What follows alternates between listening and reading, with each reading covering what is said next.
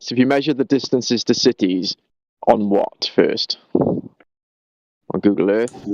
Yeah, like Google Earth or something. Okay. Or like anything, like a world almanac, just anything that lists distances. So then you took it to a flat map, yeah? Yeah. Oh, okay. Like a graph paper or something, and just assign each like graph unit, assign it like 10 kilometers or something, and then map the Earth on that graph paper. The distances will be wrong. So that's just telling you that there's a difference between a Google Earth map and a flat map. Yeah? Doesn't mean that a flat Earth map is wrong. It just means there's a difference between Google Earth and flat maps. Wait, what? Also, the difference is only over water, not over land. It's the same on land. For instance, the entire United States was surveyed and is flatter than a pancake, so there's no curvature to that land.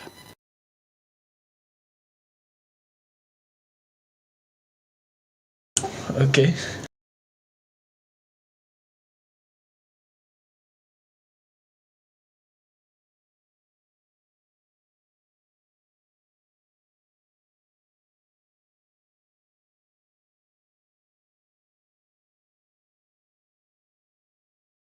Which is why we went out and measured large bodies of water, because the claim is that large bodies of water curve along the exterior of this sphere, and it's about 70% of the surface, they tell us, but we measure large bodies of water with lasers, and it's not curved. Damn. So what you be saying is they be lying. Yeah.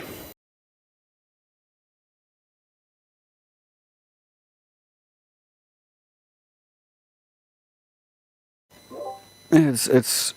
I would say most of them are technically not lying. They believe it, and because they believe it, they fall for misconceptions that have already been propagated for them to believe in. Like, if you look at the curve calculators, for instance, the curve calculators are used in reference with real images or when you look at the horizon. But the curve calculator itself divorces reality, not having perspective accounted for, and then assuming that the effects of the diffraction limit or perspective are Earth curve. So they don't have any Earth curve, they just have these reifications of Earth curve where they assume something that is already known and verified and tested and used repeatedly is actually not that and is caused by Earth curve. It's wild.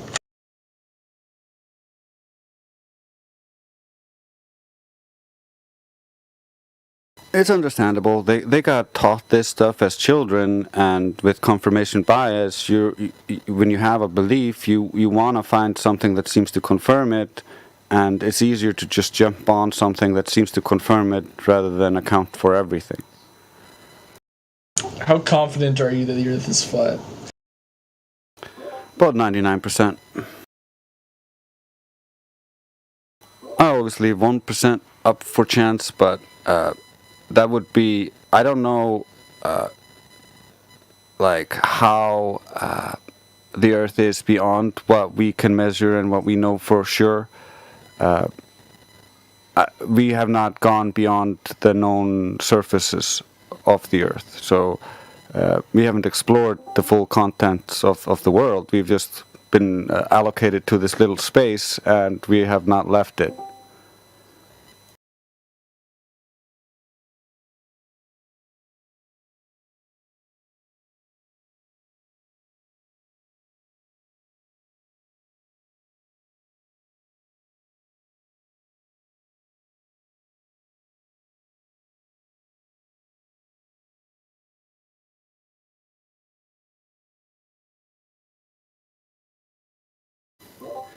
Yeah, if you look into the history of this whole thing, in the beginning. Yeah, when did flat Earth start?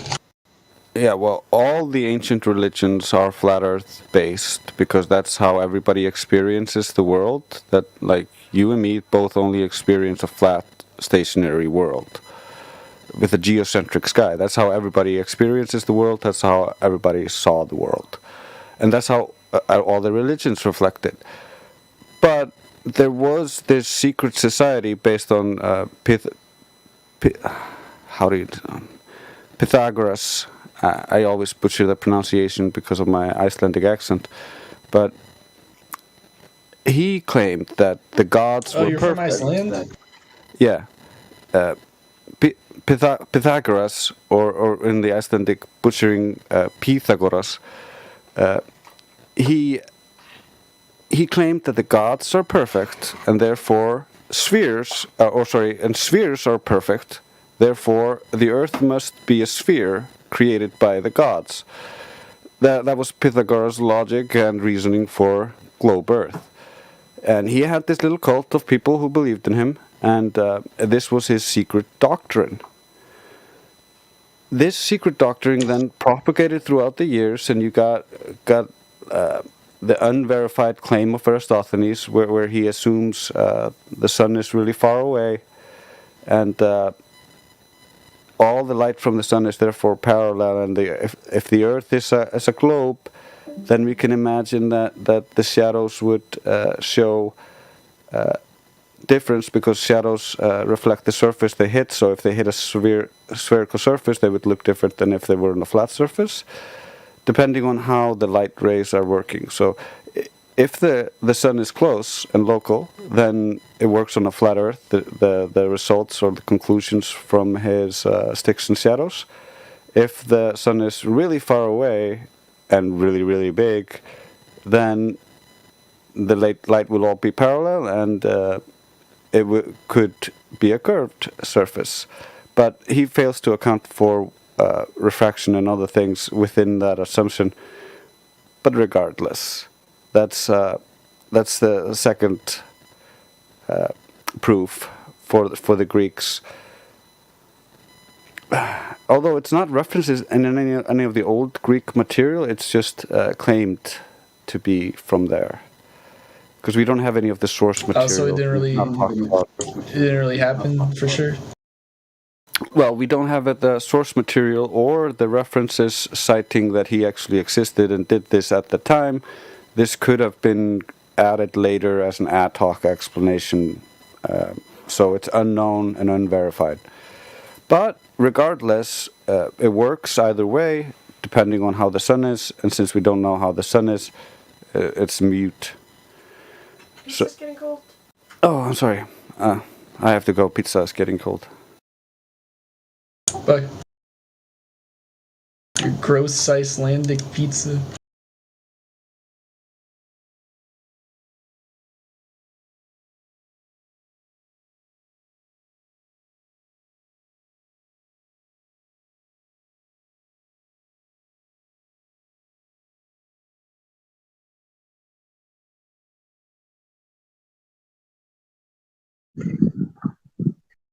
Don't forget to clock out for your 30-minute break. Otherwise, you're getting a union strike.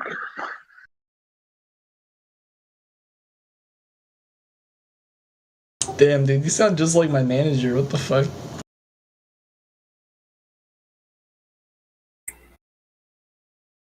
Oh, I just pulled into the room and we have Cliff, the globe earther. How you doing, Cliff?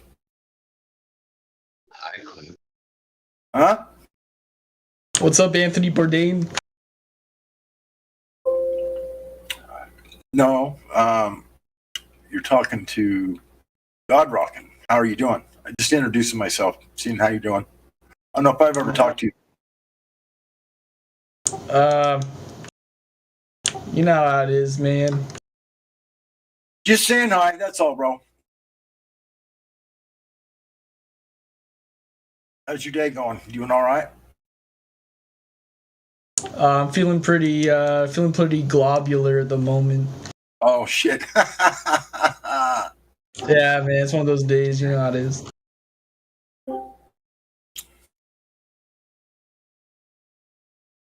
Yeah,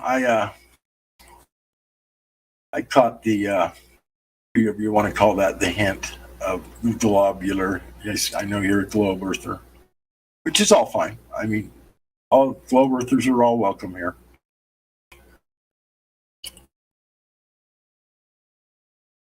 You were right. The pizza was disgusting. Yeah, man. The fucking it's got like corn and mayonnaise and shit. Right? No, it's just cheese pepperoni. Oh, Wrong with okay. corn and mayonnaise? It just wasn't very good.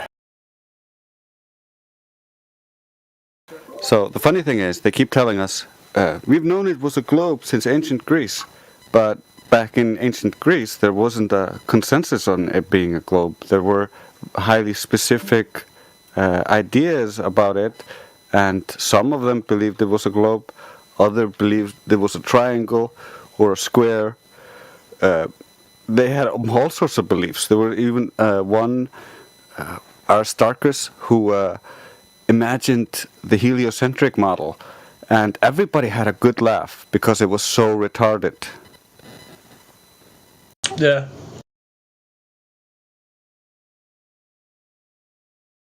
Imagine thinking the Earth is round. It's so dumb.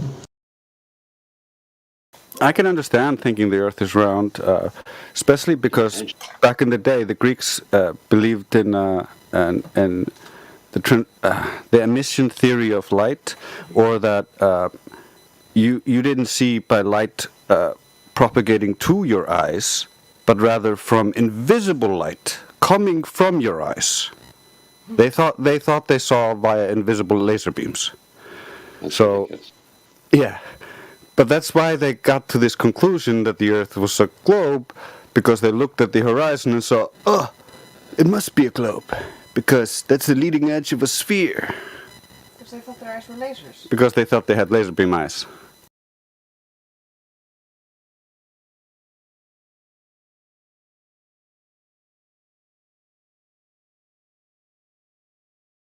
The other arguments they use is,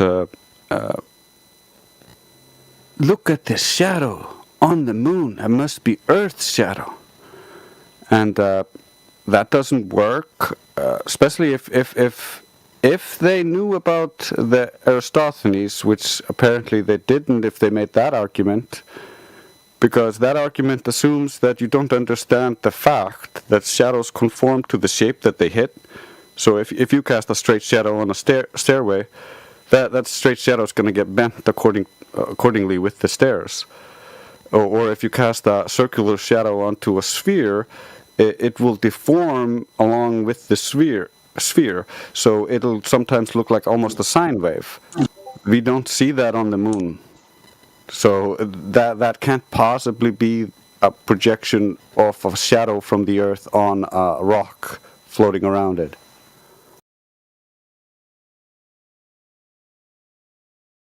Makes sense, I guess, but I don't know, man. I'm just not ready. I feel like people make fun of me if I believe in flat Earth. Well, we don't ask you to believe. That's the beauty of it. We don't want you to believe. We want you to just educate yourself and learn these things and understand where the globe comes from, how they try to prove it, and how that proof doesn't actually prove anything. And then we want to show you the actual evidence that contradicts their claims and shows that they are lying. And then you can know for yourself by testing it. Yeah, I feel like that takes a lot of time. I work a full-time job. It takes a little bit of time, but at the same time, it's kind of fun. You just listen to and educate yourself in your free time, learning fun things and knowing how the world works. And then you take a trip with your friend out to a body of water, like a lake, and you could even use just a mirror to reflect the sun's light across the water. If you can see it really close to the surface, there's no way that the Earth is curved.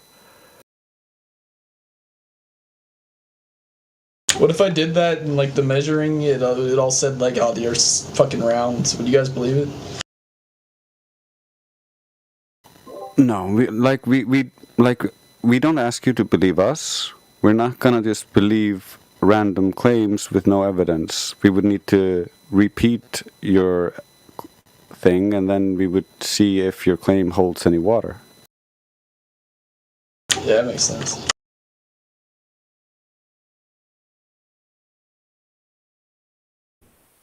Yeah. So in other words, if you could present something to us that showed there was curvature on the Earth, then showed us how you did it, how you, then so we could go do it ourselves. That's what we like to do. We like to actually take and go do it ourselves. Take a few friends out over the ocean. We'll find, we got certain landmarks that are being used over and over. And then there's, I live in a state where there's a salt flat and a salt lake. It's like miles and miles long. Oh, wait, I know. It's Idaho. No, Utah. Fuck. That's where the Great Salt Lake is. Okay. But anyway, yeah. So that's what we like to do. Is rather, if you got something that sounds reasonable, we could go out and test. If we're nearby it, or someone else here in the server was nearby where the observation was done and taken and whatnot, then we could maybe get together with them and they could go look at it and present. We like to double check everything. We like to do it ourselves. That's what we're saying. We don't want you to believe us. We got something that sounds reasonable to you. Maybe you take the time and go out and spend half an hour or an hour and do it yourself. And it's a lot better to do that rather than try to just, do I have to believe this guy or whatever? Just we don't like to go there either. We don't like to just believe somebody's, whatever falls out of their mouth. Yeah, but here's the thing, dude. Like, everyone doesn't have time to do this. No, you're right. Not everyone does have time to do that. So then it comes down to, I guess you could look critically at the observations. You could do the math. You could, because there's only one way you can come to the conclusion that the stuff that we present is incorrect, is if you actually think that we are sitting here trying to figure out any way we can trick you into thinking the Earth is flat, like making shit up. No, there's one more way. You know what I mean? What if you made a mistake? Well, that's easily as possible as well. But when that's what repeatable and testable means, you repeat the test more over and over and over, so you haven't made a mistake. Yeah, that's why we test each other's work. We criticize each other's work, and we work on bettering each other through working, like repeating everything. Like we can't just take it on first. For the first idea that comes around and just claim it's because of his authority. It doesn't work like that. We need to have experimental validation, verification to actually prove things. And it's not always possible to do all that kind of stuff. So so you're absolutely, look, we did it, this and this. So you're right. Not everybody lives in a place where you can do it. Not everybody has time and money. Like you said, you got a family and a job and whatever. Of course, we understand all that stuff. Then it just comes down to whether or not you really are that interested to know that where you're going to make a few sacrifices on your own to go and make some observations, take some time to do them. If you don't have time for it, or you don't have the interest in it where you would make time for it, well then,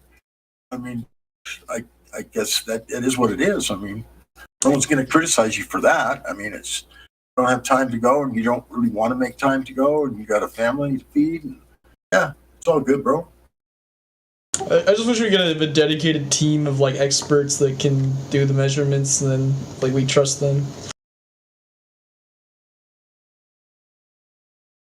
Like maybe some kind of flat Earth, I don't know, like surveying team. They do have what's called the curve calculator that was made by Globers that figures out the drop rate. Very accurate. It's used by probably hundreds and hundreds of people every day. It's called the curve calculator. You can Google it. It works off of observer height and feet. So wherever you, from your eyes, if you're standing somewhere. So if you're a 6 foot tall man, it's 1.22 times the square root of the observer's height and feet. That means 1 foot 22 times the square root of, say, you're a 6 foot man of 6. And so there's a math equation that's very similar to what I just quoted you. And then you can put that into the curve calculator, and it will tell you exactly how much drop, the curve rate would be, say, in 5 miles or whatever distance you're trying to test, 1 mile, 5 miles, 10 miles, whatever. And it's very accurate. The calculator is extremely accurate. I mean, when you're talking curve rate of 60 some feet, and it might be an inch or two off or something, then it really doesn't matter. You know what I mean? And I don't even think it could be that far off. Actually, it's really dead accurate in mathematics. But when you're looking at something that should be 66 foot of drop, and we find none, I mean, then you really aren't too concerned about being off a foot or 2 inches or whatever. I mean, it's just at that point that type of an discrepancy is pretty much a moot point. You know what I mean? It's Anyway, yeah, it's just really, I mean, if all I can say is if you want to look into it and you want to hear some of the stuff observations we can show you and some information we can give you.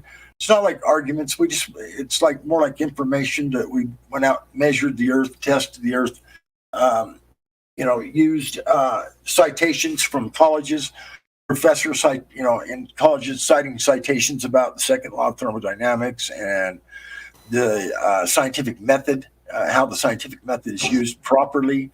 So you're actually doing real science. And it's not like you have to be a scientist to do this stuff either, because it's pretty simple, really.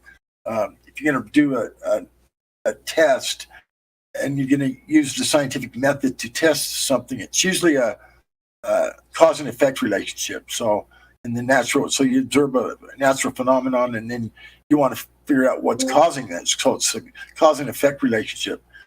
You want to know what caused something to happen, and it's got variables, independent and dependent variables that you can manipulate and various different things, and it's very, very accurate as long as you follow the scientific method to the T, and you can actually do all the steps in it. You can't just I can't do that step, so I'm just going to guess. Or you have to be able to do all the steps in the test, basically, or it makes it not valid.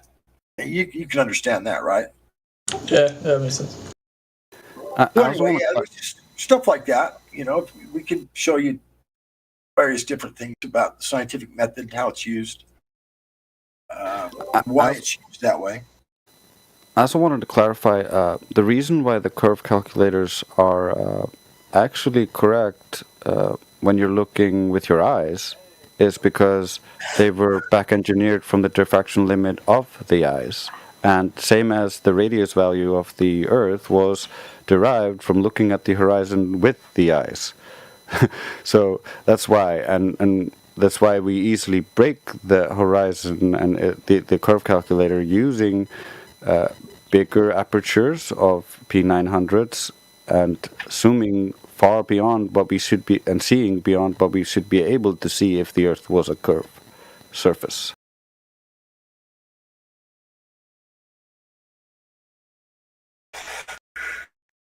Yeah, it's pretty hard to see 10 miles out over the water with the naked eye because there's so much, humidity and cloudiness and pollution and various different things in the air that makes it pretty hard to see. And then there's also the vanishing point perspective. Like when you look at something, it gets smaller and smaller and smaller until finally it just disappears.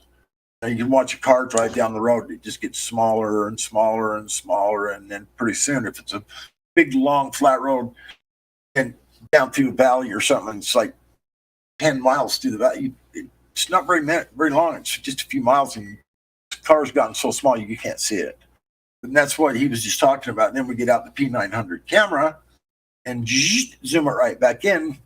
There's a video being shown right here on the text that you can watch. Exactly what I'm talking about. That boat goes off into the distance and it disappears. And then they zoom it in with the P900 camera. It comes right back in. Because your eye can't see that far. It's just, the human eye is only capable of seeing so far. That's why some people, when they say, oh, the earth was flat, you can see from New York to France or New York to England. That's just not true. You can't see that far for various different reasons. One thing, your eye can't resolve things that far away. I mean, especially something the size of a cruise ship or, something very, even a big freight liner. Once they get out so far, they just get so tiny, you can't see them anymore.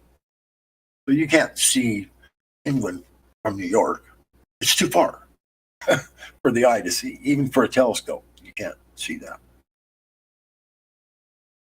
Guess maybe you could if you were way up high in the sky. Maybe you could. I don't know if that's true or not. If you could actually see the other continent, I think there might be too much atmospheric distortion, or too much pollution in the air. There's also so much diffusion of the light. The further out you're looking, it gets more and more diffused until you just can't distinguish anything from it. Anyway, I'll shut up for a minute. Just you have any questions, just shoot them out. We'd try to give you how we see it, tests we've done, and various different things. Just have a conversation. Okay. So how come, how's satellite internet work? How what now? So satellite internet, how's that work? Well, do you know what a sataloon is? It sounds familiar.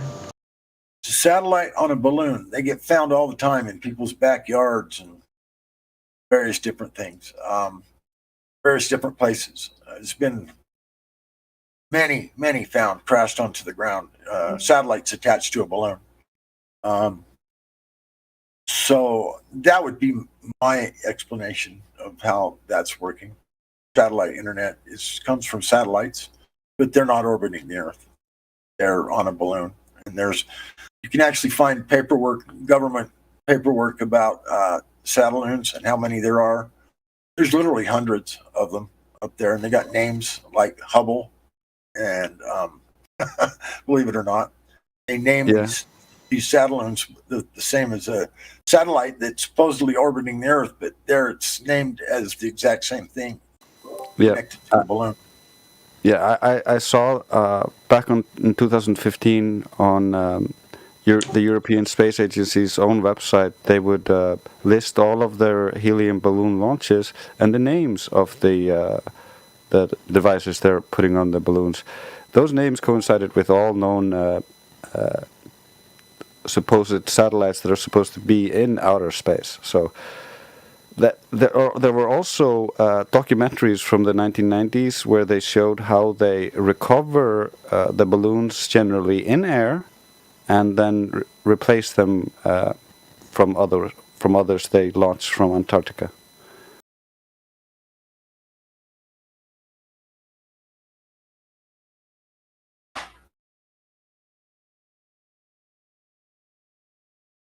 So there must be a whole industry making sataloons. No, there's a whole industry making satellites, which then get attached to a whole industry making weather balloons. The two are just connected at the hip.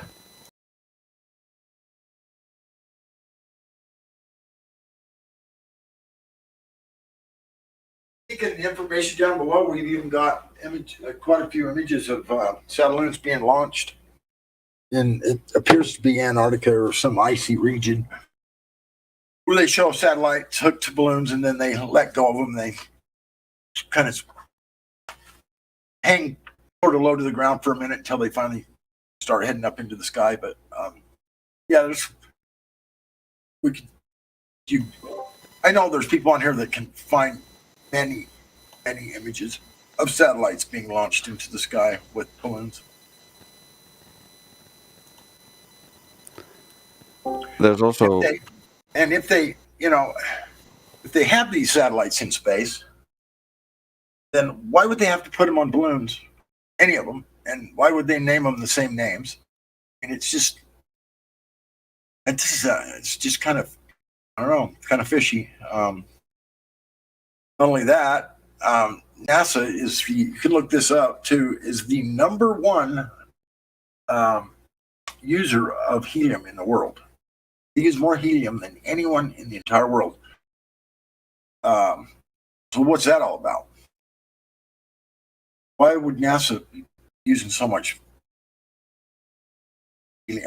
they claim it's for cooling down the rocket fuel, but Okay, but still, you would never need that much helium. the number one user in the entire world, they don't launch that many rockets. I guess they do a few, but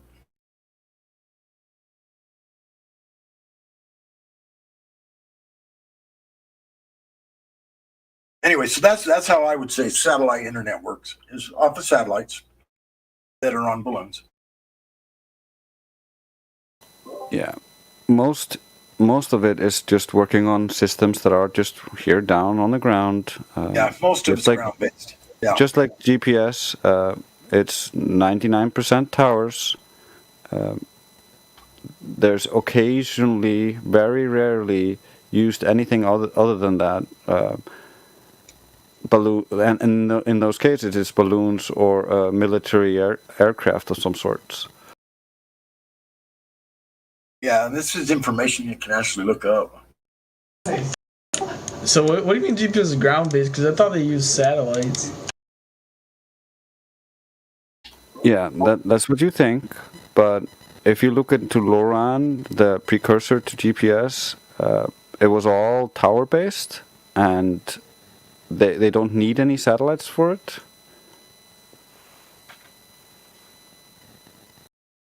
Yeah, believe me, trust me, we understand where you're coming from because we were all told the same stuff for all these years. I mean, I believe that I thought the same thing, bro. That all this stuff, satellites, and and then all of a sudden I see all these satellites with the same, or balloons with the same names as satellites crashing in people's yards all over the world. Yeah, why do they have thousands of satellites mounted on buoys all over the oceans? Yeah. Why would they need that? If there were something up above giving coverage, why would they need that? Maybe they're for different purposes. So for different purposes, like what purposes? This is how I know that they're bullshitting you and us, because when you look at the recordings of where the planes are supposedly traveling, they don't record any in the southern hemisphere. Are you telling me the satellites don't go over the southern hemisphere?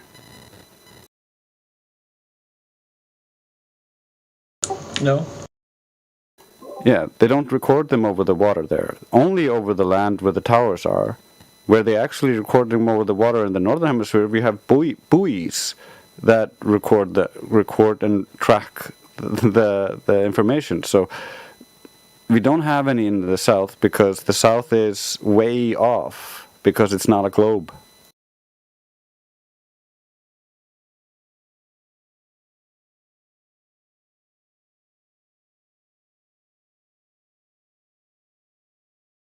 He just said no. Yeah, believe me, I was right there with you, bro, for many years, and all of a sudden, I started looking at all this other information, and it's just like, wow, why would they need that if they have these satellites? Why would they be doing that, this, and that?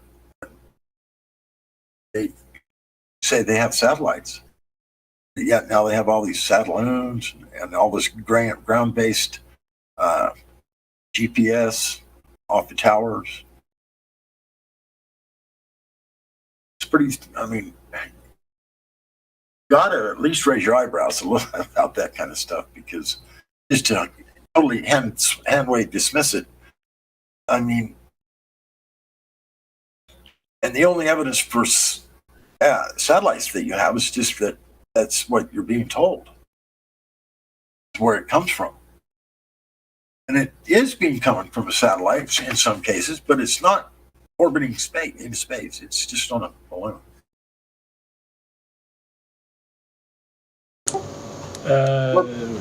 Orbit is a very tricky thing to do. You might want to see people say, well, we've been doing it so long, we got to perfect it, this and that, blah, blah, blah. Did you know that the radius of the Earth is 3,959 miles? So almost 4,000 miles. You could round it off. That's from the center to the edge, or to the edge of the equator. Supposedly, that's the measurement they've given us. Now, that number, 3,959 miles, is used in all the equations for rocket telemetry, to figure out the distance to the sun, the moon, planets. It's figured out to use gravity theory.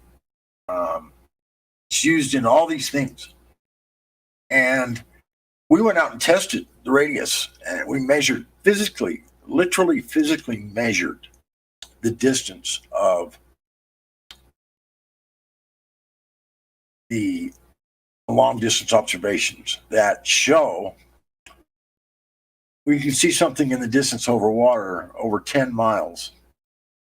And when you run that through the curve calculator and run it backwards to figure out how big the radius would have to be, instead of trying to using the radius to figure out the size, the distance to the sun, the moon, or whatever you're using the radius for, you use the distance that you're seeing and do the reverse engineer it and figure out how big the globe would have to be in order to see something that far in the distance. We've gotten many observations. There's one right here that's on there. It's called the Black Swan. You see the horizon at over 10 miles and 1 foot observer height. And if you do the math on that, that means that the radius of the Earth, in order for that observation to be possible, the radius of the Earth, which is from the center to the equator, would have to be 230,000 miles. Now that's not just a little bit off. Yeah, that's like really far off. Like, are you sure you mess up the numbers? It's been done over and over and over by many, many people. No, it's not messed up now. Do you guys always get the same result? Well, this is the thing. When you go out and make an observation, you have to use the numbers that you get for that specific observation. The problem with it is, no, we don't ever get the same exact results because they're not the same exact observation. And the horizon is what's called an apparent location.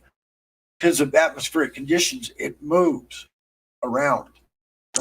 Yeah, but I mean, like the numbers are gonna be different, but like the radius calculation when you're all said and done, that should be the same every time, right? Right. It should be. You're right. You're absolutely right. But it's not. That's the problem. It's, in most cases, it's way bigger than what they say it is. So either the Earth is this massive 100 times or 1,000 times bigger planet, whatever it is, wherever the math would indicate. I'm just guessing, but it's probably at least 1,000 times bigger, or 500. I don't know. You have to do the math, but massively bigger than what they're telling us. In order for you to see that far on a ball, as it drops off, it curves. You can't see that far on a ball. But if you do, then you have to increase the size of the ball to the size that matches the observation, matches the math. But when you guys do the test, you should get the same result every time, right? If you can find the geometric horizon, yes. Now, the geometric horizon is a hard. Like if you have a basketball in your hand, and you're going to run your hand over the top of it until it disappears. That's the geometric horizon. Where as soon as it's blocking, and you can't see anything past that because it's too low. It's down over the curve. So if this Earth is an actual geometric object the size they say it is, that geometric horizon should be there. I mean, it should be there, right? Yeah. Well, that's the problem. We can't ever find it to be there anywhere close to where it's supposed to be. Never. Yeah, I know. there's never this physical limit. There's never this physical limitation at 1.2 miles away from a 1-foot observer due to any Earth curves. It just doesn't exist. So the more oftentimes we do these observations and the further we can see, the worse it looks for the ball. So in the latest Black Swan from BLMS, the one who took the video of the original Black Swan, he is seeing something 31.882 miles away. So that's so far away that even Sirius A, which is far bigger than the claimed size of the sun, is not even half the size of the required size of the globe. But Sirius A is like made up, right? Yeah.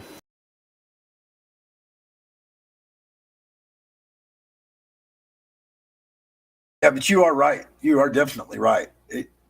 You should get the physical obstruction of the curvature of the Earth exists. If the physical obstruction exists, you should be able to be found. You should be able to measure it to it and find, okay, this is, you can no longer see past this point because it's dropped down below the horizon, and it should be there. You're right, and yeah, it's a pretty big problem right now. It's because it's cannot be found. At least not anywhere near where it's supposed to be. And then once you get so far out, now we're looking at observations that are 10, 20, 30 miles away, like he just said, 31 miles. That's when the observation starts to become pretty fuzzy at that point. But if you're seeing that far, it's changed the size of the ball so drastically that it's just like, wait a minute, we got to stop. We got to figure out something's going on here, and we shouldn't see that far because if this is truly a ball, like they say, physical obstruction has got to be there, at least somewhere close to where they say. I mean, even 5 miles within the 5 mile, discrepancy, but it's not. It's never there, bro. Cannot be found. Yeah, it's orders of magnitude away from where it should be. Yeah. And yeah, and believe me, we were sort of in awe over the whole thing for quite a while. Trying to figure out what's going on, and there's really only one conclusion at this point. That is, there's just not a globe. I don't know. I grew up my whole life believing the Earth's a globe, and if I'm between you guys made a mistake on the numbers or the Earth's flat, I gotta go. You made a mistake, unless I got like a really good reason not to. Yeah, I agree with you, bro. But the thing of it is, we've done these things, these calculations with these measurements over and over and over, and people are always maybe your methodology is Cliff, you gotta understand that we also used to believe in the globe, and we wanted to prove the globe true, and so all of this has been tested 1,000 times by 1,000 different people who also used to believe in the globe. So it's a bad argument. Yeah, we weren't out there at first trying to prove flat. That's not what we're trying to find the globe, so we can go look here. This flat Earth's a joke. That was our initial intention, to put this stupid ass flat Earth thing to bed, get rid of it, show how stupid it is. But after all these years, we still haven't been able to do that. So, and all the math and all the observations suggest that it's flat, and they actually prove that it's flat. And so it's not something we set out to do. It's something we had no choice. So you guys were trying to disprove that it was flat and prove it was spherical. Yep, we couldn't find any proof of the globe itself over and over and over again. Every time the globe does not appear in any of the observations, so it doesn't match. So that's the problem. Like, you could say whatever you want to do about the process or how whatever we're using. It doesn't matter. We're using their numbers. It's been done over and over again. I defy you to find one observation where you can actually say this is the geometric horizon and this is where it is. So please do try to show us that information of a measurement of curvature. Like, we got it wrong? I don't think so. We're looking at nature. We are finding in nature that curvature never appears in nature. What do you say about that? Like a perfect curve? No, bro, come on. Any curve. Don't red herring me, man. I won't put up with it. So, no, the globe. That's the topic. You got that part, right? The globe that they told us that curves at a specific rate. The one NASA told us about said this is the size of the Earth. This is the number we are using to send rockets in space. You remember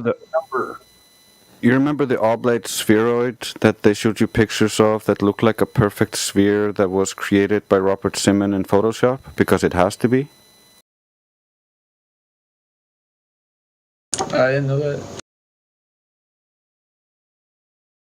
Yeah, there's a lot of NASA has a lot of artists that it's like 1,200 or something artists that they are instructed by people that work from NASA to make the pictures look what people would expect them to look like.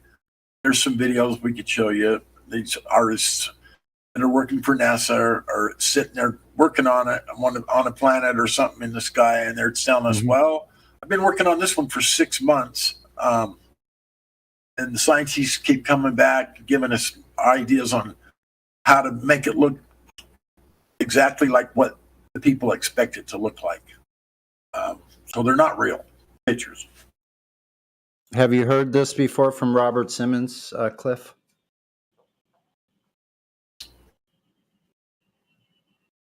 Robert Simmons is the guy that did that globe. They call it the blue marble. Yeah, have you heard him saying this? No, it was a little before my time. Okay, what if I play it for the panel and for Cliff to hear? Would that Yeah, be all please right? do. One moment.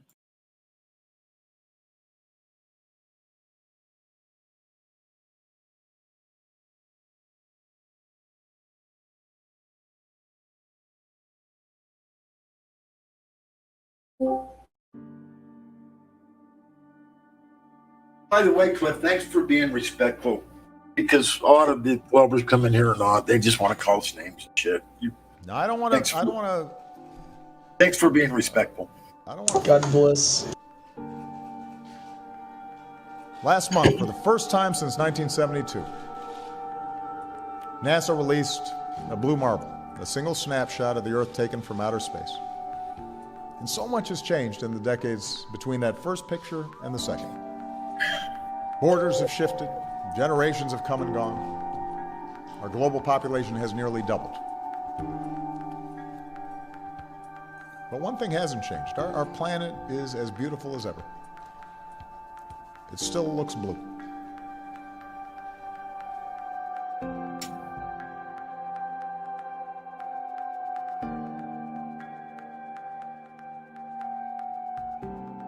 In 2002, Blue Marble 2.0, NASA's Rob Simon made this.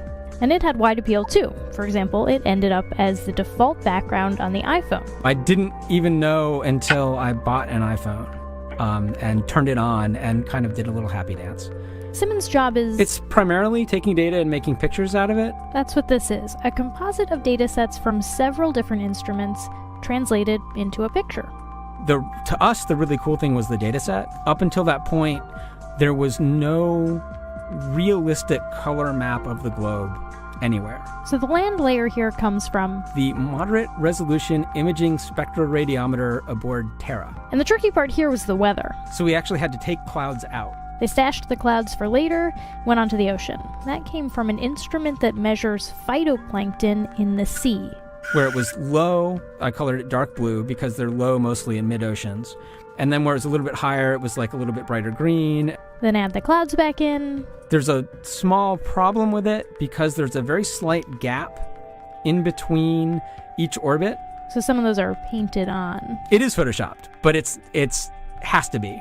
Then there was another layer to sort of simulate the atmosphere. And then there's this little bright spot. It's called the specular highlight. So it's the reflection of sunlight off of water. Those are the pieces, but you can't just slap them all together. It just didn't look realistic. It looks kind of flat, or the clouds are sort of too see-through. So I just hit Command Z a lot. There's artistry to creating the world. What I imagine it to be. Unfortunately, I'm not an astronaut. I've never been to space. But I've looked at these images over and over again, trying to sort of get the essence of it. It is photoshopped, but it's has to be. It is photoshopped, but it's has to be. Wow, I wonder why he's admitting all that. That's crazy. Yeah, that's kind of the point we're trying to make to you here. And overall, is there's a lot of crazy stuff that we've been told about where we live, and as we all know, that the government's not the most honest entity to be listening to about anything, especially nowadays. I mean, good hell. They lie when the truth sounds better. And I don't, and of course, people within the organization just think they're doing good work. I'm just helping make a good-looking globe here. And he gets told all sorts of stuff that you don't get told because you don't work there.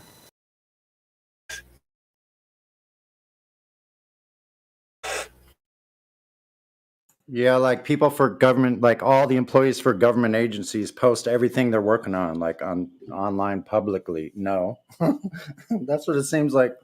A lot of Globers come in here assuming like, oh, everybody knows everything that everybody else is doing in all these organizations. You're right. No. Compartmentalization. Do you know what that means, Cliff? That's when you don't tell people things unless they have to know it. Yeah. And that's kind of how the government works. You do your job, pass it on to the next guy. You're working on, say, a satellite or something, or you install your piece, send it down the assembly line, and it finally goes off the line out to a different building and supposedly onto a rocket and supposedly into space. And, and there could be a number of different possibilities that actually happened to that. It could have been sent to Antarctica and hooked to a balloon, is what I would say more happens way more often than being attached to a rocket. Because the rocket telemetry wouldn't work because the radius is wrong. I mean, the 3959 mile, this is something that's so critical. You have to have the correct number of the size of the globe to put it into orbit. And so do you know of any time in history, past, present, whatever, where the radius of the globe has ever been directly measured?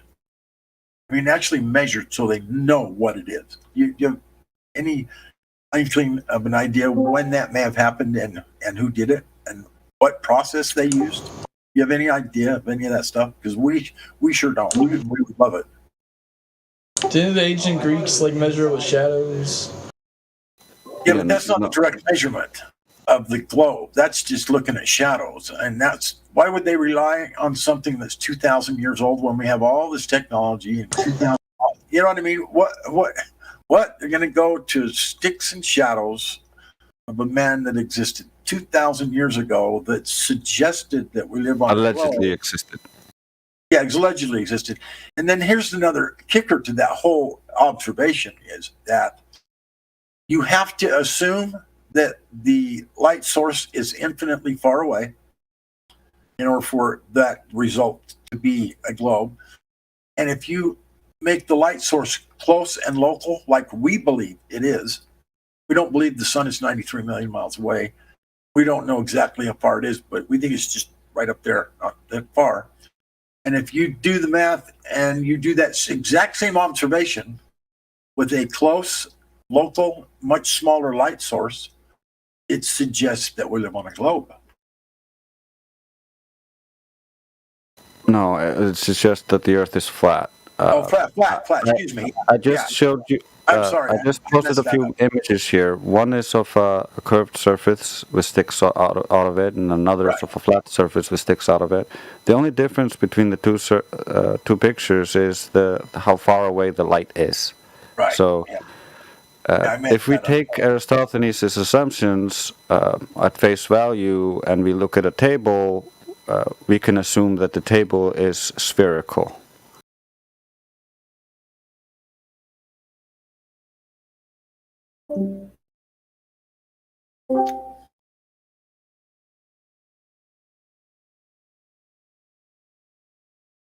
Anyway, this also seems a little strange to me that why would everybody tries to go back to this Aristophanes sticks and shadows things when we don't even know for sure if the guy even lived. And since when do we go get, when you're doing something as critical as trying to send a rocket into space, when do we go back and use some measurements from some sticks and shadows to figure out how to send the rocket into space? Does that make sense? Is that really true? Yeah. Really at all? I feel like it'd be better if you could measure it directly, but you don't have like a big enough ruler. Oh, but we do. We do have a big enough ruler. It's called LIGO. LIGO is a laser inside a vacuum tube, and it's over a mile long. It should easily be able to show water curving, but we measure the water everywhere, and it doesn't curve. So. Yeah, but if you can't use shadows, how come you can use lasers? I mean, it's also like kind of indirect. No, because lasers are straight. Light travels in straight lines, and it's used as a leveling tool. The same goes actually for liquids. The thing that we're looking at, according to fluid statics, when liquids are at rest, they are level as well. They don't form a curve. Otherwise, all flat surfaces, like the entirety of the United States, would not be free of water. They would be essentially be underwater. They would be a lake, because any flat surface on a ball that causes liquid to form mounds and conform to the exterior of this shape in a spherical shape would make any flat surface turn into a bowl, so it could contain the water. And so all of the United States would be underwater.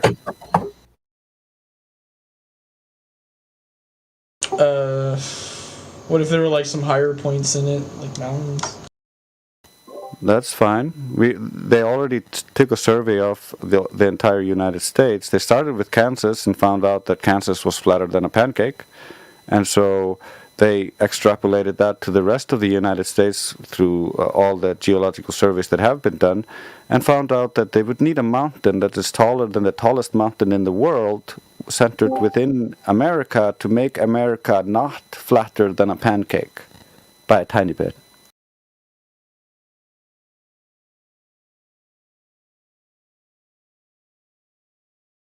This evidence sounds overwhelming. Like, why haven't people started believing in it yet? It is overwhelming, and we could go on for days. Every aspect of the globe belief is founded on pseudoscience, and it only survived because it was force-fed to the young people through education, and then the people who objected and knew better died out. Yep. So your Rockefeller education, those are the ones that actually, you know where that family came from? They were actually for real on the outside of town with a little carriage, a little wagon selling snake oil. And they still are. They still are. That's funny. But he's right. In a sense, they are still telling us snake oil lies and untruths. You're right, Sonny. It's fairly sad. It's funny. That's one of the things how reality is truth is stranger than fiction. It truly is. And Cliff, you're right. This information is overwhelming.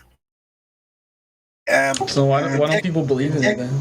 Well, because they are indoctrinated and they just will not listen to it, and they will not observe. They will not take the time to make the observations themselves and critically think, and even leave the possibility open that it might not be a globe. I don't know why they can't do that, because all you got to do is just look at it critically, look at the evidence presented. I know why. Okay.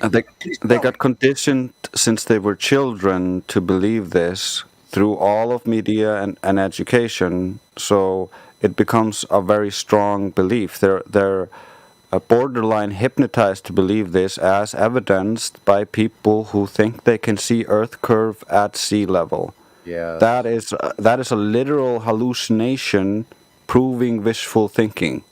Yeah. That's a known fact too.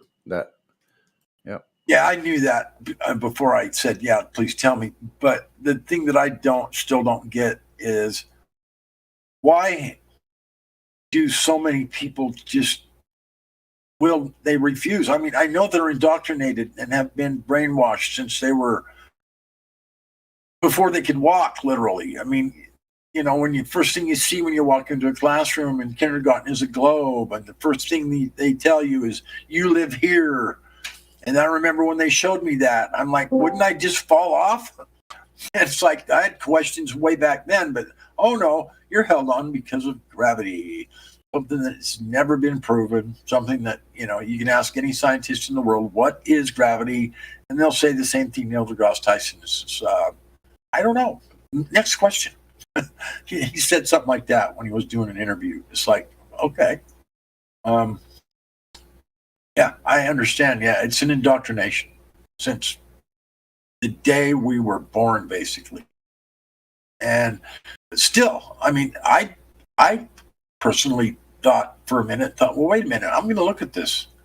I'm going to take a serious look at this and not just hand wave dismissal. Oh no, it can't be that. It's we live on a ball. No, I was taught since I was 2 years old. No, we live on a ball. I mean, so at some point I stopped doing that and started looking at it. But there's just, why so few people can do that? Why? I don't get it personally. It's not that hard to actually look at something for what it is and come to your own conclusion rather than just be. Yeah. Hey, God Rockin', you know what? Yeah. You and I, like people like you and I, are perfect examples, a testament that you can look at things like, look at all the life we lived before flat Earth, a whole entire lifetime. Yeah. We decided to take a second look and turned over everything after, I don't know about you, more than 50 years of life. Yeah. And I was on a globe. Think about that. Yeah. It was definitely more than 50 years of life for me too, because I've only been a flat earther for like 4 years. And I'm 66 years old. So, yeah, 62 years, brother, of living on a globe and not questioning any of it. Yep. So if two old fogies, well, there's a couple of us, few of us, but if two old fogies like us can like take a second look at what we've been taught and decide to counter that information or at least challenge it, then I don't know what the problem is with the younger people. Like they've given up their soul, their ability to think for themselves. What do you just turn that over to the authorities? It makes no sense to me at all. Yeah, me neither, bro. I just got other things to think about, you know. Well, that's fine too. I mean, that's absolutely fine too. If you don't, like I said earlier when talking to you, if you don't feel like you have time to do this, and you don't want to, and this and that, then you don't. Then you know, I mean, how much you're here? Why are you here? And how much time do you have? And are you just here for a joke or what? I mean, I'm here to relax. I mean, you know, what's really going on here then? I mean, you don't Going out there with lasers sounds fucking horrible. I'm just here to relax and listen. Okay. Well, I don't know. I have too much stress in my life. I can't do more stressful shit like trying to measure shit. Well, maybe someday you will. Doesn't really matter to us. Like, we hope you take the information and you run with it yourself and go try to ask those questions. Be skeptical of the information that they gave you. Like, go out and look for yourself. You'll probably have a chance to do that at some point. Yeah. So it's going to be up to you to do that. Like, no one's and it does. You might think it doesn't make a difference in your life, but it does. Mm-hmm. And you finally start realizing that to know the truth about certain things, no matter what it is. I mean, you've been lied to, and then you've learned the truth about any situation. Really, it's really a liberating feeling. It is. It's beneficial. Trust me. To figure out that you've been lied to, and then you don't have to listen to the lies anymore, and then you can process truth rather than lies in your life, and it's an amazing thing to be able to do. Mm-hmm. The more and more that I've learned to be able to do that, to process truth rather than the media, the propaganda on the news, and all that kind of stuff. You know, that's what I don't have time for anymore. I don't have time for that shit, because I'd rather be looking at some truth and learning something that's real in my life. I don't have that much time left. Yeah, exactly. I'd hate to go out knowing that everything I believed throughout my entire life was a lie. Holy shit. Mm-hmm. Already did. That's too late. Fuck, that's a sickening feeling, bro. But see, the thing, Cliff, is that none of us, like, we all have those daily things of living that we have to deal with. And that's never going to go away. And no one here is saying that all of a sudden your life is going to be miraculously changed. It might change the way you see the world in such a different way that you're able to do different things that you may never have thought of before, being stuck in the paradigm where, oh, what's the use? Like, it's all a globe. There's no more to discover. Everything's been done. You know, that's not true. That is not true. So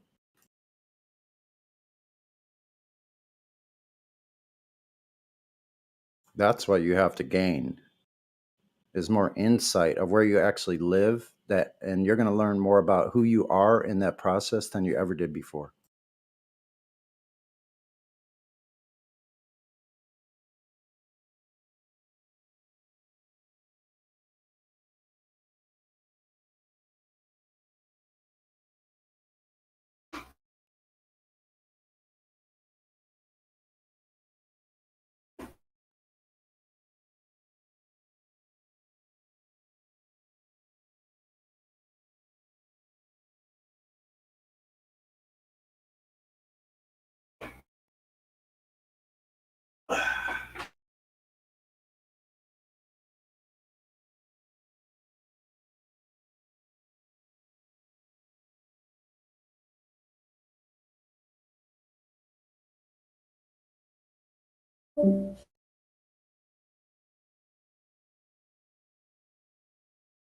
Yeah, but don't worry. All they want is your soul. No problem. Your car, your wallet. Is that guy still here? Yeah, he's listening, I think. Mm-hmm. Here, let's play this little ditty from ODD. One moment. It kind of sums it all up here. ODD TV. Your cell phone, your wallet, your time, your ideas.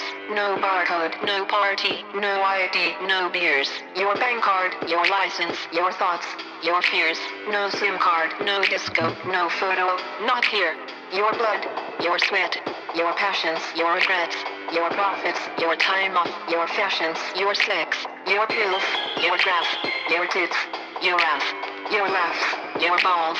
We want your soul, your house, your phone, your life, your cash, your house, your phone. We want your soul. That's all they want. Your life, your cash, your house, your phone. We want your soul. Your habits, your fats, your fears. Give us your address, your shoe size, your years, your digits, your plans, your number, your eyes, your schedule, your desktop, your details, your life. Show us your children, your photos, your home. Here, take credit, take insurance, take a loan. Get a job, get a pension, get a haircut, get a suit. Playing the lottery, play football, play the field, snore some toot. We'll show you shrink, we'll show you spook, we'll buy you drink, throw away your book. We'll sell you crap, we'll charge you debt. Wanna buy big guns, we'll front up cash. Your soul, your house, your phone. We want your soul, your house, your phone. We want your soul, your house, your phone. We want your soul, your house, your phone. We want your soul, your emotions, your love, your dreams, your checkbook, your essence, your sweat, your screams, your security, your sobriety, your innocence, your society, yourself, your place, your distance, your space. Go back to bed, America. Your government is in control again. Here, watch this. Shut up. You are free to do as we tell you. You are free to do as we tell you.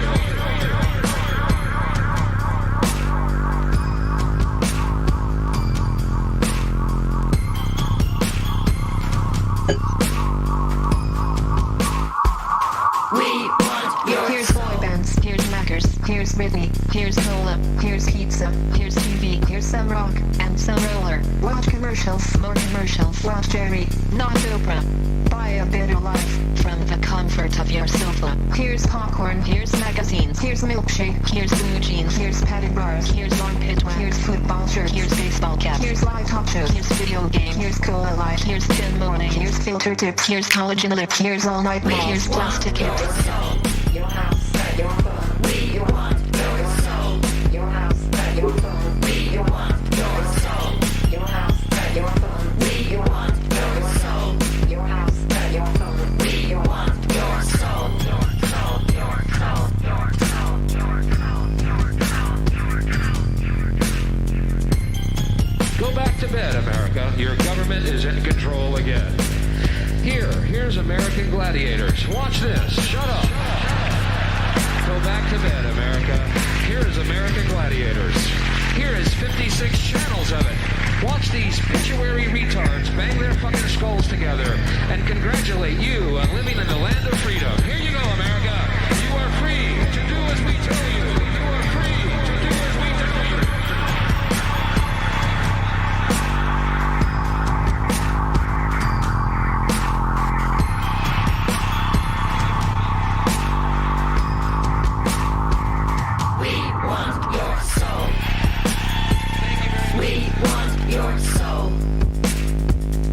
Damn, that's a fucking banger, dude. We want your soul. We want your soul.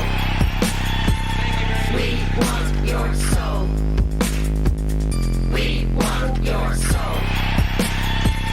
We want your soul. We want your soul. Your phone. We want your soul. Your house. Your phone. We want your soul. Your house. Your phone. We want your soul. Your house. Your phone. We want your soul. 'Cause ignorance was bliss, but now I must adjust. These animals, they operate on jealousy and lust. I'm taking back what was lost, and I will not be denied. Oh, sorry about that.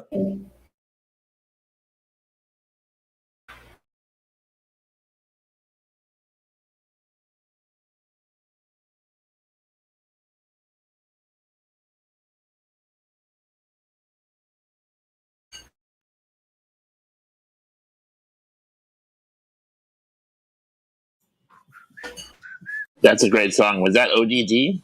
Yeah, Killer. that's all. Just your soul. No big deals. Don't worry. Go back to sleep. Watch this. Shut up, America.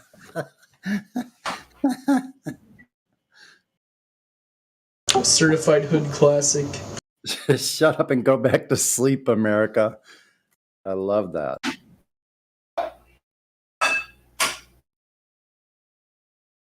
What also is happening, I don't know if they said it, but they get into your subconscious. Once you have your subconscious invaded, your conscious, has a filter. You can say yes or no, but your subconscious, it just accepts everything that is given. Once they tell you certain things, you believe it. Then they can just tell you anything, and you believe it. There's nothing they can say that way you won't believe it. Basically, no matter how ridiculous it is. If you pay attention, you'll see how ridiculous these things are they tell us.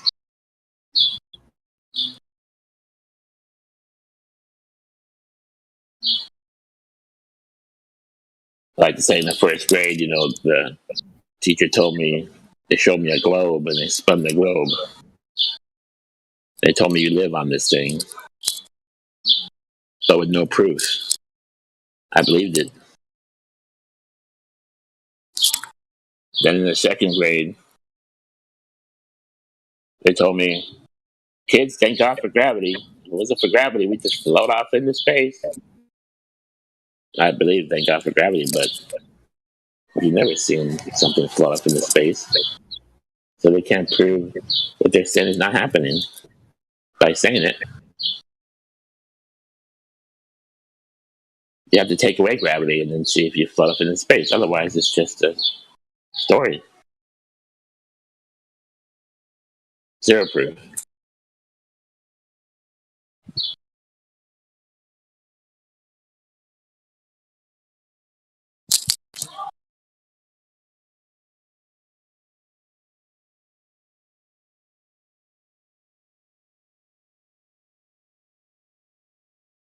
And then I was just talking to a Glober today. They are telling us now that the Earth is an oblate spheroid. Now, I may have some experience on some of you guys, but Earth was always a sphere, never an oblate spheroid. If you define sphere and look at pics, it's a circle, it's round. You define oblate spheroid and look at pics, it's a warped, misshapen ball, not a sphere. When you look at these NASA pics they show us, guess what? They're spheres, perfect to the pixel, perfectly round spheres. When they get you to your children actually to believe we live in an oblate spheroid, they're contradicting the information they've already given you. So you believe that. That's like a mass confusion. You believe something that's contradictory to what they already tell you. They've made it in your subconscious, and at that point, nothing makes sense. Nothing can be proven. Nothing can be told or defined. Because it's all nonsense.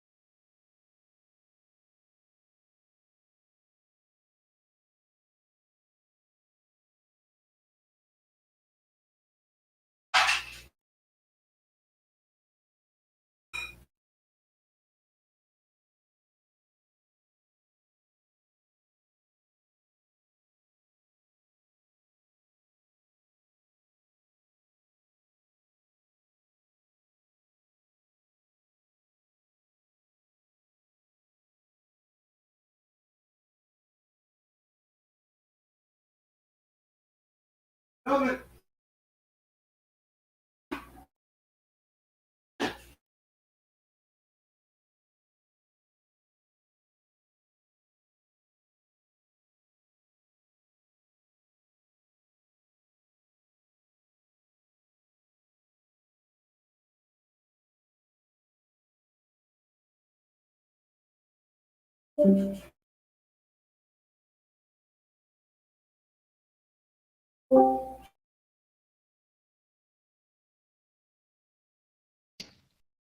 I get a mic check?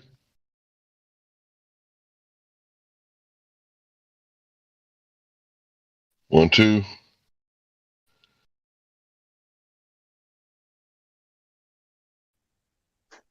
You're good. Cool. So I was thinking, I was listening to Godric, and my headphones faded out, which I've never heard him do that before. But I was thinking about how the Globers say, you can't prove things, right? And the reason, they say that is, in science we don't want any orthodoxy, right? We like to stay incredibly open-minded as to, be sure that we're getting to the actual knowledge and not bias or anything else. So when these people say that, you can't prove anything, that's what they're trying to show the audience, that they're the ones who don't have any orthodoxy and they're completely open-minded, so open-minded that their brain falls out. But it's like, I've proved several thousand things in my lifetime. I proved that if you touch a hot wire on the back of a TV at 2 years old, it'll turn your skin black if you get enough voltage. I've proven that if you, oh yeah, with a certainty. Hot wire on the TV that's plugged into the wall, 2 years old. That's a core memory. Ever since then, I don't like getting shocked by electricity. Yeah, core memory. 2 years, literally 2. Okay, so I've also proved that it changed alternators and starters and stuff that could actually fix things that were broken or broken parts. You're roboting. Like, Thank you. I've done that. I proved it, right? Because the car starts again. It works. Right? So we're the ones that have changed our mind on our cosmology. Right? So really, we're the ones that have proved to the world that we're not biased. But some people say you can't prove things.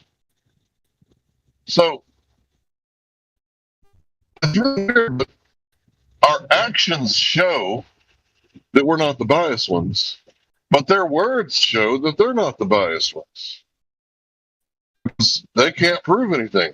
But yet they proclaim at the mountaintop that the earth is a globe. Well, if you can't prove anything, shut your mouth.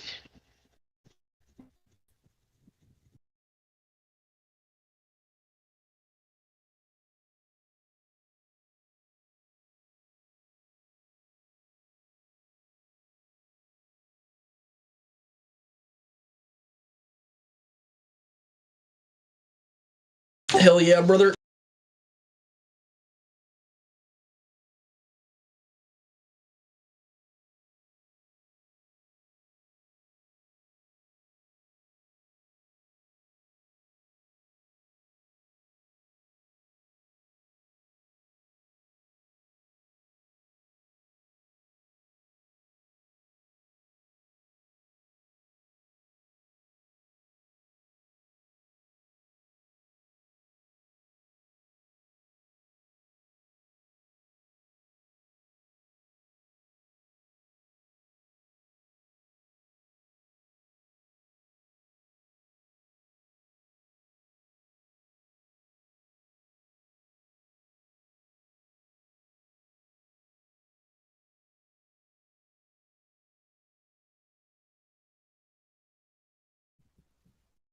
By the way, after a few days, I think I got shocked so hard that I couldn't let go, and I think it burnt my skin. I think either a day or so, it turned pink again. A pretty bad burn, and it was very painful.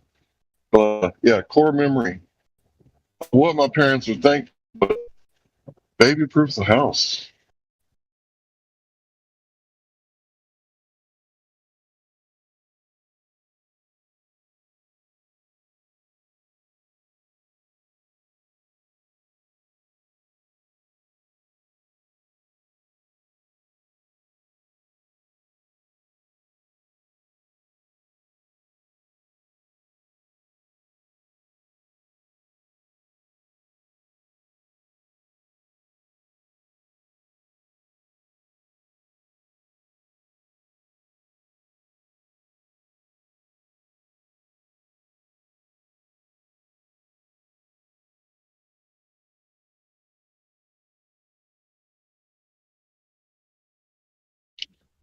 So I get it. Like, there's no certainty that when I replaced the starter, that it was actually the starter. It could have been the solenoid in the starter, or it could have been the connections, right?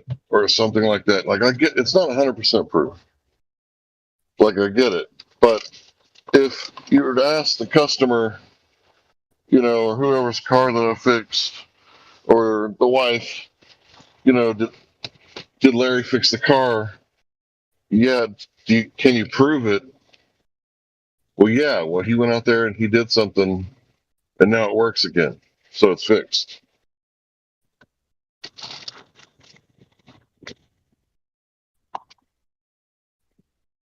So, I mean, is that proof? I don't know. You decide. I have two brothers named Daryl. What's that? Old joke that you probably don't get. This is my brother Larry and my brother Dale and his other brother Daryl. You never heard that? Oh. Anyway. No, I never heard that. Can you prove that you just said that you can prove things? Can you prove that, Hank? Yeah, I can go back and listen to the live stream, and within a certain degree of accuracy, I haven't seen any other Hank Hill clone accounts, right? But yeah, there are certain things that you can prove.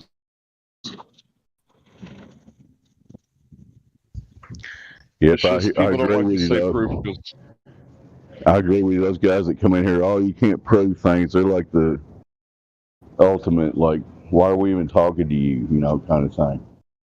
If you can't prove anything, what's the point? You know. Anyway.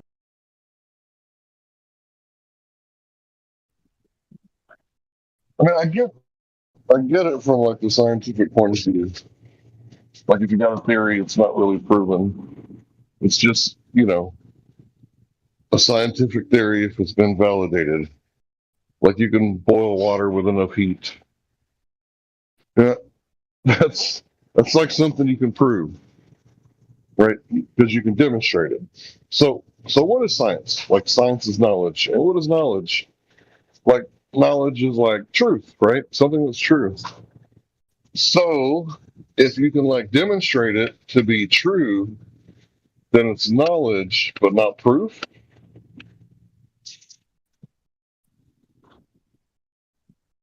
Maybe evidence. That makes sense logically, what I said?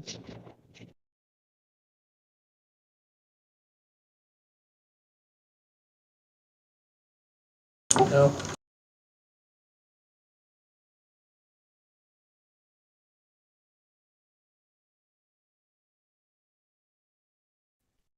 Who was responding there? Was that Cliff? Why are you a Google Earther, Cliff? I really don't know. Did you Google something or something? I would never. I'm a Bing man. I've always used Bing. You think the Earth is a spinning ball? No. No, why not? Because I need proof. Well, then we should all be agnostic earthers, then, shouldn't we? Yeah. Every single one, because you can't prove things, right? Well, what are we left with? Yeah, I'm an What are we agnostic left with? earther.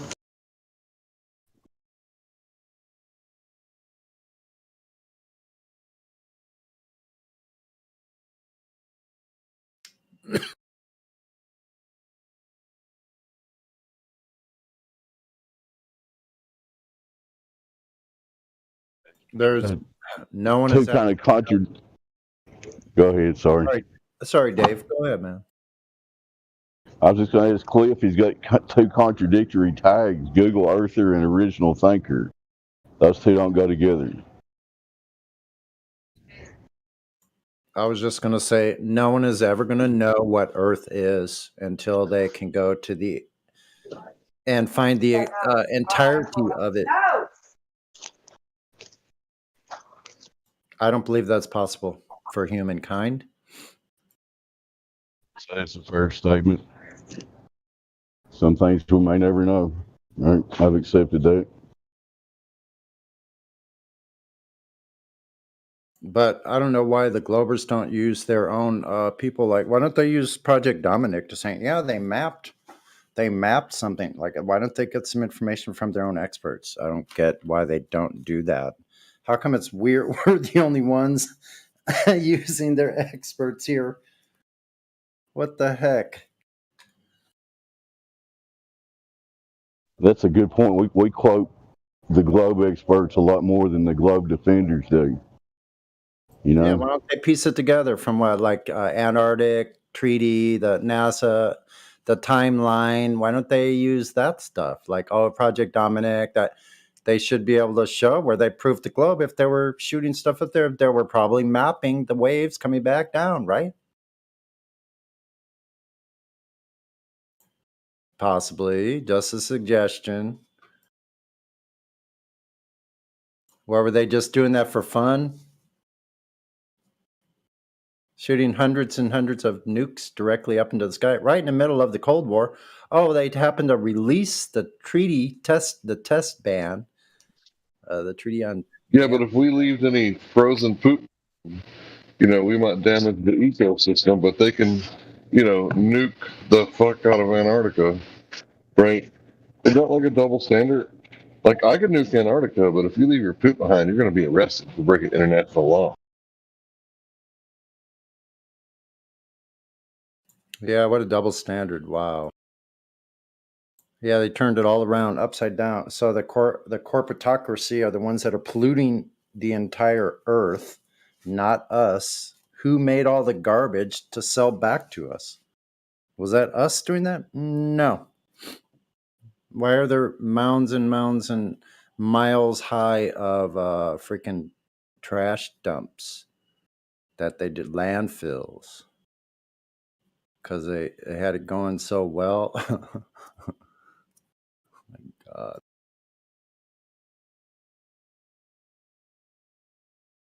There was this place over here where there was this like salt marshes, right? And they used to have railways going across the water for these trolley systems. They had electric trolleys all over the whole city, everywhere, since about the 20s or 30s. And they destroyed all that to rebuild it again and not even have as good a coverage as they had before, which is just insane. But there used to be this place where people used to be able to go camp down by the marshes and people could duck hunt out there. And then in the 40s and 50s, they used it as a trash dump. Everybody dumped all their junk in the salt marsh. And eventually they dredged it up in the late 50s and turned it into this beautiful resort place. Fiesta Island and ski boarders, jet skis, little boats sailing around, like they made it this resort place. It used to be the dump, the landfill. Most people don't know anything about their own history or where they live right now. I'd say the place the dump, where rich people go to dump their money.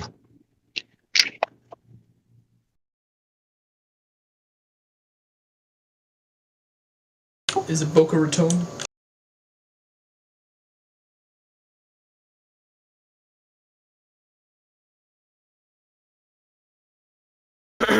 No, it's here in southern. I have a question. What do you think the Antarctic Treaty really was about? How do you connect the Antarctic Treaty to Flat Earth? Well, there really is no connection other than everybody keeps asking us where the perimeter is of the map. And we keep saying, we don't know. We think it's down there, but we're not allowed to go. But other than that, the whole point of the Antarctic Treaty, one of the main articles within it is freedom of scientific research. Is it not? What did you say?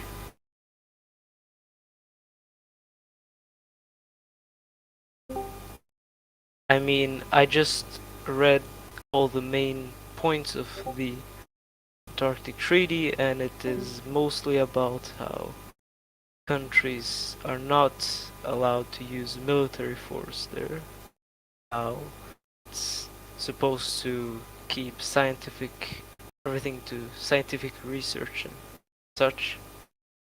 And then some stuff about seals, which I don't think is too relative. So, where is the connection? I may ask.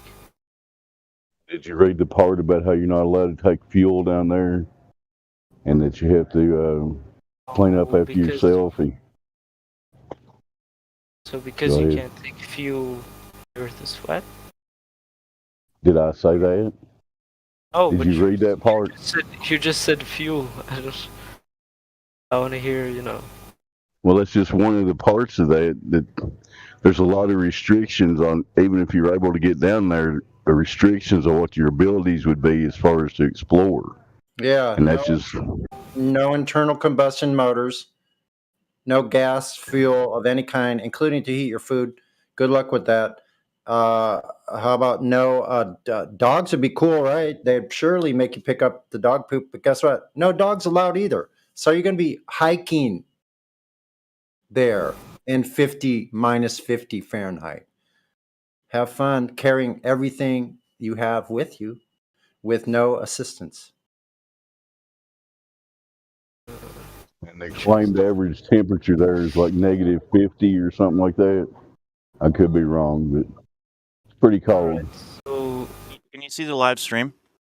I just posted a couple of clips. The first one is the Visiting Antarctica. This guide sets out how you can apply for a permit.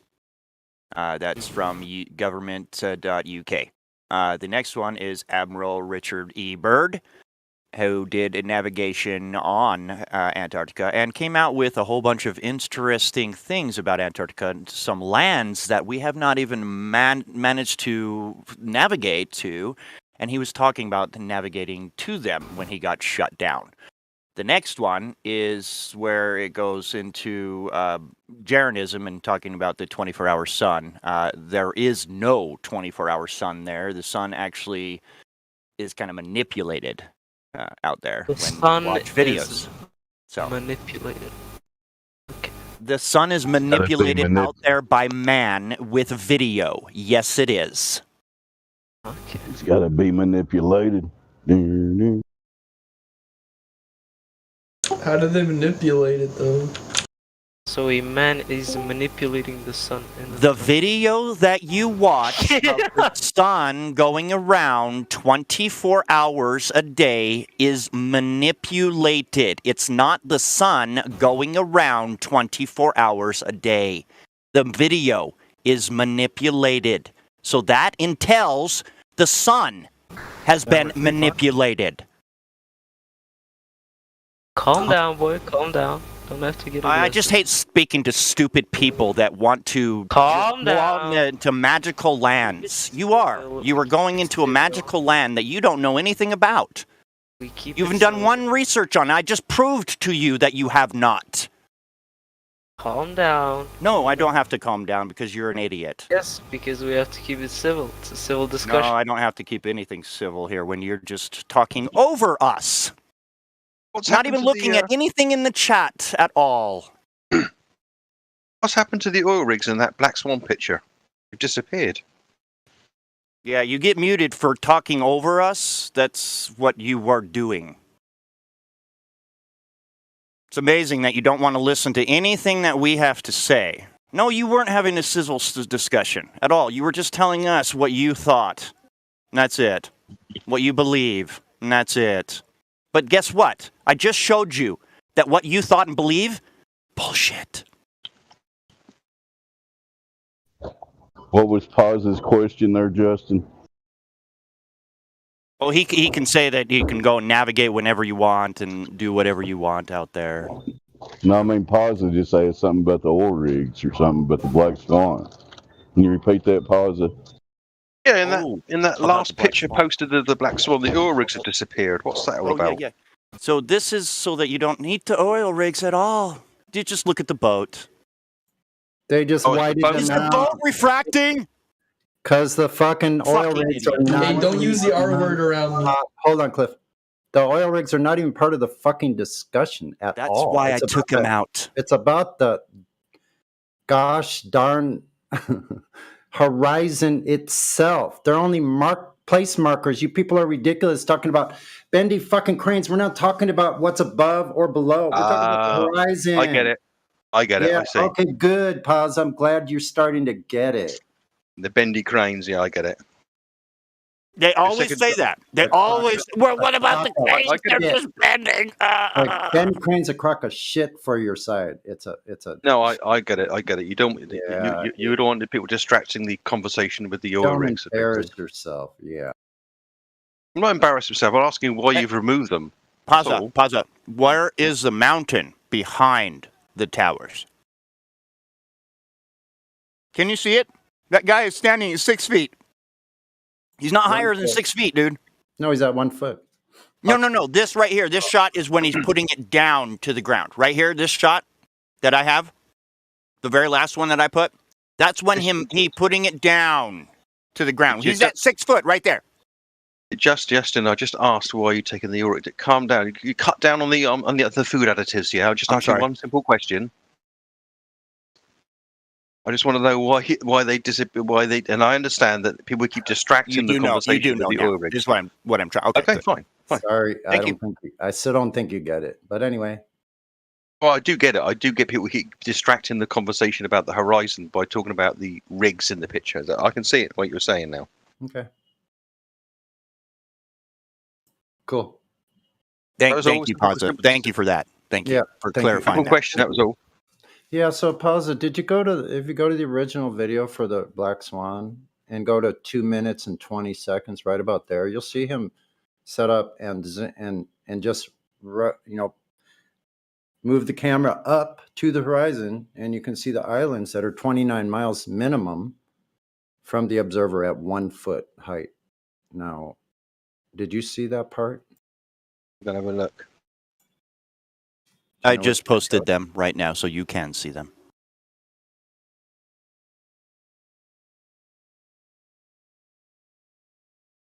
That one there. Yep. That BMLS 69, is that the original person? Yeah, is it? 27 minutes after that one. From Google Maps, that's where we took it from. Yes. Until you see that, when you see it, it's stark in front of your face because the topic is only about the oil rigs. But don't forget, he's done setting the camera's height. He's just moving the camera up to the horizon after pointing straight down to the water, moving it up, rotating it up, and you see the islands at 29, 30 miles. So the Black Swan, the oil rigs are only at 10 miles conservatively, but we can see the islands way off there to the distance. It's a complete globe killer. It's done, over with, right at that point with that one video. It's done. Well, you can see the. Can you see? Yeah, you can see See, he's at 1 foot. You can see the surfer out there. Guess what? The surfer is out further out and higher up. And guess what? The islands are further out and higher up. Impossible on your globe at 30 miles. Can't happen.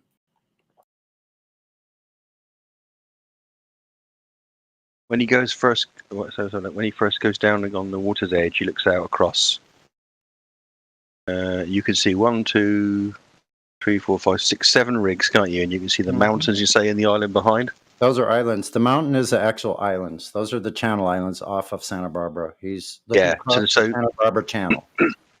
Okay, sure. So you can see a big island all to the right of the image, and a tiny one sort of off center left. Yeah. And then superimposed on that is 1, 2, 3, 4, 5, 6 or 7-ish rigs you can see ish.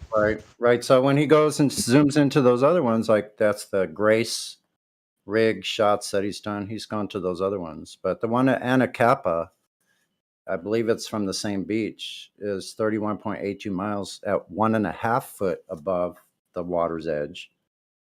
You can clearly see the arch at Anacapa, and it's 30. So I believe it's only 200 feet high, maybe.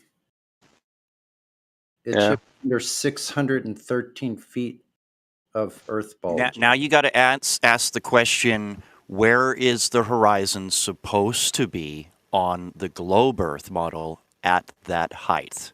That's the question. Okay, when we 2 point something miles, 1 point something miles. Exactly, it's like 3 to 4 miles. I'm giving them 3 to 4 miles. Okay, for any kind of fluctuation that they want. All right. Well, guess what?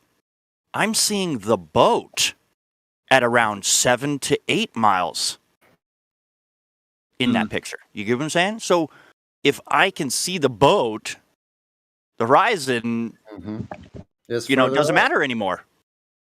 Yeah. Sure. It's like, my only contention with that is that this is a rare occurrence. That you can see no, this is every day. This is every day. Paza, it's not that rare. Paza, he went out there every day and did it. Listen, Paza, there's days I could do this for months on end. Where you keep saying no, he didn't, but yes, he did. That's how many rare days there are here where I live. There are so many clear days. I could do this probably 7 or 8 times a month, every single month. Now, wait a minute. Are you saying that one day that it goes to a globe shape, you are going to see 3 to 4 miles?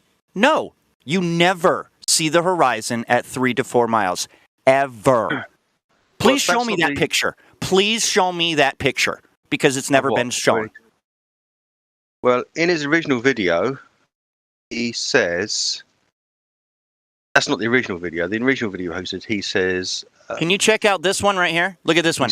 That horizon is not 3 to 4 miles. That's still about 5 to 6 miles. I can't say that, but the point is that's what I can, because the tower's right there. Yeah, we know the distance to oil rig 6. You're not looking. You're not looking. So if you can see the towers, that's the curve is not 3 to 4 miles. You're wrong. And Justin's actually giving you double of what they actually are paying. We're giving you the benefit of double. There's nothing you can say about the curve, man. There's nothing you can say about the horizon. There's nothing, because it is further than 3.4 miles.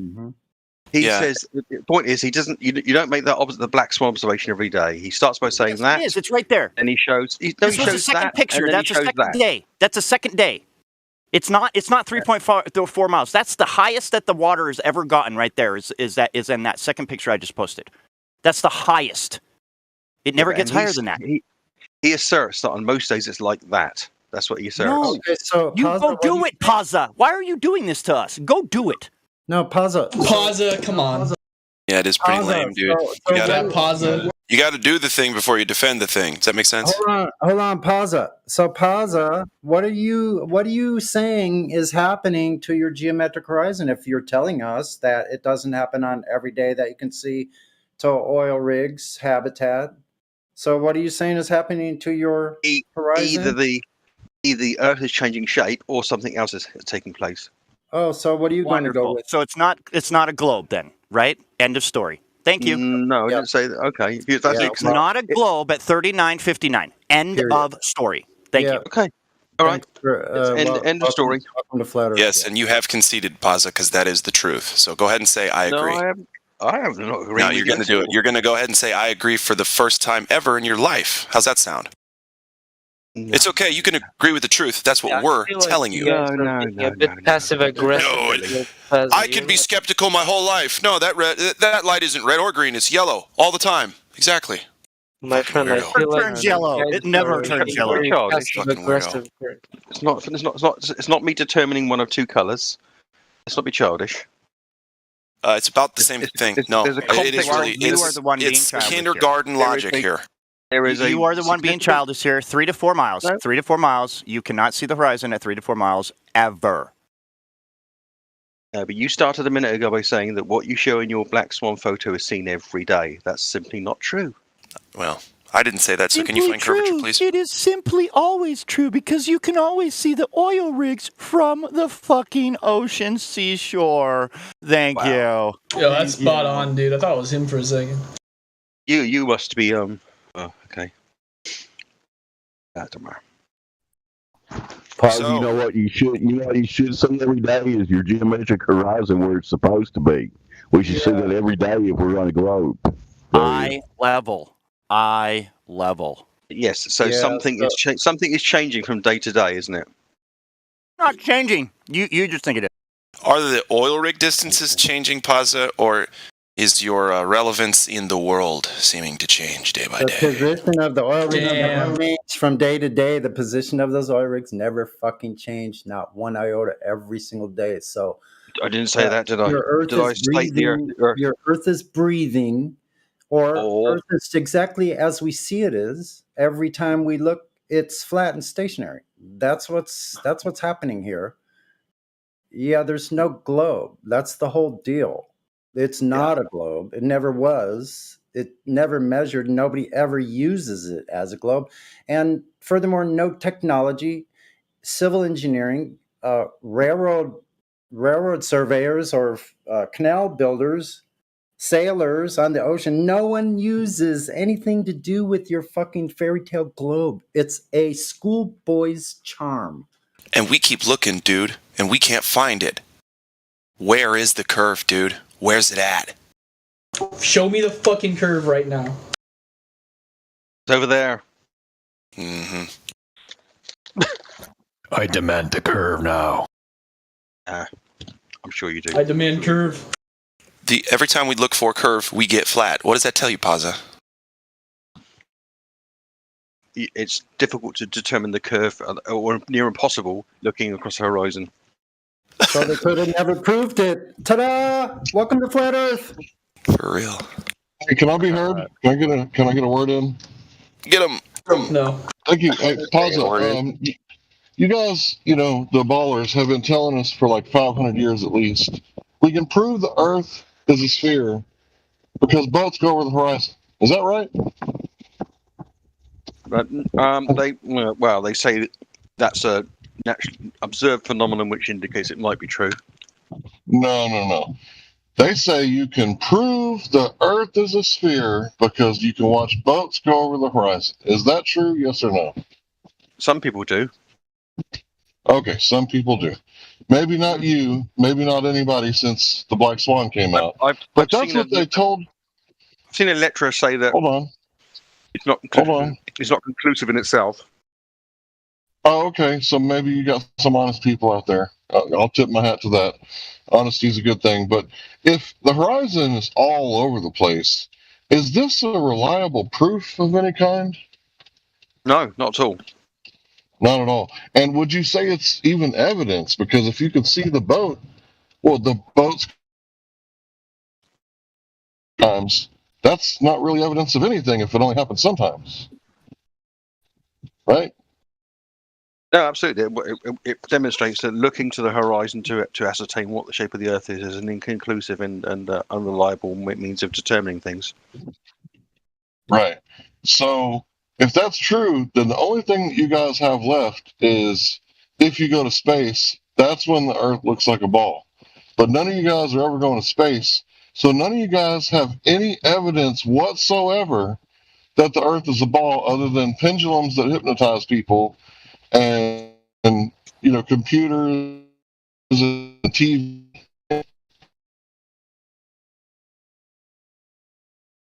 I hate it when Hank robots. He's always a good talker. You roboted, Hank. Say it again.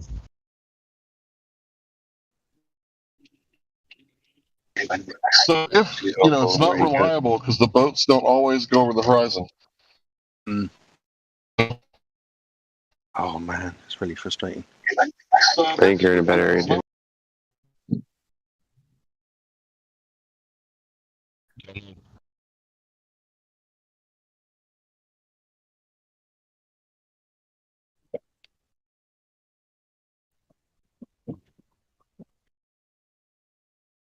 How about now? I can hear you now. Real quick. Go ahead. Okay, yeah, sorry.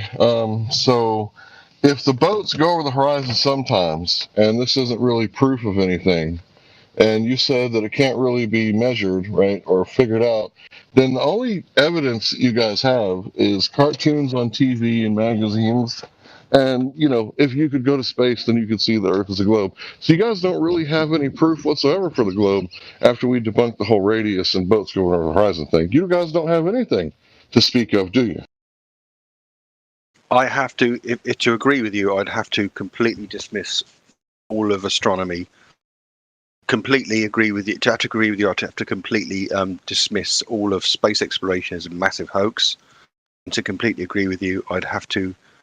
Well, you can just agree with the research that you do. That's it. But you haven't done any research. You're just accepting everything NASA is telling you. That's it. Well, it's not. I'm not a British person. NASA doesn't rule the world. I know, I'm not an American. But when you say that the Earth is now fluctuating or moving or pulsating or breathing or whatever because the horizon is not at 3.4 miles or 3 to 4 miles, you say, okay, well, that's just the day that you didn't see it at. Well, I see this every single day that I go and test those two towers. If I can see those two towers at the shoreline and I'm 6 feet, then we do not have a radius at 3959. So you've got to take that into account, that they lied about the radius because you see those two towers constantly. You have to understand, those two towers should be behind the horizon at all times. If the Earth is 3959, please do the math. It's there. I thought that the nearest, at 1 foot observer height, I thought that it was 29 feet occluded. 6 feet, when I stand, I can see the towers, and you're not supposed to. Right. All right, boys, the Earth's flat, then it's settled. Now, I'm not saying a shape. Did I say shape? Okay. I do not know the shape. No one should be saying shape. Okay? But when someone puts a shape, then we should have a mathematical equation that we can actually do on the ground to make sure that shape fits. So when they give you a standard model of 3959, and then let's even give it to 4,000, that's not even, that's giving a good amount to 4,000, right? I can even give you a 6,000 if you want. But still. I can do 750. But still, those two towers should be behind the horizon at all times when I'm standing at 6 feet. That is in the math equation.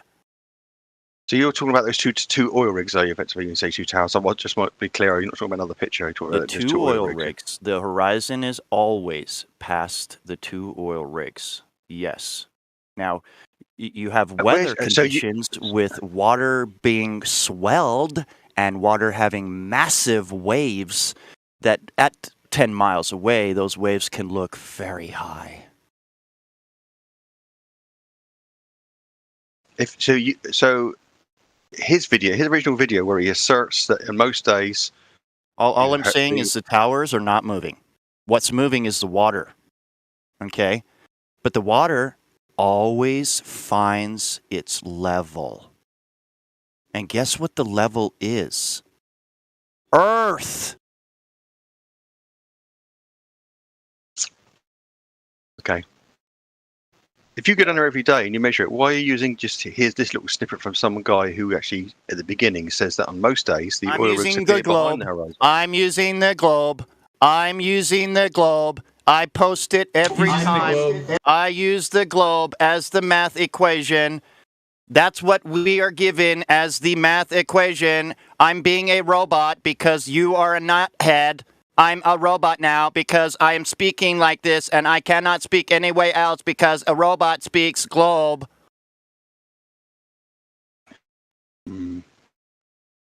Yeah. You keep saying it's our math. You're saying it's our math. This isn't our math. Z. I didn't say our math. You Globers in 2015 went from saying that math proves things. Math proves things to now you can't prove anything, but the Earth is a globe.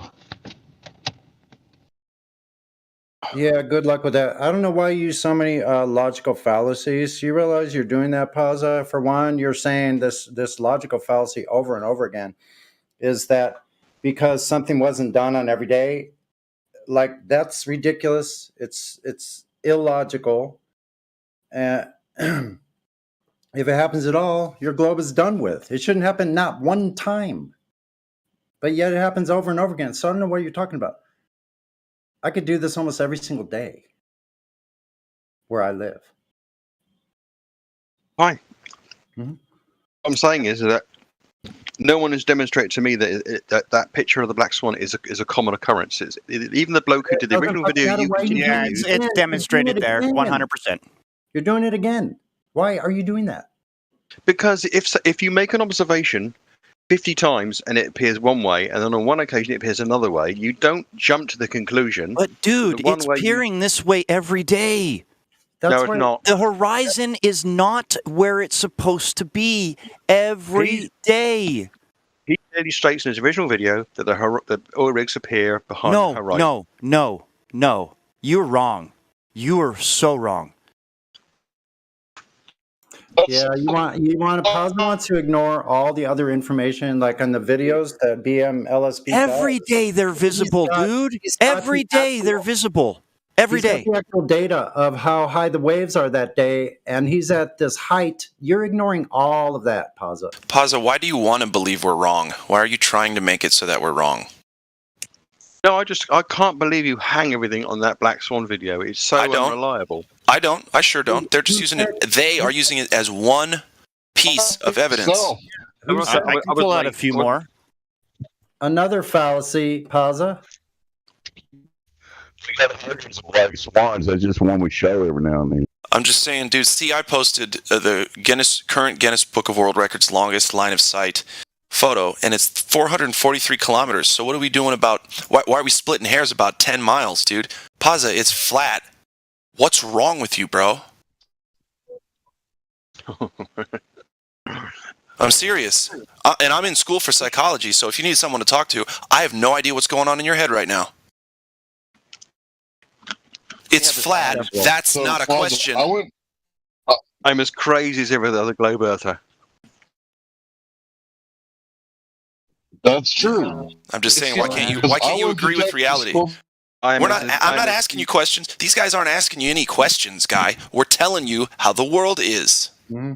And it would be different if you had one little shred of anything empirical that could be proved, tested, repeated, right? So it has to be that you just want to be here, coming against us. Are you guys done with the discussion? Because I wanna ask. Yeah, I just wanted to say that. Go ahead. Okay, so Glad, can you post the picture I sent you? So basically, the question I have is about the moon and how we view the moon with the flat Earth. You want to look up instead of looking down. Okay. Yes. So for the flat Earth theory to work. No. We don't have a model. So it works in reality. It works 100% on a flat Earth. We Yeah, stand There on is the no earth, model of look flat at Earth. the time. Yeah. There is So- no model of flat Earth. So when you go into that statement, you are wrong. You're wrong. Yeah, Because in reality, it works. If it's flat Earth, it doesn't fucking change reality. You goddamn fucking fool. I am not finished with my question. I don't care. I do not care. It doesn't change reality when it turns into a flat Earth. Opinion on my question. So it's not a question. You're not done with your fallacy. Listen, this is what your fallacy is. Okay, so if this, then that, that's not possible. This is the only way that this can happen.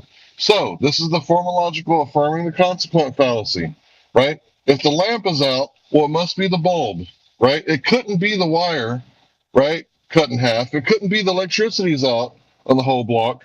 So if this doesn't work, then the Earth is not a globe. It's the same thing. Maybe it doesn't work. I'm trying to understand You're comparing a flat Earth model. We do not say that. What do you say then? The flat Earth. We don't have a model. His picture is from Professor Dave, and it excludes actual perspective and how your eyes work. So it divorces reality and has no relation to our arguments. Yep. Ruled out. What the fuck? I haven't even asked my question. What the hell? No model. So when you go into a model, extremely you cannot talk about a model. Shit, dude. Stop talking about models around me, Gabriel. Gabriel, you haven't made the argument because it's not your argument. The picture was made by someone else and has been shown here 1,000 times and ripped to shreds equally many times. Okay, then so you coming here with the picture does not validate it. Then explain it to me, because I watched that video and I understood it. Now I want to understand You your watched the video. video and you got Dave's video? Oh my god. Yes, he watched Dave's video, incoherent, irrational video, which has no logic and is filled with fallacies. He lied to you. Okay, explain where it went wrong. Because I watched the video and I was like, yeah. A model. End of story. A model.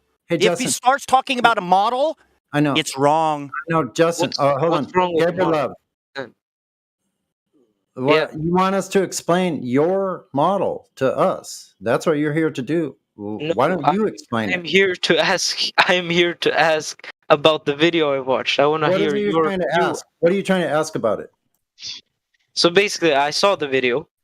I felt like, this sounds reasonable, and now I want to hear why it isn't. Let me describe it. Okay, in the little graphic you sent me, there are stick figures on an imaginary plate flying in a vacuum, and they're looking up at a moon as if they don't have a limit to how far they can see due to the diffraction limit or the Rayleigh criterion, which is delusional at best.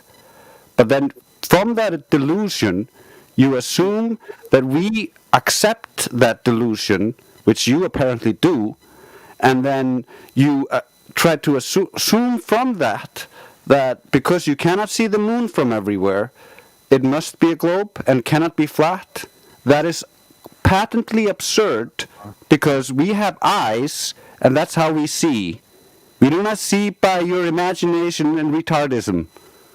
Yes. Oh wow! Dude, talk about Gabriel, hold on. Talk about a civil argument. Hold on. Ruled out due to you trying to supplant a false model on us. Sorry, ruled out. Can I at least can you at least explain to me how it works? Yeah, let me explain. Let me explain. So, can you see forever? No, I want you to explain how you. Okay, I'm trying to ask you a question. Need to establish something. Can you see forever?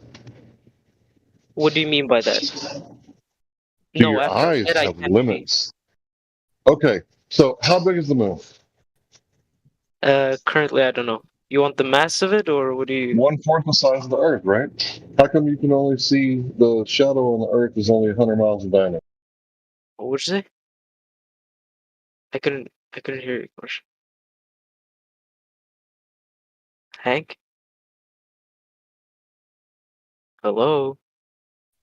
Yeah, so the problem is, how big is the moon? Okay, how big is the moon? So Google tells you it's 1/4 the size of the Earth, but the shadow from an eclipse tells you otherwise. So how big is the moon?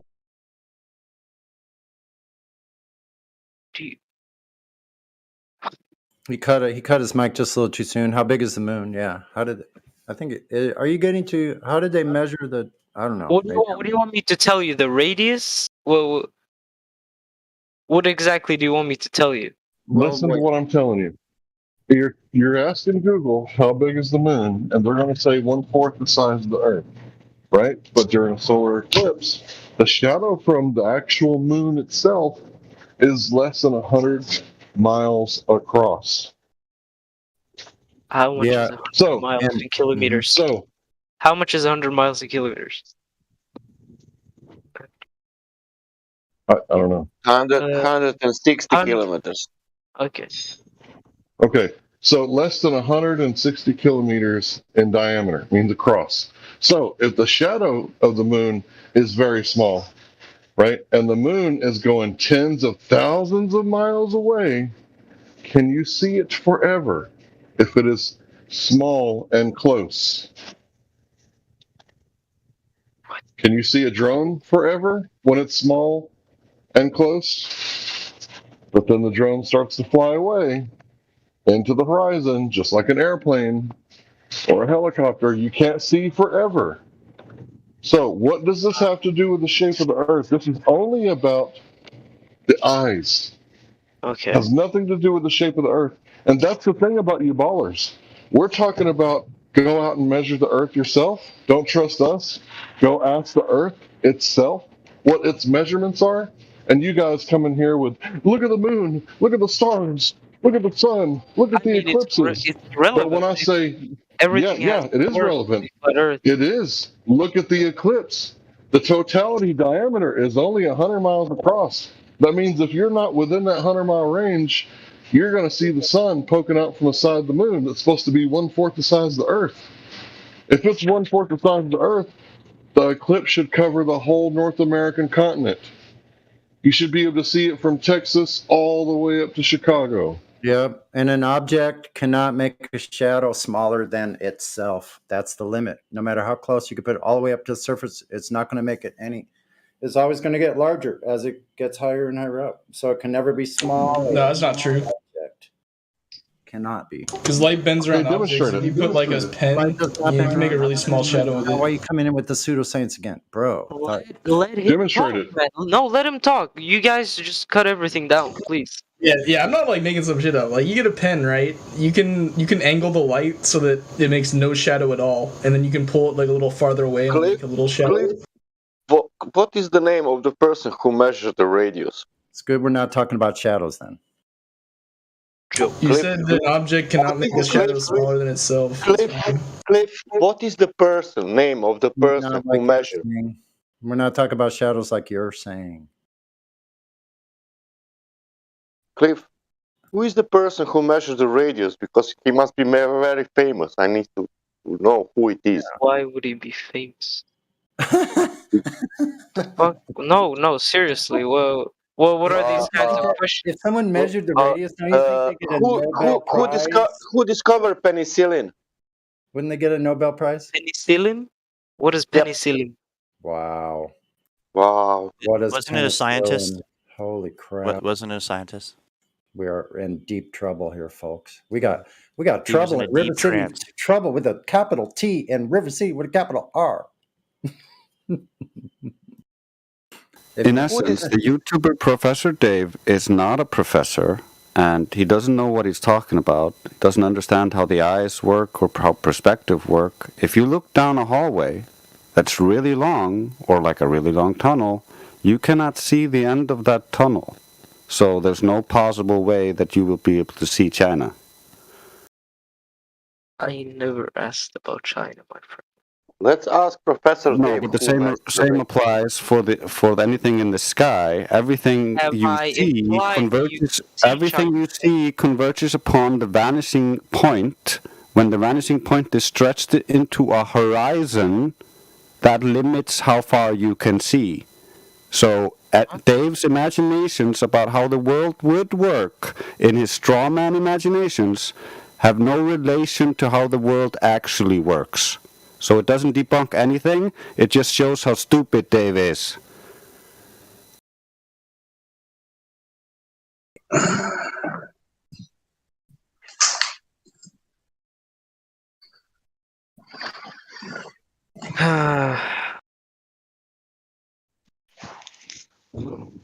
So are you here to learn anything, or are you just here to argue? Well, Me? whoever's talking, yeah. I am here to understand, basically. Okay. Well, all we're trying to do is give you information. We're not trying to convince you of anything. I mean, I understand some Can of you you. can you go ahead and can you go ahead and show us? Can you go ahead and show us an object casting a shadow smaller than itself? I'd love to see it. Should be easy, right? You just Google it or YouTube it or whatever. Should be like very available. Like if I type in boat cruise, it's gonna bring up boat cruises, reviews, probably people on cruises, different things like that. Yeah, so just show us this thing. Much appreciated. Ooh, I got a video for that.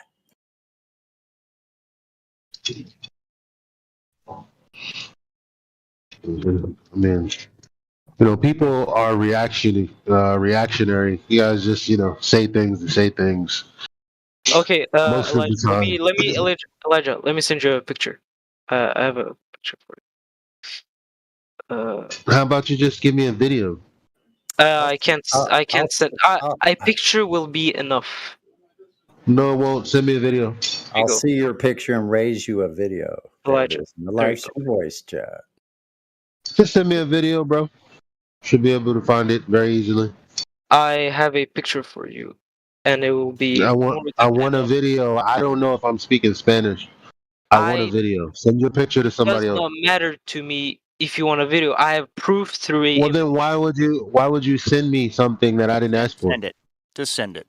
I sent it to Elijah. Elijah, could you send it to the chat? No. Why not? Just send it to me. Please, 'Cause come you- on. Let the people see. You can't just censor my images. We're not Send censoring yours. it. You've probably seen it multiple times. But Listen, listen, bro. I didn't say send me a diagram or an image. Send me a picture of an actual thing casting a shadow smaller than itself. Yep. That's what we want. Okay, Justin, I sent you the picture. Could you No, It's not a picture, it's a video. Why he's now I know why he's saying that. Picture's not gonna cut it. This is an animation. You have to understand that is an animation. I'm looking Okay. at the debug. Why do we have to talk to people like is not a picture. why do we have to because I usually be like, come on, let's not talk to them like this. Bro, you literally giving us a diagram instead of, because I said, well, why don't you just go ahead and show us something casting a smaller shadow than itself? Like anybody, like if I was to say, I don't know, show me somebody doing a 360. A donut in a car. You're gonna give me maybe even a GIF of like the dopest donuts. But I asked you to show me what I asked you to show me, and you give a fucking illustration, bro. Okay, why is it wrong? Because it's a diagram that's an illustration that's made up to represent exactly what you already believe. It's not actually a demonstration of the diagram itself. Because listen to what I'm saying. I just want a demonstration of what's in that diagram via an actual object casting a smaller shadow. Should be easy. Go ahead. Yeah, you guys believe in super refraction. Show us a super refraction with an experiment showing a demonstration of a ball casting a. Hold on, I'm not done. Casting a shadow that is so small it's equivalent to a magnifying glass magnifying the sun. Show us that pinpoint shadow. We would love to see it. The reverse effect. Oh shit. I'd love to see that. Holy jeez, that Yeah, would be so awesome. my video shows exactly what happens. Anybody you could try to like prove me wrong. I'd like to see you prove me wrong. I don't know how you're going to do that, but my video actually shows in action that a shadow cannot ever be smaller than the object making the shadow. Period. End of story. Yeah, Is like that my really part of the diagram. orthodoxy here? Because it definitely can. Like you can do it with any. Oh, You really? can do it with Then a you have to flashlight show and proof, like a because ball. I have a Right? video in the voice text right now disproving what you're saying at this moment. Like, so what do you? Did you see it I'm yet? about to get a flashlight and do it. Did you see the video, Cliff? Yeah, It's please also do. And make sure you measure the object and you make sure you measure the thing. Right? We want it to be pinpoint, right? We want to see the pinpoint because that's what they're saying, right? What's the difference between a fourth the size of the Earth mathematically and 100 miles in diameter? Sometimes 70. So what is the difference? So see, a quarter of 25. Okay, so that's 5,000. So you got to shrink something 5,000 miles, right, in circumference. That's not a quarter. No, that's not right. My math is wrong because I'm trying to do it in my head. Someone else tell me, what is the correct math? What would they have to shrink it down to? It's going to be like thousands of percent.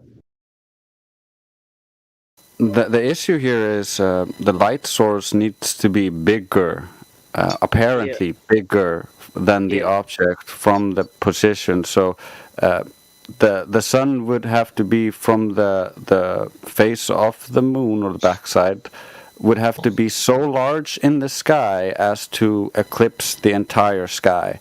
So that doesn't work. That's not that the perspective doesn't work like that. The sun doesn't become that big at that distance. No, if this Can you say that one more time? Because, I'm trying to wrap that around my head. As you could see in my diagram, in order to get this a pinpoint there. Okay.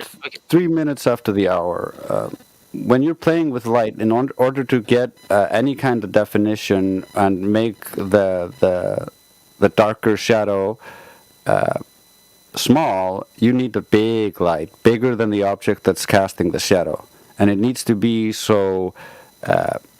Right there, like when you look at our sun, the sun appears tiny and all the light is splaying out from that point.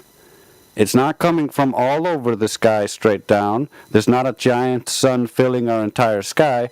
We have a small point source.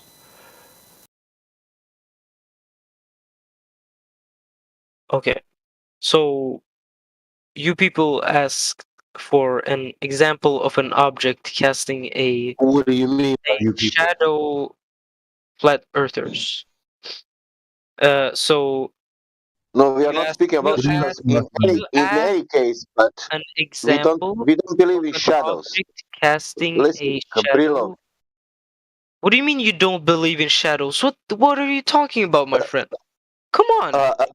Look at this. Look at this. The shadow, whatever gray, white, blue, will not form a curvature in reality. Do you understand that? Shadows don't real, bro. Whatever shadow you see, wherever you see the shadows, whatever you want to see, that will not curve the water. Is that simplest way to say? Curve the water. What are you talking about, dude? The shadow will not curve the water. If we know that people are like 90 seemingly 99.9% of people are sheeps, then why is it that we think that we should be talking to everybody? Like, I honest to God, if we all focused our attention on the people who are supposed to get our critique, thank you, are the people who actually make the claims on a day-to-day basis, whoever that may be, and then the sheep will just have to see the exchanges and see their priests lose, and then maybe they'll come around and learn to parrot what we're saying. But I don't understand how we can talk to people like this. Okay, so earlier you So Gabriel, Really, to a lot of understand, so Gabriel, to understand flat earthers, we are not pointing about shadow. We are speaking that there is no curvature in reality, there is no rotation in reality, and This is still the relevant. air that is not relevant. The earth is sphere. Why is flat? Huh? What? The earth is sphere. They are saying, but why it's flat in reality? The Earth is sphere, but why flat in reality? Yeah, the earth is sphere on TV, but in reality it's flat. Why is that? What he's saying is that when you go and you ask the Earth itself, not literally, right? You make observations. The Earth tells you that it's flat, but on TV it tells you that it's a sphere. What makes you got me believe? there with Hold that on, bro. Middle of the sentence. Why are you believing secondary knowledge when you have primary information outside? But you're stuck on the sun, the moon, and the stars. We're saying look at the Earth itself. If you wanted to measure my shoe size because you wanted to gift me custom boots, would you measure my head or would you measure my feet? That is such a bad analogy. Come on, dude. Let's make better analogy. Why? What is the radius? Why? No. That's a good analogy. Why is it a bad analogy? Wouldn't you directly measure the feet if you wanted to know what size they were? Or would you measure the head and calculate, well, if his head is this big, we're going to assume that he doesn't have hydrocephalus, right? And we're going to assume that, maybe he's this tall and this big. And then we're going to assume maybe he's this weight, right? And then we're going to get the right shoes. Would you just measure the feet directly to find out the size? Tell me why it's a bad analogy. I'll wait.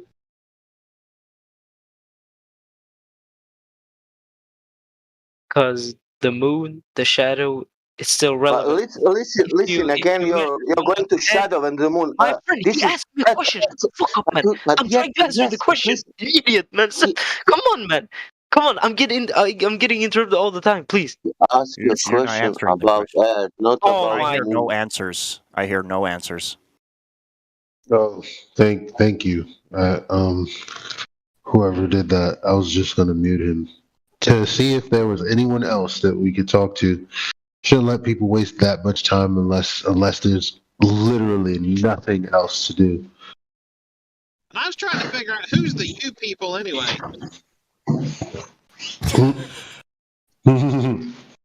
Wait, say that one more time. Yeah, he said there a moment ago, you people asked something or another. I'm like trying to figure out who the hell is you people. Yeah, we're the same people. Stereotype fallacy. Yeah, said that. Stereotype fallacy. The Bluetooth. That's me. Take He's talking about. Who said Bluetooth? I'm just messing around.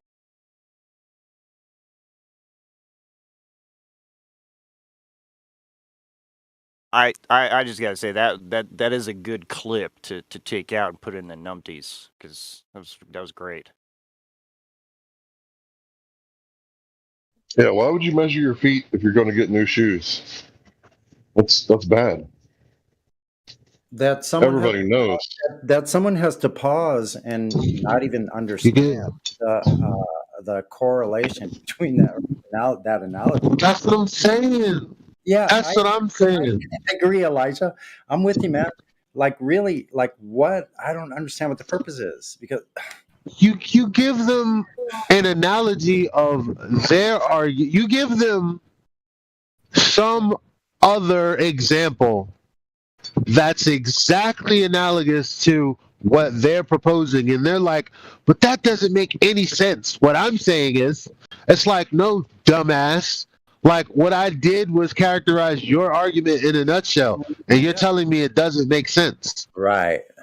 So what stance are you taking at that point, my man? You're like lost. I don't know, man. I don't know. I think talking to people like that turns flat earthers into the aggressive flat earthers. So how about we stay from entertaining that so much? Yep. I agree. Because I mean, you can literally the grass is fucking green. No. But what about the lemonade stand on the lawn? It's kind of Why hold the fuck? He didn't just mention the lawn when we were talking about the grass. He did not mention the lemonade stand. I'm literally about to cut his head off right now. Like, because they might be trolling the shit out of us. They might. We still don't know. Elijah. Dave did, right? But the roots from the tree underneath the grass is not green. Yo, exactly. Like, come on, now. Are all plants green? What about trees? Yeah, right. Hey, Dave. What about flowers? It's a kind of grass, isn't it? Fucking Grass. How tall is the grass? Yeah, we have to measure how tall the grass is before we can. How many are there? We have to count them now. Might be a certain. How many minions does Dave have? Has a couple shades How of many blue in minions? there, so it's not green. How many subscribers does Professor Dave have? A shit ton Over a of lot. Over a million. Millions. Really? Yeah, I'm pretty sure he So- said a million. Where's the rest of them? And I only think a lot of him in here. used because of Matthew that one Learns has like 500,000. Hey, Dave. Like, Yeah, but we destroy Matthew on the daily. I'm surprised they're not flooding into this Discord. what's up with Pazza? Like, I would like for him to really investigate what he said he was going to investigate, and then have a conversation with Matthew about that, since they both are into math. That would be cool, right? If two Globers could get together and be fucking honest and have an honest conversation that isn't biased between them. That will be massive. I don't think it's ever happened.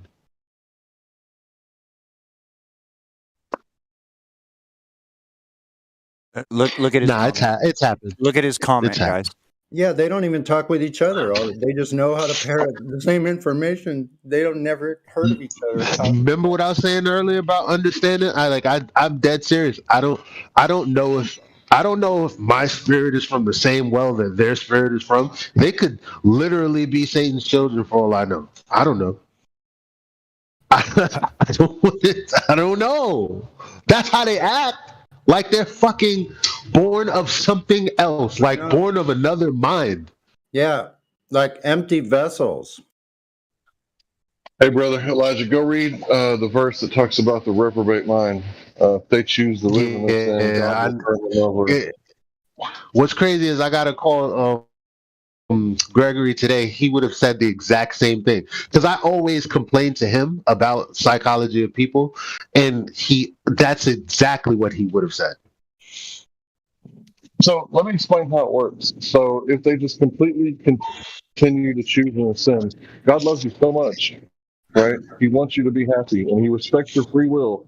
So he's not like the type of person to pick up a cat that doesn't want to be held, right? If you don't want nothing to do with him, go on about your business. Go on about your bad self. Do what you got to do.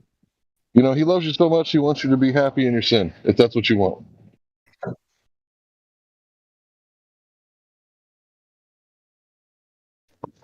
Yeah, it's pretty cool. Yeah, because he could be burning us with the moon beam that like magnifies shadow. I don't know what shadow is like, but if you had a magnified shadow, I don't know, man. I might burn you out of existence. Theoretically speaking.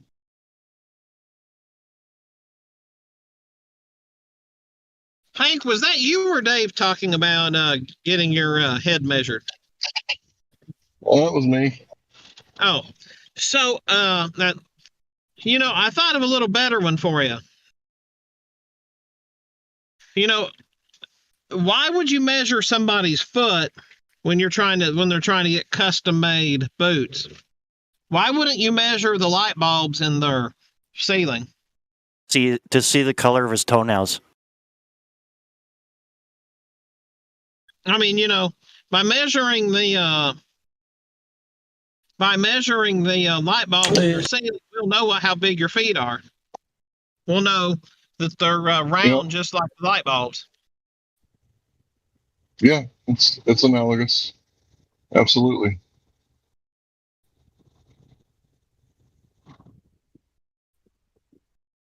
Or maybe you can tell how big a man's junk is by the kind of car he drives. Right? Pretty much. That one is true. Not really. Kind of.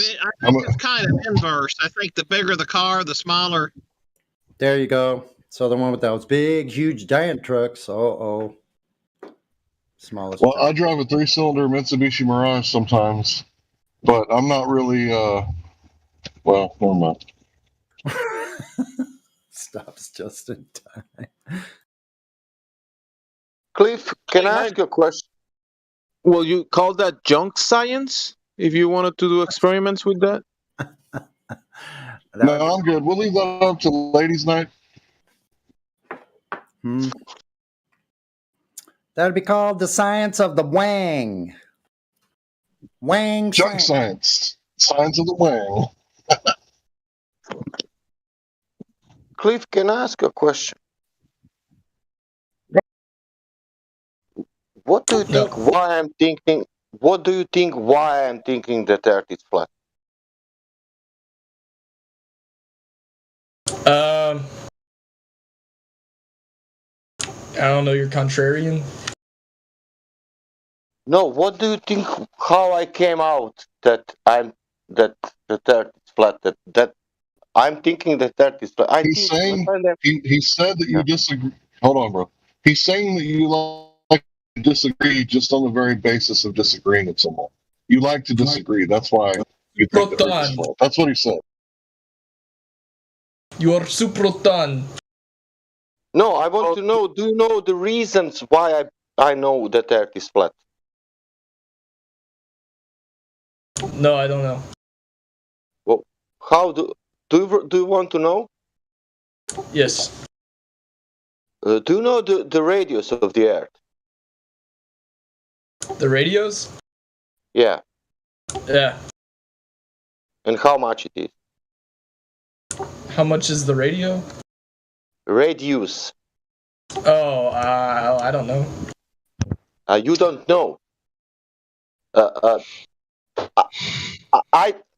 I was looking for that and I find out, and it's 3,959 miles, or 6,700 kilometers. And do you know what that means? 6,400. Actually. Yeah. Do you know what that means? No. That Earth has the dimension. That means that on 1 mile you have drop of 8 inch, but squared, everywhere.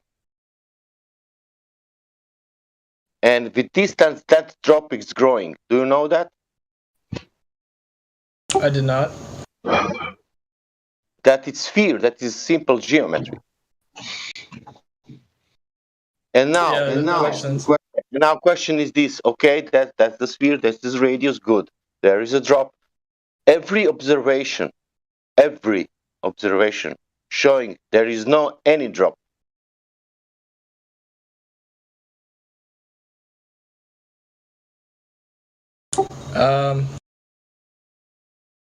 You talking about the observations made by you guys?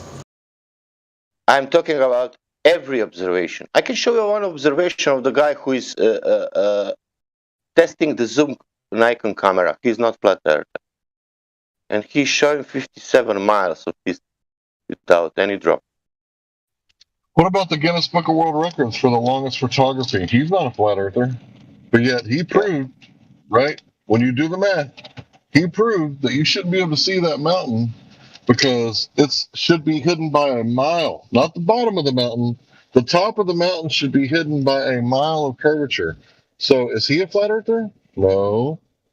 So what's wrong with that argument that you just made? You're saying that only flat earthers are finding no curvature.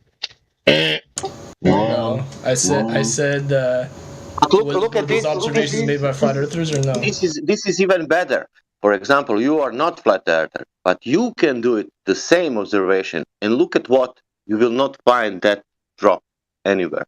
You can go in UK, you can go in Peru, you can go in Croatia, you can go in India, and you will not find that drop. And if Earth is not curving anywhere, what does that mean then? You can find it, Sasha, if you go in the closet to Narnia. It might be there.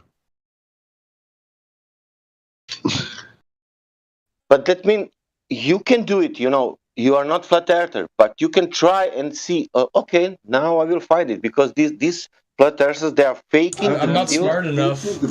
But listen, these people here, that mean, Elijah, why are you faking videos? Or maybe Elijah is not making. Who is making videos about long observation? I want to ask that person why he is faking that videos, showing Earth flat. Everyone, every person, normal person from Earth who wants to show that some distance, long distance, they are faking that long distance. And I don't want to how they are doing that. And why they are doing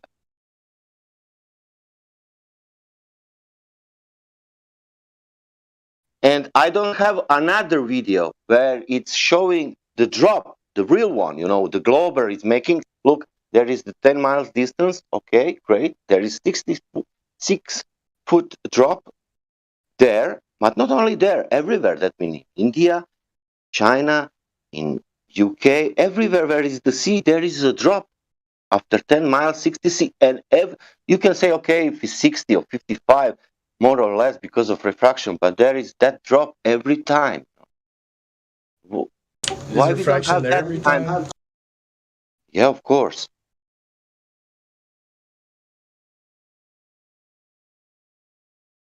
You think that refraction is a global claim?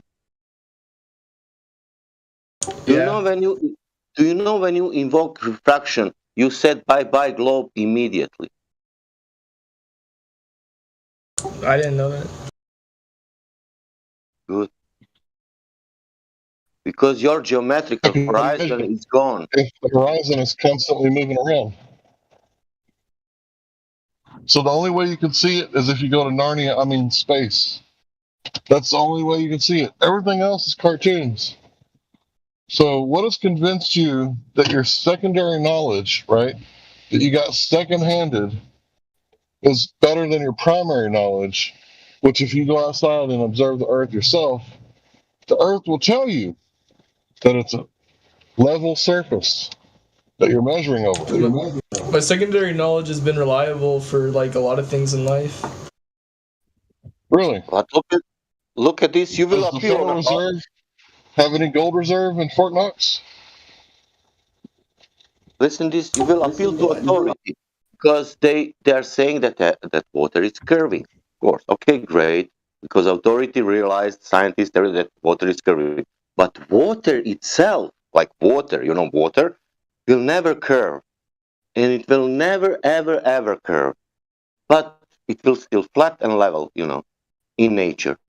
But people will tell you, no, that is not true what water is doing. Water will curve. Now, we need to believe people or water? Water. Yeah,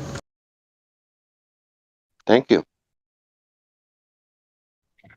the thing is, we're not asking you to believe us.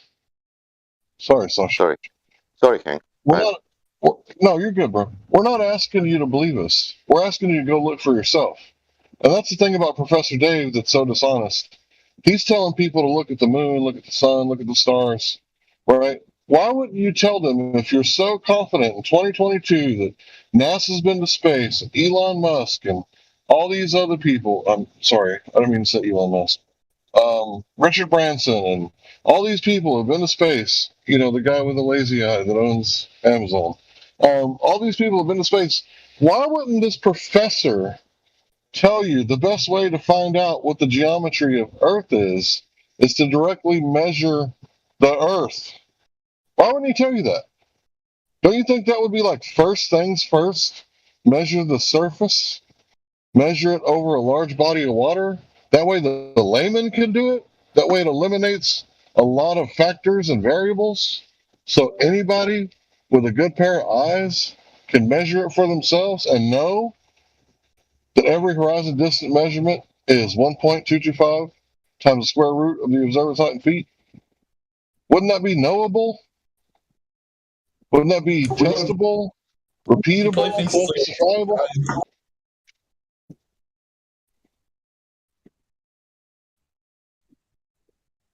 So where you at, Dave's Minions? Get in here, Dave's Minions. Let's talk about the Earth. Right? One of Dave's minions was just in here and you guys yelled at him and muted him. No, his tactics were not proper. So here's the thing: if he would have came Nah, in heck, here, shut your fat American ass up, boy. And Justin, fuck your father, bro. He would be disappointed. Whoa. You guys, what Dave's okay, let him go. Let him go. So the thing is that we're telling you to measure the Earth directly, bro. It doesn't matter how fat I am. I'm speaking the truth. Measure the Earth directly. Measure the Earth. And you're saying, nah, bro, why would you do that? That's dumb. Look at the stars. That's how you measure the Earth. I look at the stars when I measure my Earth. You're a fat, dumb American. Nah, bro, that ain't got nothing to do with nothing. Measure the water. Don't be a little bitch. Yeah. But I don't like banning people, but now I'm for this guy to be banned because if somebody didn't deserve to be attacked like that, that's you, Hank. Really. Oh If no, somebody, no. really. If somebody should, come on, man. He's just in his feels. He allowed me to troll him. It's all right, bro. Yeah, but you are not some asshole, you know, who is speaking here. Sure I am. Even I was more bad than you 1,000,000 times, you know. That's bullshit. Hey guys, Biolix is back if you want to try to talk to them.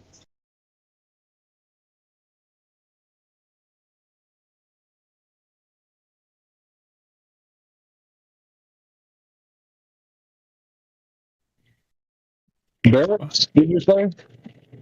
Barracks is back? Biolix. Oh, he's a global believer, aren't you, Biolix? What's up, Balix? We've had some conversations, haven't we? What's up, Balix? Globalist? The ball What's has up, bro? entered arena. So what's up, bro? You got any curvature? Did you find What's any up, in your Globy? travels? Where's that curvature at, bro? Come on, Come on, Cliff, give me a hand. Give him a hand. You got your tongue.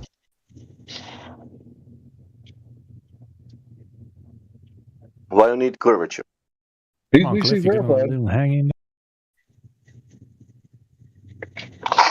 Come on, God, don't be ashamed. Say, Harry, that's your talking. I think it's the same guy.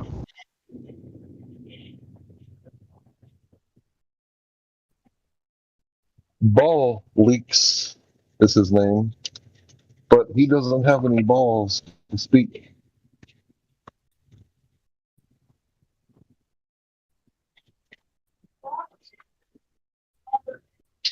Come on, Ball Leaks.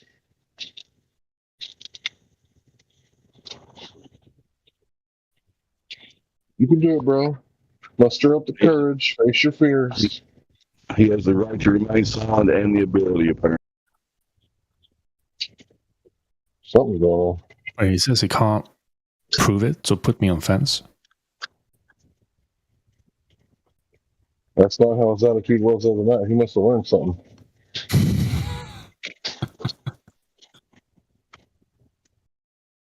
Hey, maybe the boy can be taught.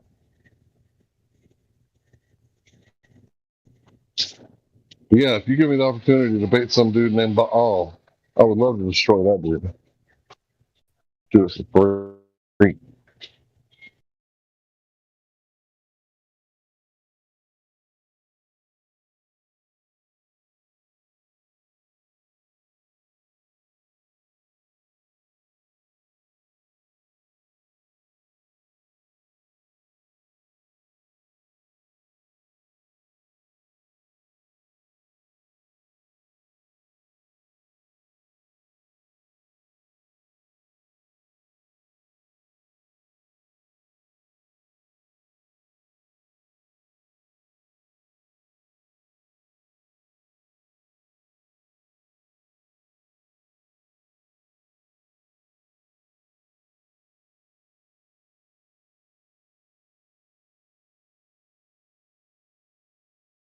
Moving on, we've been joined by Frambier. Have we talked to you, Frambier?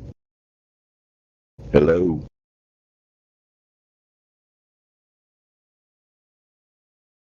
kind of name is that? Framberry. Frambier? Frambier. I don't know how to pronounce that. It's got a flat earth map. From you stupid American. Who's a stupid American? From It's a French word? What? I'm just kidding. I don't know. He's not talking either. I'm not having any luck. Y'all go ahead. Yeah,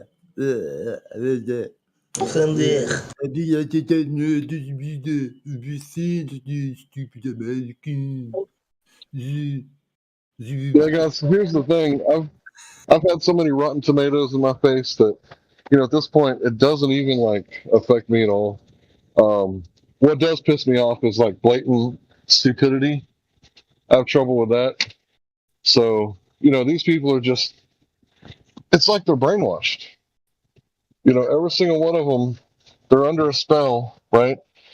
And it's because they've heard it their whole life, every day, all day long. Earth is a ball. And it's like, what else do they do, right? Their subconscious just draws it in, like someone said an hour or two ago. And it's almost like they have no free will. Here's Because how they've given it up. it is. Every time I try to talk to somebody, a glober, especially anti-flat earther, and they get belligerent and they start, how could you be so stupid? How could it be flat Earth? And you don't believe we went to the moon? And what? Who are you? How could you be alive in this world and think that the Earth is flat? And it's like, wait a second, dude. It's okay if the Earth is flat, and it's no big deal anymore. Okay, fine. You think that the color blue has actually been the color yellow your whole life. I'm telling you, it's actually this color that I'm pointing at. That's blue. It's not this other vibrant color yellow. That's yellow. This is blue. I'm just trying to help you out with definitions of facts, help you realize your reality, and not help you dig into what you want to believe about your reality and what you've been fed. Yeah, facts don't care about your feelings, libtard. Yeah, facts don't care about your feelings. Exactly. So, yeah, I think that dude may have deserved Cogdis, for 30 minutes or an hour. I don't know what his punishment was, but he'll be back, and maybe he'll formulate a better argument about the shape of the Earth, since this is a flat Earth server. Yeah, but anytime you're going to bring the moon into the equation and Hank's around, old Hank gonna set you straight. You want to talk about the moon? You want to talk about eclipses? Let's do that. And if you want to talk about the ground measuring flat, I'll do that. Lots of options here, folks, to learn about your reality. You want to talk about cars? I love cars. I love Aristotle. Yeah, we need a car room. We'll banish you to the car room. No, I'm just joking.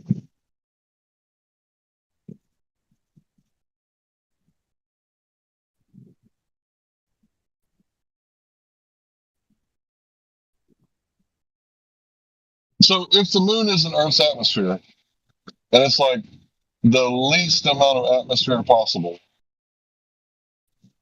what happens when the moon is in front of the Earth? Well, I guess it would never be in front of the Earth, because the sun is shooting through space, and the Earth is going around it, kind of like the Mario shells. But Mario's in a car and not shooting up like a rocket. If Mario had 3 shells and he was shooting up like a rocket, that would be like the Earth. But one of the shells is Earth, right? And it's also got something going around it like a shell in the same elliptic. So the moon will never be in the Earth's atmosphere, because the moon will always be in a new, fresh piece of space where the Earth hasn't been yet for it to expand. And because it's moving so gosh darn fast, that wouldn't even work. So Lucy, Luciferian's got some splaining to do.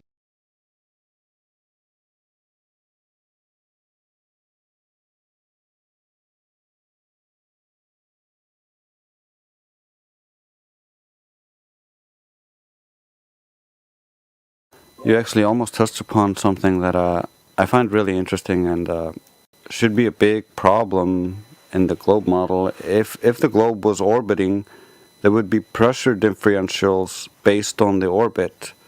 Like as the globe moves in one direction and pushes on the air in that direction, there would be greater pressure there. But on the other side of the globe, there would be less pressure because all of a sudden the giant globe just displaced itself and there's now room for more gas there. So the gas would rush in to fill the space. So there would be less pressure on the backside of it.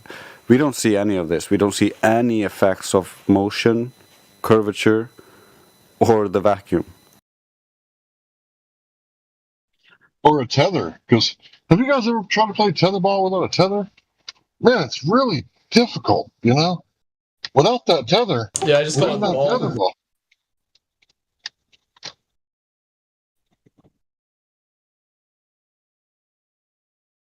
Even just something as simple as sound would change drastically if we were orbiting because of the Doppler effect. We would be moving towards the sound on one side and away from it on the other side.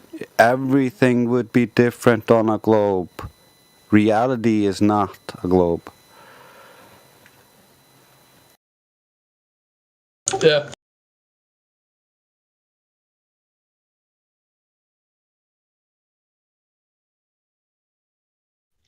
So, how big is the moon?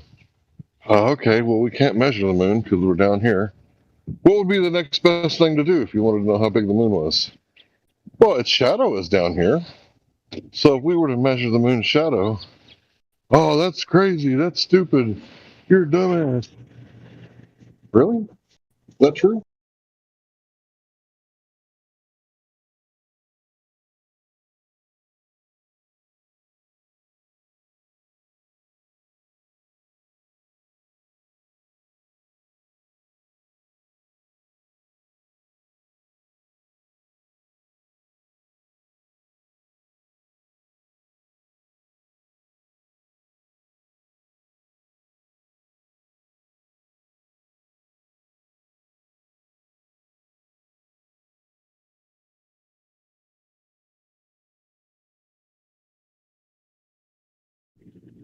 So if you guys were to measure my shadow, right? Big Let's say American like the shadow. noon position. Would you assume that I would be like bigger than my shadow? Because every time I see my shadow, it's usually bigger than me.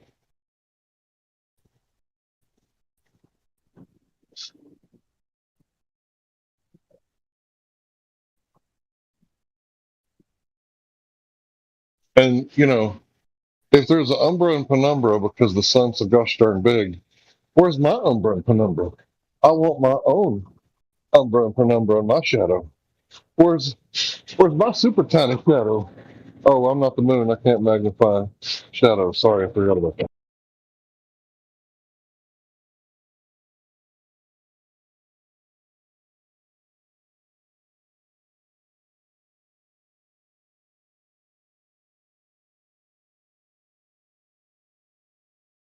And if this graphic was correct, then you would have that type of shadow because the sun would be so big compared to you that just like the moon, the sun would shine around you. Yeah, I want my tiny shadow. Where's my tiny shadow, Luciferians? I want my tiny shadow. I'd love to see it. Because I'm looking at my shadow right now, and it's like 30 feet tall. I want my tiny shadow back. Yep, because I'm going to use my shadow to measure how tall I am. Wait, is that the dark shadow? The one we can't see? Just like the dark horizon?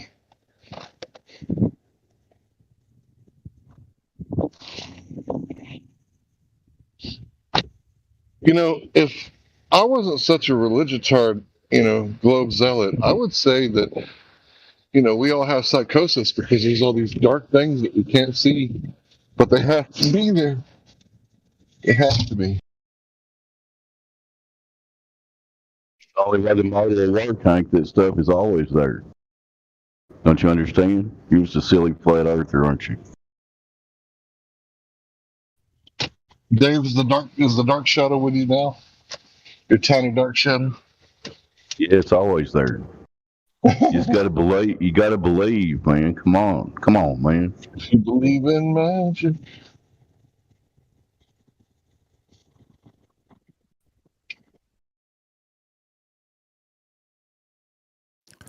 Franberry, you managed to make a dot. Come on, speak. Did you magnify a shadow?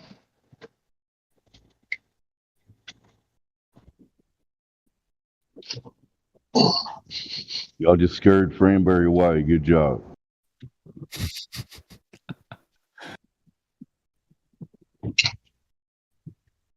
Where's Professor Dave's minions? I desire violence, mother. Professor Dave gives Dave's a bad name. I'm just saying. He's not a professor. Oh, man. Hey, were you all talking about Simon Dan earlier? I don't think so. I don't know why anybody would be, but go ahead. Somebody sent me a screenshot of his subscribers and how he went from like about 100 to 40,000 overnight. You can pay money for that. I remember that. So let's say that I had a little time on my hands. Well, you can create as many Google accounts as you want. It takes, minutes. Right? Let's say your whole family, right? You can go to places like Fiverr and you can buy 40,000 likes for probably $50. That's what I'm saying. If you have 40,000 accounts, all you have to do is set up all those accounts and then set up bots and give the bots commands. And then the bot will, like, in a row, ding, ding, ding, ding, ding, ding, ding, ding, do all those things that you tell it to do. Yeah, have you seen the movie Fake Famous yet? No. Yeah, you got to watch that. It's exactly what they talk about in it. Good time. I mean, you're right on the money. Yeah, it wouldn't be hard.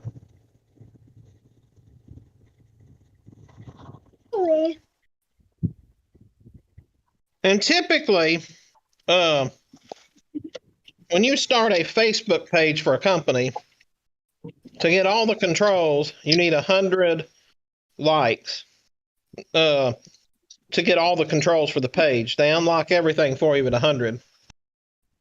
So typically,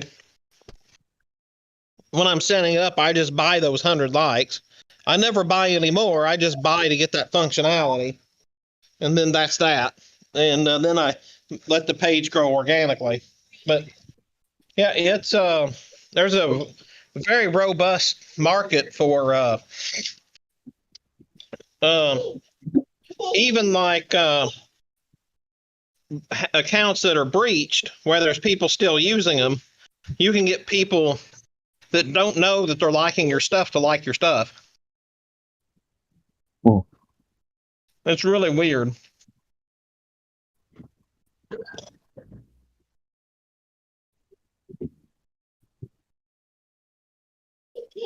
it's not really weird. It's just crazy, I should say. Yeah, we knew since 2015 that they can manipulate the numbers. Or at least I did. Yeah. Because it's real easy. What if I said, hey, everybody, do me a favor, guys. I don't ask much. Go right now to Helio's page and the other page, I forget. I forget who owns it. But yeah, go to their page and hit the like button. It's that easy to manipulate the numbers, right? Yep, Get somebody with a little influence. And then you guys be like, you know what? Hank does a pretty good job around here. He doesn't fuck up too much. I'll go hit that like button for Hank. It's like, That's how easy it is. If your followers like you, they might go to another page and hit the like button on that page, and that's how you manipulate the numbers. It's that easy. A little bit of influence.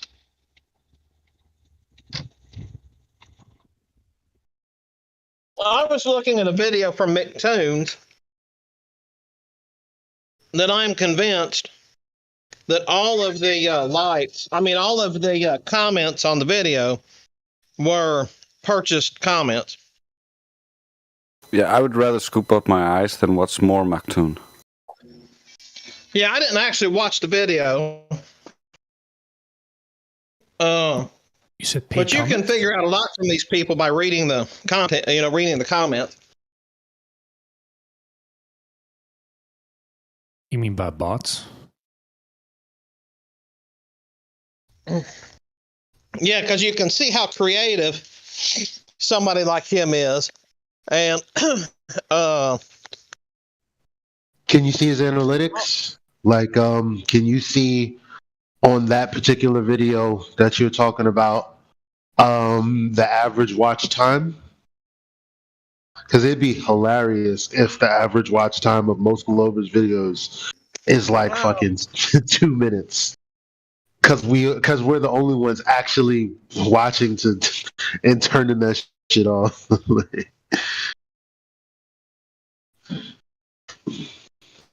I wouldn't be surprised because I wouldn't be surprised if that's, if his average watch time is, like you say, 30 seconds or a minute or 2 minutes. Because it's clear to me that he has a bunch of sock puppet accounts. It's very clear to me that when you start watching him, he had one sock puppet account that acted like that was engaged, and then he started engaging me from his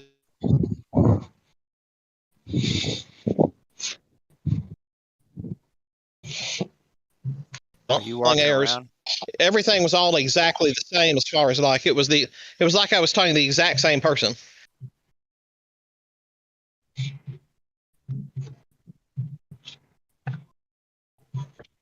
Do you really think they're going to be very different? Like they accuse us of parroting QE or whatever. Like we can't come up with our own arguments. But how many of them say the words refraction? Where'd they learn that from? Like, Wait, do they actually deserve it? Who's the guy you parroted? Who is it? QE? Quantum Racer? They say that we parrot. Yeah, you never heard of that guy? No. Stick around for 10 o'clock. Okay. Do you have a YouTube channel? Quantum Eraser. Does he have a YouTube channel? Quantum Eraser. Motherfucker, yes. I know his name. I'm asking if he has a channel. That's the channel name. That's the channel name of his channel, Dopus. Bloody hell, Cliff. The channel name is Quantum Eraser. It's hard, but it's the same thing. Quantum Eraser. Just look that up. It's all right, bro.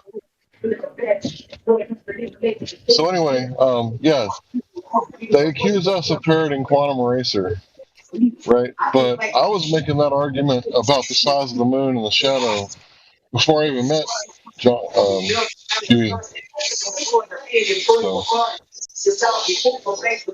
Projecting their own personal faults onto their opponent. It's not as good as an argument as quantum arguments are, admit, right? But it's definitely something to think about.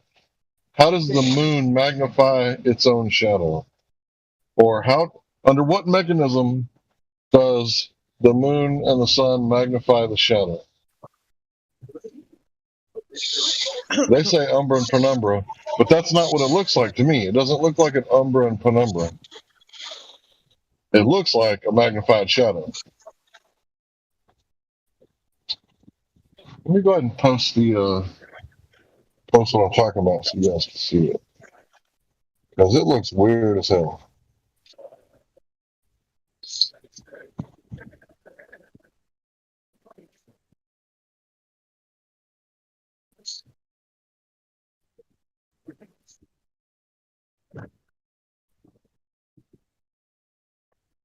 Here we go. Some of this, some of that.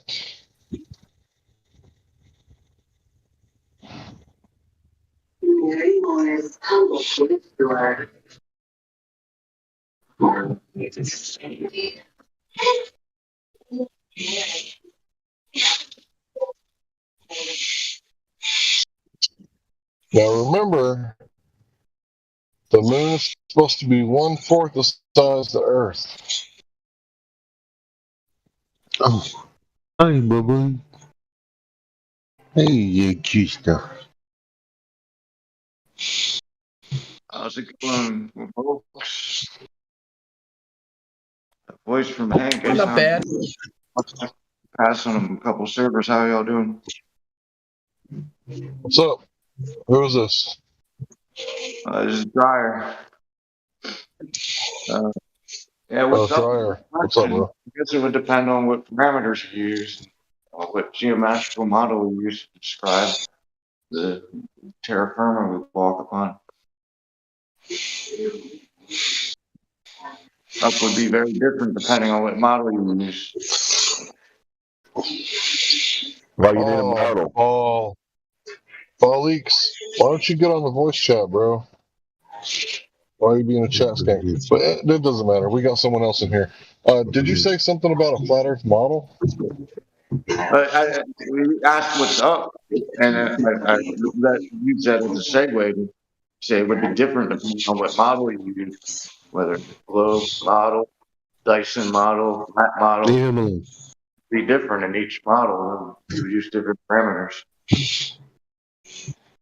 Well, is the moon 1/4 of the size of the Earth? The moon, from my observation, Hi, Papa. it's hard to really tell because it leads from my physical observations. It's set in weird ways, going in directions that wouldn't make sense from a globe model. Like setting in the northwest or sometimes even northeast doesn't make sense unless it's some projection. I don't know how it could set in the northeast. That's what I was wondering, but then as soon as I noticed it, it started it shifted that way when it was in the back of my mind, and then all of a sudden, like the model recorrected itself. Didn't look so weird, but I've seen the sun and moon in the configuration. They were within probably 30 degrees of each other, and the way the light was, I think it was wax and gibbous moon, and it just didn't line up with where the sun was. Like you would think the Terminator line would be lined up with where the sun was in the sky, and it was completely in a different line. So it really helped me figure out what the moon was, but I have doubt as to the globe model being the full story. It might just be one of many parameterizations used to describe a much more complex. It feels like I'm at a bus stop. Yeah, you're a little hard to hear. You're kind of far away. Is there any way you could get closer and maybe turn down the reverb a little bit? You're a little echoey. I'm in an echoey place, but is this better mic-wise? I'll switch to using the speaker. Yeah, that's better. We just want to hear what you got to say, bro. Continue. All right. Yeah, as I said, it seems to me a much more complex model going on. My working hypothesis is something that might be called Matrix Earth, where it's very conscious sensitive. So maybe they could get a satellite to work if 100 people believe strong enough in that model, but if other people are seeing things that disprove that model, maybe the Earth shifts its configuration to allow that model to work as well. So it's obvious there's some things going on this land we live that make it more complex. And my working idea is something akin to a holodeck, which would line up more closely with the flat Earth model.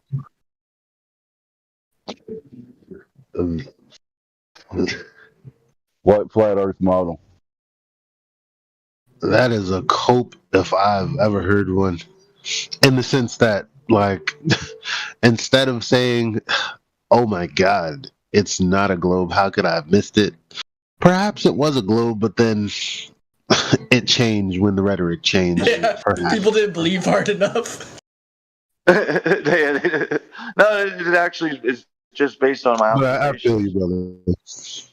Like if you're having an intense experience in the wilderness, and sometimes you see celestial bodies dance about a little bit, you realize that I mean, each movement of your body is also moving part of the cosmos at the same time. Essentially, it's just and their movements are going to be a little more subtle. Sometimes, but also might be wishful thinking. Part of me hopes we're actually living in a Dyson sphere. It's like a reverse hollow Earth model. We're living on the inside of a Dyson sphere, and a Metatron cube projects the celestial bodies. It just doesn't seem like. Oh, my bad. I'm trying to fucking fill a lighter with butane. What do you think about and it's not working, bro. Metatron But anyway, projection sorry. of celestial bodies? What do you think? What do you think about Metatronic projection of celestial bodies? There's a potential. Yeah, it's another thing. What's People are listening to me through my feelings. So Metatron is a sort of a hyperdimensional pyramid type object. Utilizes hyperdimensionality to incorporate sacred geometry and build up stuff around it through projective capacity, as far as my understanding. Who knows, you know? Yeah, that's one of the best things about the flat Earth community is we're bringing back what science is really built upon, which is having doubt of what authorities tell you and testing it yourself. There's too much scientism out there, man. Definitely agree with that.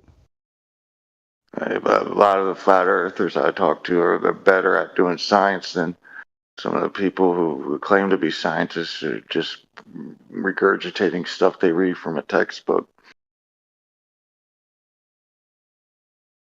They actually go out and test it with lasers and question things. Or as Feynman puts it, he asked me if the science is true. We say, no, we don't know what's true. See, that's the thing. We're kind of doing what so many others have done in the past. This whole flat Earth thing, like we really, what is it, right? It's in a lot of ways like Gandhi, right? Like questioning the authority of the Brits in his homeland, or Jesus, questioning the authority of the Pharisees, right? Or what about Martin Luther? He questioned the authority of the Catholic Church. Right? Which one has more authority? The church? The civil rights. Who? Who, Gandhi? Well, Martin Luther King was Catholic, wasn't he? Martin Luther King was but Martin No, not Luther King. was Martin Luther, 1517. Yeah, that's what I was talking about. But he nailed it on the church door. Well, the Right, 99 that's what I'm talking Theses about. is on a board where they it goes back to debate topics. Yeah, 99. So this is kind of the Reformation in a lot of ways. This is a scientific Reformation because wasn't the scientific method invented by Weishaupt, allegedly, like the founder of the Bavarian Illuminati? I thought it goes back to Thomas Hobbes, deductive reasoning through experiment rather than just building it through logic, which was the Greek method. It was actually testing the models. That was the big change because they had a lot of reasoning built from the Greeks. The big change was testing your ideas against nature, rather than just saying, "Oh, this is logical. It's got to be true."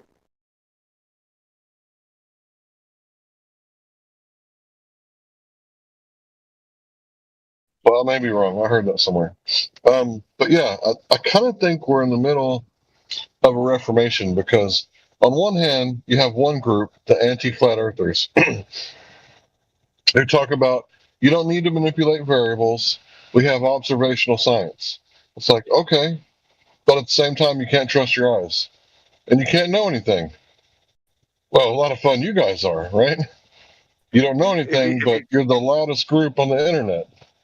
If you dig into it with gravity, really you have to draw the parameters somewhere. So the idea of vacuum or non-vacuum, or where one body starts or another body starts, is all arbitrary based on what makes the math turn out the best for whatever application you're applying it to.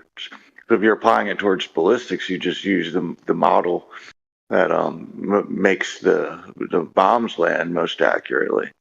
But it doesn't mean it's actually what's going on. You have to draw, like, you got to, even though it's a continuum of atmosphere, you have to draw the line somewhere. So, or between bodies, where one gravitational effect ceases, another starts. It's really a continuum. It's just different results result from different parameterizations.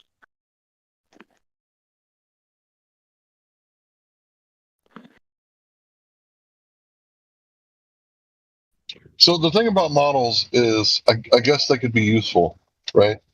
Oh shit, that was weird. My car Some gets weird people shit. confuse. Is your internet hiccuping? No, my car's doing some weird shit. Some people confuse models with what's actually going on, but it goes to the whole idea that the map is not the territory. It's just a useful guidepost for whatever you're trying to apply it towards.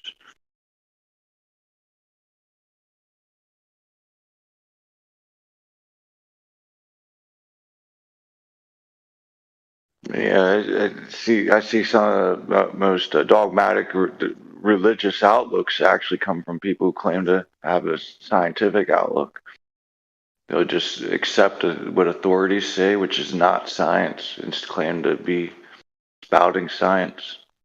It's kind of sad, actually, because it's exactly the opposite of what made science such a powerful tool of discovery, which was a lot of people are so focused on coming up with new publications that they don't even bother to test what other people publish, which is super important in science.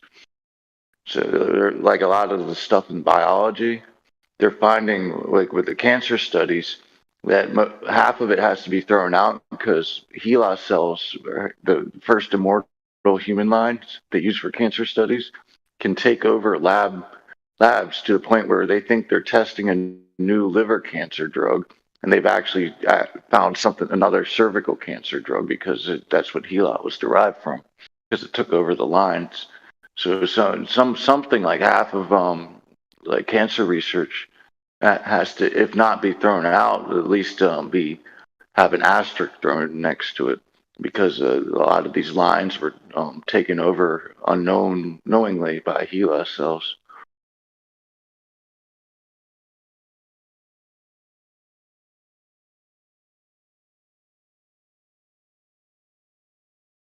Yeah, we don't put as much importance as we should to the negative result. Testing something and finding your idea wasn't true is just as important, if not more important. But everyone's trying to get the grant money and show they've found something new instead of remembering the importance of falsification.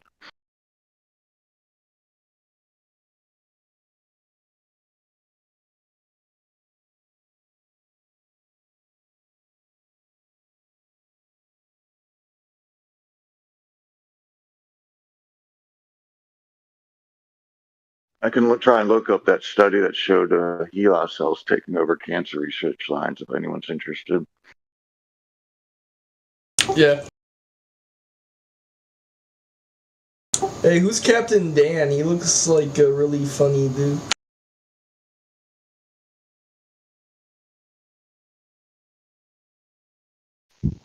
It was Lieutenant Dan. You just got promoted, didn't you, Dan?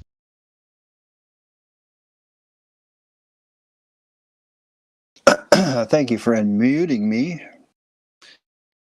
This is Captain Dan.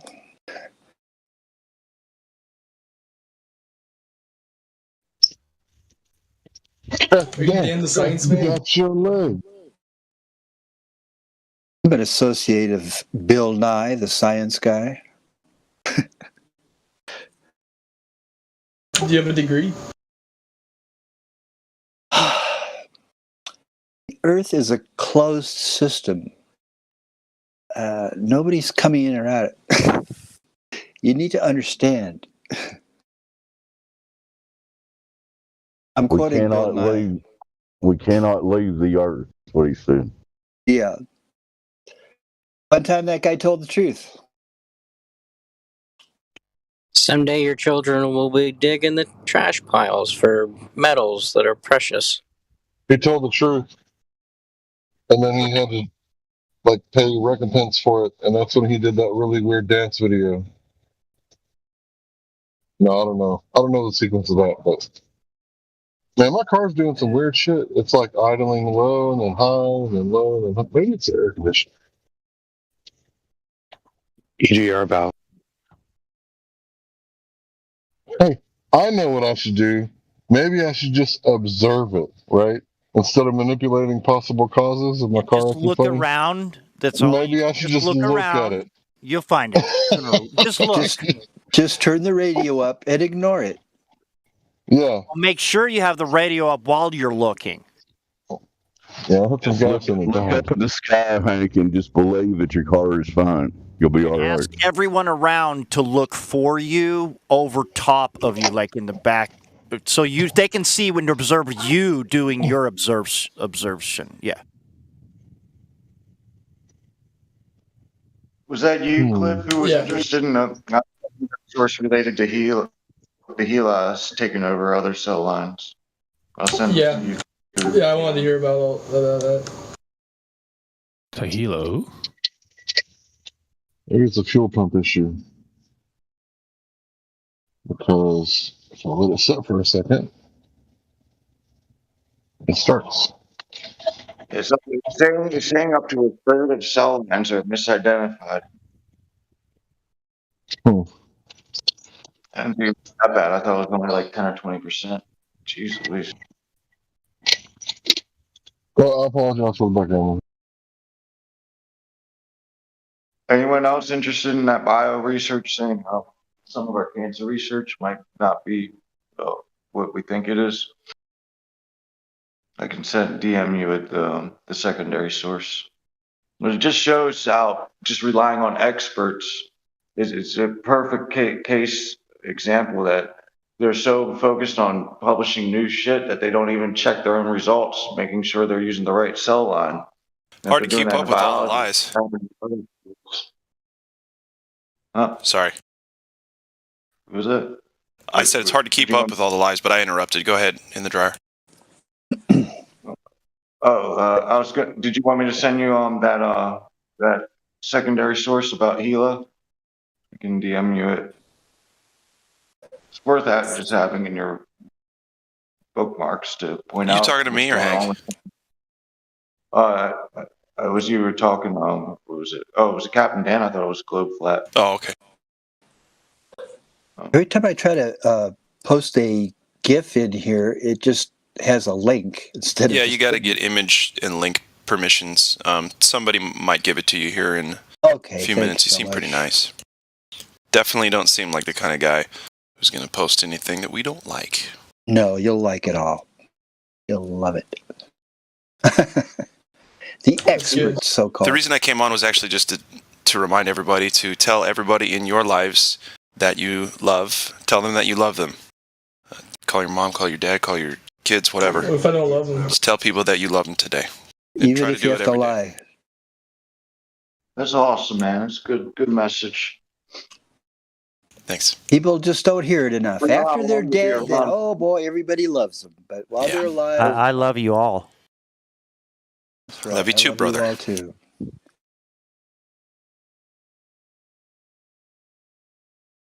You guys are all essential in my book. We're all So I gave you the flat Earth roll. You are a flat earther, right? Who's that? Who's that? Me? Yeah, you wanted link terms. Yes, yes, sir. Are you a flat earther? I certainly am. All right, give us your three. Have you done the three best evidences already? Well, number one is for me is always I'm not moving, nothing's moving. Game over. Do you still get link terms if you're a hollow earther? I mean, I bounce between items, but that's the strongest one. No Inside flat out. water. No curvature. No gravity. I've seen He's gravity. legit, Hank. His former name is Jocks. You've talked to him before. He's legit. Thank you. Yeah. Yeah, my working model is a Dyson, essentially.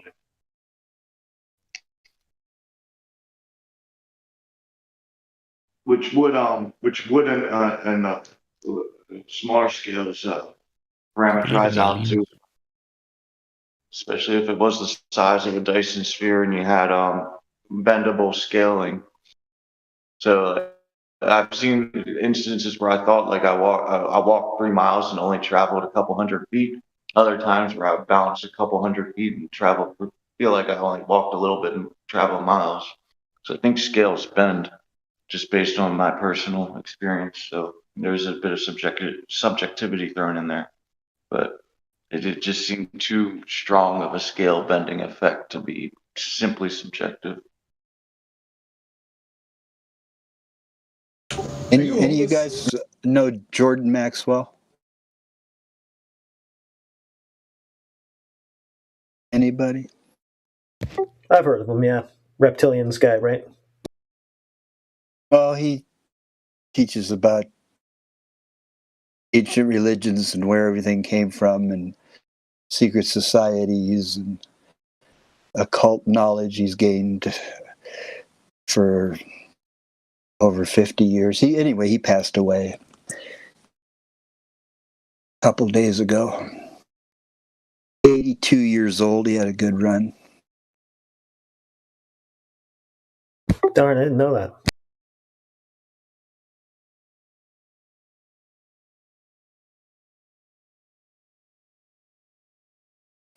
Worked with Zacharias Sitchin, who supposedly was translating the cuneiform tablets from Sumer, ancient Sumer.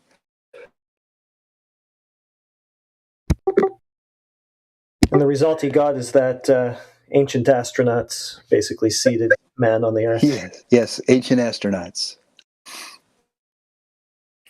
Oh, I saw that on History Channel. Right.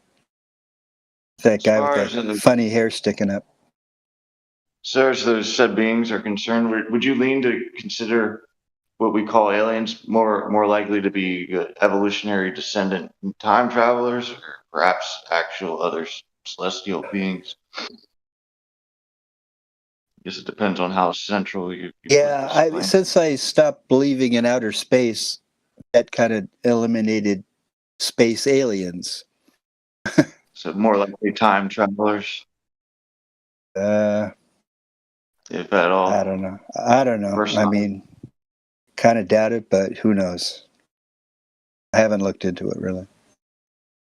Yeah, I guess if we were able to sustain civilization long enough, they might want to visit every now and then.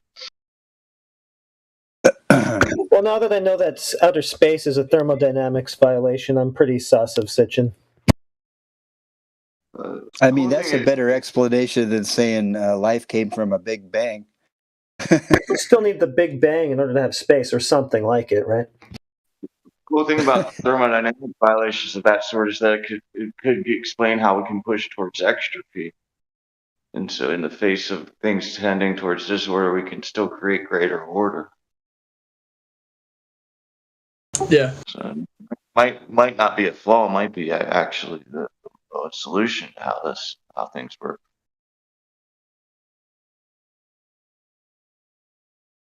Yeah, I'm not seeing any evidence for the outer space vacuum.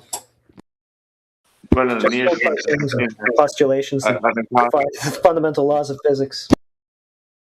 So somebody extended thermodynamics to using three-dimensional time. They call it the Carnot cycle at the end of time, and that we're just cycling through constantly ending and beginning time, and it pushes towards order. And that we each experience different relative time. I can send you a link to that. It's 3 hours long and gets into the math. That makes sense. It's something that somebody published themselves.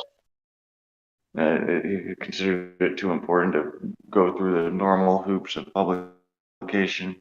I keep it in one of my archives if anyone's interested in the 3D time. You know, maybe grab a brew or whatever you do and enjoy it for a couple hours. And if you have a moment, I can send you a link. Anyone interested? It's one of the coolest science articles I've found. But they bury it on YouTube. You can't really search 3D time and find it right away. I even typed in the full title and it was still buried, which means it's at least subtly being suppressed in all likelihood.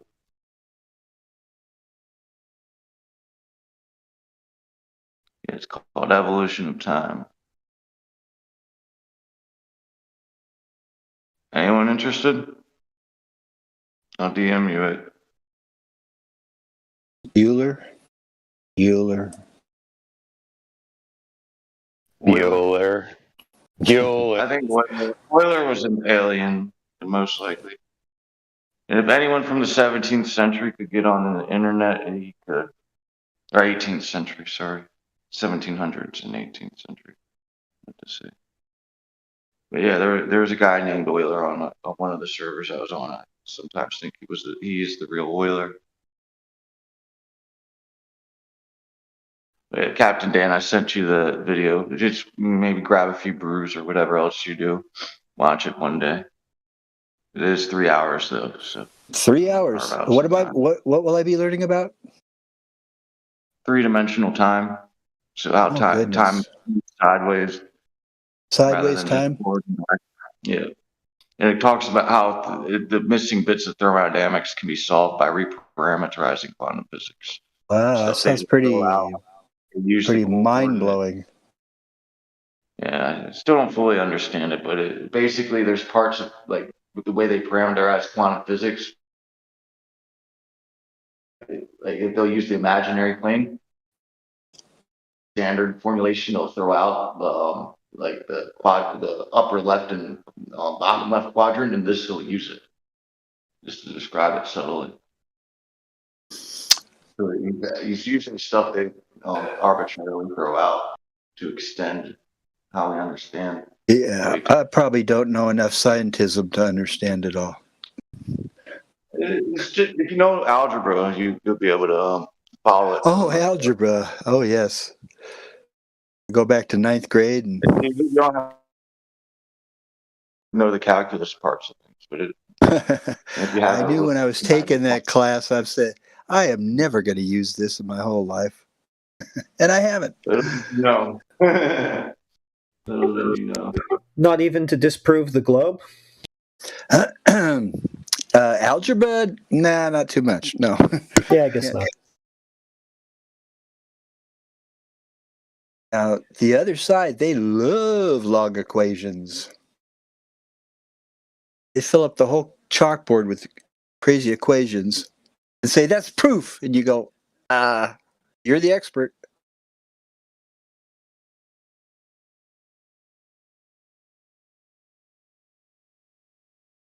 I got a C in algebra. Good enough. And then I forgot everything they tried to tell me. You can get it back if you ever need it. Yeah. So far, I haven't needed it much at all, probably. But I guess anything's possible. You know, the most basic tenets of it are useful in everyday life, maybe. Certainly.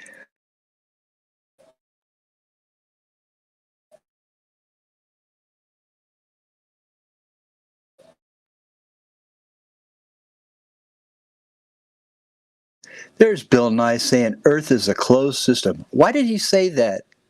That messes up everything NASA's trying to tell us. Because he wanted to It can't be stress. possible.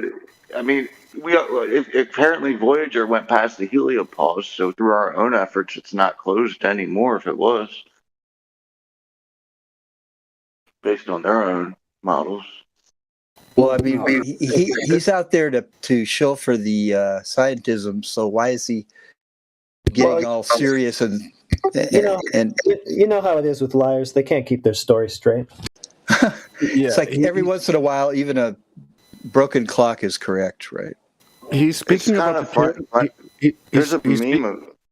He's speaking about the tyranny of the rocket equation and how inefficient it is to get anything up there even in their delusions. And so because they keep like pushing everything back and all these promises of public space flight always get pushed back extra 10 years, extra 5 years endlessly. He says this as a means to discourage people. Or that's my They were going to get past it with a Canadian who was working for Iraq. But certain people didn't like what he was doing, so they assassinated him. He was staying in Netherlands at the time, but he was going to use cannons to make it a lot easier to put stuff into orbit. Orbit. Certain group who doesn't adhere to nuclear conventions and whatnot didn't like the idea of them having that space capability, so they assassinated him. This Canadian guy who was working on cannon-based launch systems. Or maybe they just didn't want him to accidentally discover that, you can't just shoot yourself out into outer space. He's almost saying that there's a dome. He's like, it's all closed. You can't come in or out. He's like, of course everything NASA shows you is fake. We can't leave the Earth.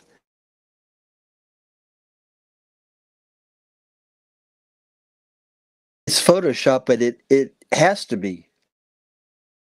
Is that because it doesn't exist? Didn't they lose the moon landing footage too recently? Yeah, well, they lost the original tapes, the original telemetry data, and the tech to go back. All the blueprints for everything. It was sad because Saturn V was a freaking badass rocket too. I mean, even if it was just making us spin around a dome, it was still getting shit up there. Yeah, they shoot a rocket off, starts going up, straight up, straight up, straight up. Pretty soon it's leaning. Pretty soon its nose is going down. Pretty soon it's flying horizontal with the ground. Pretty soon it's going on a downward arc. They go, there it goes off into outer space. Lands out in the Bermuda Triangle. Maybe on the other side of the ice wall. Might be going on the other side of the ice wall. Well, they claim that, yes, it's arcing around the globe Earth. So that's why it looks like it's going down into the ocean somewhere where you're not going to see. It's going around the ball Earth. So amazing. It could be a halo ring that just bends the space so it feels like a globe, or feels like a flat plane, and then the ice wall holds the waters in. And so they go on the other side, you just exit the ring. That's another model that might work. I mean, we don't know how far that, when you get up the ice wall and you're on the plane, how far out does that shit go? I mean, you heard what... technically, all measurements are relative anyway, because you only have a certain degree of accuracy. So every measurement has a degree of error. And the bendability of space means like those instances where I walked 300 feet and traveled 3 miles, or walked 3 miles and only traveled 300 feet, it could actually happen, especially if you're in a heightened state and reality's bending around you. Well, we've all probably seen that ancient TV interview with black and white show where they had this Admiral Byrd comes on to talk to these two clowns. And Admiral Byrd's like, oh, yes, just south of Middle America, out onto the plain there. He's going, there's continents that no man has seen before and this and that. Yep. I Eventually mean, want to and go the there. amazing thing is the interviewers don't even go, wait a second, what did you just say? They just went right by that statement like it was nothing. No big deal. Yeah. Would you be willing to hack it out in a colony there for a couple of years? I plan on eventually building a Dyson, but not. I mean, building a geodesic dome type system with hydroponic farming, so we could overwinter using either geothermal or a breeder reactor to power it up. And even the breeder reactor could be left on an icebreaker and a microwave power transfer it to it. I'm seeing it get Elon Musk involved, one of the tolerable billionaires let us Cybertrucks for the electricity. And Admiral Byrd also said, oh, yeah, there's uranium and all kinds of minerals. He thought that the countries would be scrambling to go up there and start mining. But right after he did that show, every single country just agreed to not let humans go there ever. And they're all in agreement. Maybe that's where certain groups set up their base, so they can't go there except in covert expeditions. I think I know why. It's because we didn't go there. What'd you say, Buzz Aldrin? We didn't go to the moon? We didn't go there? That's why we never returned to the moon? Oh. I thought Russia went there first, secretly. I've read that before. Then America either did it, faked it, or did it publicly, or something. Who knows? I think all these countries are running the same space agency scam on their people. Mm. You know, the ones that have space agencies. Once it all went from film canisters being dropped, it could all be manipulated by the Borg. Yeah, I want to play that clip of Buzz real quick, 40 seconds. There's a song that talks about Why how has nobody been to the moon in such a long time? That's not an 8-year-old's question. That's my question. I want to know, but I think I know. Because we didn't go there, and that's the way it happened. And if it didn't happen, it's nice to know why it didn't happen, so in the future, if we want to keep doing something, we need to know why something stopped in the past that we wanted to keep it going. Yeah, you see, he let out that truth, and then he started, try to speak and try to fix what he just said with a bunch of rambling nonsense. But I feel that this guy is almost dead. He's old. He's had to prop up this gigantic lie. His whole life has been about a lie. And he just couldn't look at one more little 9-year-old girl and lie to her face. So he's like, well, we didn't go there, and that's what happened. And the alcohol made some difference. And the alcohol. You do know when you're on alcohol, you tend to tell the truth. He wants to, I know that Neil Armstrong you could just tell he did not want to sit there and lie to the whole world, those giant whopper lies. You barely, can also I get you on there. I get you on that. But the fact is, he's had a couple of conversations where he's really drunk and he tells the truth. Yeah, you can tell that it bothers him a little bit, especially when he's talking to the little girl, because he's like, because I want to know. That's my question. And like when he's talking to Conan, you can also hear it. I remember my parents waking me up, and we went down and we watched you guys land on the moon. No, which you was didn't. No, you didn't. What? Because there wasn't any television. There wasn't anybody taking a picture. You watched animation. Oh, see? He goes, yeah, we saw you on the moon. He's going, no, you didn't, dumbass. No, you didn't. You saw cartoons, okay?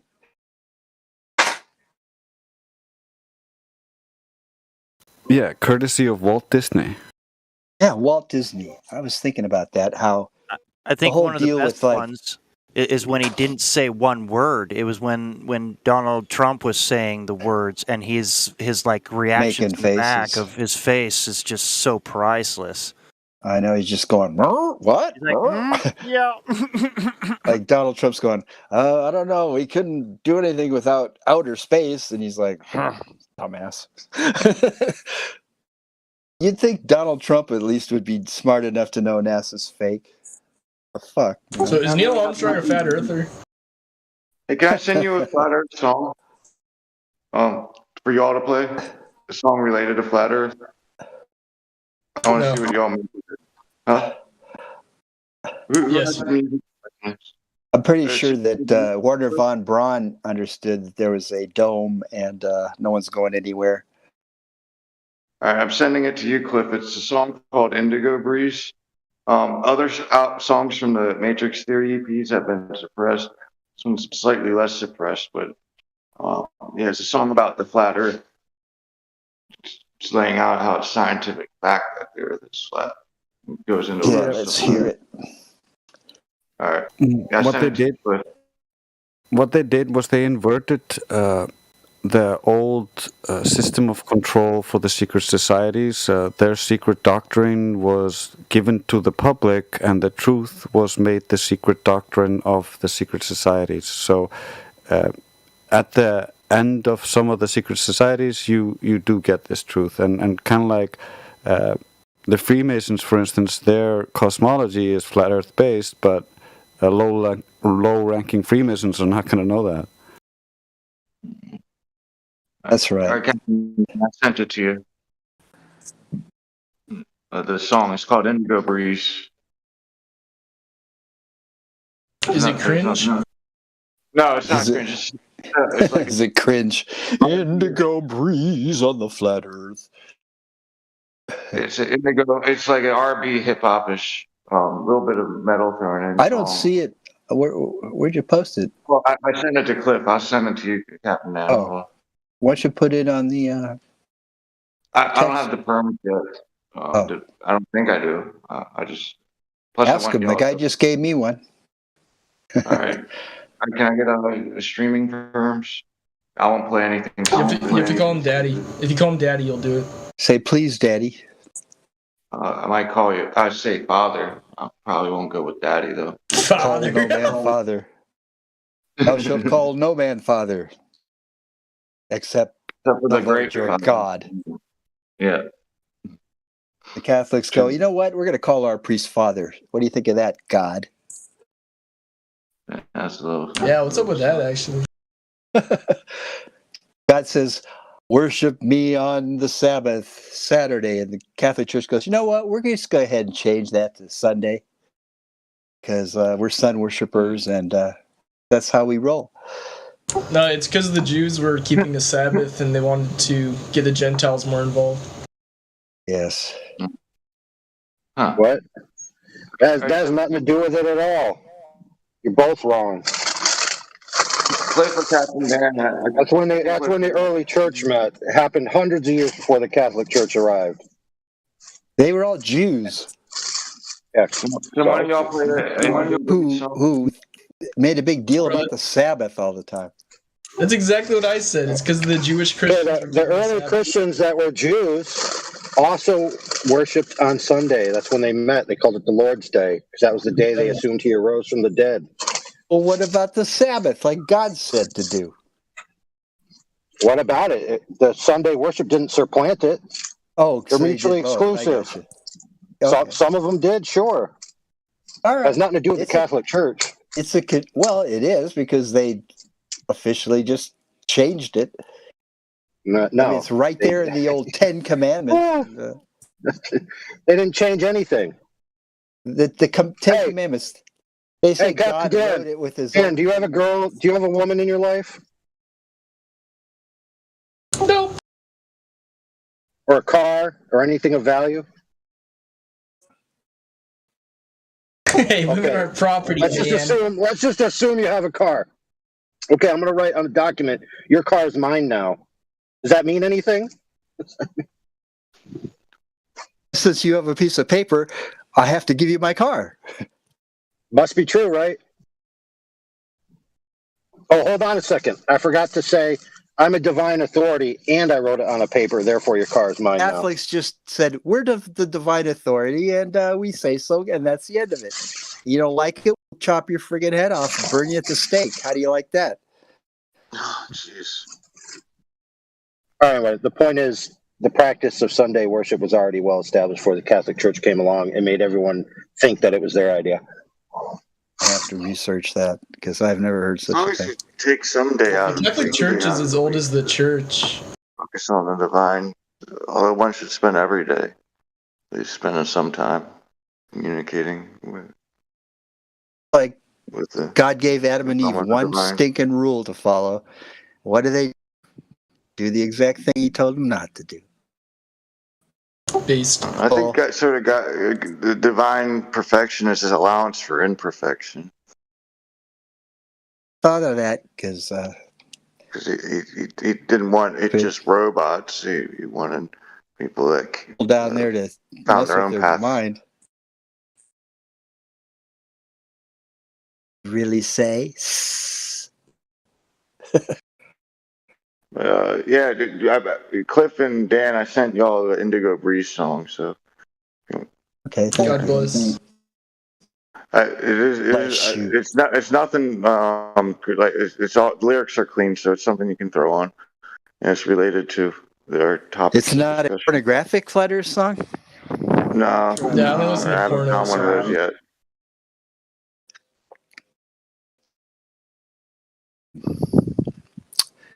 I'll be sure to send you it if I do find a lewd song related to Flat Earth. Yeah, there's got to be a rule. What is it? Rule 34 related to Flat Earth. No, there is. I've seen it. Probably pretty good too. You know, we're high-minded truth seekers over here. We don't rule the gutter. Yeah. But yeah, I want to see what y'all make of the song. It has been suppressed for a while. It's part off of the second, I think the third Matrix Theory EP. The same Matrix Theory EPs also predicted COVID a year before it came out and talk about biological diseases are released for strategic reasons. Like the Illuminati card game. It wasn't talking about COVID specifically, but it a fake, pandemic. It's a song called that talks about that, and this song here talks about weather manipulation. The Indigo Breeze song. Let me see if maybe I can get perms. He give you permission? You ought to just go ahead and put it right in the text. Okay, hold on. Which for bot text or just go to Red Pill Music or something? Just drop it in the voice text chat, and I'll drop it in the bot. Okay. Isn't there a Flat Earther card for the Illuminati game, you guys, or whatever? No. Words. Sure, Flat Earth. Yep. yeah, Flat Earth. It looks square, but Yeah, it's a pretty awkward picture, but we'll take what we can get, right, guys? It's just one of the cards in the deck. It's all part of the game. Well, yeah. Beyond to something or something. Okay. They may know something. I'm ready to play I'm ready to play this song. I also have two little clips for when I wanna play later, but you wanna listen to it now? Yes, please. Hit it, Maestro. Hell yeah. Open the scene, humankind panics from a dying planet. Try to understand it. They say thunderbirds fly to preserve our skies, and geoengineers lie. They deserve to die. They deserve to die. The energy breathe, and breathe. Throw a flare and light it. Spread the ashes all around you. You are holding a key. Know what you believe.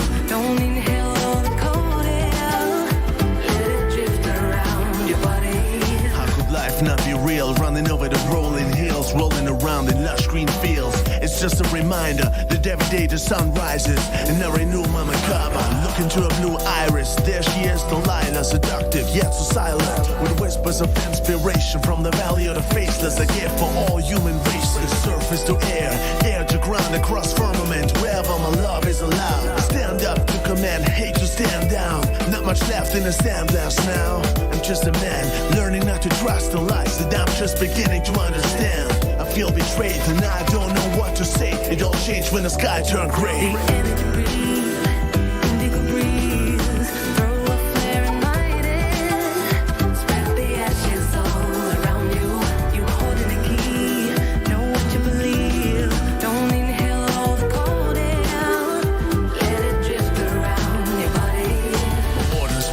From unpaid Mad Max taxes, jet planes make multiple passes. Suffering from thunderstorm asthma, chest grabbing. This is madness, follow the white rabbit. Down the hole, can barely hear the sound of my soul. It's so cold, where did the sun go? Stand atop Mount Fuji, cannabis. Can you see me through the crazy chemtrail graffiti? Some argue the earth is flat. It's a scientific fact. The fake news debates to distract me while we hold our throats, cough and choke. Chemical smoke, we still think chemtrails is a hoax. The human race reduced to cockroaches. Run from Lord Vader as he approaches. They poison our air, land, and oceans with submicronal global aerosols. I told you.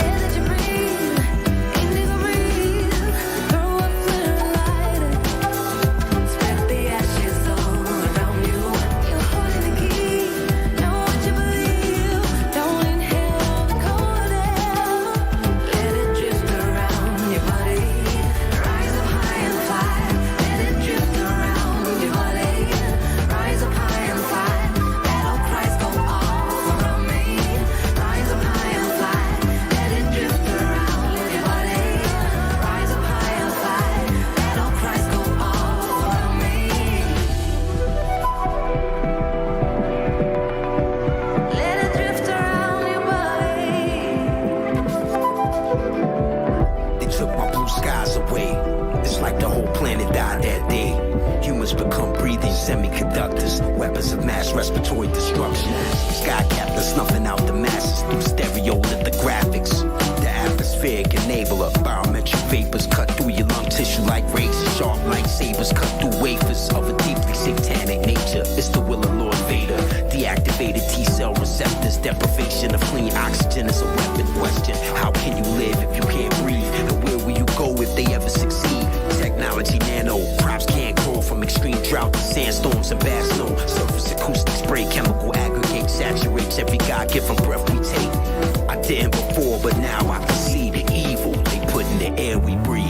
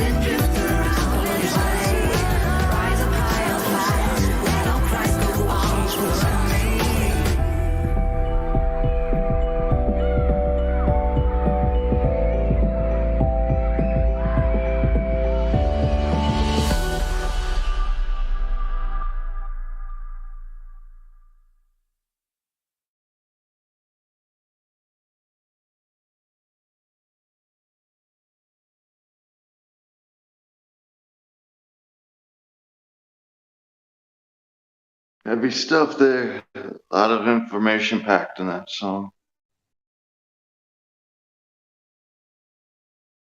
I was promised no cringe. I guess if you don't like R&B, yeah, but there's a lot of good information in that song, especially about chemtrails, flat Earth, the T-cell deprivation. Really, that relates directly with COVID. Yeah, but we don't talk about that here. Sorry, you're gonna have to. Sorry, I won't. But yeah, it relates to a lot of other stuff too. Just bio. I wonder what sort of nano stuff can be sprayed though. Is that a topic we're going to discussion?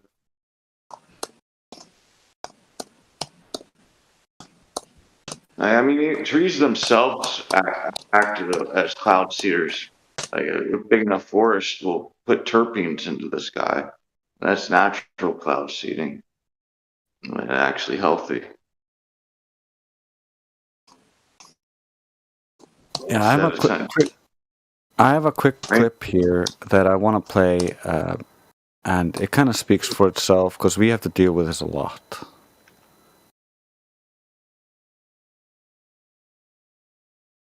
That didn't load. Yeah, I know, I'm fixing it.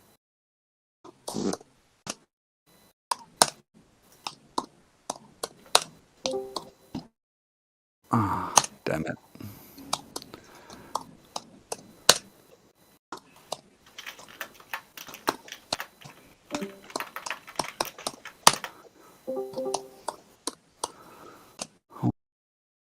I wonder why it doesn't play that. Whatever.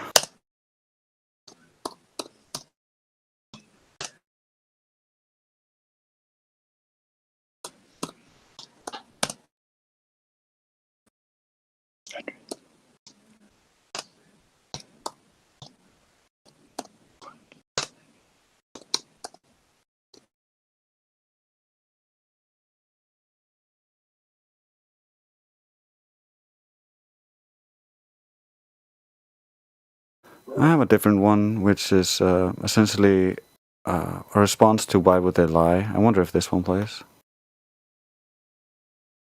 Nope.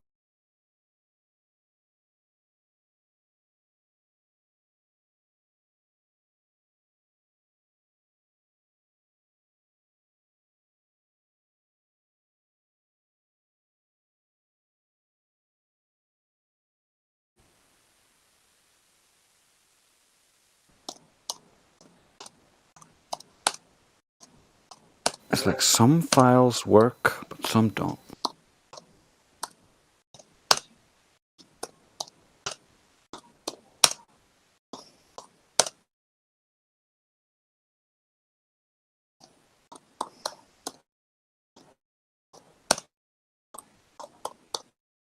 I have a heavier song that did a lot of prediction of a lot of stuff going on. Edwin Hubble and Stephen Hawking went as far as to say that they reject the geocentric model not based on scientific reasoning, but rather because they find the thought of being at the center of the universe to be emotionally disturbing. Physicist George Ellis stated that you cannot disprove the geocentric model. You can only exclude it on philosophical grounds.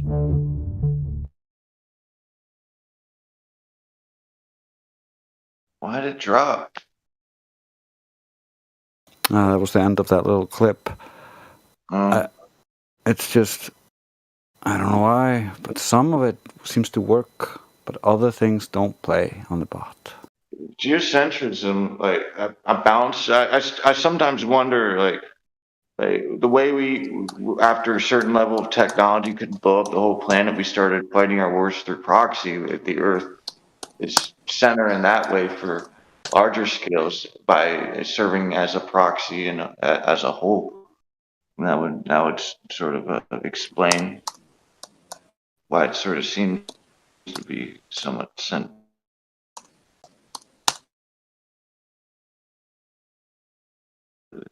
Or if not completely centered, slightly off center.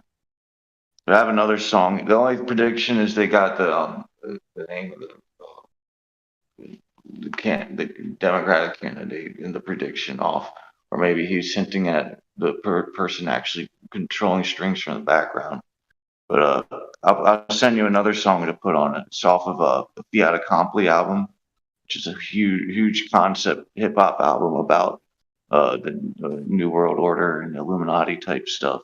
The song is called Last Christians. It's pretty heavy stuff. Hello, all. But yeah, if I send it in, if I put the link in the live stream voice text, would you put it on?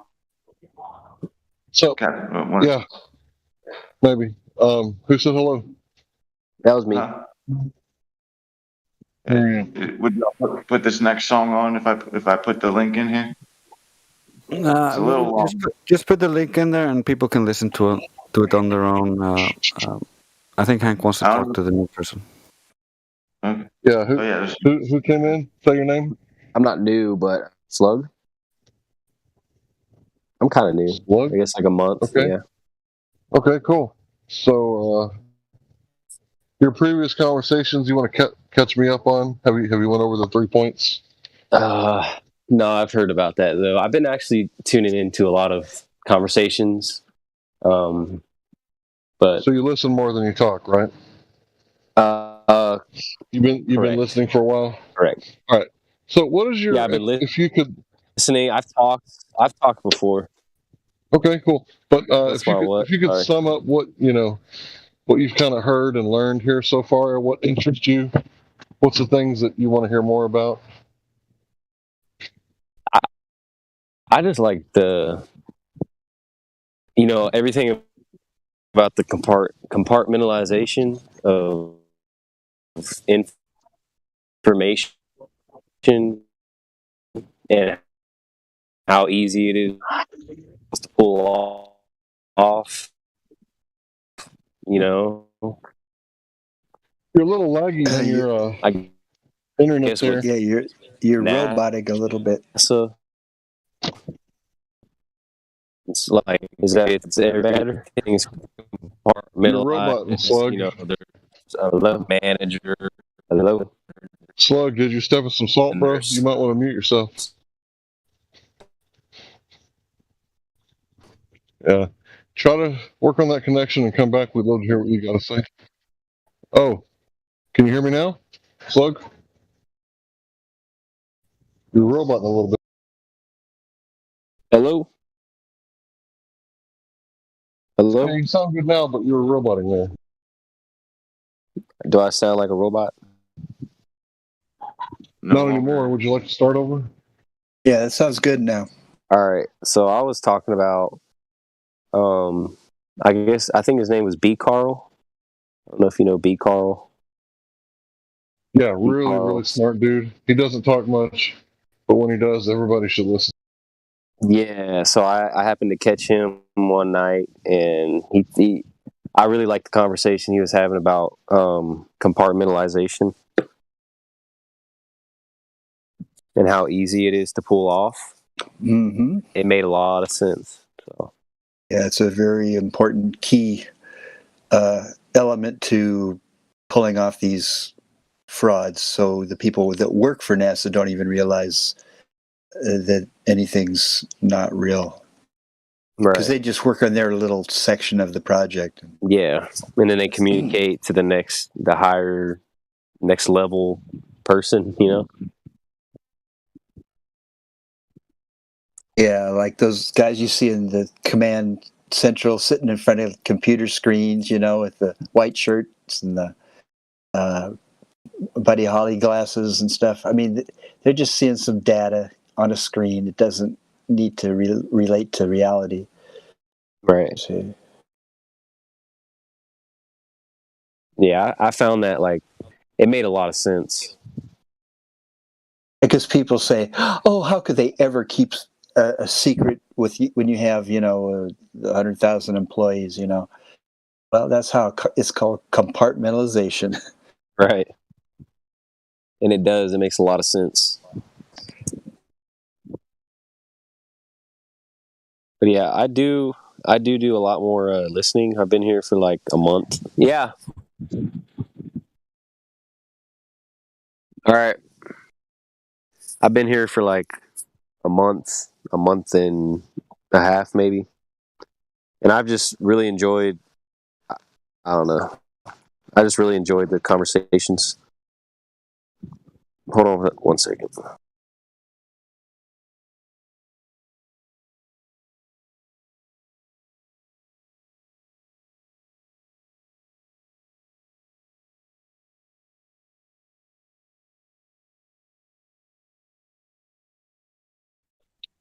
Yeah, sorry, I kind of stepped away for a second.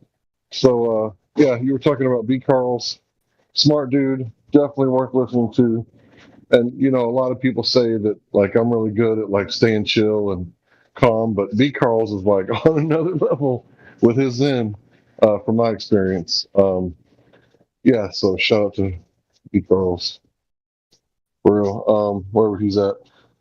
And yeah, there's some pretty interesting conversations on here. You know, it's not hard to compartmentalize when you have dirt on people. So let's say that, you know, there was a sorority, or what do they call it for men? Sorority. Fraternity. Fraternity. Yeah, frat. Okay, yeah. I'll remember that. Fraternity, like, and let's say that, you know, they had some dirt on you, right? Let's say that, like, you joined the Skull and Bones fraternity, and, you know, they had a video of you doing something unspeakable in a coffin, right? They actually do have all that. You probably wouldn't want to, you know, turn your back on your frat members and, you know, talk about things. You try to out of think church. about, you know, snitching on one of them. They're like, hey, we got, you know, the videos, dude. Right, so that's what they publicize. So imagine if you wanted to have real control over your fraternity members and you got them to do something unspeakable, let's say something to do with a minor. You know, this is all hypothetical. This is how Jeffrey Epstein works. He's out to compromise, you know, important scientists and politicians, and people that they need to blackmail later. Very sophisticated.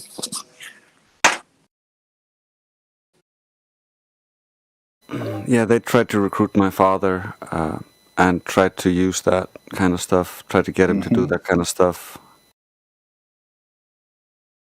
He got abused as a child, so that was like a thing that just made him flip out and rob them.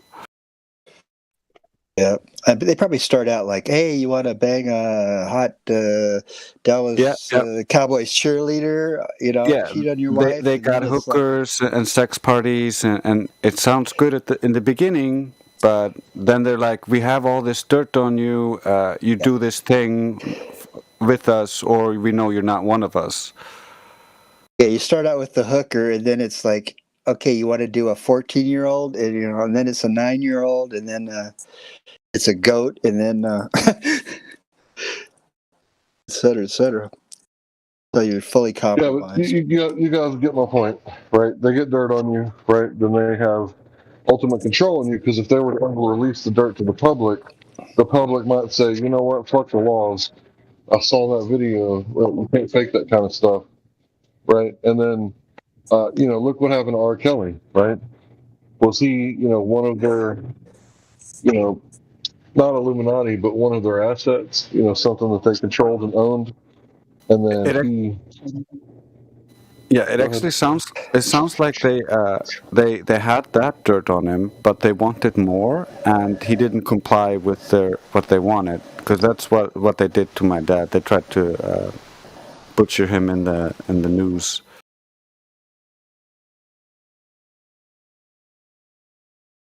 Yeah, I understand in the hip hop world that, you know, you want to come along, you're a new rapper, you want a recording contract. It's like you have to do a bunch of gay stuff with, you know, record executives and whatnot.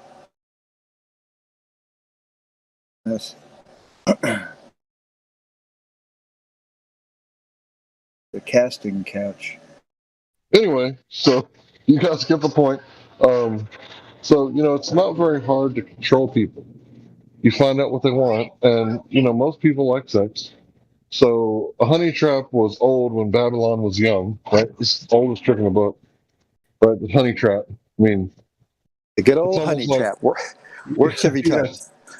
It's almost like, you know, Pooh Bear was being metaphorical. But anyway, yeah, so the thing is that it's really easy to see that our country went from being free, like you were free enough to go outside and say, hey, you know what, asshole, me and you, we're going to have a gun down right in front of the sheriff's office. I'll tell you what, we're free. Right in the street. Contract. Yeah, right in the street. Right in front of the sheriff. So the sheriff can't do nothing about it because the Constitution said you have the right to contract unlimited. So if you have I know the sheriff just watches and waits till it's over, you know.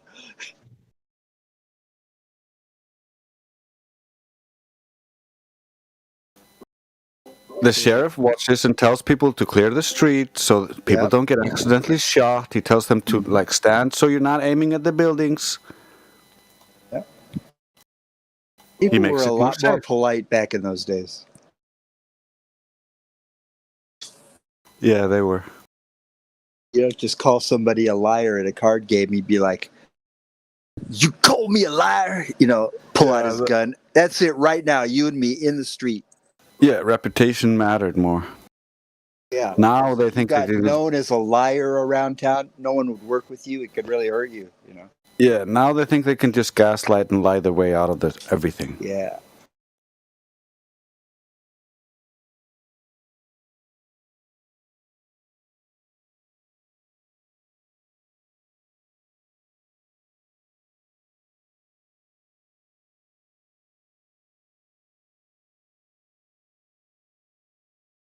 I know. Imagine that much, that amount of freedom. Everybody just got guns, and the Constitution said, "Yep, you can have guns, all you want. Government can't impede on that." So then it's like, "Oh, you guys want to have a duel and kill each other? It's your choice. Free country." It's a lot of freedom, right? Too much, some would say. Right. Now they have the opportunity to throw two people in jail, so they'd rather do that and charge them with shooting weapons. Get 5 years each. Part of the system. Well, the jails help drain the finances from everybody else and justify more tax spending because we need to take care of all these prisoners that we have imprisoned. It's called the for me and you to live in, for you and me. the prison industrial complex, much like how we have the military industrial complex. Just putting forth policies that make sure small skirmishes continue, because if you have a real big war that involves a draft, people stand up against it. But if you have small skirmishes that go on for years and decades, and cost trillions of dollars over those many years, well, it's a slow burn. So the general public doesn't rise up against it. It's just a small vocal minority that ever does so. Especially if it's not in your neighborhood. Yeah, they understand our psychology and how we think and how generally people react to things. So it's absolutely easy to manipulate people. I mean, that mind control is a key element in any of these agendas are going to try to do. Because it's like basically a handful of people trying to control 7 billion people. Yeah, even just with getting them into the honey trap, they use foot in the door technique. They use known psychological manipulation techniques to get them to Well, do they this. come and schmooze you, and hey, you want to go to a party on my yacht? You're like, sure. Oh, it's going to be great. We're going to have, Red Hot Chili Peppers are going to be playing. What? Really? Oh, yeah. There's going to be tons of hookers and coke, and you're like all excited. Yeah, And then it they goes get from there. corrupted slowly but surely because it's what it's designed to do. It's been designed to do that over decades and millennia. It takes a real person of super integrity to just see what that is right away. Just no thanks. Not interested in your sinful party boat.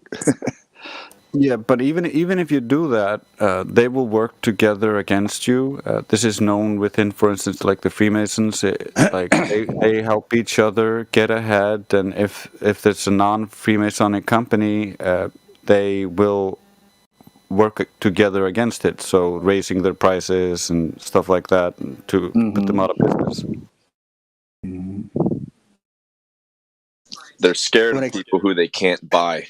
Yeah, when it comes to CIA type stuff, they will come and come to a president of Guatemala or something, and hey, listen, you play ball with us, screw over your people. We're going to make you a rich man. What do you think? Most people go, Okay. But if you get the occasional one that's like, no, get the fuck out, then then they'll come in and agent provocateur you, like, Yeah, they do that a cause lot. some fake news story that, you're a horrible dictator and everybody's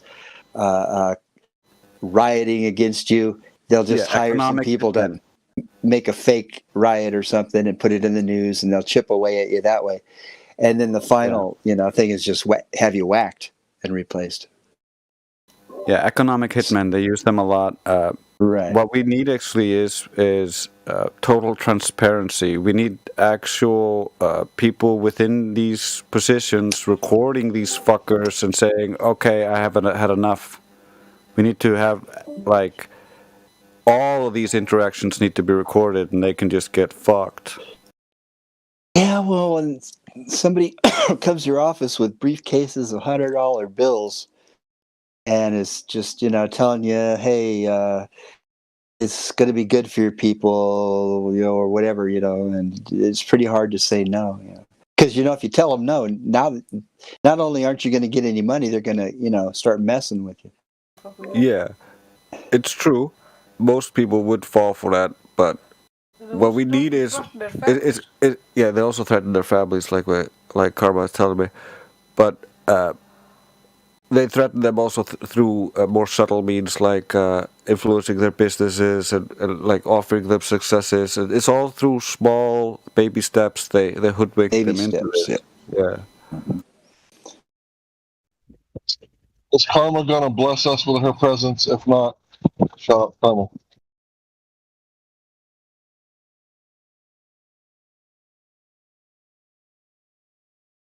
It seems to me like, even all the Republicans, lawmakers, senators, congressmen, governor, it seems like most of them are probably compromised because most of them don't do jack shit in the face of all this tyranny and whatever. There's only a couple of them dare speak out. Yeah, you can see it by, like, they don't dare put their neck out. They don't dare say. Hang on, a lot of them are standing out. Ted Cruz, Candace Owens. Yeah, Ted Marjorie Cruz. Taylor. He'll I like Candace Owens. up. Oh yeah, and then Rand Paul, he gets off Fauci and tells him to fucking resign. Call him a liar. So you're lying before Congress, you dick. Yeah, but I kind of like see them as like they're Candace excluded, but like Ted, for instance, is kind of like a turtle. He like pokes his head out and takes a bite, but it always goes back in its shell, and he doesn't stick it far enough out that the other guys can chop it off. Essentially. Yeah, he's. Meanwhile, Candace Owens is just like, Candace Owens is just like balls out, just in your face. And they don't like that, so they censor her far more. Government, though. Right? She's not a politician. She's just a pundit or whatever you call her. I don't know. I would actually like Ted Cruz if he wasn't like such a fucking cuckoo bird when it comes to foreign states and backing them rather than backing their own. Usually when I hear Ted Cruz, I don't have much problem with what he's saying, or kind of agree with what he's saying. It sounds pretty reasonable. What are you saying? He backs foreign countries? What? Well, everybody kind of has this thing where it's like, make America great again or whatever, like America first. But I don't see any politicians that ever put America first. It's always like, what are you going to do for Israel? Oh, I know. The amount of money they just throw away at every single country is just so retarded. I can't even believe it. Yeah, worst thing is they get that just from stealing from everybody. Yeah, because as soon as they print all that money, it devalues your currency. So it's just absurd. Yeah. It's like they want America to be a third world country. As far as I can tell, they're working to dismantle it and wreck it and bring it down and collapse it. What about the guy in Florida who went against all the mandates? Oh, He's a I guy. DeSantis. DeSantis Yeah. is cool. Oh, that's cool even guy. worse. No, he's even worse because in Florida, if you get caught saying the wrong things, they got anti-Semitic laws there. Classic. This is how they operate as well. Like they always give you a little bit of good with a little bit of bad, so that you're stuck choosing between Shiniest turd. the shiniest turd, essentially. Shiniest turd. Somebody piped up from the background. That's the shiniest turd doctrine. I mean, they always, whatever, like, if they're doing something it's bad and they don't want you to know what they will have a cover story of why they're doing it that sounds good. Of course, we know this. Yeah, they're gonna bomb the shit out of Iraq and kill 1 million innocent people and lie about weapons of mass destruction. But what they're really doing is we're bringing democracy and freedom and stuff to them. We're doing them a big favor, you see. Yeah, if you read about the Hegelian dialectic, you'll hear that they always have two reasons for everything: the actual reason for it, and then the public excuse that makes it seem acceptable. Yes, there's the esoteric reason that you don't get to know about, and then there's the exoteric, for the general consumption of the masses. Tell them this. Same thing with religion. I got to tell you, there's like an inner religion and an outer religion. It seems like in the church, there's definitely two different things going on.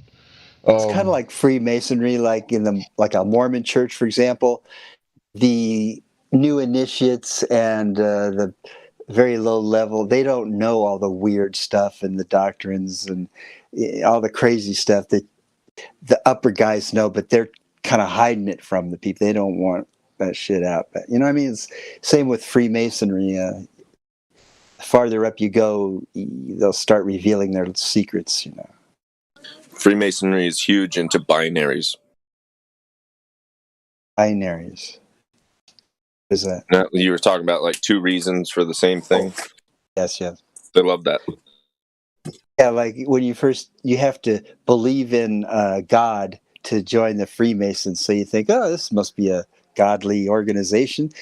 But, a bunch of degrees up, they'll tell you, guess what? God is Lucifer. You know that one in the Bible? Yeah, that's the real God. Yeah.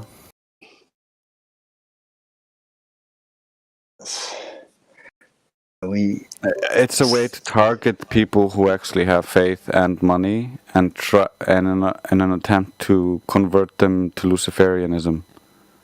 I know. And the funny thing is, a lot of Freemasons think, oh, the Jesuits are the bad guys, and a lot of Jesuits and low-ranking Jesuits think, oh no, the Freemasons are the bad guys.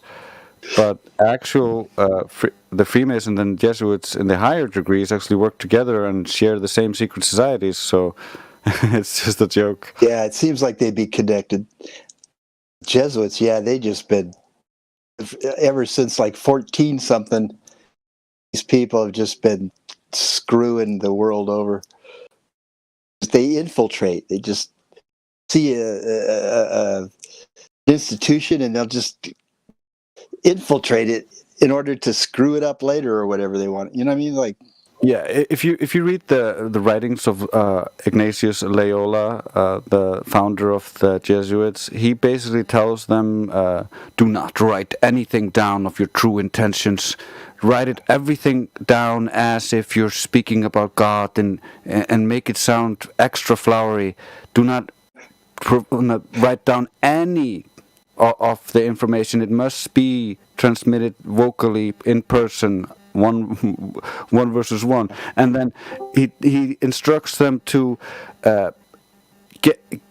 get or control the ear of every king or queen, and they went out and did that. For instance, in China, they infiltrated China and through the eunuchs and using the Greek writings, because China at the time considered the more philosophical and educated you are, the more noble you are.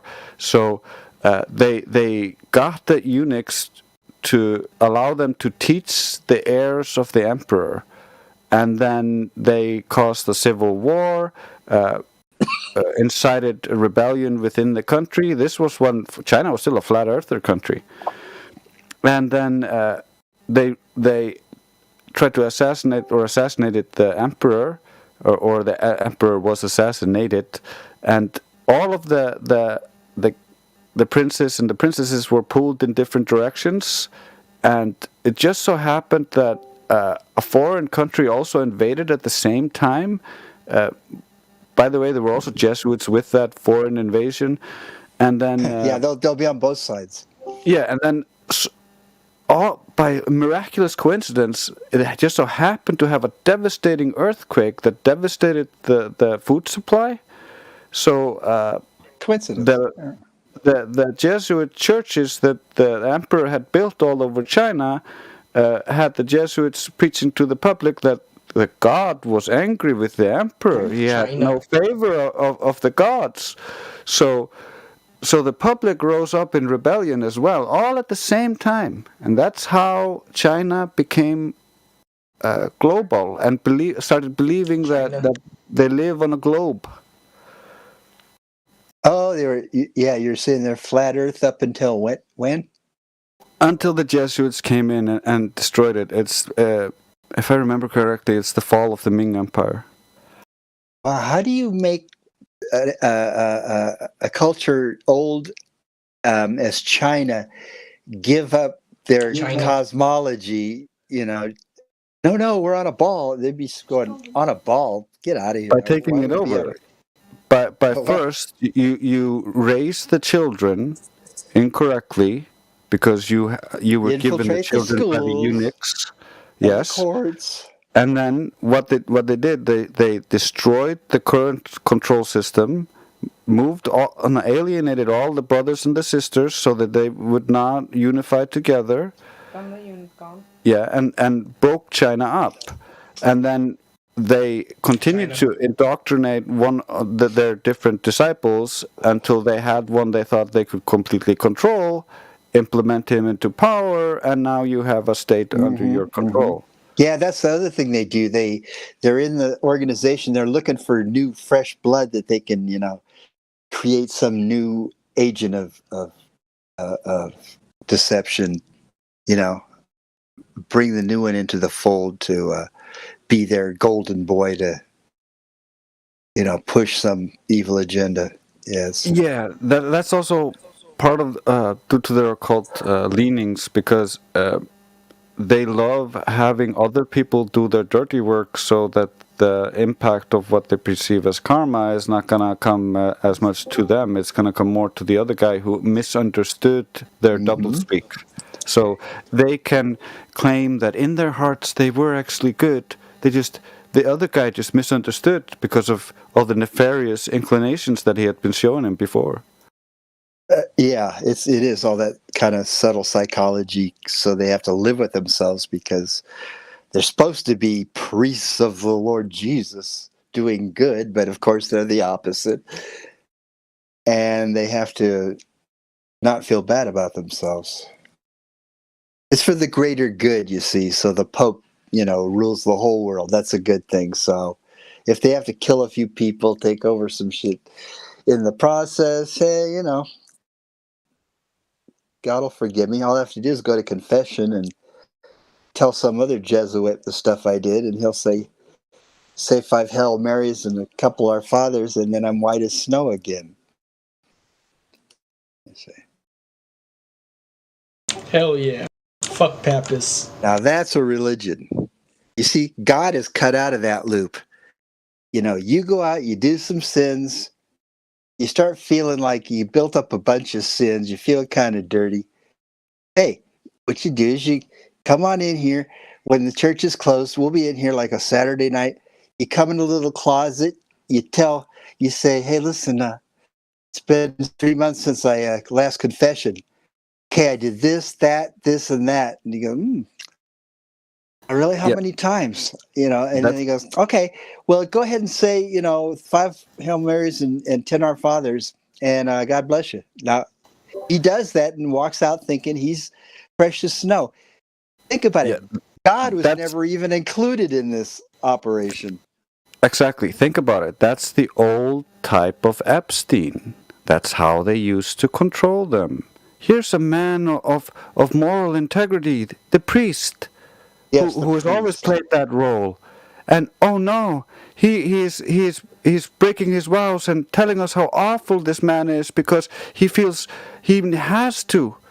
But it just gives them the ability to put shade or taint the reputation of other people through their perceived secret knowledge of all truths because they claim the authority of God. Yeah, because if anybody looks at them, they see, oh, these are some holy men, trying to spread Jesus' stuff, and they're scholars, and don't even have criminal records. Nothing could be wrong with them. You know what I mean? It's this a facade of righteousness. I mean, the most evil people are going to dress up like preachers of the word of God, Yeah, true evil always cloaks itself in kindness. Yeah, like these billionaire, eugenicists that want to cull the planet and everything. They're known as philanthropists that give money to charity, and they're just so beloved, and what good people, you see. Yeah, they give so much money to charity that they own, and the charity their own charities. The charities only further their sick agendas that the people actually don't want. So, like a guy like Bono, came to understand that he'll let's collect money for the poor people of Haiti or something. The Clintons did this. We'll have concert for it, blah, blah, blah. When he finally gets all this money in, the people sent in for the relief, he gives them 2%, and 98% goes into Bono's account.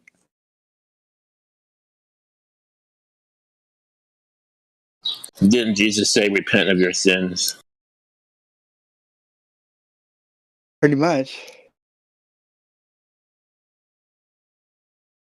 But see, he wouldn't see that as a sin. He would say, now he's more known for, this humanitarian rock star, always looking out for the little people in, Cuba or someplace. What a great guy. So he gets all that adulation. They send him all this money, and he throws them a couple of crumbs and thinks, I just did a good thing. I just threw him some crumbs. You know what I'm saying? Yeah, fuck Bono. And a guy like that, their whole life, everywhere they go, everybody's running around kissing their ass, rolling out red carpets, oh, Mr. Bono, And so it's got to go to your head. Same with, the big politicians and the royalty and all that. They just got people running around kissing their ass all day. Yeah, that's why they do that. It's to make them lose touch with reality so they become more narcissistic and eventually sociopathic. Yeah, and then they inbreed and stuff to keep all the fortunes within the family. The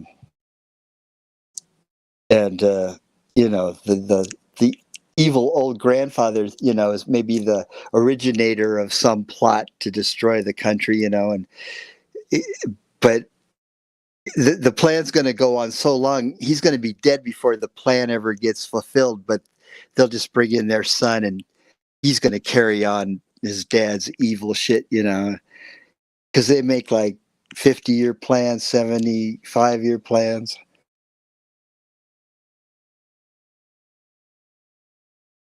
Like about 1913, when the Federal Reserve opened up shop and they instituted the income tax on your wages, which we didn't have before.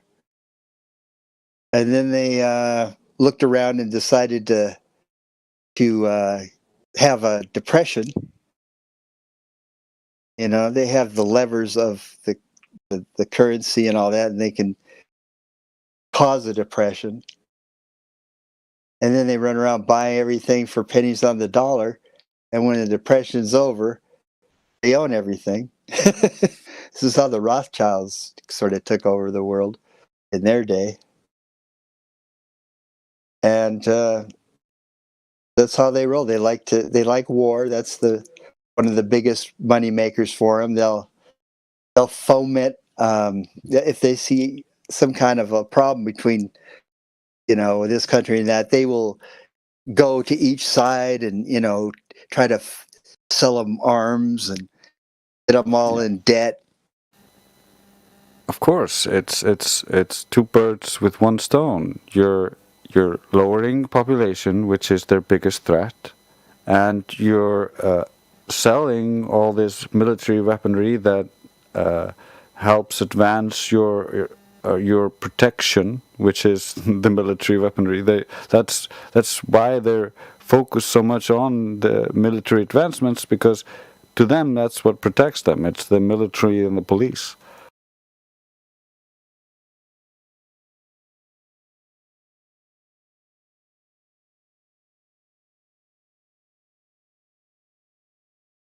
That's also one of the reasons why they're so pushy with the surveillance state, and they're pivoting into using the social media corporations and all these different internet things to try to bypass all the laws and the government, essentially, to censor and control all the information. It's really annoying to deal with, but it's just where we're at.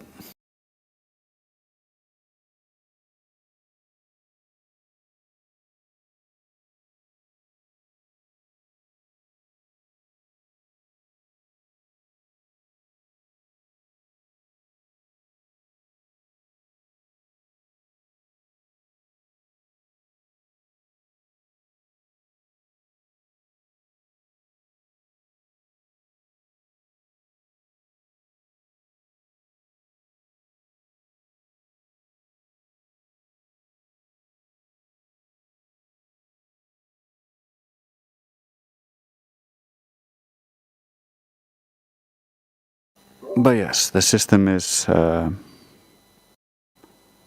over the place, and it's pretty obvious when you look at where the wars are waged, and if the country in the wars has a banking system or not, or it has the federal banking system. You can almost always see that there is some connection there, where that country wanted to use the gold standard, or that country didn't use the monetary system that we're all hooked into. So, not too many don't, like North Korea, Iran are, like, I think, two examples of countries that aren't in their central banking system, and you notice they're, you know, just Hitler 2.0, you know, because if you don't play ball with those people, they're going to demonize you, turn you into the next Hitler, and you must be crushed and destroyed, you know.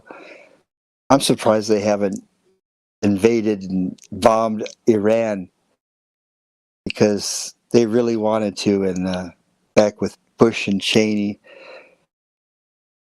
they're salivating over bombing Iran for some reason. You know, what's crazy is back in the 80s, they were selling intercontinental ballistic weapons, you know, without the warheads, right? Allegedly, they were selling it to Iran back in the 80s. Israel was. Yeah. I mean, we messed with Iran before, like in the 50s. They had this elected President Mossadegh, who was like friendly to the West. You know, he just wore normal business suits and he worked with the West. You know, like so many of those guys. Even Saddam Hussein was the same way. You know, he was one of our friendly assets that we did business with. And anyway, they. He wanted to. I think he wanted to have the oil there in Iran owned by all the people, so that like citizens would get rebates for the natural resources in the country, and that was completely upsetting to the oil powers that just wanted to that would have created freedom in that country and prosperity, and that's just not allowed. You need to have everybody in a same horrible situation, so you will accept the free savior that is democracy and the IMF. Yeah, see, they just can't allow you to run, your operation outside of their shit. They own like 90% of the world, and you're still got your little thing going that hasn't, got sucked into that yet. So they're going to need to conquer you, get rid of your leader, put their puppet in, and turn it into whatever they need it to be.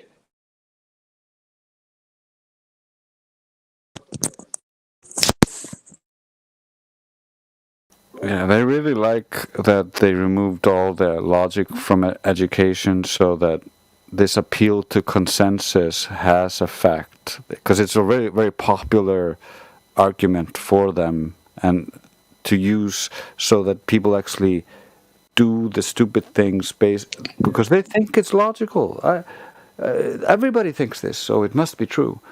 But I feel they see the talking heads on the late night comedy shows and the Bill Maher's and the those other ones, I forget their name, real smart asses, all libtard talk, and then you get the news, their authority figures telling you how it is, and people in nice suits that make a lot of money are telling you. So you want to believe them. So that's the problem. Great. What about Bitcoin? Is it safe? Bitcoin? Is it free currency? I don't know enough about it to speak on it. I was asking Dre's. Oh, I'm sorry. Yeah, I don't know. I do not trust it. I mean, I just see a total digital reboot coming to where forget all your paper money, all your coins, fucking throw it in the trash. We're not using that anymore. It's all digital, and here's your chip, and it's all one system worldwide. Like paper money won't even exist. I think there's something to cryptocurrency. They're gonna be switching to it, but I think Bitcoin itself is a trap, and I think it's been super obviously laid, but people are just so convinced that this Nakamoto character has disappeared and 50% of all the Bitcoins has disappeared. But imagine if those 50% just magically returned in the hands of the CIA, then wouldn't 50% of that value just drop? Well, I'm always afraid of them just declaring some kind of collapse and just say you had $100,000 in the bank. All of a sudden they're like, well, we can give you 40, it's the best we can do. Sorry. You know what I mean? They got to pull something like that.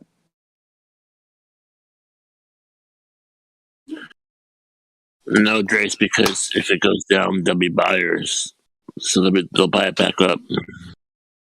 Yeah, but the difference is that there would be 50% or 100% more Bitcoin in circulation, and so the value would drop, which would devalue all the people's currency who are not who are now have been hoodwinked into going into Bitcoin, and the government will most likely push forth an alternative, which will seem like the better choice.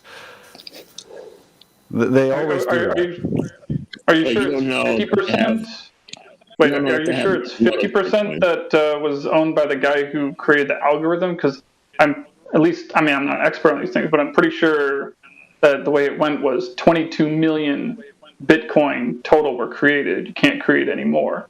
And to the best of my knowledge, 3 million of those 22 million were owned by the man who created the algorithm and are gone and lost with him.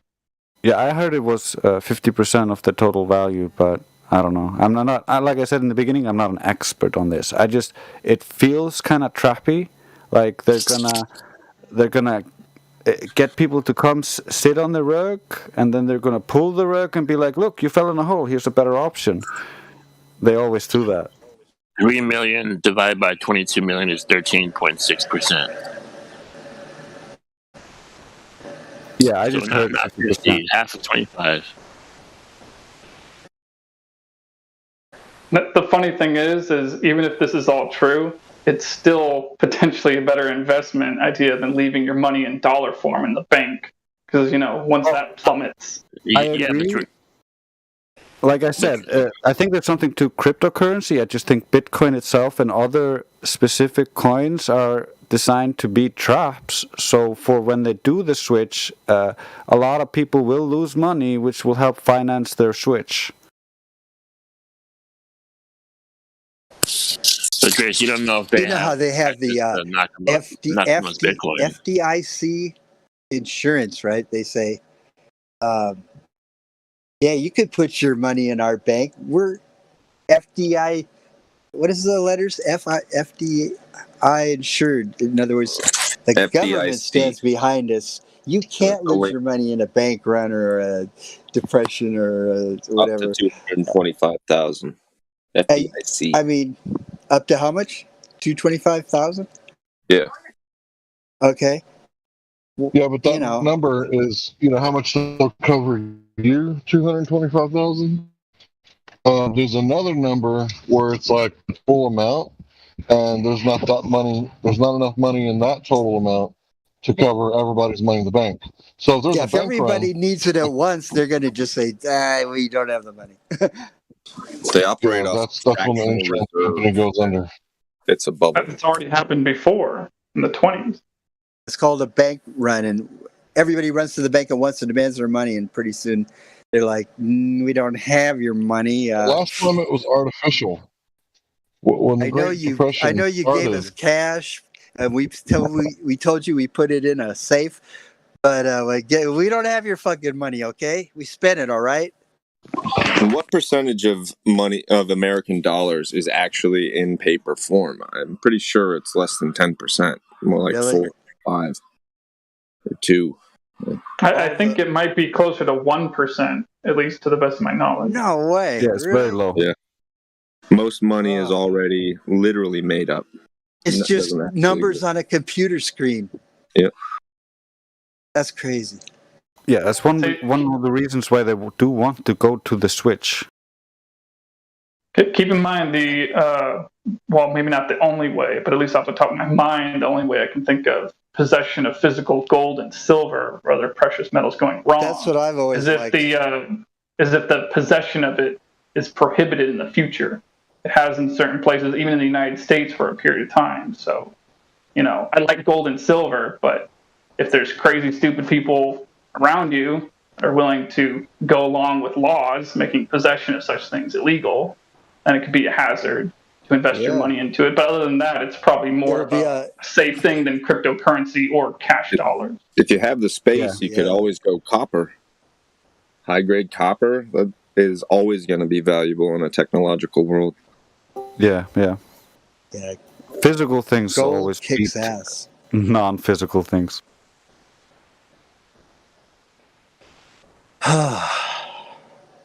Yeah, in 1933, we were so broke. FDR passes a law that all the citizens must hand their gold over to the government. Fuck you. No, it said all persons. All persons must hand over their gold. Are you a person? Persons. Oh, is it Right. one of those technicalities? Yeah, it's a legal He's an alien. definition. Yeah, that sounds totally illegal to just demand, you know what, everybody turn in your gold to me. Let's go. No, every person. Yeah, that Are you doesn't a include man or men a and person? women. Right. Oh, it's So just if you had a corporation, like a legal fantasy or whatever, fiction, Yeah, legal legal fiction. Oh, you got It doesn't even exist in reality. It's just on paper. A person, you know. You're like, I'm the natural man or woman, you know. My name isn't spelled in all capital letters like a corporation. I'm a normal human being, you know, alive on the land. You don't own me. I'm not part of your, you know, maritime admiralty laws from Roman canon law. I didn't sign up for this garbage.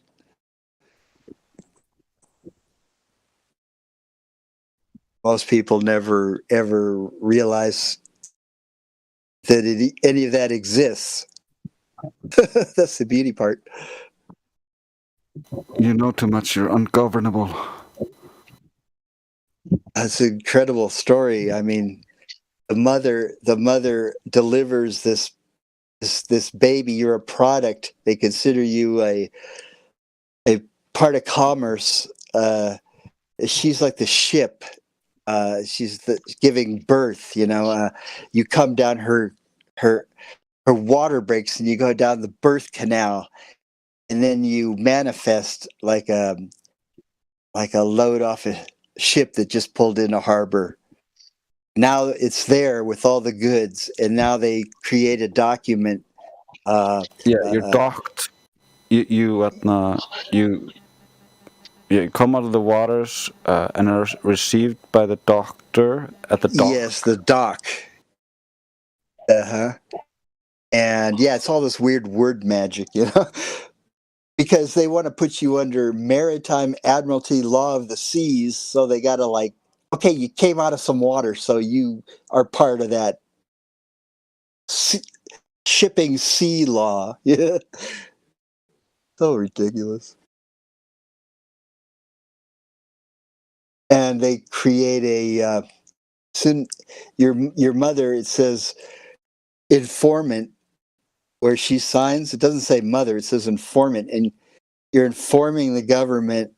I've just I've given birth to this new person. You know, it's 48 inches long. It weighs 9 pounds. It's blue eyes, and then they take before you ever put your foot on the ground.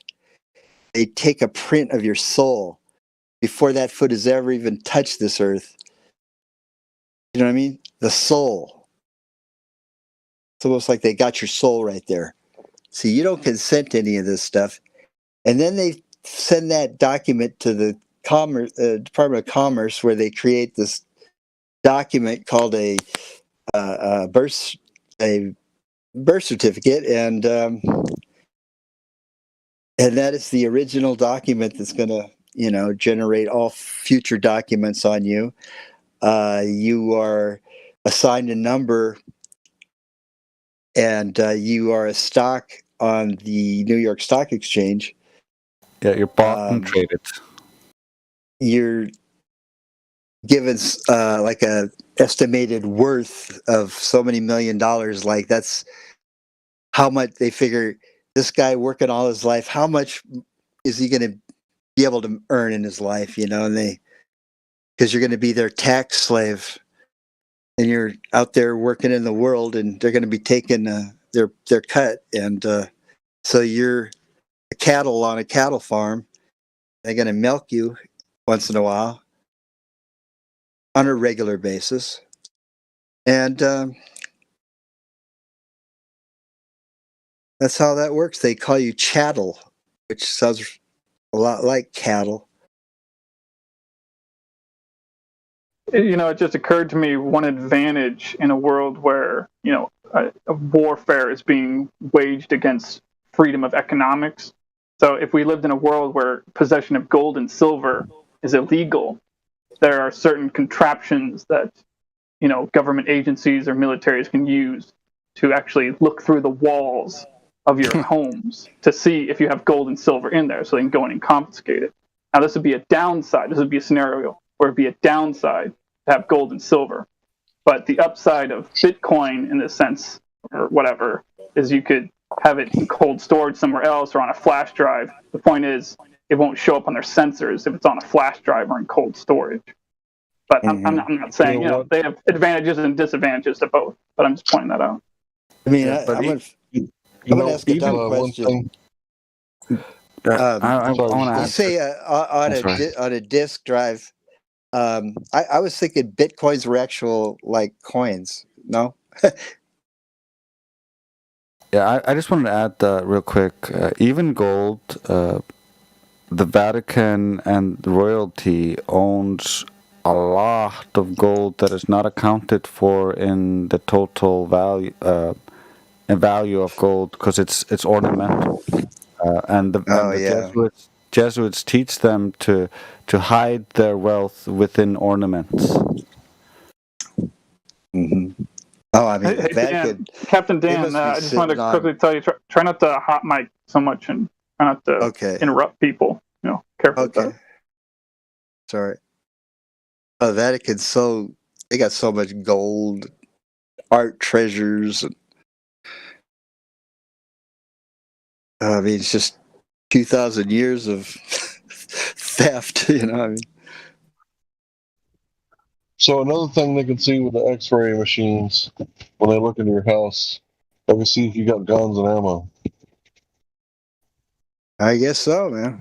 They got if Hitler would have had this kind of technology available to him, he probably could have won the war and taken over the world. But, you know, Stalin could only salivate over the kind of technology these tyrants have available.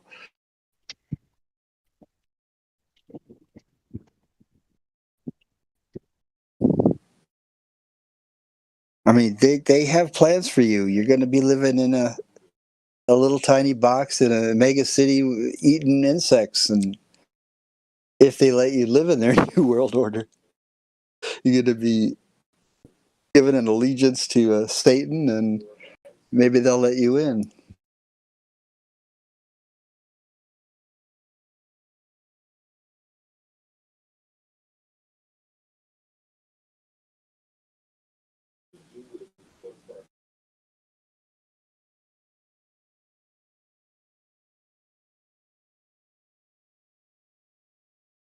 I think it's worth pointing out that even in the United States, by definition, we don't have property rights in regards to land, because it's required here that you pay property taxes for any property that you own, any land that you own. And if you don't pay these property taxes, your property will be seized from you. By definition, this is not ownership. Yeah. It's because the government actually owns the land. They're letting you live there and pay. But if you don't give them their cut, then you like lock you right out and you're done.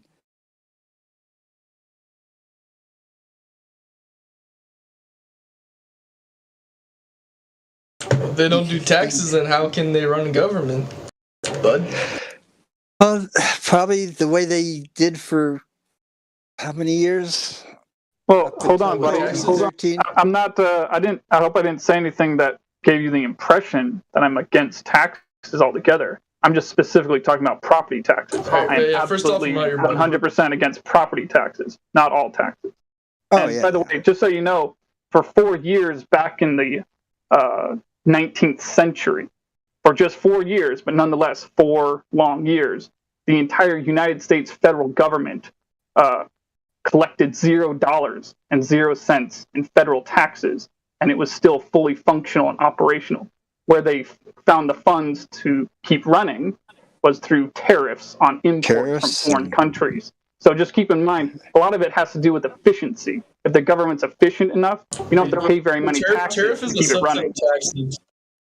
I know it's just another type of tax, but I'm just pointing out the concept of efficiency and how we've come so far from being Yeah, they got the money from other countries that wanted to sell their stuff here. And they pulled in enough to run a government, you know? Yeah, and that helps support the self-sustainability of America itself, because then Not sucking off the American people like leeches. Yeah. Yeah, what services are you thinking are worthwhile paying taxes for, Cliff? What's your top 3? Medicare, Social Security, roads. And you think you live on a spinning globe, don't you? What makes you think that, Cliff? Has anyone ever told you you have a lovely voice? Not today. You're the first one. Not today yet. Cliff, did you know that by 2030, if the trend continues, Medicare and social services will basically cost more than all of the income of the United States? So at that point, United States will be completely bankrupt. No, because you can deficit spend. But we're really going to argue this. What was your third one? Medicare and Social Security are just ridiculous. These are things that used to be taken care of by the family or by private charity, which has been completely eradicated by the incredibly bloated machine and corrupt mafia organization known as the United States government. What was your third one? Roads. We could build those ourselves. We'll call that infrastructure. I'm not building a fucking road unless I get paid. Well, Battlemut does it for a living, so you just pay him. See, here's the thing. He needs an Amish exchange program. Go talk to the Amish for a little while. Tell them all about your Social Security, your Medicare, and your roads. Anyway, go ahead, Hank. Sorry about that. I mean, I was going to say, nobody forces a farmer to work, right? And why is that? Like, nobody holds a gun to the farmer and says, plant the seeds, right? It's because you might need a lawyer once or twice in your life, or a doctor once or twice in your life, but you need a farmer 3 times a day, every day for the rest of your life. So do people need to travel when they do commerce? Captain Dan, you're hot micing a little bit. Try to mute yourself when you're not talking. So my point is that nobody would have to force someone to pay the roads if the government stopped intervening in roads. Because if you look at what they just did, they just spent, what was it, $4 trillion on the infrastructure bill? Are you guys roads, anybody? It's $4 trillion. I mean, it's a lot. I'll buy you a lot of fucking road.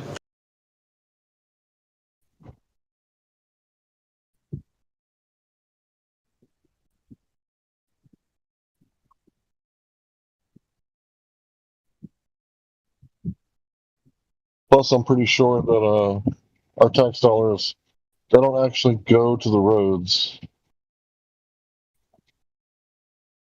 From my understanding is that all the income tax money they pull in every year goes towards the interest on the national debt that we owe to this Federal Reserve foreign, offshore-owned, foreigner-owned, family-owned business called the Federal Reserve.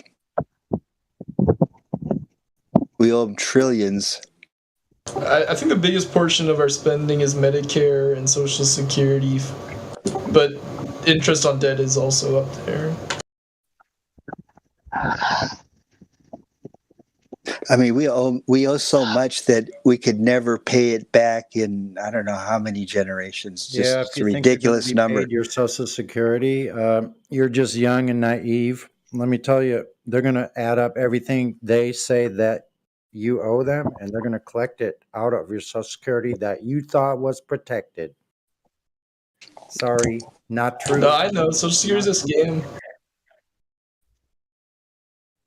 Yeah, this thing called the national debt. They kind of they don't want to tell you about it, but whatever number that is, divided up between how many people are in America, and everybody owes like tens of thousands. They're going to think at some point, they might. You see, they're going to take away all your rights, and then when you bitch too much, they're going to say, I'm sorry, I just lost my train of thought on that.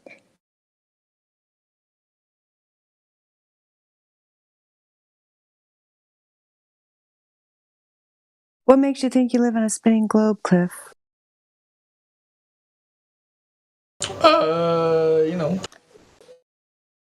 Stuff. I don't know. I wouldn't have asked you. I know.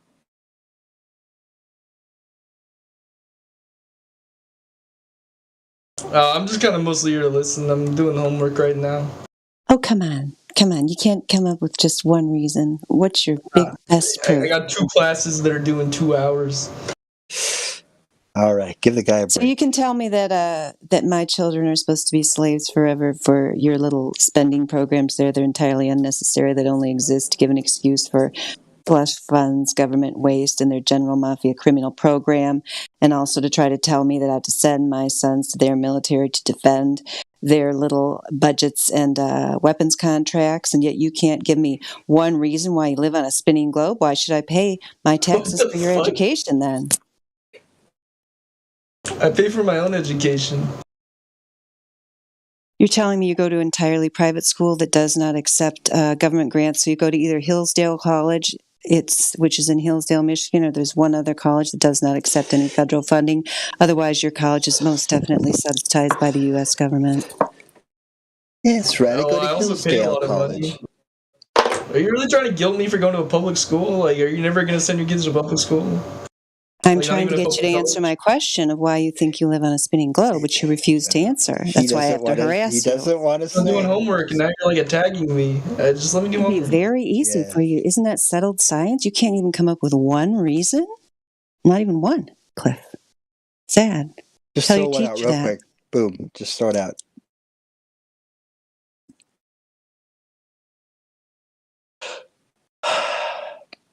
I say because he's seen so many pictures of a ball Earth all his whole life, just like we all have. Yeah, that's why. Captain Dan, why'd you help him? I mean, that's immediately It's okay. It's okay. Yeah, it's okay. He needed help, didn't he, Captain Dan? He passed you the answer. It's because monkeys see monkey do, and you're like a little kindergartner, and they're showing you this ball Earth.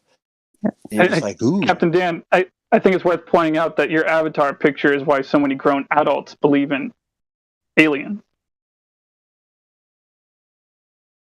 They saw it on kind TV. of an alien. It's an alien-looking creature. It is. Yeah, I since I found a flat Earth, I can't believe in outer space aliens because I don't believe in outer space anymore. There may be the vacuum hybrid. of space. Yeah, I mean, there may be something that you would call alien here living on the Earth that maybe could be underground or have been here longer than us that we don't know about exactly, but it gets into the mystery areas there that is very subjective. Well, the way as I see it is as long as there's no direct evidence for it, there's no reason to think that it's true. Yeah, pretty much.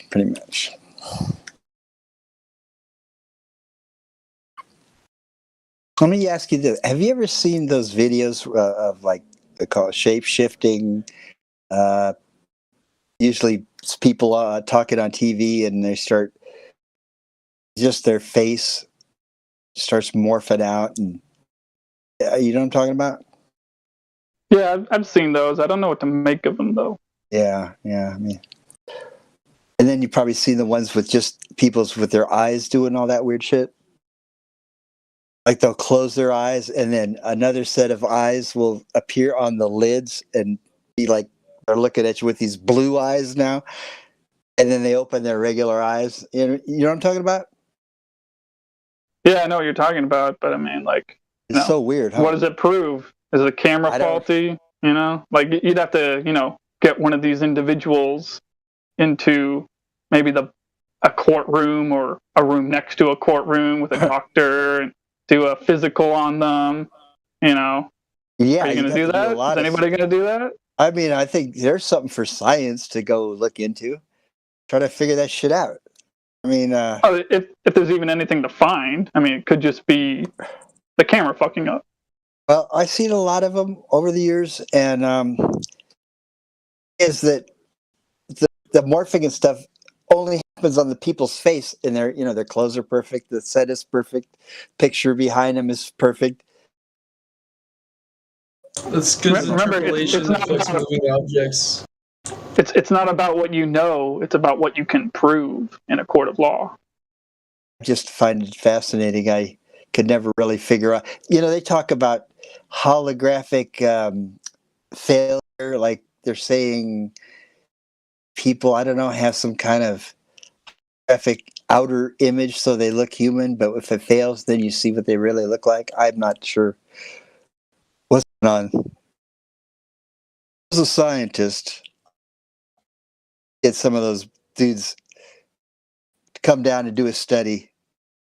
You on YouTube, man, you're as friggin' went snake eyes and what's going on with the eyes. I think if there is, and it's a pretty big if, because I don't think there is, but if there is anything to this that you speak of, the only way in hell that this is ever going to come out to the public and be transparent, if there is anything to be transparent along those lines, is only after most people acknowledge the Earth is flat and stationary. I don't think it happened before that. Nobody's ready for this kind of information. That's what David Icke, came on in his studies, running into these people talking about seeing people that usually authority figures get angry, and then they just saw them for a moment, boom, they took this reptile friggin' face on and everything, and then that popped back to the person again.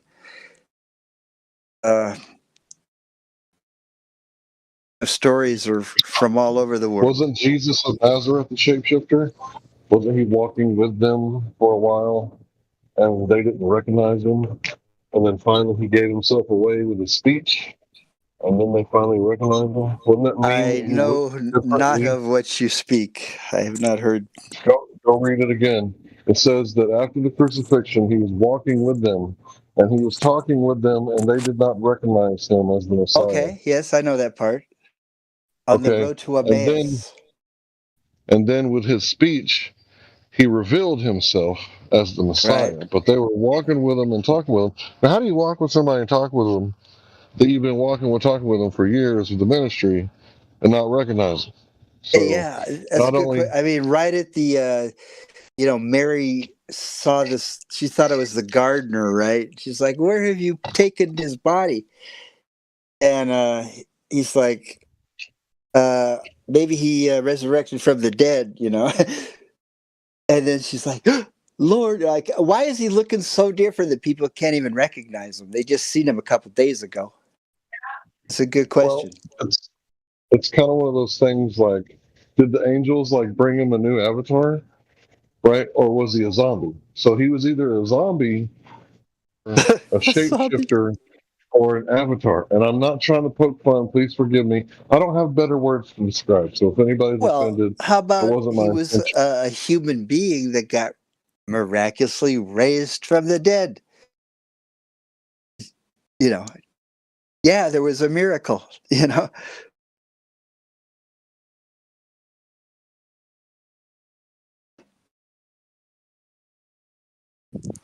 But yeah, also I wonder, what about all the cuts on him and the bruises and holes, and I mean, when he rose from the dead, was the skin still torn up and all that, or they could have been a little more, descriptive on that part. You just put a filthy joke in my mind. Like, when he rose from the dead, did he smell like a dead body? Hope not. Well, Thomas was a twin, right? That's a legit question. So Thomas was a twin, I've heard, and he knew, how easy it was for a mistaken identity, right? So doubting Thomas was like, I'm not going to believe it unless I can put my hand in your side. I think that's reasonable. Yeah, that's pretty reasonable because they're going, he got killed and everything. We all saw it, but he's alive again. You're just like, dude, I need to see that. Yeah. So if he put his hand in the side, then it wasn't a body switch. So he didn't get a new avatar. So right, he still had the holes in his hands and his side. Right. Okay. Right. But I don't understand how come people didn't recognize him at all, man. So when I say zombie, I don't mean like brains, like Hollywood. I mean like zombie is a word from Africa. It means living dead. But he was dead, but now he's alive again. I told you. Guess what? He did. He did. You tear down the temple, right, and I'll build it back in 3 days. I know. The Jews freaked out. They're like, he's threatening our temple. He says he's going to tear down our temple. I don't like him. Boy, they're threatening our temple. You must die. Yeah, I know that I have an unorthodox way of looking at things, but each time I read the New Testament, I try to read it through like a different perspective. So, I think most of the modern day churches got it all wrong. Their whole eschatology of end times events and whatnot, they just ignore what Jesus actually said and just want to believe something. No man shall know the day. Yeah, how many date setters have we had come and go?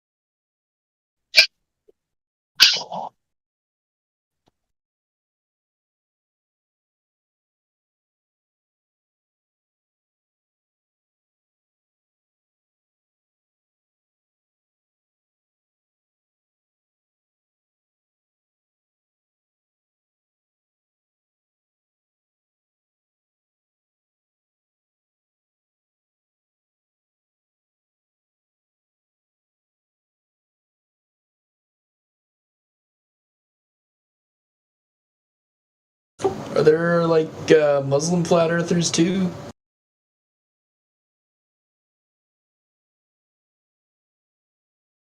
Yeah, we've got people of all different colors, creeds, nationalities, everything you can imagine. We got them all. Nice.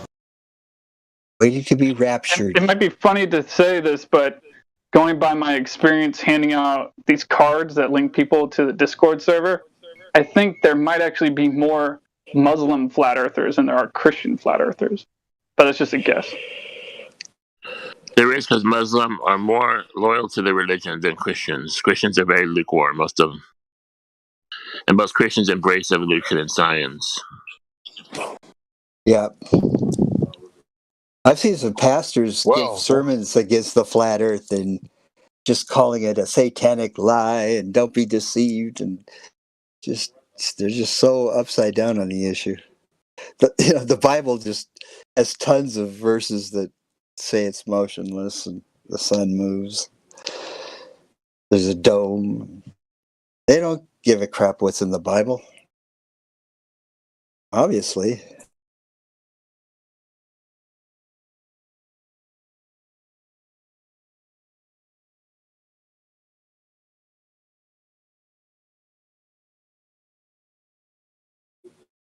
And they preach mad. They're mad at this doctrine.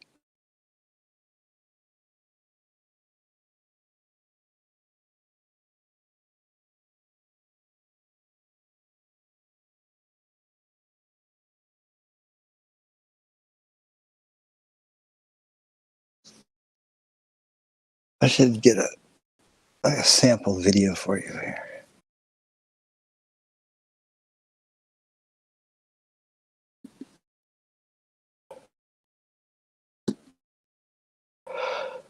How do it?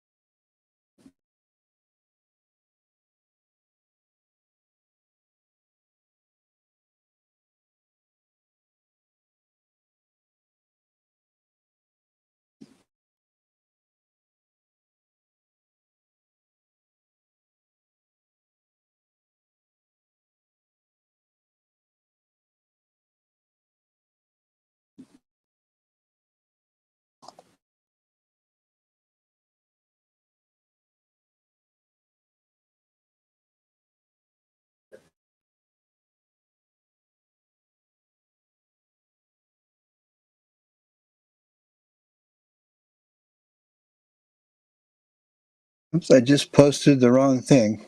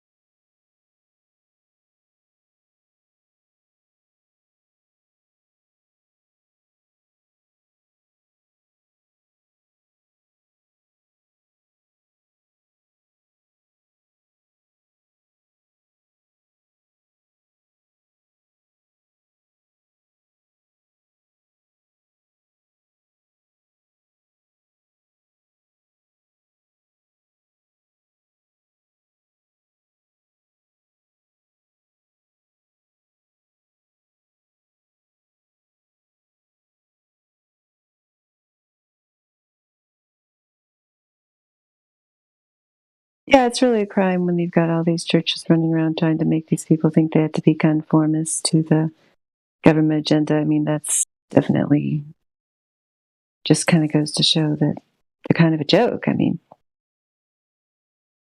spiritual organization should be an organization that doesn't pay much attention to these materialist type or institutions and doesn't, shut down just because they said so, and doesn't, believe in the globe just because they said so, going against their own, holy book. It's just bizarre, how they got these people tied down. But it just goes to show, like you said, you got this preacher preaching it, and some people, all it takes is some charismatic person saying something, and they'll just follow them hook, line, and sinker, like the Pied Piper Hamlin, just follow them right off the cliff. Yeah, Not actually investigate it for themselves. I've seen a couple pastors that teach flat Earth, and then I've seen a few that give sermons, just freaking out that anybody believes such nonsense.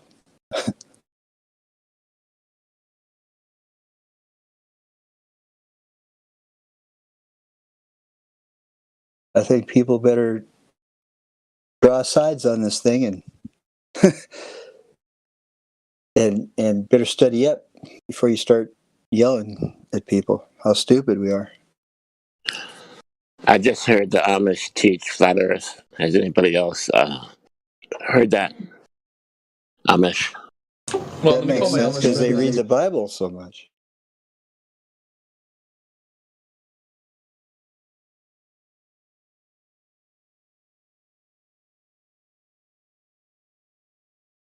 Yeah, I was thinking about asking him when I see them. I go and shop in this Amish grocery store, but they're not real chatty. Like, I don't know. I feel like, I don't know if they would, I'm not sure if they would be interested in having a discussion about it. Yeah, But they're maybe, probably reluctant to speak to the regular right. sinners out Exactly. there, Yeah. Yeah. Like, I don't want to be like, okay, I'm going to worldly ask you 10 people. questions now about what you think. I don't know. You know, they're perfectly pleasant. You know, they talk about, you know, how's your day and all that. Yeah, I think that'd be a legit question. Just say, do you know, the Bible says that teaches that the earth is flat, doesn't move, etc. You also agree with that, or do you believe in the round earth? You know, they probably believe in the round earth. That indoctrination is so. Maybe they didn't go to public school, so they might have missed that. I don't know how that works. Yeah, the one here, they have their own school, but some of them, another place where I used to work that has, in another part of the state that has a lot of Amish, they used to go to public school until they were in 8th grade. But because there were so many of them there, it was like, it was practically an Amish school, except, you know, they had regular public school teachers, but they kind of like accommodated them, you know what I mean? So it's not like they were, I mean, they wouldn't have been teaching them exactly the Amish ways or anything, but they like, you know, They're probably avoided not stuff that big the on. parents didn't want them to teach and stuff, you know, that kind of thing. They're probably know enough that NASA is of the devil. They wouldn't be like all teaching them about all that theoretical, you know, nonsense. I don't know. Yeah, if I'm in a chatty mood next time I go there, maybe I'll try to work into the conversation. Take a chance. If I just had a flat earth t-shirt and wear that, you know, see, that's not the kind, they wouldn't do that. They keep to themselves. Like, they would not be like, oh, I see a flat earth t-shirt there, ma'am. No, they wouldn't. They would not be like that. I would definitely have to bring it up. I know. I just never see an Amish person where I live. It seems like they don't even go into town that much. I mean, they try not to. Well, yeah, they got their horse and buggies. I mean, yeah, we got horse and buggies all over the place. That's only here. when they really have to. Yeah. So it's just like into town and out of there, like Sodom and Gomorrah, you know. Get back to your acreage, your farm with no lights, no electricity. Yeah, I mean, that's one of the reasons why I know that Cliff is wrong, that we don't really need the government or taxes, because I observed it my whole life. Amish live here among us. I mean, you could say, yeah, they take advantage of some of the stuff that's here, like they drive their horse and buggies on the road. You could say that they're driving their horse and buggies on the road, but it wouldn't matter if, you know, if the whole government collapsed and the road slowly crumbled away. They'd drive their horse and buggy on the remnants of the road, you know, or the dirt road, you know. Yeah, but don't you like hot showers and shit? You can have hot showers without paying taxes. I used to have a hot shower with a solar shower when I used to camp in the mountains. So you can just take a little, You it's a boil 5 your gallon. water with fire, and then you put it in the bath with soap. Absolutely. There's many ways to do that. You could hook up your hot water tank to a bicycle generator. Bicycle till you got enough electricity.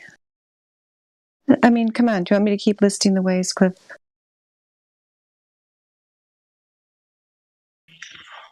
Most of the infrastructure that we have was actually paid for initially privately by the corporations like Carnegie Steel and Standard Oil and these guys. Like during the Industrial Revolution, they needed a means to distribute their goods and services and whatever else, and so they built the railways, the telephone lines that we use. They were actually, you know, the what was it called? We when they did the Morse code crap. What is that? Telegraph. Yeah, telegraph wires. That's what we use as our telephone wires still today. The major like roads, highways, or whatever, they were all paid for by the privately by these corporations just to sell their goods, and they were being taxed at like 70% or something like that, and they were still the richest people in the world by far and had nothing to worry about. I know that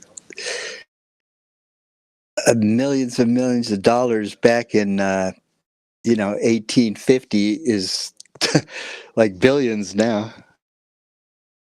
Yeah, it's just, Cliff, you're not aware that who will build the roads? That's like a joke. Like, that's why I just want to know, like, he just came up with that.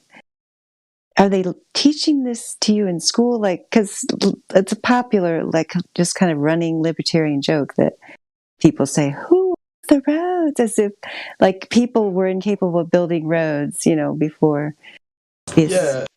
Yeah, like when do private people build like mass roads? Like, is there any country where all their roads were built private, or a lot of them, or like anywhere in history? Private roads? Lou just told you. Did you not? Were you not listening? Do you want him to repeat it? Doing my homework. Wait, can you? I must have missed something. He was saying that private corporations were putting money into getting the transportation systems up and running because they need them up and running nice so they can run their businesses better. It works fine on paper, but has it ever happened? Well, I could see why they would work with the government and kick in some money on doing big projects like that. But I want to know who put that idea into your head, who will build the roads. I got to know. Where'd you get that idea? Was it from your social studies teacher?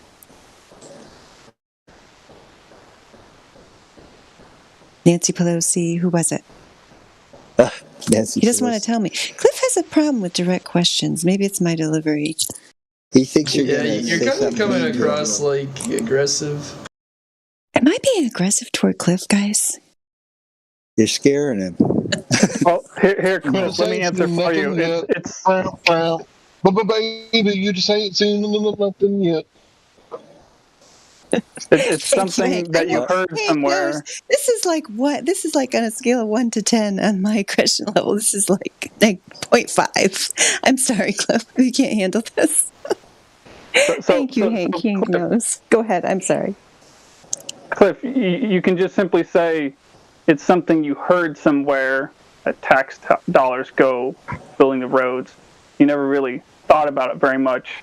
And even if it's true, you never really thought about what exact percentage of your tax dollars, federal or state, go to building the roads.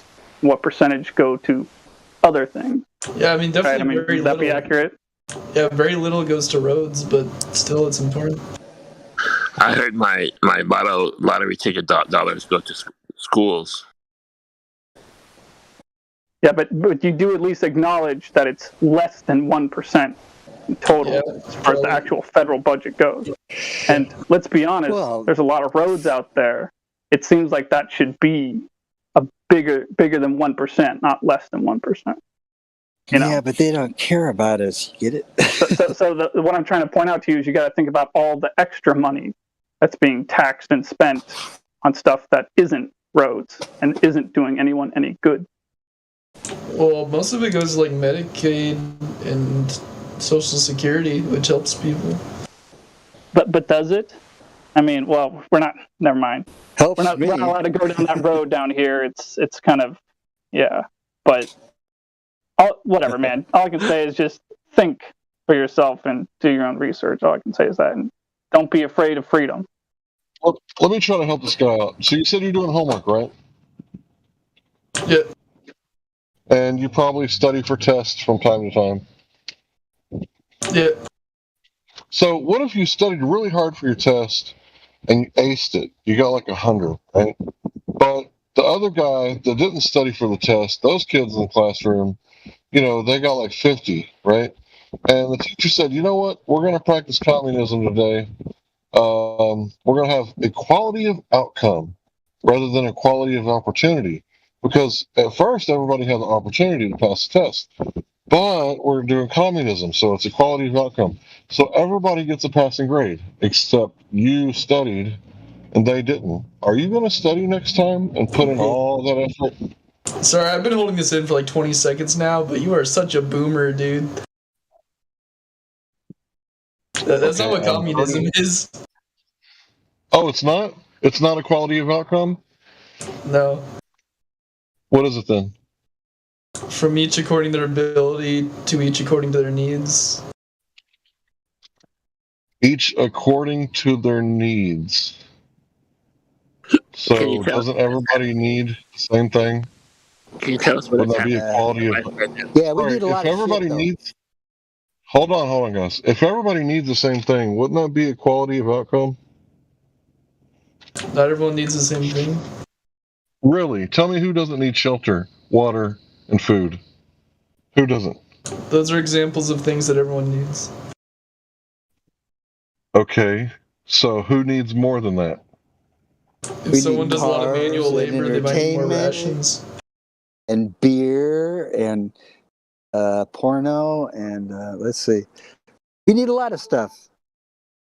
No, we don't need all that. So if someone's working harder, they should get more carbs? If someone needs more carbs, they should get more carbs. That's not equality of outcome. So I don't know. I'm not an expert on communism, but I know more about it than you. Oh, you know that, huh? Who's the expert on communism? Hold on. How many genocides did you study? What? How many genocides, how many communist genocides have you studied? Like how many am I familiar with? No, Yeah, not how many you can count. How many did you like spend hours looking into? Probably 2. Oh, okay. So you probably know about the Uganda genocide, and you probably know about what, Poland, maybe? Talking about the Tutsis and the Hutus. The Tutsis and the Hutus. You talking about the Rwandan genocide? Oh yeah, it's Rwanda. Excuse me. Don't forget the American genocide of the Native Americans. Well, that wasn't a communist one. No, I'm thinking about the Khmer Rouge and the Holodomor. Oh, you know about the Holodomor?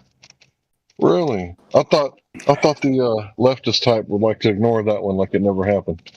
So I'm pretty impressed. I'm pretty impressed that you know about that one. So okay, so what went wrong, right? Because Ukraine is literally the breadbasket of Europe and Russia. Is this a straw man Discord? I thought this was a flat Earth Discord, but now I'm a communist globe earther when I haven't said either of those things. Okay, I apologize. I recant. Okay, I just don't like commies. Okay, so I recant. You're not a commie. We're just discussing. No, yes, he is. Yes, he is. Yes, he is. No, I'm not a commie. I don't like communism. Have you now or have you ever been associated with a communist group of any kind? So can you disavow communism?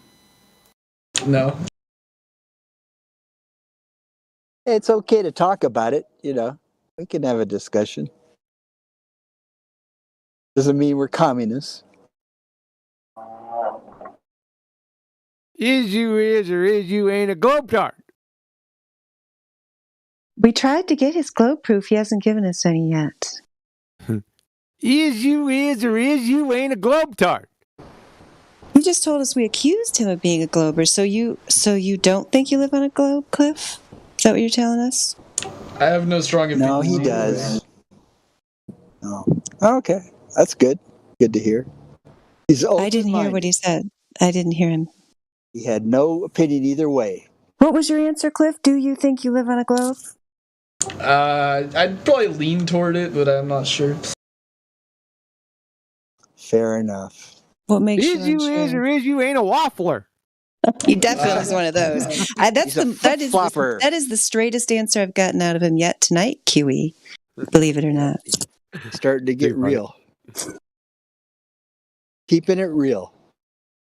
It was the first question you asked me that didn't come with presuppositions. Because earlier you're asking, like, how do you know you're on a globe? Like, you're assuming I believe that.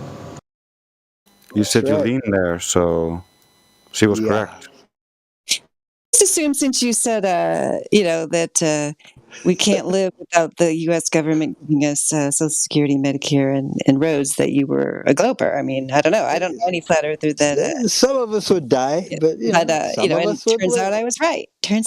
But I did make an assumption there, Cliff. You're absolutely right. You called me out on that. Well done. So, what makes you lean toward the globe?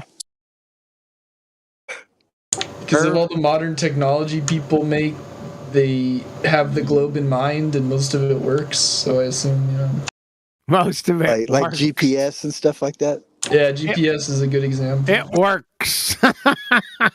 Okay, that's a reasonable answer, I think. What about the 100 failures before he got the light bulb right? I mean, do all those work? It works. Really? How does the sextant work? How does GPS work on the flat Earth? Hold on. I asked first. How does the sextant work on a globe? You aim at a back to star and then you aim 14. at the horizon or some shit. Yeah, you do. And then what do you get? The difference of the angles. No, you get an elevation angle. Okay, that would be the difference between the horizon and the object. It's not the difference. We're not subtracting anything. So, how do you get an elevation angle with a curved baseline?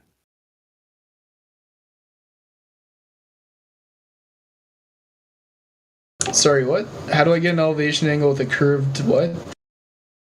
Baseline. I don't know what the baseline is.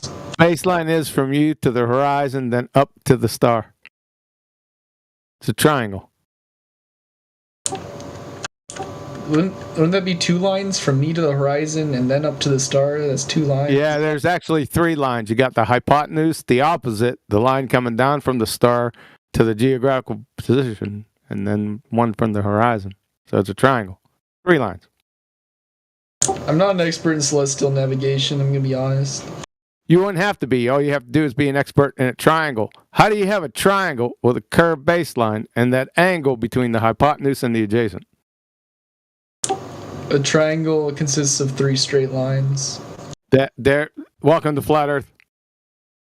Oh shit, okay, I guess I am a flat earther then. Have a nice day. Thanks, Trace.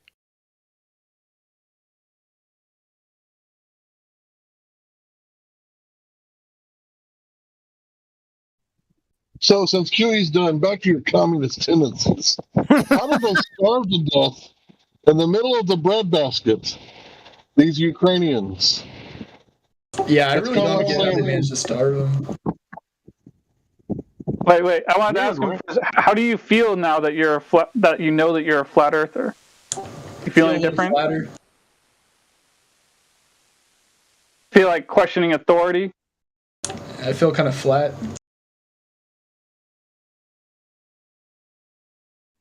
Are you going to tell anyone? Do you think anyone around you deserves to know? I question authority all day, man. That's all I do. Are you going to tell your mother at least? Your friends? I don't tell my mother anything.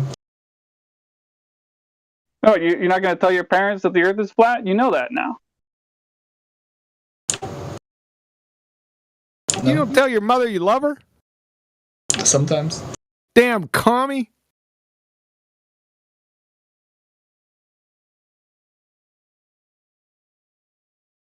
You said you didn't tell your mother anything. So you must not tell, because I love you's anything. Okay, you got me there. I do say that. All right, fair enough. He just lied a little bit. So back to your pre-latent communist tendencies. I just want to point out that 100 million people died, that's the estimate, in the past 100 years under communism. Right? And so they're really good at doing one thing. They're really good at making everybody poor as dirt and working them to death. And anybody who complains about the utopia not being quite utopia as they thought it was utopian as they thought it was going to be. Well, you know, These countries were all pretty shit before communism too. What? They were crappy before communism as well. Okay, so Ukraine, the breadbasket, all those self-reliant, self-governing people, they were crappy. I thought they were like flourishing to the point to where, you know, people were like moving into Ukraine because it was a good place to live. How did all those people die if they were like suffering from? Okay, I admit, you know, they did just get out of serfdom, like maybe a few decades before, right? But they were doing pretty good. They actually had employees, right? And every time you kill the farmers, people starve to death. So why would you bite the hand that feeds you? That's rule number one. Don't bite the hand that feeds you. But rule number one of communism is those farmers stole everything from us. Us lazy bastards who've been sitting on our ass. All the money in their pocket, they stole it from us.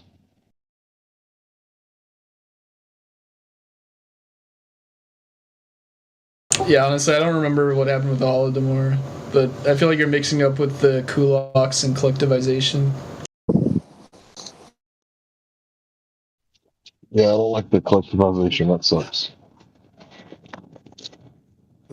When Stalin got in power, he just ended up killing like 60 million people he didn't care for. Right, and he was a communist, right? Sure was. So what happens when the communists get in power? First they confiscate the weapons, and then they start mass murdering people.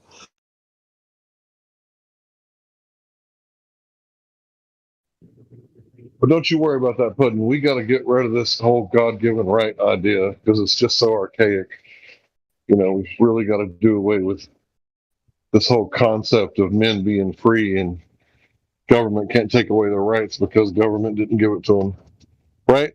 We got to get rid of that system. What I've heard Klaus Schwab actually say.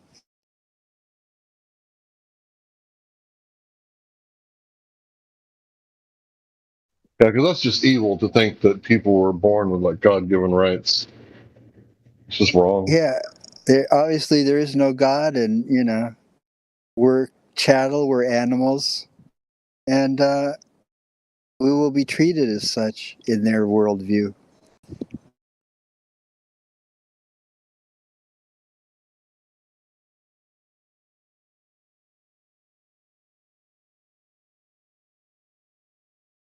So yeah, I hate communism. I think there's a few socialist programs that are okay, but I still don't like the idea of somebody putting me in a cage if I don't pay taxes. So I'm torn. I wish that everybody was smart and like to educate themselves, and we could all live like anarchy, right? Like kind of like they did before, you know, the Russians came and said, "Hey, we're going to need all that food." And they were like, all of it? Like, what about what the machines drop? Oh, yeah, it's a death penalty if you pick that up. Is that really necessary? It's like if I feed my children, like, glean from the ground that the machines dropped, like, that's the death penalty? It's like, oh, yeah. Yeah, you'll have to die. For sure. So, yeah, I don't like communism. I think there's certain forms of government that are the best. Obviously, self-governance being number one. I know this might sound crazy, but if a country were to like sell oil and then keep the profits, I don't know, it sounds crazy, right?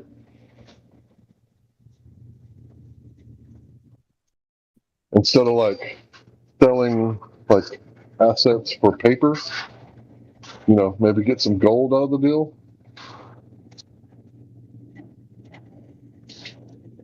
Anyway, I'm not an expert on governments, but I did do a little research on communism.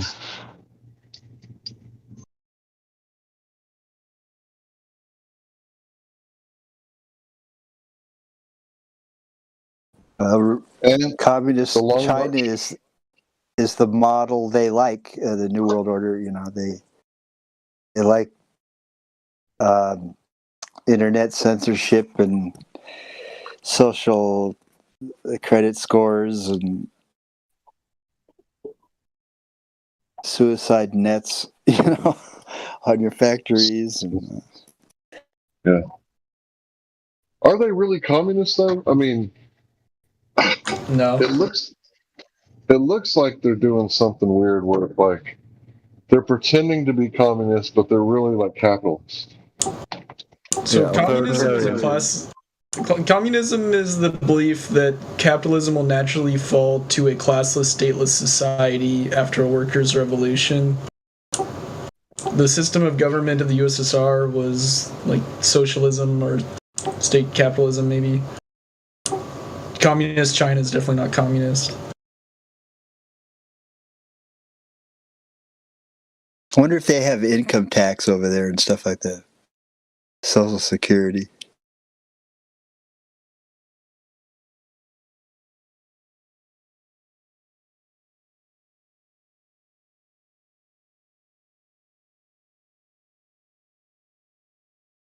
Yeah, I see them more as totalitarian or authoritarianism in China. It's just the government controls everything, and they had before Mai Sharona, they had a bunch of riots happening all over China, and then people started getting shot in the streets, and all of a sudden we got Mai Sharona.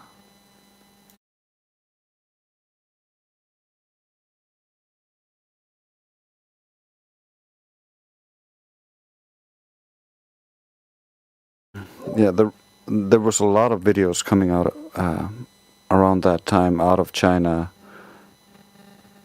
and it wasn't looking good. Even before any of the mainstream media covered anything.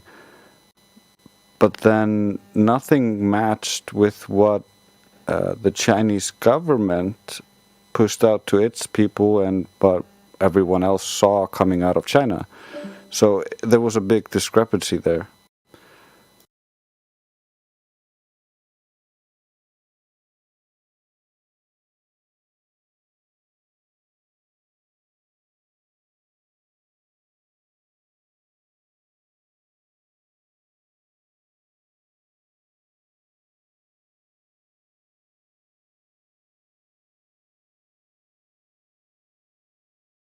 Why does China need to conquer Taiwan so bad?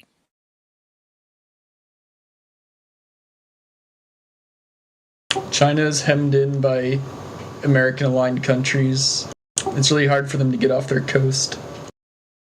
Almost all of their energy comes through sea.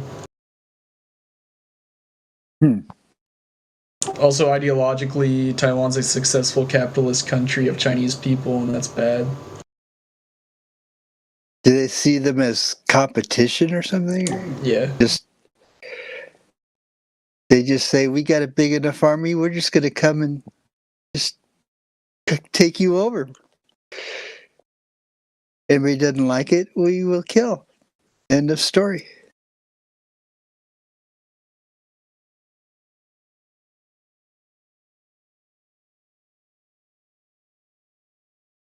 I like this, Glover. He actually has thoughts. Is this what your homework is about, China? No. What's your homework about? Information technology.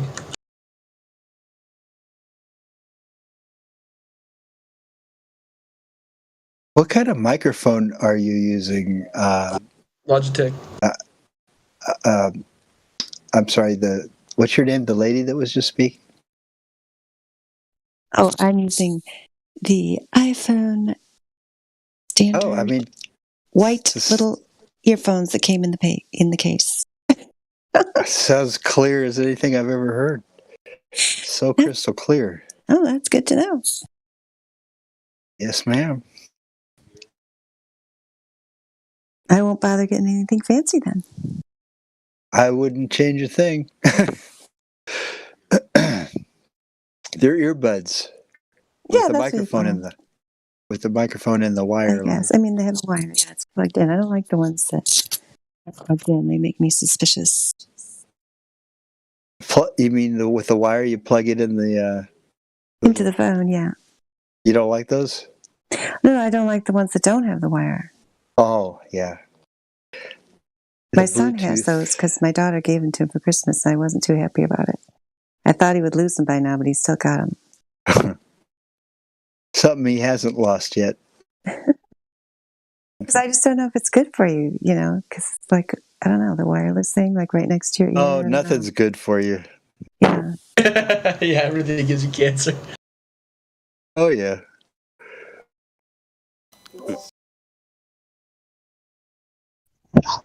You know what's good for you? Lots of fiber, lots of sleep. Chlorophyll-filled foods. Of course, there green are foods. things that are good for you, but I'm speaking in generalities. Right. Fasting. The things that are provided to us from our overlords are generally bad for us. Oh, you're just talking about how they're anti-nature. Go ahead, Rick. Yeah, they like to push these agendas, and sure, you're right that on the surface level, what society pushes to us is generally unhealthy and not good for us. But like Hank was saying, there are actually healthy things that we all can do.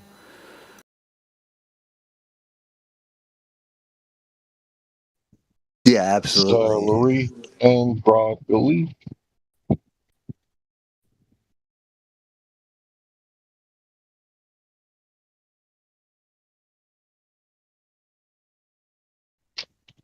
I remember everybody was talking about broccoli sprouts. Bro, I got terrible timing. I don't mean to keep talking. I would say people talk about even walking barefoot has its health benefits. You know, connecting with the earth like that. For sure, yeah, I walked barefoot the first time the other day, you know, since the winter, and my feet were so raw because, you know, after you do it all summer, then your feet get pretty tough. But I had some problems. I definitely had to build up my feet skin again after the winter. When I was a child, I went barefooted so much I could run on the roads. Right. By the end of the summer, you got a callus on the bottom of that foot. Mm-hmm.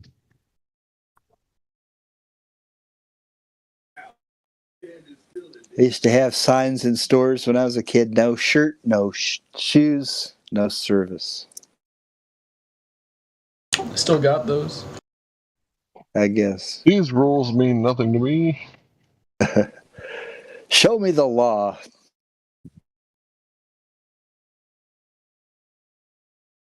Oh, there is no law. It's just a sign. Looking up the scenery. Do this, don't do that. Can't you read the signs? Oh, yes, signs. Ah, yes, the 60s. Those are the days. No long-haired freaky people need not apply. So I tucked my hair up under my you know hat. that song. Yeah, that's the beginning, isn't it? Yeah. I'm an old dude. I haven't heard that song in a long time. He says he tucks his hair up under the hat, and then the guy's like, wow, you're a fine employee, you know. Then he takes his hat off. Oh, I have a long hair.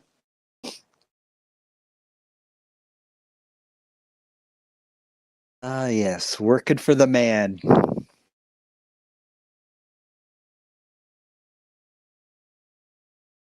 So where did our communist Glober go? He's right there, right above you, Cliff. Yeah, see if you can get any doing homework. See if you can get any glow proof out of him. He said he hasn't made up his mind. What we need Well, in here is someone I who's... guess QE talked him into it. That I mean, really, he did give us that proposal, which is that nothing that they say they made on a globe could ever have been made if it wasn't actually a globe, since they said it was a globe. You don't see the circular reasoning that you told me that my question was presuppositional earlier, and you can't see the circular reasoning in your number one globe proof, Cliff? So when you ask me, can you give me a couple reasons that you think there's a globe? That's like saying, do your parents know you're gay? You know, it's like presupposing that I believe it's a globe. So It's like You still beating your Okay, wife? so give me your number one reason why you think it's not a globe, then, Cliff. You have to answer one of those questions. You don't want to answer the first one, then answer the second one. Okay. I haven't observed it being globular. Globular. It's like my favorite glober. I don't know. Like, do we have a prize for best glober of the week? A glober who admits he's never seen a globe. Oh, balloons are falling out of the ceiling.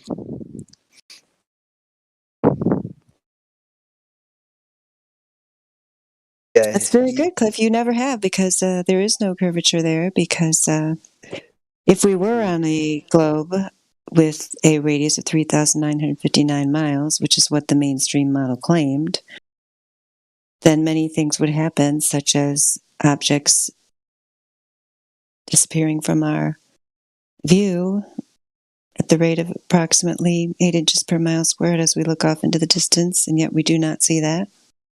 We have long distance observations that are totally impossible on a globe with the dimensions claimed, as well as laser tests.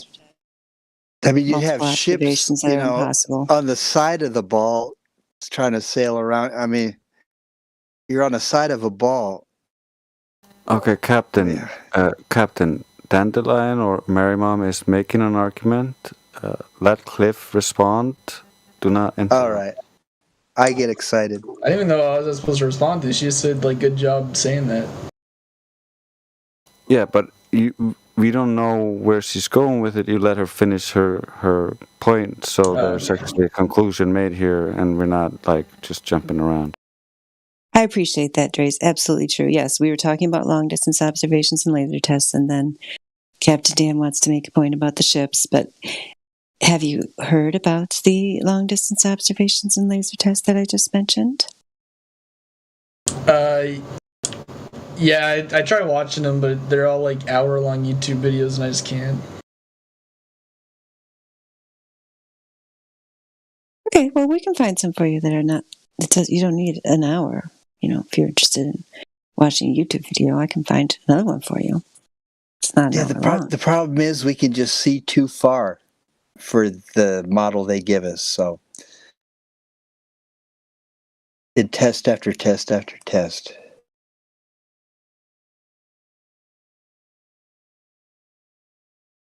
How long is the Quantum Eraser Explains the Black Swan Argument video? That's not too long, I don't think. I'll see if I can find that one.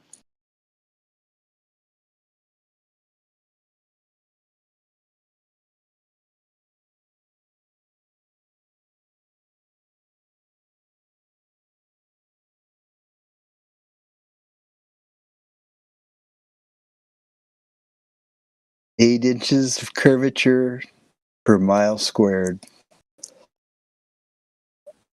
Oh, yeah, look at that one. It's 4 minutes long. Thank you, Nathan. Cliff just put it in the live stream voice text. Did you see it?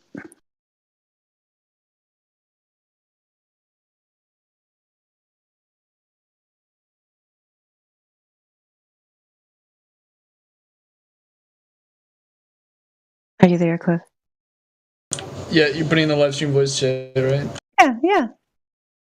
Yeah, let us know what you think of that one. Sorry, I'm kind of multitasking. Might be hard for me to be the tell. center of attention right now because I'm doing homework. Oh, that's fine. Yep. Maybe just watch that when you get a chance. Let us know what you think about it.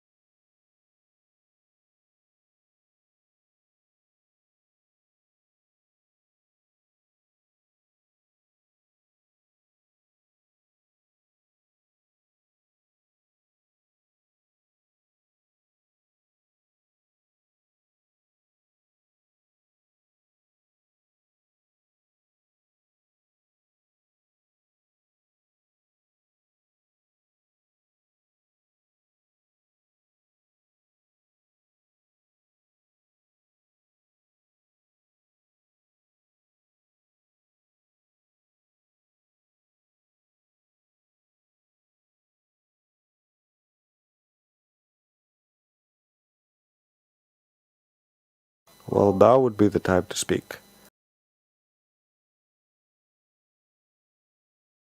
Yeah, Yeah, what's Captain. up, Captain? He wants to tell us his. We've got another captain that just came in, Captain Caveman. And now, Captain Dan, did you want to tell us about your ship argument? Or tell I mean, just think about it.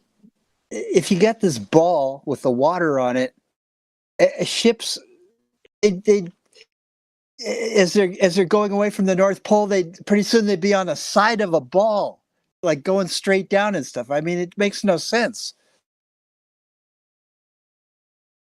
Same with airplanes. Mm-hmm. I'm giving Cliff the intellectually honest tag. I don't think anyone on the server has ever had Globus Hystericus, Google Earther, Complicated Rock. Oh, somebody already gave my original thinker. That's nice. Yeah, this is a very unique combination of roles. I think never been seen before. Hey, thank you. Yeah, I kind of watched the video, so I guess you shouldn't be able to see the oil platform that's that far away. Oh, I'm glad you watched it. Yeah. I was just looking at that Will Smith punches Chris Rock. I mean, that looks real, doesn't it?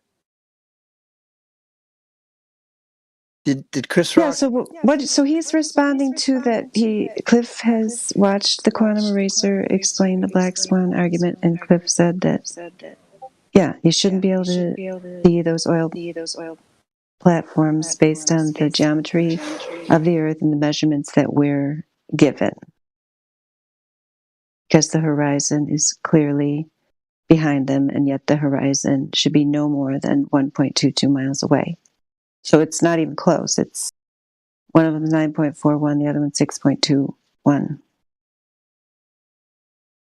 Yeah, that's weird that you can see it when it's far away, but how come you can't see like even farther away stuff? Like, why can't I see London when I stand in New York? You know? It should just be like a straight shot to the ocean. Yeah, how high is London? Probably sea level. Make a guess. Make a guess. Okay, well, actually, London's on the east side, so okay, fine. Ireland. Let's say there's something 400 feet high in London, and then let's say there's something 400 feet high in New York City.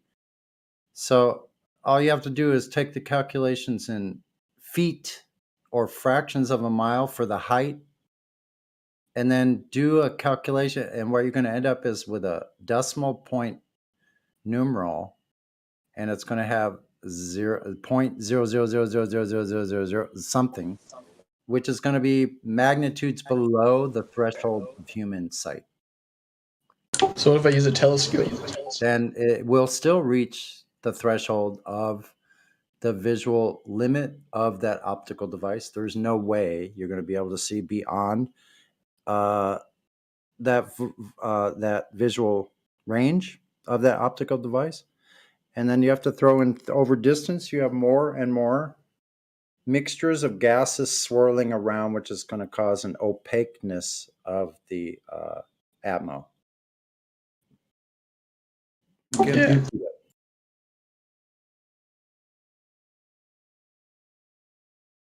There could be a thunder squall out in the middle. There could be 2 or 3 of them in line out in the middle of the Atlantic. You think you can see through those? Thunder squalls? Rainstorms? But if it was like a really clear day, though? Yeah, all the way across the Atlantic? It's probably unusual. Maybe like 1 in 1,000 days, there's just no storms between us and You still can't see. It's beyond your visual limit. Yeah, there's also the light itself. Look at this image I just posted. This is taken from a P900, and it's of an island just a few miles away. Look at how much the light from the island has diffused before it hits the camera sensor. How can you think that the light would actually be able to reach you from that far away? It's on like a shitty day, though, right? No, it's a pretty decent day. It's just very far away.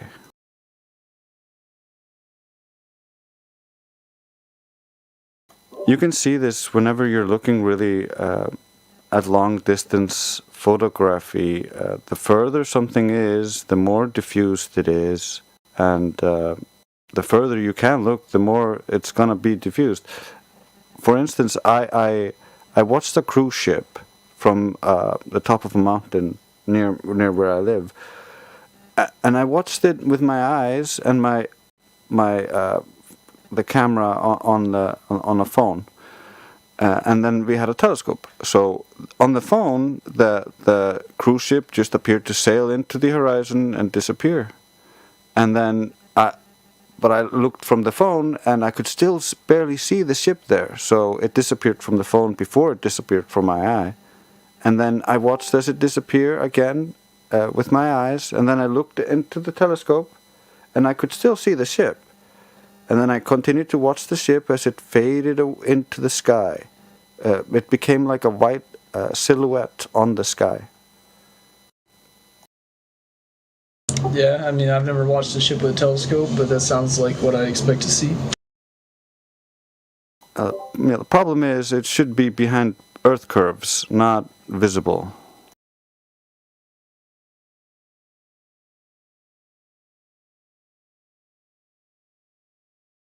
And if you can't see the boat because it's faded into the sky because the light can no longer reach you through all that atmosphere or atmo, then you're not going to be able to see across an ocean. It's just not possible.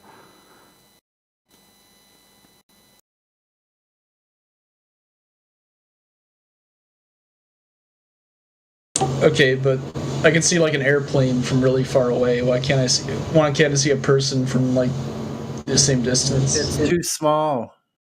The person is so small, it's in the vanishing point. Okay, then an airplane on the ground. Yeah, an airplane disappears too. Before it gets to 30,000 feet, you can no longer see it after about 4 miles. 4? 4 to 5 miles, you're not going to be able to see the freaking airplane anymore. 4 to 5 in elevation? Your eyes have an angular resolution limit. They can't discern things that are too small to see. Like you cannot see the cells in your hand. They're too small for your eyes to pick up.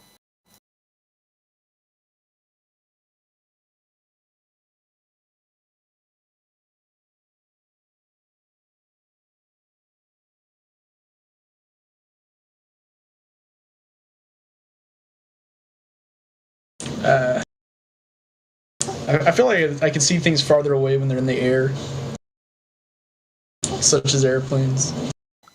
Yeah, when you rise from a level plane, your angle to the ground increases, and therefore you can see more and further. That's because as the angle opens up, the diffraction limit is greater, because now you can only see the diffraction limit is an arc second. What is it? 0. I forget.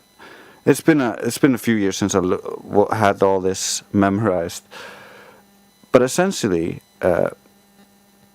once you rise, the angle opens up, and so you can see more of the objects, and they no longer are indistinguishable because they're too small to distinguish and are part of the horizon line, which is the vanishing point or the diffraction limit of your eyes or the optics you are using. That's why I can change where the horizon appears to be using optics alone, as I talked about earlier with the boat. So there's always this limit to the optics or the Rayleigh criterion, and as you rise, you open up the angle so that now you can see further, but that doesn't mean that you can see forever. And it is also important to note that as you rise, you're rising up through a gradient, so you're rising above the density, so you're not looking through as dense a layer, and you're looking down into it. So it all plays into it, so there's many factors. Yeah, so you see the image I posted at 9 minutes after? It looks like an album cover. The road there, well, you notice that yellow line? You can't see the end of the road in this picture. But you can see the mountains that are obviously after, further at the very end of wherever this road might turn, but you cannot see the end of this road. Why is that? Because of low resolution camera. No, that's not it, man. It's angular resolution.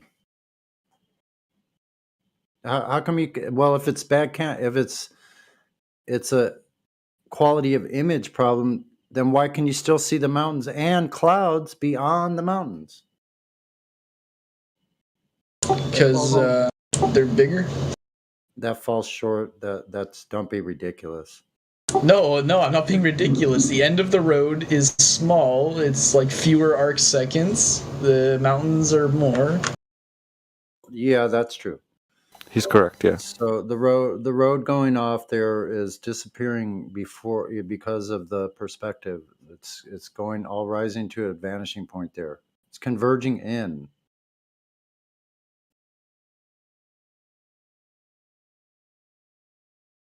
I mean, but imagine like the road wasn't there and it was just like one small thing the size of the end of the road. I mean, if it was large enough, you could see it. Or if you had like a sufficient zoom camera, you could see it. Yeah, but how large would it have to be and how far? If you had a high magnification telescope, I mean, you can point that at the moon and see detailed. It's not the same thing though, and you're not dealing with the same lensing effects, and there could be refractive effects, and there's many things that can play into the horizon or the vanishing point, even though the vanishing point itself or the horizon line comes from the diffraction limit. There's things that play into it and can therefore extend or make it appear to go further or be closer. So those are the conditions of the day that play into that.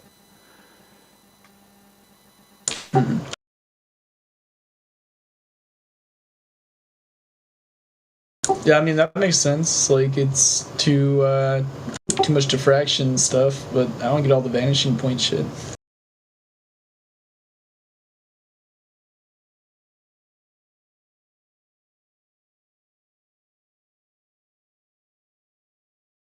Yeah, I mean, you're.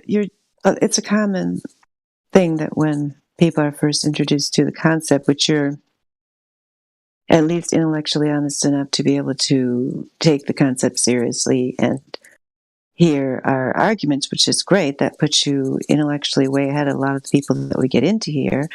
But the common thing then is like, well, if it's flat, why can't I do this? Why can't I do that? So, and that's fine. I mean, that's normal, but at some point, and sometimes it takes time for it to sink in. I mean, you just realize, yeah, there is not any proved curvature. And like you said yourself, you've never seen the globe. You're relying on these reports from other people. The thing of it is that sometimes those agencies will claim, oh, look, we're up here in the ISS. Look at the curve. And then other times they'll say, if you look at the page about the job of NASA employee, data visualizer, and designer Robert Simon, he'll tell you that the image you see of the globe, the way he creates that image is on his computer. He wraps flat maps around the globe to match people's expectations of what the Earth looks like from space. So he tells you right there, he's taking a flat map and making a photoshopped CGI image. He has multiple interviews where he said this publicly, doesn't even hide it, right on nasa.gov. And if you dig further, I mean, that's their public page.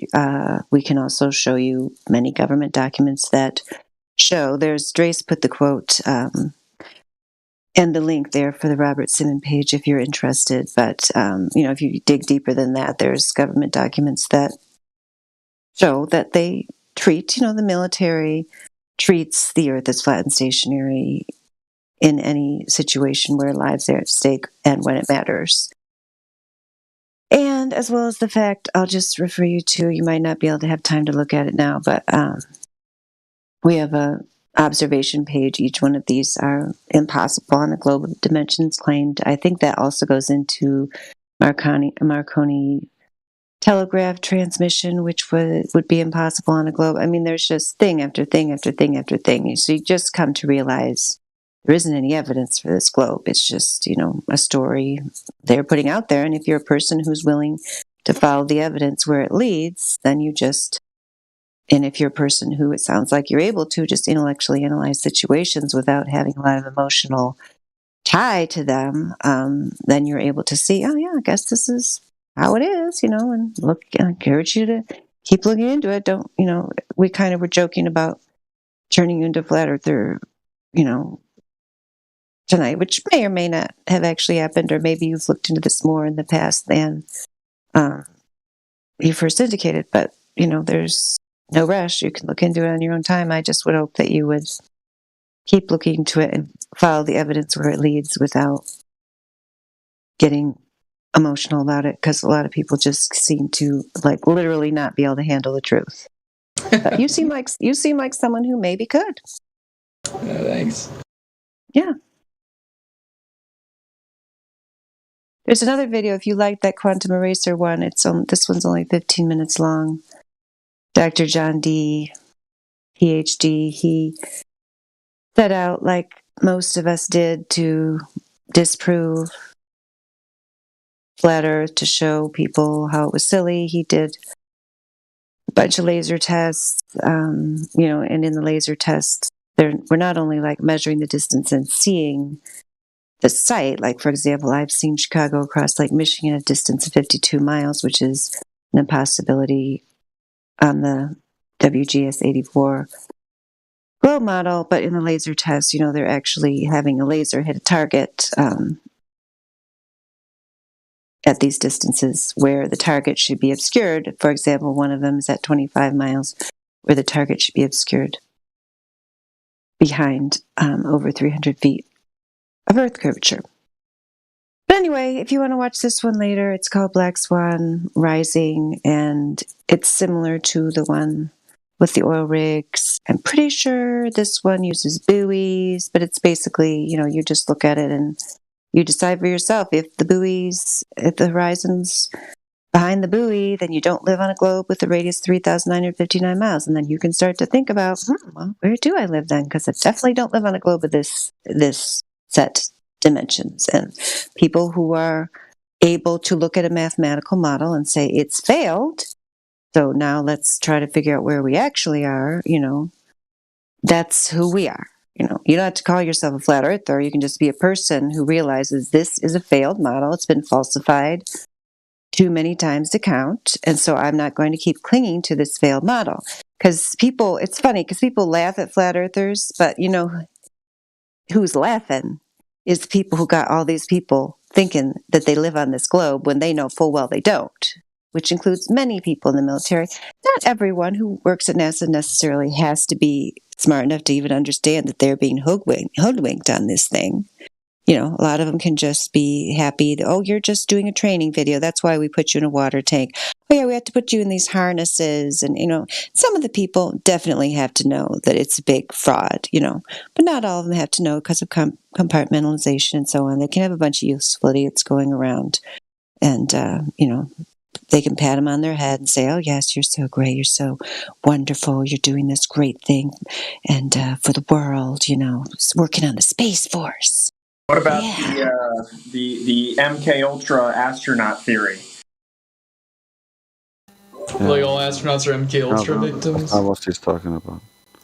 There's been some stuff specifically about the Apollo mission head asses that are basically just like, yeah, you got MK'd hard. Well, Don Petit isn't exactly giving anyone confidence in their abilities.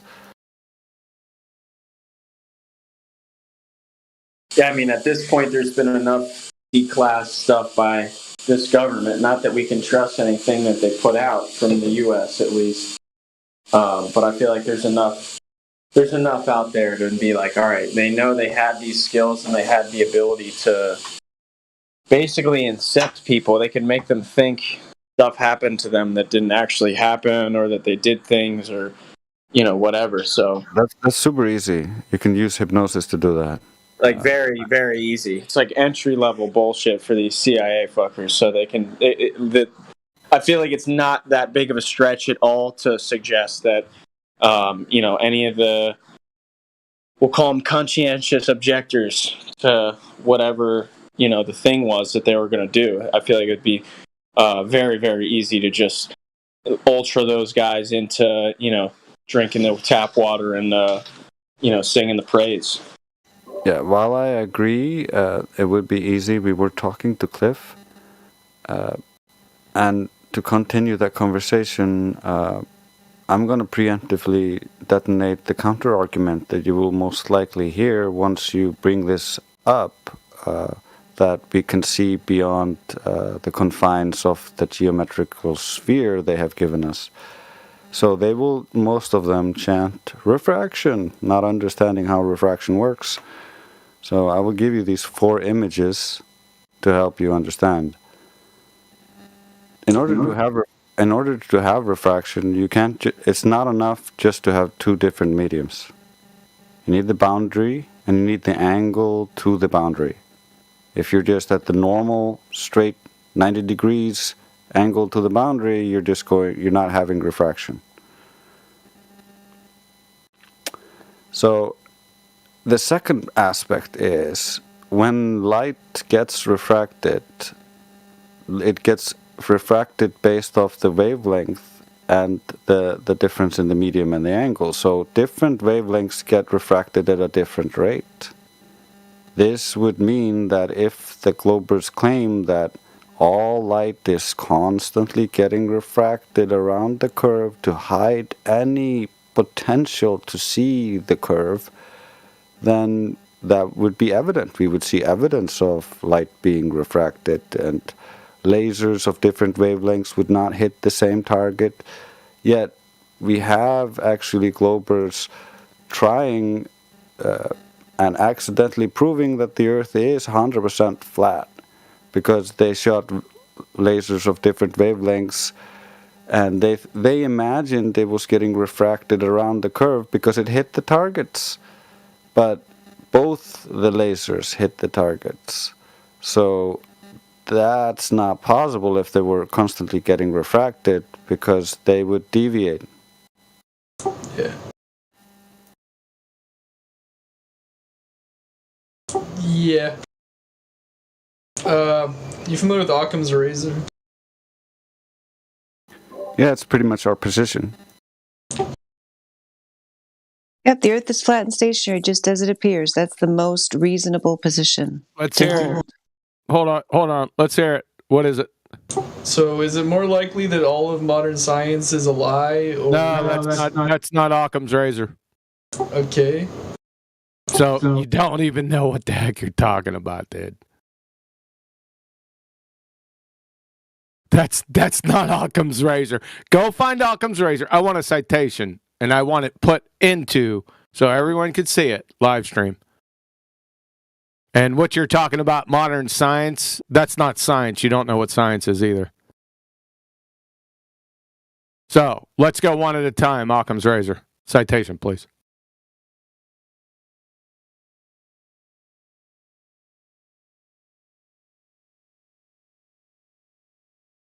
Cliff, what's Occam's razor? You got one? Is it more likely that everything of modern science is incorrect? That's not Occam's razor. How many times I got to say this? Put the definition of Occam's razor in live stream voice text. And you don't know what science is or natural science is either. We'll get to that here in a minute.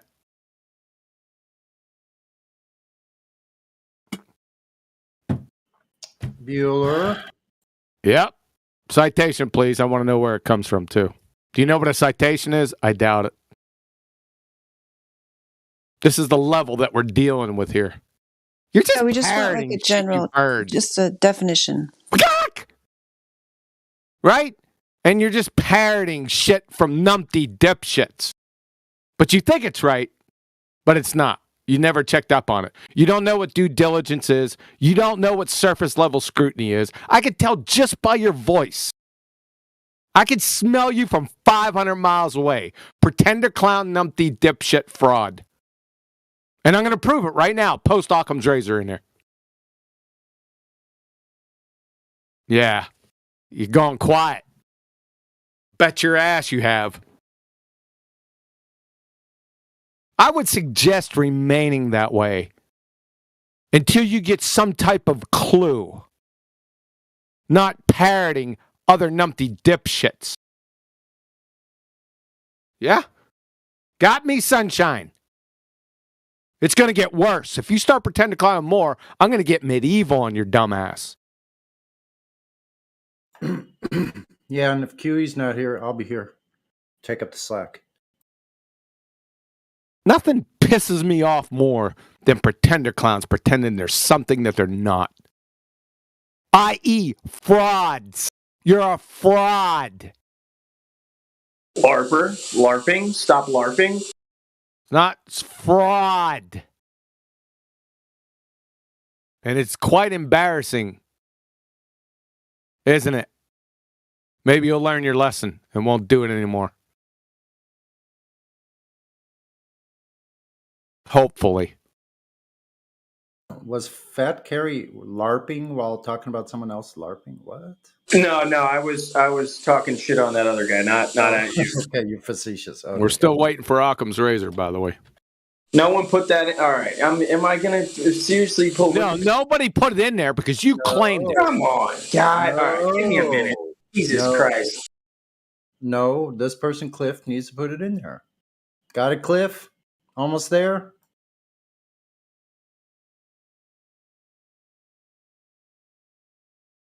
Hello, Cliff. It's not that difficult, really. No need to get your panties in a twist. Just put the definition, Occam's razor, in the live stream voice text. Easily done. Okay? I'm kind of multitasking here because no one else posted it. Oh, shit. No one's posted Do anything. you just spell this shit out? Like, does he not know how to spell Occam? Like, what's the issue here? No, I'm doing homework at the same time. Well, we can go on to someone else. He's not going to do it. Let's just go on to someone else then. We'll just leave you on mute while you're doing that. How's that sound? Captain Caveman's here, another captain. Have we talked to Captain Caveman before? I believe he's a flatty, if he's the same person I'm thinking of.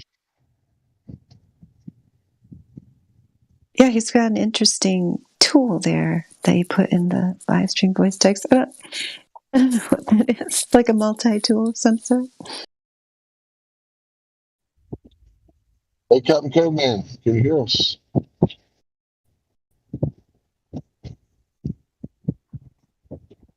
I would think a caveman wouldn't have such a fancy tool. I thought he'd just have a club. I don't know. A caveman probably knows how to measure elevation angle, though. Yeah, that's him. He's wait, no, maybe not. Maybe that's not the right one. Captain Caveman, speak up for yourself.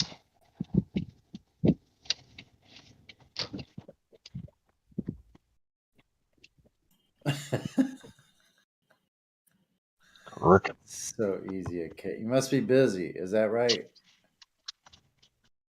Can you send us a smoke signal? Something. Not busy. It's just awful noisy right here. It's hard to hear. Oh, okay. Caveman, aren't you a flatty? Yeah, I'm a flatty. All right, I think he's old school. Flatty. Somebody said straight razor. That's too funny. It's more like Hanlon's razor. Anyone know what Hanlon's razor is? Isn't it you're supposed to assume ignorance rather than malice? Yeah. Oh, yeah, that's right. Hanlon's razor. Don't attribute to malice what can be completely explained by utter stupidity. Stupidity. That's a malleable little statement. Yeah, I still haven't seen Occam's razor in here, by the way. I guess we bypassed that. I don't know. Now he's deaf now, so I don't know what's going on. He just came in to say something for a minute and act like he was about that life, but he's not. He deafened, so he can't even hear us talking shit. No. This is like predictable behavior, though. Like we see this all the time. We've got this other person with the name that can't possibly be pronounced. By the way, before you get to that, Occam's razor is just a heuristic. It's not. It doesn't have anything to do with science, natural science, whatsoever. So, forgive me. Go on. Landfair. Landfair. Unless the two L's are pronounced like llama. Yama. Yeah, I don't know. Maybe they can tell us. Welcome to the server, Landfair. It's been a while since I've been in the server, guys. How's everybody been? Good. How are you?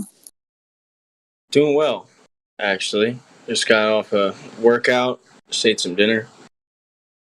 Just kind of chilling Sunday night, doing a little prep for work for Monday. Oh, that the first two things you said was cool. Prep for work that's not cool. Yeah, I mean, we got to get the money, though. That's what it's about. I hear you. I got you. I'm tracking with you. But yeah, very not cool. Been just fucking slammed. It's like busy season right now. I just got all this stuff. I'm that dude that outworks people and is willing to stay late and do the extra stuff and, spend the extra hours. Everybody's working 40, I'm working 60, But then again, also, I make commission as part of my work as well, so there is a direct payoff to me working more. It's not like I'm just some wage cuck that's working more because they like it. Good one. I think I've been a wage cuck before. I'll just say that. Yeah, no, it's a bad look because you're not actually a manager. You start doing other stuff and taking up extra work. Basically, you kind of just get beat because then management is going to be like, oh, this guy will do more work for less money than everybody else, so we can dump shit on his lap and he'll take care of it. Yeah, that's exactly right. That's exactly right. You won't get paid. You're not getting any compensation for that. So, as opposed to in my world, every extra hour I spend directly leads to dollars in my fucking paycheck at the end of the month. So there's a reason why I'm going hard, and not just cause. But not yeah, just a wage cuck. You do not want to be a wagey. That is not something you want to be, right? You need and it'll define what type of person you are. And management uses psychology, and they're going to look at you and go, well, okay, what type of human is this? Is this somebody who's going to sit down and quietly just do their job? And if they get a promotion, they'll be like, oh, cool. And if they get a demotion, they'll be like, oh, okay, I guess I have to accept this. Are they one of those? Or are they the person who comes in at 6 months and goes, hey, when's my performance review? And they go, oh, normally we do those yearly. And I go, okay, that's cool. I do them every 6 months. Let's have a performance review at the end of the week. I want you to have something for me.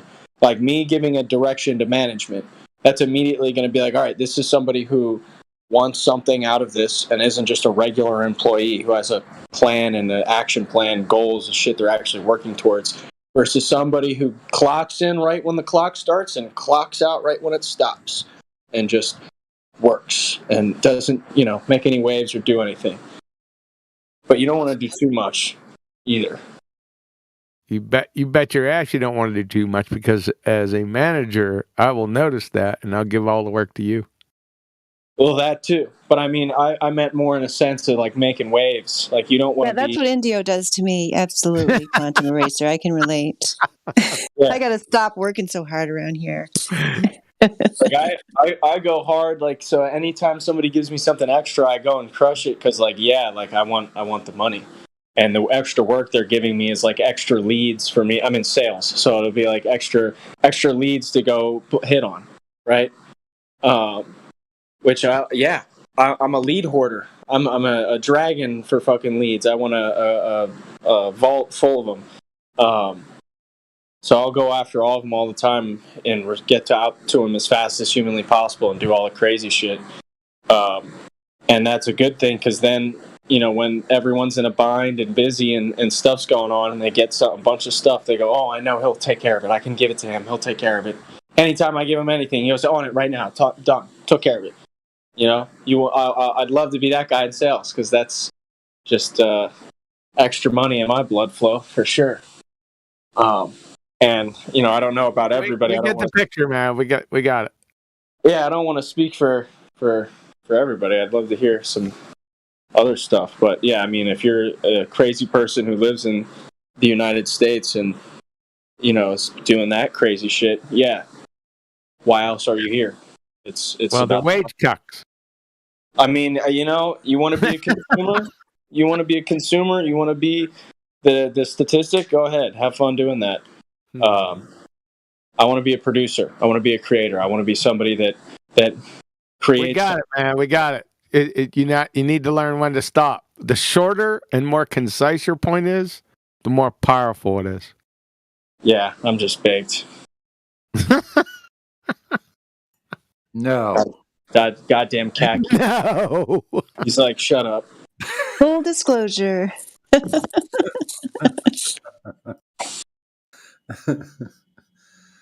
Yeah, I think he did the right thing by going from enlisted to CO. That was probably a smart move. Like, The hell are you talking about? I don't know, man. I'm just rambling. Never mind. Like, He's talking. You're saying that I went from a wage cuck to. Yeah. Is that what you're trying to point at? Another level of wage cut. The wage cuckiness is strong with this one. Yeah, I like it. I like it, and I never heard it phrased that way. I like it. I mean, some people are perfectly happy with that, and like that's okay. You know, everybody's allowed to do what they want to do, but I don't know. Yeah, for some people, it's too late. I mean, I don't want to believe that it's ever too late, but like, ooh, yeah, solid point. I'm gonna start charging people with that, man. I'm gonna start selling Coriolis insurance.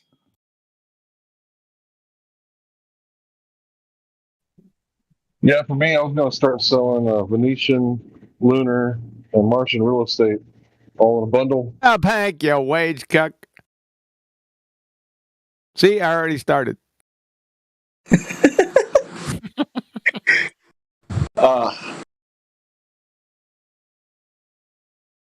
The house always wins anyway, so what the hell?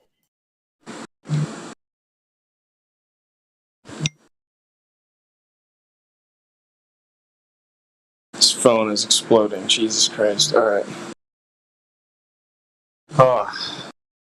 Anybody just like break and just buy an expensive telescope already? Or just, nah, is that just me? Who wants to do that?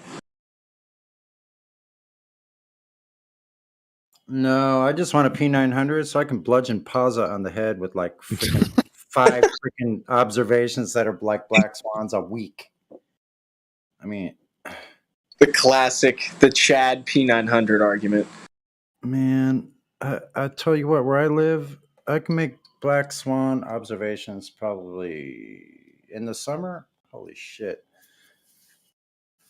Way off the coast of Mexico. I can see these islands off the coast of Tijuana. They're offshore about 26 miles from where I'm at. It's just a mirage. A mirage that you can see freaking boats pulling in right near the shore 25 miles away. Yeah. Those are the shots, you know? Because if you can get one of those just a mirage, man. Shore 25 miles away, zoomed in, and you can see the lights from their mast on the water right next to the boat. Bye-bye, Paul. Bye-bye. It's just a mirage, man. It's all a mirage. What's a mirage? It's looming up over the curve, and you know. That's looming's not a mirage. What's a mirage? It's where you see further than you're allowed to on a globe. Nope. Now, I'm in their framework. Now, I'm inside the boundaries of their numpty dipshittery. What is a mirage? It's a vehicle that was made by Mitsubishi in the 90s. No, not that one. What's a mirage? It's an altered image created by refraction. No. Mirrored image. No, you didn't get it yet, James. James, you've been out here for how long? You better know what a mirage is. Come on, I've hit every fucking point they'll argue. They don't know what a mirage is, even in their own paradigm. So what is a mirage in their paradigm? How about that? In their paradigm is exactly what I said. Nope. Of course, they don't know it. No, it's not. Yeah, it's refraction. No, that's too broad. Yeah, it's very specific definition of mirage. Yeah, mirage is like it's kind of like a rainbow. Nope. You can't triangulate it. As you move, it moves. Nope, that's not the definition of mirage. Yeah, it's like no. Okay, give it up. Give it up. Give it up. I was waiting for you to ask me what the hell. Strictly, their definition of mirage is an object or objects that's more than one object. That means a mirror image of another object. That same object.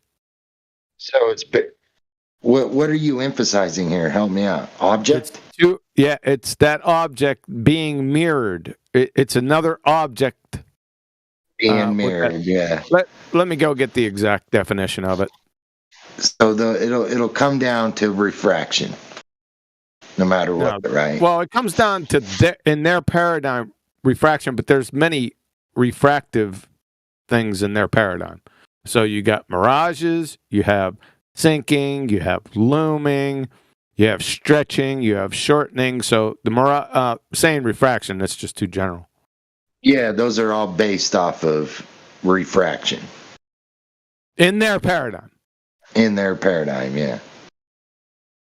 But that's not what it is. I thought that's what I was saying, but maybe I was off base. Aren't all of those things just descriptions of the effects that are occurring above and sometimes below the horizon that are what was the word I was looking for? There are properties of this mirror layer. There's a layer, right? A mirror where the mirroring effect occurs. It's an extra. Here's what it is: an extra image or images, like I was saying, of that object. That's what their definition of a mirage is. Then it has to be a refraction, some type of refraction. It's not. It's refraction, yes, but it's too ambiguous. Yeah, it falls under that category, but it has a specific. That's all I meant by it. That's all I meant by it, QE. Like that's why the category is so huge in their paradigm. Yeah, and the whole category is wrong to begin with. Right. Yep. It's perspective, not refraction. But it's I don't know what it is. It's a little of both. I don't know what it is, but I know what it's not. It's not refraction. So, QE, what do you call it when they got the same picture of a star, but it's appearing at two places at once? What do you call that? The same star appearing two places at once. Superposition. Right.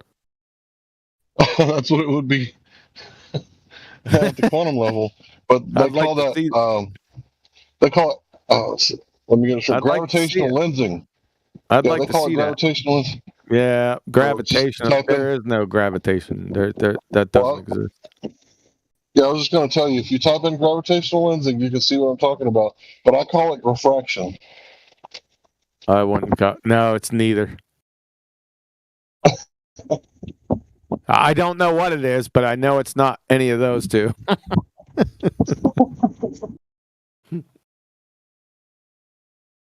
Well, the mirror reflection, or whatever they want to call it, right?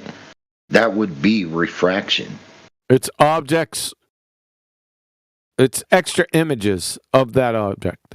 That's what it is. That's how they. Now, that's how it's officially defined. Now, most of the knuckle dragon window lickers we deal with, they don't even know that. In their own paradigm, they don't know it. They'll call anything a mirage. So this is a multi-layered clusterfuck. Yeah, it's like it's crazy how looking horizontally through air, is different than vertically up or vertically down. Like there's a difference. There's an absolute difference. Like it should be documented. It should literally be documented.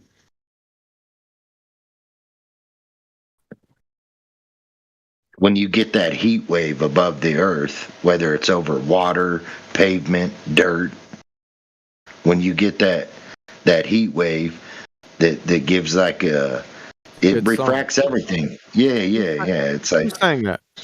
Heat wave. me. No. Who's saying it? Yeah, it's like, well, it's like it's something that we observe. Sonny. It's Who's definitely saying heat wave? that's James Richard. James Richard. No, it wasn't. It was a bunch of chicks. What? Heat wave? What? Oh, heat No, wave. like when you're driving down the road and it looks like water, but it's not. You know, you get that heat wave. Nothing but a heat wave burning in my Right. heart. What I'm getting at is, for some reason, Martha and the Vandellas. It's like a heat wave. Yeah, that one. What I'm trying to get at is when you're closer, the camera or the observer. Jesus, James, we're trying to figure out who sang that song. What I'm trying to get at is, I know you are. Just Closer. hold off. We're trying to figure out who sang the song. oh man, the closer you are to the earth, Oh the more my your God. vision's distorted. Thanks. Who sang the damn song, Sonny? Martha and the Vandellas? Vandellas, bingo. Thanks. I said the first name, Martha. I just couldn't remember the second one. Yeah, the Vandellas. All right, James, go ahead. Half. All right, now that you got it. All I was trying to say is, the closer you are to the earth, the more you have that heat wave. You know, the vision. The closer you are to the earth. How close to your girlfriend do you have to be to feel you the have heat that- wave while listening to the song Heat Wave? Yeah, I don't know, man, what I'm trying to say, I guess. I apologize. Is there a certain distance? Well, like the closer you are to Earth, the more your vision is distorted. You can look up in the stars. You can go up high in the air and look straight down and not see that heat wave. But if you're parallel with the Earth looking across it, it distorts it way more. And that should be known. You could be looking at across the street. That should be known. It should be a known fact. And she might appear like Marilyn Monroe, but it's really olive oil. Yeah, I guess you got your beer goggles on. Yeah. Well, what I learned from this conversation if Quantum Eraser asks something you can't answer, you just say, "You tell me." Yeah, the Globers should do that. I never hear them do that, right? I don't know. You tell me. I think the conversation would go much quicker if they would just do that. That worked out really well. I don't know Yeah, what but you're if the trying to chopping say. block were to fall faster than 9.8 meters a second squared, you know, might go a little too fast. Do you ever see somebody measure that? Only in a Has anyone- vacuum. Has anyone Not ever on the Earth. seen, hold on. Has anyone ever seen anyone measure something at 9.8 meters per second squared? I want to see that. Somebody post that in the live stream. Only in a Doesn't exist. vacuum, right? I never saw No, it. it doesn't exist. I thought it was only in a man-made vacuum. Where's a vacuum in nature? Kind of like Aristophanes. That's what I'm saying. It was only in a man-made vacuum. Along with Is the- that calculated or measured? I want to see that. Where's the meters per second squared instrument at? Well, the main instrument is the vacuum itself. So vacuum. Yeah, it's already a measurement that's not applicable to Is it a Earth. 10-mile long vacuum tube? I just want to see it as a measurement. I don't really care about the vacuum just yet. I'll deal with that on the back end. I want to see it meters per second squared instrument.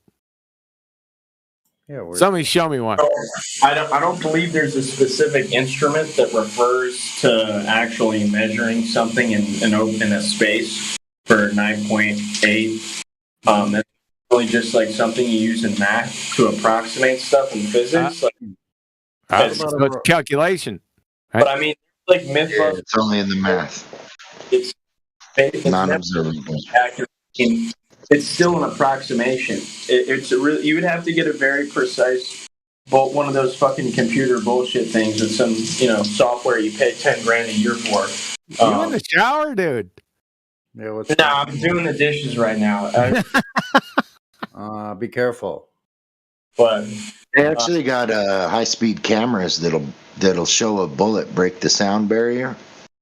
That's what I mean. There's stuff. But they don't have any. They don't have a camera that'll show gravity, like literally. Mm-hmm. There's nothing to show it like that in physical space, but for math, it definitely works. Like if you take stuff moving and using it as a constant for quote unquote gravity, it's essentially like it's not really gravity. It's kind of like air resistance and all the other stuff. I mean, and it's law of density put into math. Yeah, that wasn't my point. I was looking for a meters per second squared instrument. That's not my point. Does not exist. Yeah, I don't. Yeah, and when they get done with that one, see if they can find the refractometer. There should be one of those somewhere. Well, they got like a. They got like a. The refractometer, like, should be able to tell you exactly. Most ballers have it in their eyes. The refractometer, because I've asked them many years ago. I said, "You stole that from me." No, I didn't. I just came up with it independently. That's bullshit. But if you make like a tool, I don't recall. If a person hold on a second, guys. If a person makes a tool, right, that measures 9.2 or whatever seconds per meter squared, if they make a tool known as a vacuum, right, and they measure variables that are being dropped in this tool vacuum, does that apply to the Earth or only the tool? Vacuum's not a tool, man. Vacuum's a medium. You're getting my point. That's my point. A medium. Yeah, it's all kind. Like if you make the tool like the vacuum, that's medium, not a tool. It's a tool. No, it's not. That's a medium. A tool is like a wrench. Do you use the vacuum as a tool? No. Oh, so you never vacuum your floor? A vacuum. Household appliance. That's an equivocation fallacy, dude. No, it is in the right mindset. That's a woman. It is in the right mindset. It is a equivocation fallacy, but that's the one that they're going to use, right? So it's like, yeah, and then when you get them in a certain point in the argument, they'll say it's not a vacuum. It's not like a vacuum. Up until then, it is a vacuum. Get that one. They're so stupid. My whole point is, if you make the tool, or like you're saying, QE, the medium, you make it. It's not in nature. You make it, and then you measure variables within it. James, what's what I posted? It is not applicable to the Earth. It's not applicable. It's non-applicable. See what I'm getting at? Like, yep, I agree, James. We're gonna post it. Even if they want to use a vacuum, it's non-applicable to the Earth because it's not a fucking vacuum.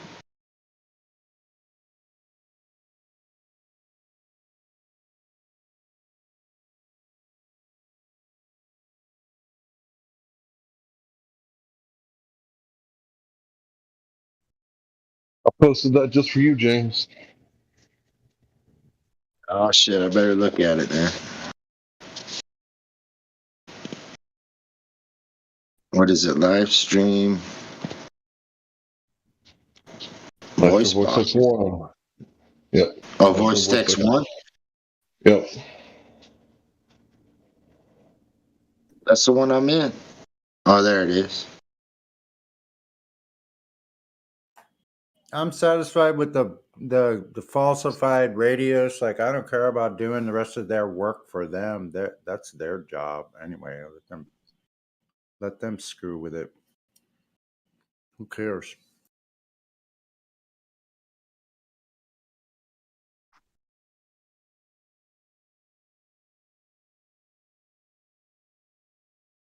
It'd be like a fish having the intelligence of a man and measuring things within its medium.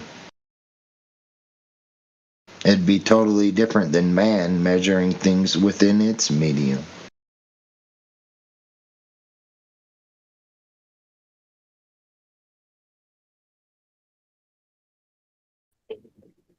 And the only thing that changed is the medium.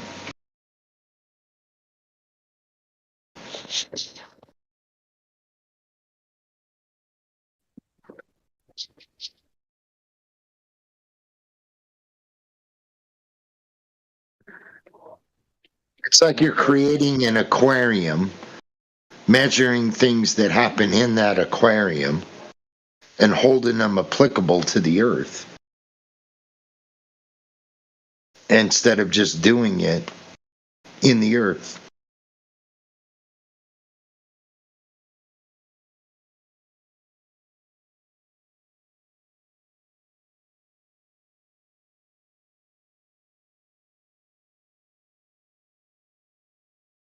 Is Quantum Eraser still here? Yeah. Hello. I've been meaning to ask you a question. And yeah, so I thought How much money you got? Not a lot. Not a lot. That's great. That's great. Going back to the looming thing. The what? The looming thing? Yeah, it's going back to looming. With their version of it, the extreme looming with the floating ships, the apparent floating ships. There is no extreme. There's no adjective in front of looming in their paradigm. But go on. Right. Okay. With their examples of the floating ships, it's looming, right? They call that looming. They do, but they don't know. If you ask them to define looming, they don't know what it is. When I say they, I'm saying, the average skank and file baltard, they don't know what it is. But go on. All right. Okay. So obviously we're seeing a reflection of sky on water. Yeah, it's an inferior mirage of the sky. Yeah, I went over it plenty of times with the Black Swan presentations. Yes. Right. Yeah. Okay. Where's the reflection of the ship or the boat? It's not. There is no other reflection of the ship or boat. Right. Okay. Because that's kind of confuses me a bit. Like, shouldn't there be a reflection of the No, ship or here the you boat? can see the same effect happening over a road with cars. Right. Sometimes you can see the reverse image of the upside down ship. Yeah, that's a mirage. That's not looming though. Right. In their paradigm. Let's not get confused now. We're talking inside the boat. There you go, helioskeptic. Thank you. That's looming. Yeah. Right? The sky is being inferior mirage underneath the boat. However, you can see the actual horizon with Helio's circle right there. Right. So in the one above that Drace posted of the road, so the road is still underneath those cars, right? Yep. Otherwise, they would be floating in the air. Right. But would that mean that the road is acting like a mirror? Yeah, inferior miraging the sky, yes. Yeah. Then how come it's not showing a reverse image of the cars? Because it's not a mirage. Because that image is not getting reflected to your eyes. The objects, the vehicles, isn't the one being mirrored. The sky is being mirrored underneath the objects. Right. Now, to change that, just raise your elevation, change your angle, and that'll disappear. Right. Yeah. Because I was thinking of like a mirror on, if I got a big mirror and laid it on my lounge room floor, and I sat an object on it, well, I'd see a reflection of it. Yeah. That's you have the wrong emphasis on the wrong syllable. It's the sky being mirrored, not the object. Right. Yep. Okay. Would there be a way to actually, demonstrate that in an to demonstrate what? These effects, but on a smaller scale, like in your lounge room, like with a mirror on the floor, to show the roof reflecting, but Don't not know. the object. I guess you could probably do it. Yeah. I've never. I'd be willing to bet you could do it. I've got more important things to do. Fair enough. Not really. Fair enough. Thank you. Trying to figure out how to fletch my own damn arrows the right way. That's more important than that shit. It's all in where you're aiming the bow. What? Well, your arrow's in the wrong direction. It's all in. I'm fletching arrows. That has nothing to do with the bow yet. My bad. Go on. Yeah, that's what I'm going to be doing at the end of this week. I'm trying to figure. I'm going to do it for the first time myself. I'm going to fuck it all up. Who was that? Who was that was asking about the Mirage tie me kangaroo down spot? Who was the Aussie that was? Who was that? What the hell are you mumbling about down there? Me, Twad Wobber. There's a pretty good video I just put in the live stream at 1 minute after. Now it is over water, but it's analyzing some of the effects you were talking about. I better pick this conversation up, man. Nah, yeah, I'm gonna get the Arizona Easy Fletch. I'm not gonna use the other thumpy jigs. Says who? That's more important, Sonny. I'm sorry. Oh, it's all right. I didn't want to print it out, man. I don't feel like typing.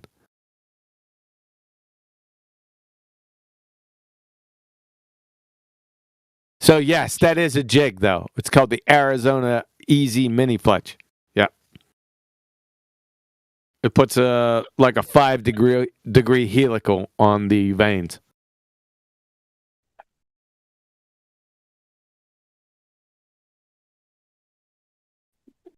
And since I clocked my arrows naturally spin counterclockwise out of my bow. So counterclockwise is left, so I'm going to fletch my vanes to the left. Follow that? To make it not spin as much? No. So they'll spin immediately to the left. Rather than if you watch slow motion camera of arrows coming out of compound bows, if your arrow naturally spins to the left coming out of the bow and you fletch to the right, that fucking arrow will come out a knuckleball and then start to spin the way of the fletchings instead of naturals just spinning the way the bow naturally shoots that arrow.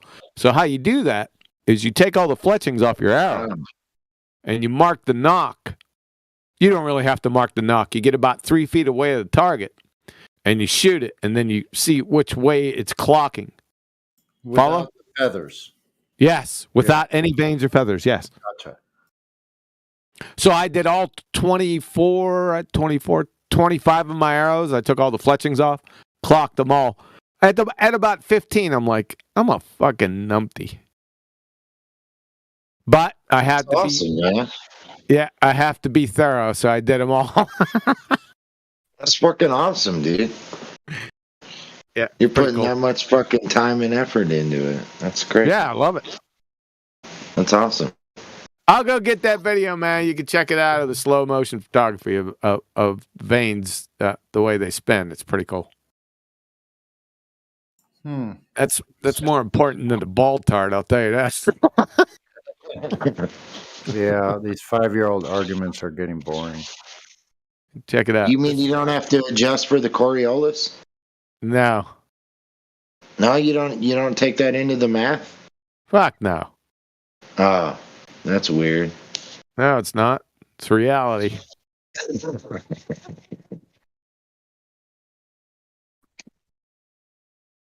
It's going slow. Where'd you go? No Coriolis in your archery. I watched a lot of videos today. Where'd you go? I'll get it, Sonny.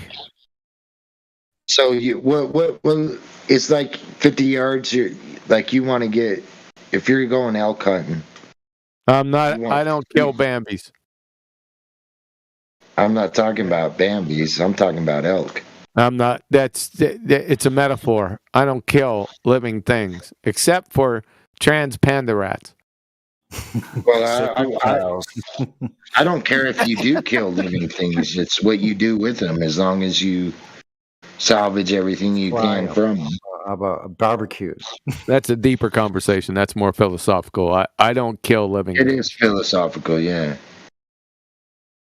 Well, what are you talking about? You eat food, right? Yeah, but I'm an archer. So don't mix the topics up. Yeah, I do eat food and do archery. They're two separate things. You eat meat, right? Yes, I do. But only one of those. The only way you can eat meat is if somebody's hunting. No. Yeah. It's either livestock or hunting. Man, either way, livestock comes from hunting. I don't think ranchers call it hunting. That's called livestock. Ranchers. Comes hunting. Damn, there it is, Sonny. I got it.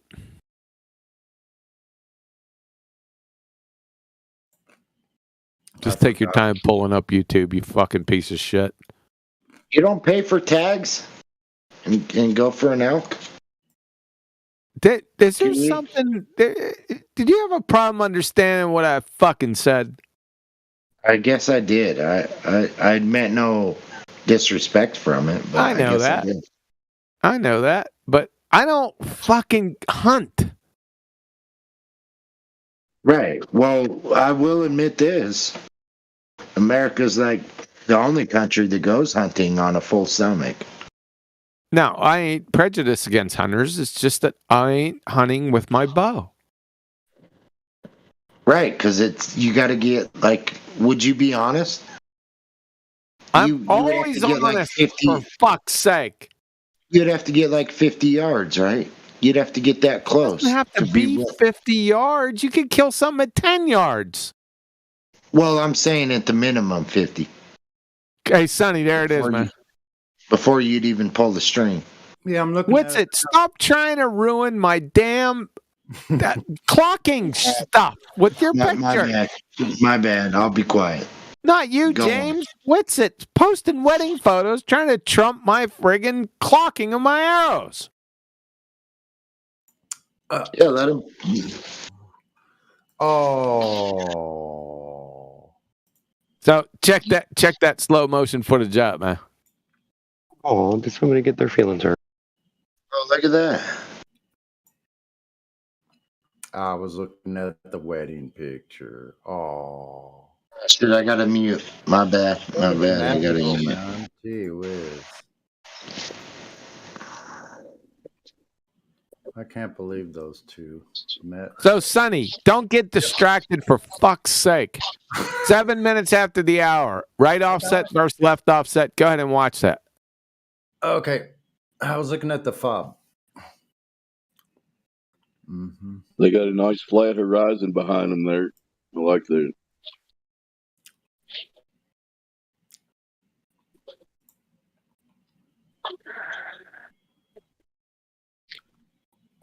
Fun video today.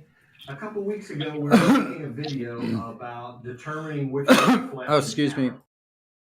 Yeah. See, says who? Most of his deer kills have been within 20 yards. There you go, James. Yeah, you want that's what makes, because I've been rifle hunting, and you ain't got to get that close. Now I've only been archery hunting once, and you got to get close, man. Like you got to sneak up on these. It's crazy. It's crazy. Even bear hunt. People hunt bears with with arrows, man. They hunt everything. And a lot of people think that's stupid, but most guns won't go through a bucket of sand. Almost every arrow will. You know, it's like it depends on a lot of people don't know. The stopping power of an arrow is fucking huge, man. Yeah, tell Like, that to my bag target out in the yard. Yeah, it'll drop a fucking elk right, like a rock. Like if you hit it in the heart, it just falls straight down. It's dead. Like a butcher. If you ever seen a cow get butchered, I've seen a cow get butchered. They just feed it some grain with the left hand, and with the 22, there's this little opening in a cow's skull. They just pop a 22 bullet right in their head while they're feeding it. Thanks, James. Well, people, I mean, it's true, man. Like, yeah. I'm not lying. It's true. So is Afterbirth. So is Afterbirth, but I'm not going to sit here and explain it to everyone. Yeah. Yeah, but I like the arrow. Like I'm sorry. I'm not trying to boost your ego. I just think it's fascinating. They're good with. I just love it. A bow and arrow. It's just something righteous about it, man. Yeah, there is, man. Why would you try to boost QE's ego? Yeah, why would you try to boost that some? That's impossible, man. What are you talking about? No, I just think it's awesome that he knows how to fucking use a bow. That's dope. Jelly now. That's awesome. I might have to try that, man. One of these times. It's once you if you do. I can't explain it. I think I'd really like it. I think I would enjoy it. You guys think you could use that bow on a spinning globe? I don't think so. They're silent too, man. They're silent too. Transpanda rats.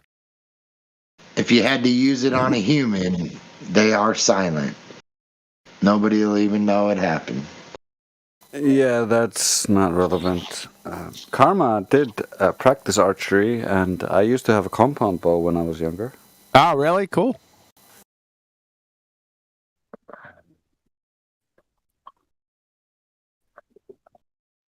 Now I'm realizing. I was saying like a world war, that would be relevant. Good, Sonny. Did you check that out yet? I was gonna say, yeah, I would. I mean, it's funny because I used to have just a regular bow as a kid, you know, but I would do that with my hands with the feathers. You could kind of mold them a little bit just to get it to shoot a little bit straighter. So it's like the old way. We're not talking about trailer park fletching arrows here. Shut the hell up. I'm gonna come to your yard and no, I'm only kidding. Yeah. Oh boy. So QE at 20 yards, could you hit like the size of a human head? Like that was I can hit a quarter at 20 yards right now. Right. And I've seen people do it, so I'm not saying you can, but I could imagine it. Now, when I first started, I could hit it every once in a while, but now that I'm starting to get my sea legs, I'm pretty. If the wind's not blowing real hard, I'm in there.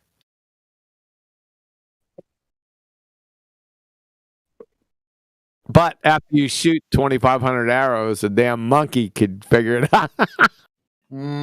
Right. Then it's laughable. Yeah, it's not that I just go out there half stepping. I mean, I've worked up to this. To this point, I bought my first bow December 14th. Yeah, I had a good friend that got into archery competition, man, and he took second place. And I could dox myself, but yeah, in the city that I'm in, he took second place. Second place in what? Let's get specific. It was a 1999 archery bucket, Grand Junction, Colorado tournament. A tournament of what? And it was like some of it was outdoors, but most of it was indoors. Yeah, I don't know what that is. You either firing 3D or indoor target or something. No, they were all real bows. No, I'm not talking about competition. I'm not talking about they weren't real bows. Are you drinking tonight? They did the competition indoors and outdoors, if that helps you. Yeah, that's no, it doesn't, because that doesn't make any sense. It wasn't all indoors. I would smoke you. I hit bottle cap 20 yards, second shot. Yeah. Well, sun shines on a dog's ass every now and again. Come on, actually visit me out here. Witsit. We'll see how good you are. I'm not good at archery at all, I'll dude. train you. You couldn't train a soup sandwich. Right. My bad. No, I'm not talking to you, James. I'm talking to Witsit. He's talking trash in chat. Oh. I just pay attention to one chat, not two. I'll tighten your whisker biscuit.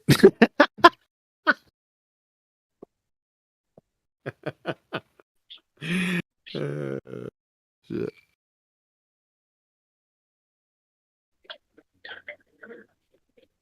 I thought you were going to come visit me, by the way. Didn't you say that to me one time?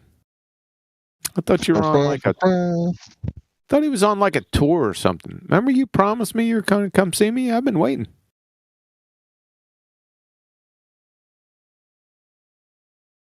A Witsit biscuit. Says who? That is fucking classic, man.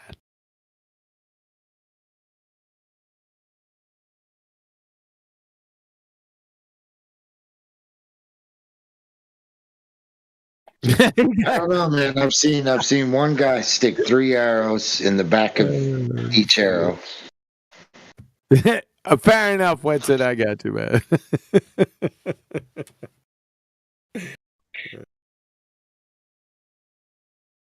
Robin Hood and Little John are running through the forest. Doing a lot of live, a lot of doing a lot of day. They did call it a Robin Hood.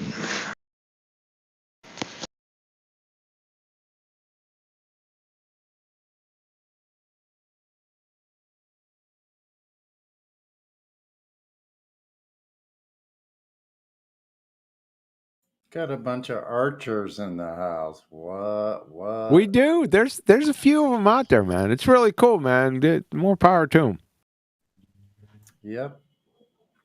So I heard a story of what the middle finger come from. You know, the gesture, the nice gesture that all the gentlemen use when they're driving.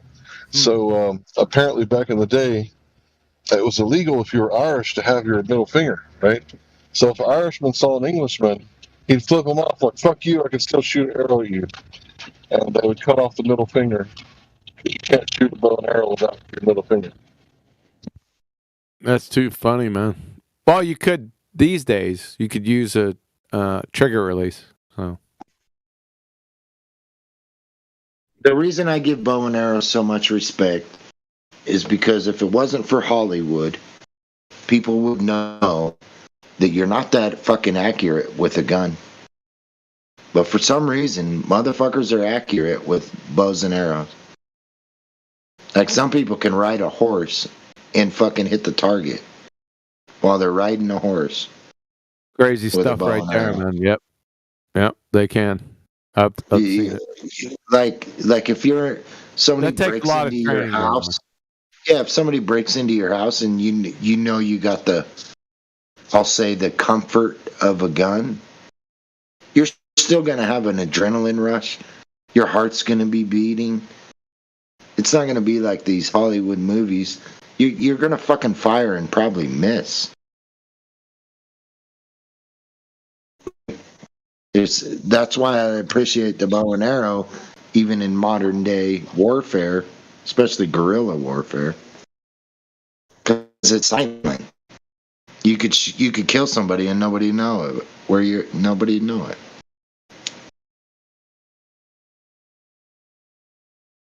So I think it was Genghis Khan or Attila the Hun. I couldn't remember.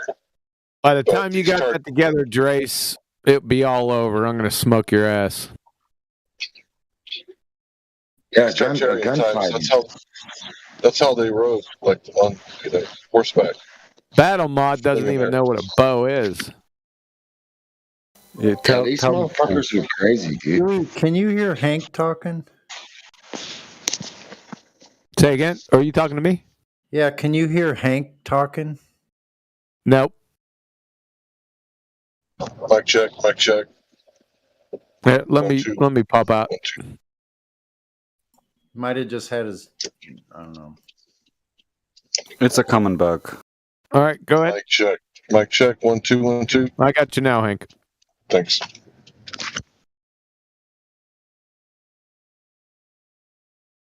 Yeah, I was talking about the Genghis Khan. I can't remember if it was him or Attila the Hun. I think it was Genghis Khan. I think he was one of the Black Tartars. And that's how they rolled out on horses, just flinging arrows at everybody and just getting them from a distance. And you talk about psychological warfare. You see people on horses. The archers were the Scythians. Yeah, well, this is like same place, same time. Yeah, yeah, you're right. That was some in the Caucasus Mountains. The steppes in the Caucasus Genghis Mountains. Khan and the Scythians are not the same thing. Well, he did attack the outskirts of the castle first. Oh my God. Genghis Khan. He would pile the bodies up to get over the castle walls. We weren't. The guy was crazy, man. I was talking about the archers from the steppes of this area over here. It would have been, a bunch of people, right, would have saw it and tried to do it, but there was a certain group of people that were exceptionally good at it, and I don't doubt for a second that the Scythians would do it. They were highly skilled in a lot of different areas. And a lot of people say that this is like the progenitors of the Europeans, the so-called Proto-Indo. Made up bullshit. They're just, Aryans. That son bitch would also use catapults to sling dead bodies, hoping to cast disease over castle walls. Genghis Khan. I mean, if what's written about him is true, it's pretty ruthless. Yeah, what if all that is made up stories that you read in history books? That's what I'm saying. That's why I said if what's written about him is true. Because I agree with you there. I'm not going to hold it as truth.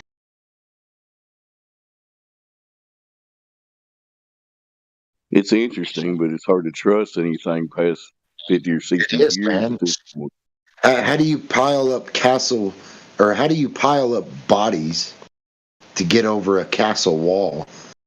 And wouldn't that be harder than fucking ladders? Like, if what's written about him is true, it's like... Who's going to do that work, right? You see what I'm saying? Yeah, it's like... there's so many things, like... some of the things that have come through in history were actually psyops for the other side. Like, to scare the enemy, they would put out these stories of what these people did. Some of that stuff filtered through, so it's like just blended in after hundreds and hundreds of years. You know what I mean? And it becomes more clear that it's fucking false after more and more years go by, I'm definitely not holding it as truth, guys, but that's what's written about this guy. Hello? Hello? Hello. Hello, we hear you. Are you new? Oh, hey. Yes. Slug's been here before. You got a question or something? No, I'm just stopping by. Say hello.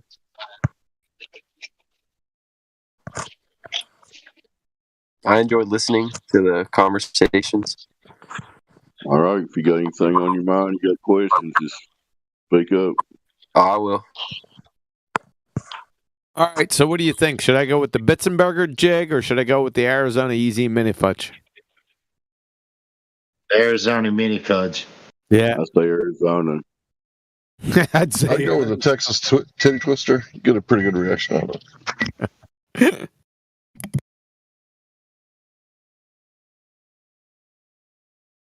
Either way, it's like cooking popcorn.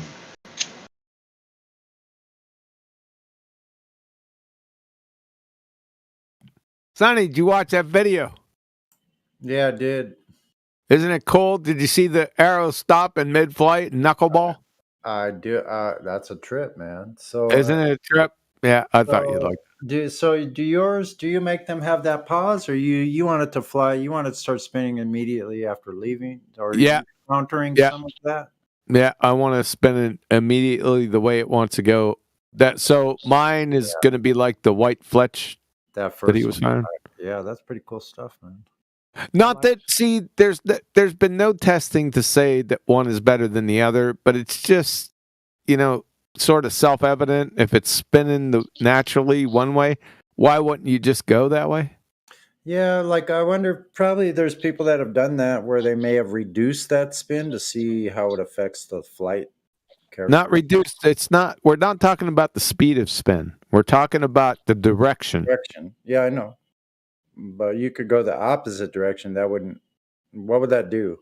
That would stop the arrow in mid-flight from spinning its natural direction, and then the vanes would take over and spin it the other way. Right, like the first one did. Yeah. I saw Yep. that. Yep. That's pretty cool stuff, man. Yep. So you get a little knuckleball action going on. I don't need that. Mm-hmm. Now, like I said, results. There's never been anyone to actually test the accuracy. It's very difficult to do that. But I just figured I don't need fucking mountains of evidence to figure this one out. I figure it's pretty self-evident. If it's spinning, it won't just spin the same direction it wants to fucking go. Less distance, right? Like, why would you want to stop it? So I wonder if anybody has. Like, I'd be curious to see. Well, this guy did, obviously. Yeah, a lot of pros, they were startled at it. They didn't know what was going on. Like there was interviews at the end of that video with pros saying that, well, never thought about that. Well, what would it do if you made it spin faster? Yeah, now you're talking about spin faster. Okay, let's get to it now. For fuck's sake. So, the more degree helical that you got, the more it'll spin fast. Now, there's been an old fucking myth that says that if you have it spinning faster and at a distance, it's going to slow down and sort of parachute. But that's cockamamie horse pucky. Because I got actual physical tests that say that that's horse shit. Huh. Yeah. I'll give it to you right now. What's your independent variable quantity? We'll take a look at it. There's actually a range. There's actually a range right up here in the park. I could go. Oh, I wish I had one close to me. It looks pretty cool, man. I don't have one real close. The one's closing up shop. Okay, where'd I put this son bitch?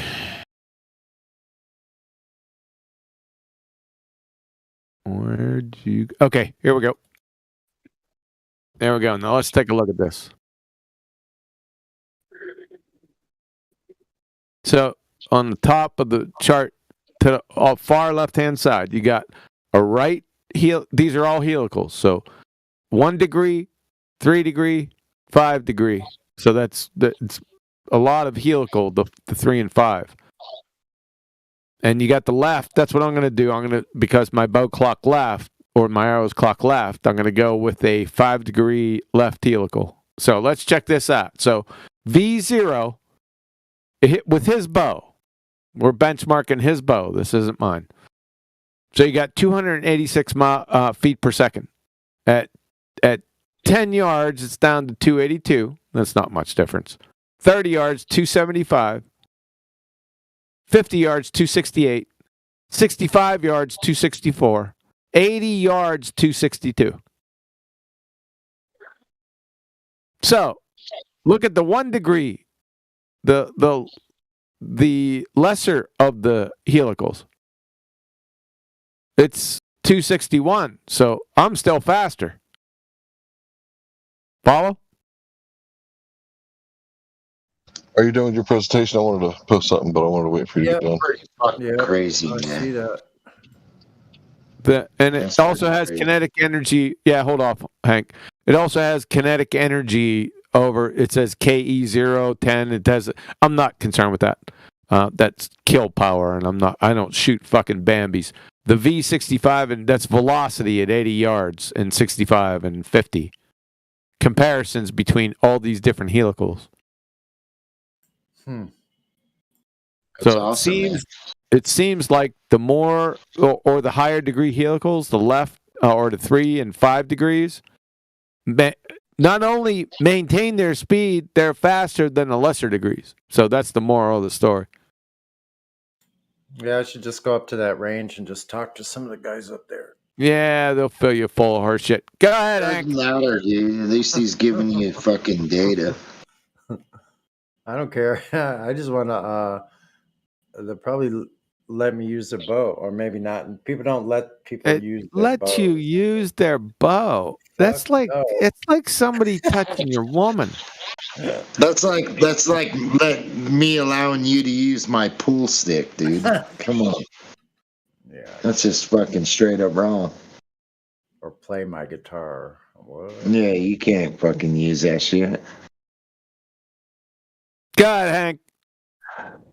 I just wanted to point out that I didn't see the independent variable being manipulated. And the independent variable is what we changed. Yeah, there was one, even though this isn't a natural cause and effect relationship.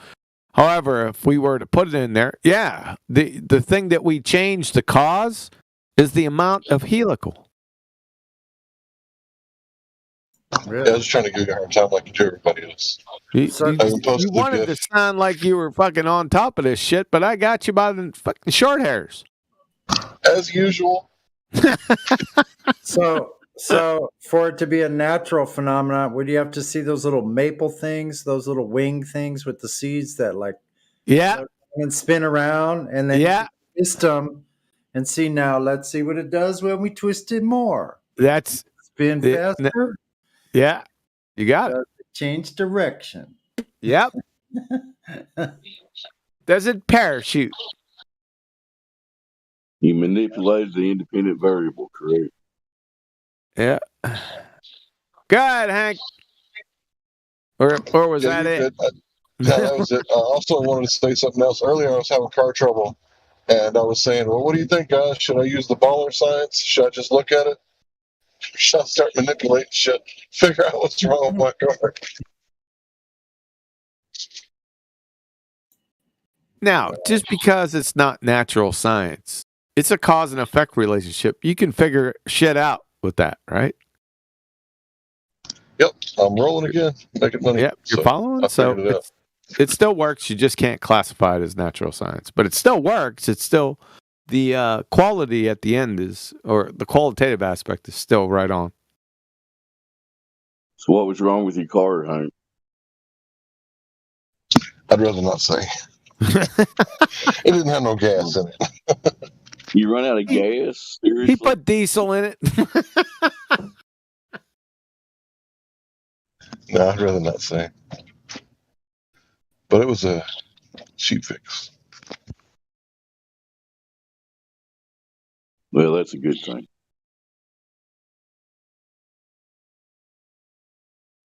All right, guys. I did have to wiggle. It was a lot of fun tonight. So hang in there, man. We'll catch you on the flip side. Later. I gotta go to bed too. Later, you. Later, guys. Later, you old man. Bye-bye. Ladies and gentlemen, later. Have a good night. Hell on. Yeah, you too. Junior Boomer leaves the building. For a minute. I like fucking. I'm 5 years behind my junior boomer. Yeah, because I'm senior to QE. I'm 5 years behind you. Am I a junior boomer too? Yeah, no, you're a fully fledged boomer. Okay. That guy called me. That communist called me a boomer, didn't he? I saw the moon landing on TV when I was 6 years old, so it makes me a boomer to me. I never heard of a 40-something-year-old boomer. I'm still 39. There's only one OG older than me, and that's Hank. Oh yeah. Yeah, I remember when you showed up, James. Yeah, You was it in goes every back debate a after long that. time. You were in every one after that. You were there all day, every day. Right. Much of that could be.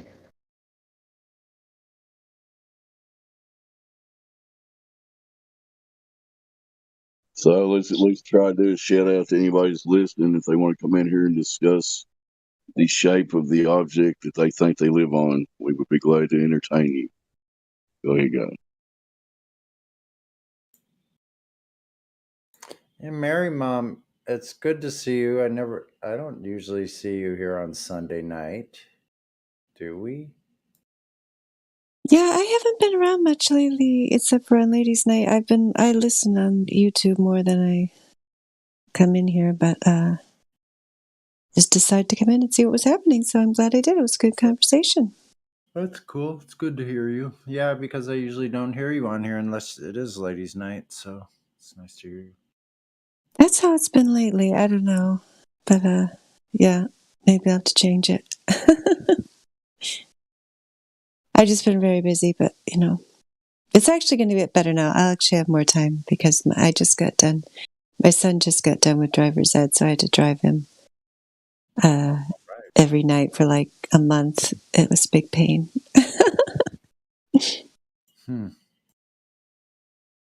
What's all talking about? Wait a minute. What's this meme? What's that first one at 32 minutes? What is that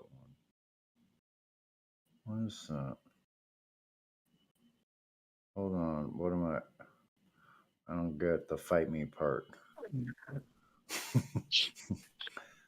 So I might be a little deeper than most people, but wouldn't Ladies' Night be a type of segregation? No. No, you're actually 2 years behind the times on that argument. If you wanted to fight about that, you should have been here in April 2020. But like, shouldn't ladies be welcome every night? Like, why would they are? No, yeah, you're just wrong. They are. Like Dandelion was speaking just now. They are. Men are not banned from showing up at Ladies' Night. We support the ladies on Ladies' Night. But isn't that a type of segregation, like black night? No, it's you can only talk if you're black. It's supporting other people who want to create an event, and we're just facilitating that. We have other events. Shouldn't it be every night? It's just wait, hold on, buddy. Hold on. It's not segregation. Hold on. Let me ask you: are Glober men allowed to talk at Ladies' Night? Why wouldn't? Yeah. The point I'm trying to make. The point I'm trying to make is yes, Glober men are allowed to talk during Ladies' Night. So you calling it segregation doesn't make any sense. And also new flat earthers can speak to the ladies whether they're men or not. I'm just saying whether it's willfully or unwillfully, the title of it is segregation. No, it's not. That's just your fault. Very title. That's just your faulty opinion. Yeah, why would you take on this justice warrior? This important discussion to create a new person. Every night should be everybody's night. Can you hear me, James? To a night. James, can you hear me? Can anybody hear me? Go ahead, shoot. Yeah, I hear you, Dave. We have Ostrich here. If they want to go up to the VC verified, then y'all can finish this. I'll go up there and verify them. Sorry, go ahead. No, please do. He left. Never mind. Continue arguing about points. No, he went up there. He went up there. He's waiting for you. Okay, I'll be back. Yep. Sorry. Yeah, I'm not trying to get on anybody's bad side, man. But there should be, like, every night should be accepted to everyone. That's how it is. So your delusions about it not being that way are just absurd. So stop it. So why use the title? Is it like a clickbait? Because that's just the name of the event that they created. They decided upon that name. So stop being so I'm not gonna even go into it. Just My stop bad, it. man. My bad. Like I said, I wasn't trying to get on anybody's bad side. Yeah. Hear ye. We'll now change the name of ladies' nights to not men's night. Well, it's a segregation, if you think about it. Oh shit, dude. It isn't. You're just repeating. Sorry, I'm just going to say real quick. It isn't. You're just repeating yourself. That's an appeal to repetition. Please stop this fallacious argument. Yeah, well, we once thought the Earth was a globe, right? Oh my God. Like, if you really That's a pay red herring. attention, if you really pay attention to what you're doing, it's James. not good. I hate to be the one to break it to you. You're sounding a lot like Glober's sound. Yeah, sure I am. Everyone can be fallacious from time to time. It's just about a matter of correcting it when it happens. Or the person's definition of fallacious. No, you just don't know what logic is, apparently. That's the only thing I'm using. No, you were appealing to repetition, which is a fallacy, as how that is defined. So calling that not fallacious is just showing your lack of logic. Like, I think in America, I think it's February. They call it Black Month. Non sequitur, also fallacious. It's a type of segregation. Hey, James. I just not sober 100% of the time myself, but I think you might be drinking tonight, and we should just try to find some better subjects to yak on about amongst the people in here. Well, I did want to say one thing. Yeah, there's no segregation. I've spoken up on ladies' night. I'm not gender confused. I have no dysphoria of any type. And I did hear Karma earlier, and I invited her, on, right? Even though it's men's night. And she's a busy woman, works a lot, got a lot to do. So, but you know what? Mary Mom stepped in for her, which I appreciated. So yeah, there's no segregation here. Everybody can come here, as far as I know, and join the conversation. There's no segregation. It doesn't matter if you're red, yellow, black, or white. No segregation. Yeah, the way he was. Oh, go ahead, Karma. What were you going to I say? was just going to say, as a lady, I totally approve of his message. And that guy actually annoyed me enough to jump into VC. I wasn't gonna. Thank you, James. I was getting ready for bed. What the hell? You better be careful then. Yeah, keep going, and you might get more of us in here. No, originally when we discussed it, I guess, yeah, so you've heard of ladies' night in the bar? You call that segregation? Have you ever been to a ladies' night at a bar? Yes. Are you going to call that segregation? Yes, because typically on ladies' night, more ladies show up. They get cheaper drinks. Yeah, that's what happens here. I think the issue here is he doesn't understand what the word segregation means, just similar like he doesn't understand the logic. I'm just looking at it as psychological warfare. So it's like... Did you tell those ladies like, at the bar that that's what they were doing? Well, on ladies' night, Yeah. if you're a single man, you go out on ladies' night. Right? So yep, and that's what happens here. We get way more traffic in the server when the ladies are around. So yep. And if you were here, we would mute ya. And if anybody unmuted you, I'd mute you again, and more people would show up. Okay, I better shut up now. Yeah. So by using psychological warfare. He's not going to get this. I'm going to go. So you guys take care of it. I'll catch y'all later. It's quite late here. Good night. They're getting women ran Mary. Yeah, They're getting women to turn out on a certain night. Your definition of segregation doesn't work. Like if you're segregating black people from white people, that does not mean that there are more black people with the white people. That's the opposite of segregation. So you don't understand the word. We gotta get back to flat Earth, but you're not even understanding my argument. Like your whole foundation. Wrong words. Do you know what? How would you define segregation, my friend? Well, listen to me real quick. Just hear me out If you real answer quick. my question, sure, I'll listen. 30 seconds, all right?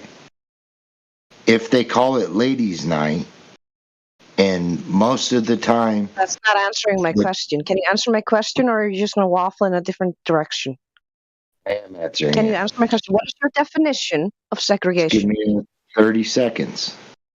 30 seconds. If you answer my question, otherwise you're just being plain rude and ignoring me. At which point, why should I listen to you? 30 seconds is not allowed. Well, why should I allow you that when you've been waffling for ages? Even if you don't agree, even if you don't agree with me, and now you can't even even if- define the words you're using. Come on, man. even if you don't agree with me, how could you not allow me 30 seconds? Agreeing with you or disagreeing with you, don't mind reading me. What the hell is that? I never said whether I agreed with you or disagreed with you. I was saying that you need to define the term you're using. So either define Okay. Give me 30 seconds, please. No, you define the word the lady asked you to define, or you shut the fuck up, or I mute you. So I'm the only one that can't talk. That's answer cool. the questions. You've been talking over people left and right. You've been blathering about things that aren't related to the subject. You've been Talking making about the the whole very thing conversation that I worse, brought up. to the point where I'm jumping in when it's almost 5 o'clock and I should be going to sleep. So I ask you to either define the terms you're using or stop using them. Yeah, and that was a straw man on your part. I was just simply asking you to follow the rules of the server. If you do not, you will get moderated. Okay, I'll just be quiet. You got to keep it moderated. Anyway, Ostrich is a flat earther. I'm sorry to disappoint y'all, but Ostrich thinks it's flat. He's against the globe, aren't you, Ostrich? Yep. So, wow. 30 people are just disappointed that you're not a glober. So, oh man, that is true. But I sure am glad James was here because I got to hear Karma. Karma came on, and I'm not trying to make this weird or anything, but I love it when people are like really shy and then they come out of their shell, right? So Karma's a little butterfly, like coming out of her shell, like a little fireball. I love it when people like really get. It's like passion, right? It's like most people are like, hi, hello, what's the weather, blah, blah. And a lot of people are just missing passion. Exactly, So Hank Hill. Absolutely. We actually have people with personalities around here.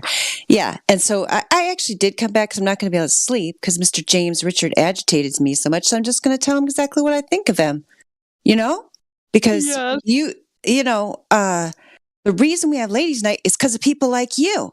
Is that what you want to hear? The truth? Because you think you're some kind of brilliant secret king there, though. He knows that, that the world tries to divide people, black and white, male and female. And he knows that Black History Month is not, is politically correct. And he's so unpolitically correct that he's going to come in here and tell us how ladies' night's bad. No, ladies' night's here because a bunch of clueless guys around here can't shut up and let the women talk and don't realize that they're not God's gift to mankind. So one night a week for a few hours, we get to talk. That's why we got it. It's not segregation. It's not politically correct. It's not SJW. It's not affirmative action. All right? God, I fucking love you, Mary Mo. mic drop. Thank you, Karma. So I just have to sit and listen to it and can't respond, right? Yeah, just like I had to do and have had to do and listen to you for probably a total of 25 to 30, maybe 40 hours droning on. Yeah, you got to sit and listen to us. Enjoy it or don't. Don't show up if you don't like it, James. A lot of people like it. It's our most popular night. Why do you think that is? but you never got the point I was trying to make, yet you're arguing as if you did. That's right, Mr. Dunning-Kruger. I'm too dumb to get your point. Absolutely. Go to bed with that thought. Put it on a sticky note by your pillow. Well, you're arguing on a... Victimhood doesn't work really well here, so I don't recommend it. Okay. I'll just mute again. That's a great idea. You're actually better than you used to be. You actually do occasionally. Hold on a second here. Give me a second. You probably don't even know who I am. That's what's funny. And I got your number, guy. I had it since day one. So the argument. Notice how you twice now broken your word. You claimed you were going to go on mute. Broken anything. You guys won't even let me speak. You have broken your word. So you're also a liar. You're not even letting me speak, man. Did we ever get Ostrich to talk? The guest Dave Hinkle went to the trouble to verify him. So why don't you guys just try to talk to him? If James talks again, I'll just mute him. Ostrich is a flat earther, Mary Mom, but he can talk if he wants to. Well, I don't know what I'm talking about. Someone beat you to it, Mary Mom. I might think of something, but I just kind of came here to listen right now. Thanks, guys, though. Fair enough. If you got any questions, anything bugging you, let us know. Thanks, man. Appreciate you coming by. Anyone else new on here got anything to say? It's about flat Earth or the shape of the Earth or something like that.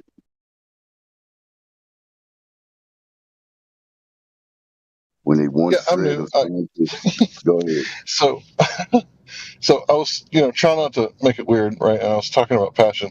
Usually when people think about passion, right, they think about, like two lovers or something like that. That's not really what I was talking about. I think it was pretty clear, but just to be clear, it's two Greek words, I think. So it's like compassion, like with passion, right? Like con queso, like with queso, right? So it's one of those things to where a lot of people aren't passionate anymore. Like they're just like little robots, like no emotion. And I don't show my emotion because that's for, me to know, not for you to know, right? But I'm actually very emotional. That's why I hide it so well. So, when I see people, like filled with passion and making arguments, like I really enjoy to see it because it's like everywhere else in the world I look, people are just gray, like the Trolls movie, like that one little gray troll. What's his name? Uses it as his avatar. What's that troll guy from Texas? Branch? Yeah. Branch, that little troll. Like everybody's like that little troll, right? Just no passion whatsoever, no emotion. And so when I see people getting passionate, I'm like, liking it because it's not the norm. I think it used to be, but it's not anymore. I know what you're talking about, Hank. There's way too many people in our society that are afraid to express their passion. I agree with you. It's also attractive in people when they're passionate about something interesting or something like truth or, I don't know, something you're interested in, something that appeals to your core values. And that was good karma, pun intended. You have good passion, Karma. Thank you. Yeah, and I think, I was never in favor of Ladies' Night. That's why I said if James really wanted to argue this, he should have argued it 2 years ago because, many of the things that people were talking about, I totally agreed with, as well as the fact that when we started out with the Ladies' Night, there were some people, and it had to do with some of the ladies that we had in the server at the time, were using like an anti-man thing. That is not what's happening these days, and it's actually been an opportunity because one of the reasons, I was never a huge fan of it is because it's extremely stressful. People seem to have a lot of disagreements and little things, and they're DMing me like, this person said this, and you said that, and blah, blah, blah, blah, blah. But the point of it being that I have seen the beauty of it. In fact, Karma, I was almost going to post, but I can't make a post, without, like I just said, people whining about it. So I didn't even want to make a written post, but I'll say it now since we're here. I actually am starting to get sold on Ladies Night. It only took me 2 years. I'm like, yeah, you know what? I think it's a cool thing because I thought, that women should be able to talk anytime. I don't really like the idea of like muting the men, just for being men or whatever. I'm not a big thing of that, but it's supposed to be a showcase thing. And like I tried to explain using the analogy of the ladies' night bar, it's a time where we're trying to appreciate women and, welcome them and appreciate their strengths, which are different than the strengths of men. So in fact, our society in the past used to be more segregated. I guess James wouldn't have liked it, when they had men's clubs and then they had, women's, little garden clubs or whatever, which they still have. They didn't let girls into the Cub Scouts. They didn't let boys into the Girl Scouts. I guess that was too segregated for you, right, James? Sorry, I know you can't talk back now, but I don't even feel bad. So, anywho, the point is that in the past, when people recognized that men obviously had very different characteristics, very different needs, very different interests than women, and it was okay for us to have a little space where, at the men's club, you didn't have to worry if you had kind of a, raunchy joke. I assume I never actually, went to any of these. I'm not talking about men's clubs like strip clubs. I'm talking about I'm envisioning a club in London, like you'd see on Sherlock Holmes or something, where the guys are sitting there smoking their pipes and talking about politics, and they can make a raunchy joke and wouldn't have to worry about it. And then same with the ladies, they can talk among themselves and probably get along better because they don't have to worry about asking some guy. No, I don't want to interrupt you. Is there something going on with your microphone? I mean, does it sound like that to everyone else? Your mic is a little crackly. Is it crackly? Yeah, there's something weird going on with your microphone. I heard everything you said. I heard everything, but it's just I don't know. Maybe I'll try plugging it in out and in. You know what I mean? Yeah, maybe reset or something, or unplug, plug back in. But yeah, I heard everything she said. Yeah, no, I totally. Is that agree. any better? No. Oh, really? I'll try. Yeah, it sounds. It's got like a little weird Indio. You're such an audiophile, bro. Wait, sounds fine to me, Helio. The reason is because people are listening to this. I just want Mary Mom to sound the best she can be. Is that any better? No, it doesn't. Really? It sounds the same. Yeah, it sounds the same. Gosh, I'll try a different. Could just be you. I'll tell you what, though. The other guys think just a second, Helio, try to unplug your speakers and plug them back maybe in. it's me. Maybe it's me. All right, cool. Fuck. Well, I don't know. Does it sound correctly to the other guys? Okay. You sound fine, Mary Mom. If you Okay. Oh, I kind of feel bad about going off on James. I kind of do. I'm sorry, James. No. James deserves that shit sometimes because he can be a dick. But anyway. Okay, thank you, Helio. Thank you for your support. No, that was me. That was me totally. Yeah, James has been in this game for a long time, and Hank knows, so I know he so is. it's Yes. but he just gets out of control sometimes. I still love James, everything. Yeah. So the point is, it's not supposed to be affirmative action. It's like the opposite. But I get why men feel like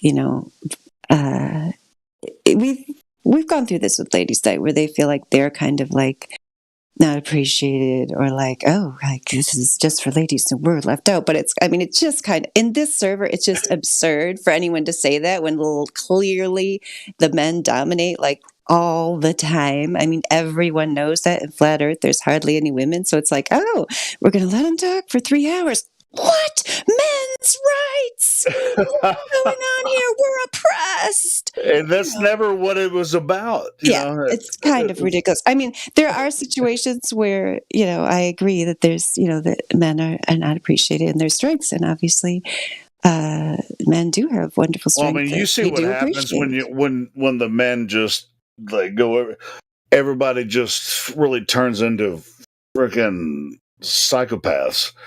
And in certain discussions, And so, yeah. Yeah, but the masculine energy of the world is wonderful and needed. I mean, the fact of it is, this world. I mean, it's funny. Even though you guys are, the SJWs of the world are like, all hate all white males and so on.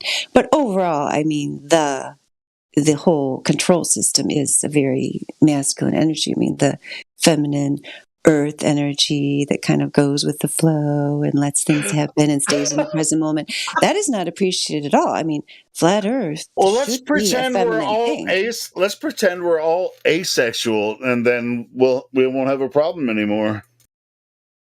But the good thing about the masculine energy, which is often the logic, is part of it, setting boundaries, defining things, and so on. I mean, this server is very good at that, and I think not that is abandoned on Ladies' Night, because we have many very balanced women that are able to bring in both sides, and we have men that do the same thing at other times. So yeah, I just think it's just the fact that there are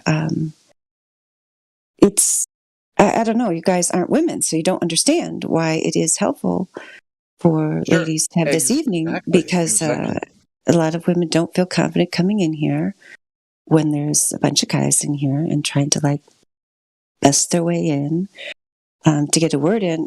I mean, we just aren't about that. I mean, a lot of women are not. I guess you guys might accuse me of being like that sometimes, but I wasn't even like that until I came here, mostly because I guess, I mean, kind of in teaching, I have had to be that way for my job. So I guess I had learned to be that way, but it's not like the way I want to be or like to be. I only be that way to try to actually get the job done here. When we got, sometimes you're homeschooler. You're a homeschooler, right, Mary? Yeah.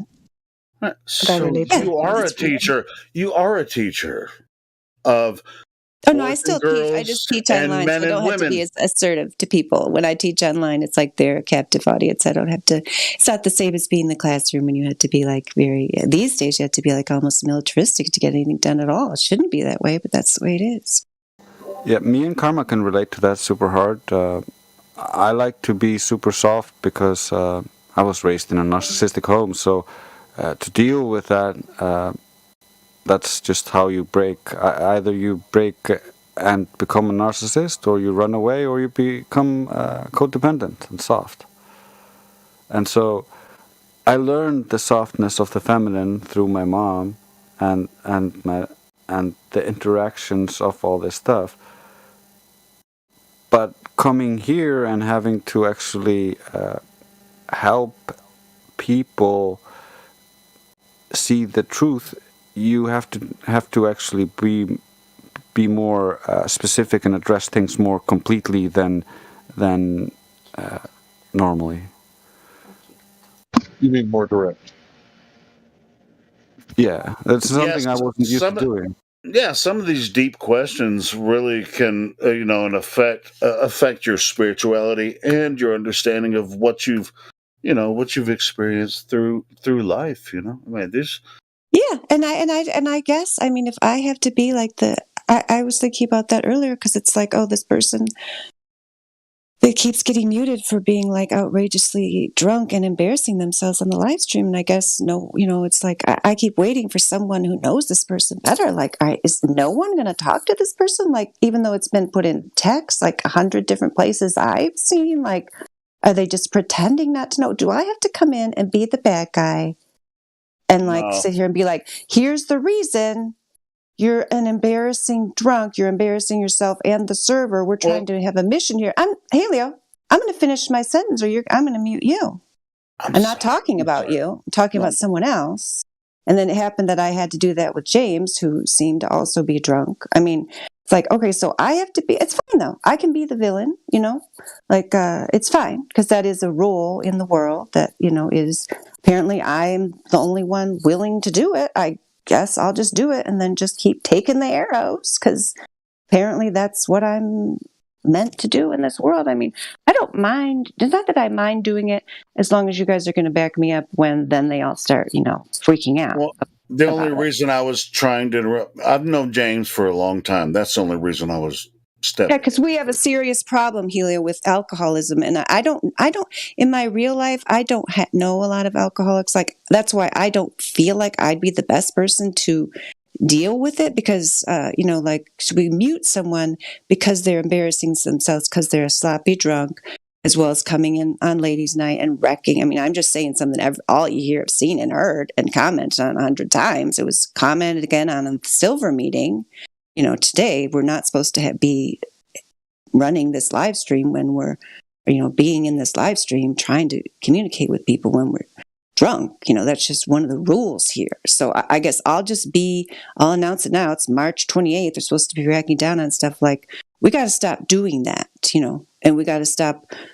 We just got to, because it's embarrassing for yourself. So I'll be the bad guy. That's perfectly fine. I'll go DM the person right now. That's apparently still no one's told, because still they're in here today saying, why am I muted? So I'll just go ahead and DM them right now. That's fine. My general, you just need to tell me to do it, and I will gladly take any hit for you. Okay. Yeah, because that's what we're either trying to get something done here, or we're not. So, yeah. Yeah, cool. I mean, hey, they're, as far as the moderation goes, Mary Mom, we're on your side. All that stuff. You've never offended me in any way. So, yeah, I'm on your side. So, Mary Mom, I got to tell you, I'm such a, weird person that I have trouble muting people. Even if they are belligerent, I do have trouble muting people because everybody has the right to speak, but you also have the right to govern yourself. Yeah, see, that's the problem. But you know what's happened in this world is that people like us have gone too long. I just told you that's why I blew up at James Richard, because I've sat here night after night. Not even so much now, like in the past. I'm like, oh my God, this is our live stream. Like, seriously? For 3 hours, I have to listen to this, but it's because I don't speak up. But it's what you just said, because you like the Hunger Games, right? They cut off the tongues of the rebels, right? We don't want to be muting people. We don't want to end up like them. I mean, I think that's exactly what I talked to them about in the silver meeting today, because they're asking like, oh, you say this is the rule, but this person, that person gets away with it, and this person doesn't. It's like, okay, so I like, we're going to become like, totalitarian regime where it's like, we're just going to start, like, James you're not following these rules. Then James has been muted and banned several times. Yeah.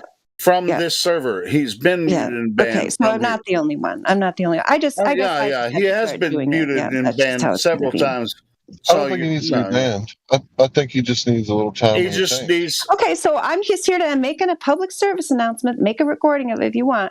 If you're drunk on the live stream, or and embarrassing yourself, yeah, I'm just going to mute you. If you want to talk about it, go ahead. I don't know, like, I don't understand how you could be an alcoholic, embarrass yourself day after day, and then not understand why people are muting you. I don't understand it. I just don't understand this. Like, I'll sometimes have just like one glass of wine. I'll be like, I don't even want to be on here. I'm going to go do something else. Like, if somebody like muted me, I'd be like, oh yeah, it's probably because I had a glass of wine.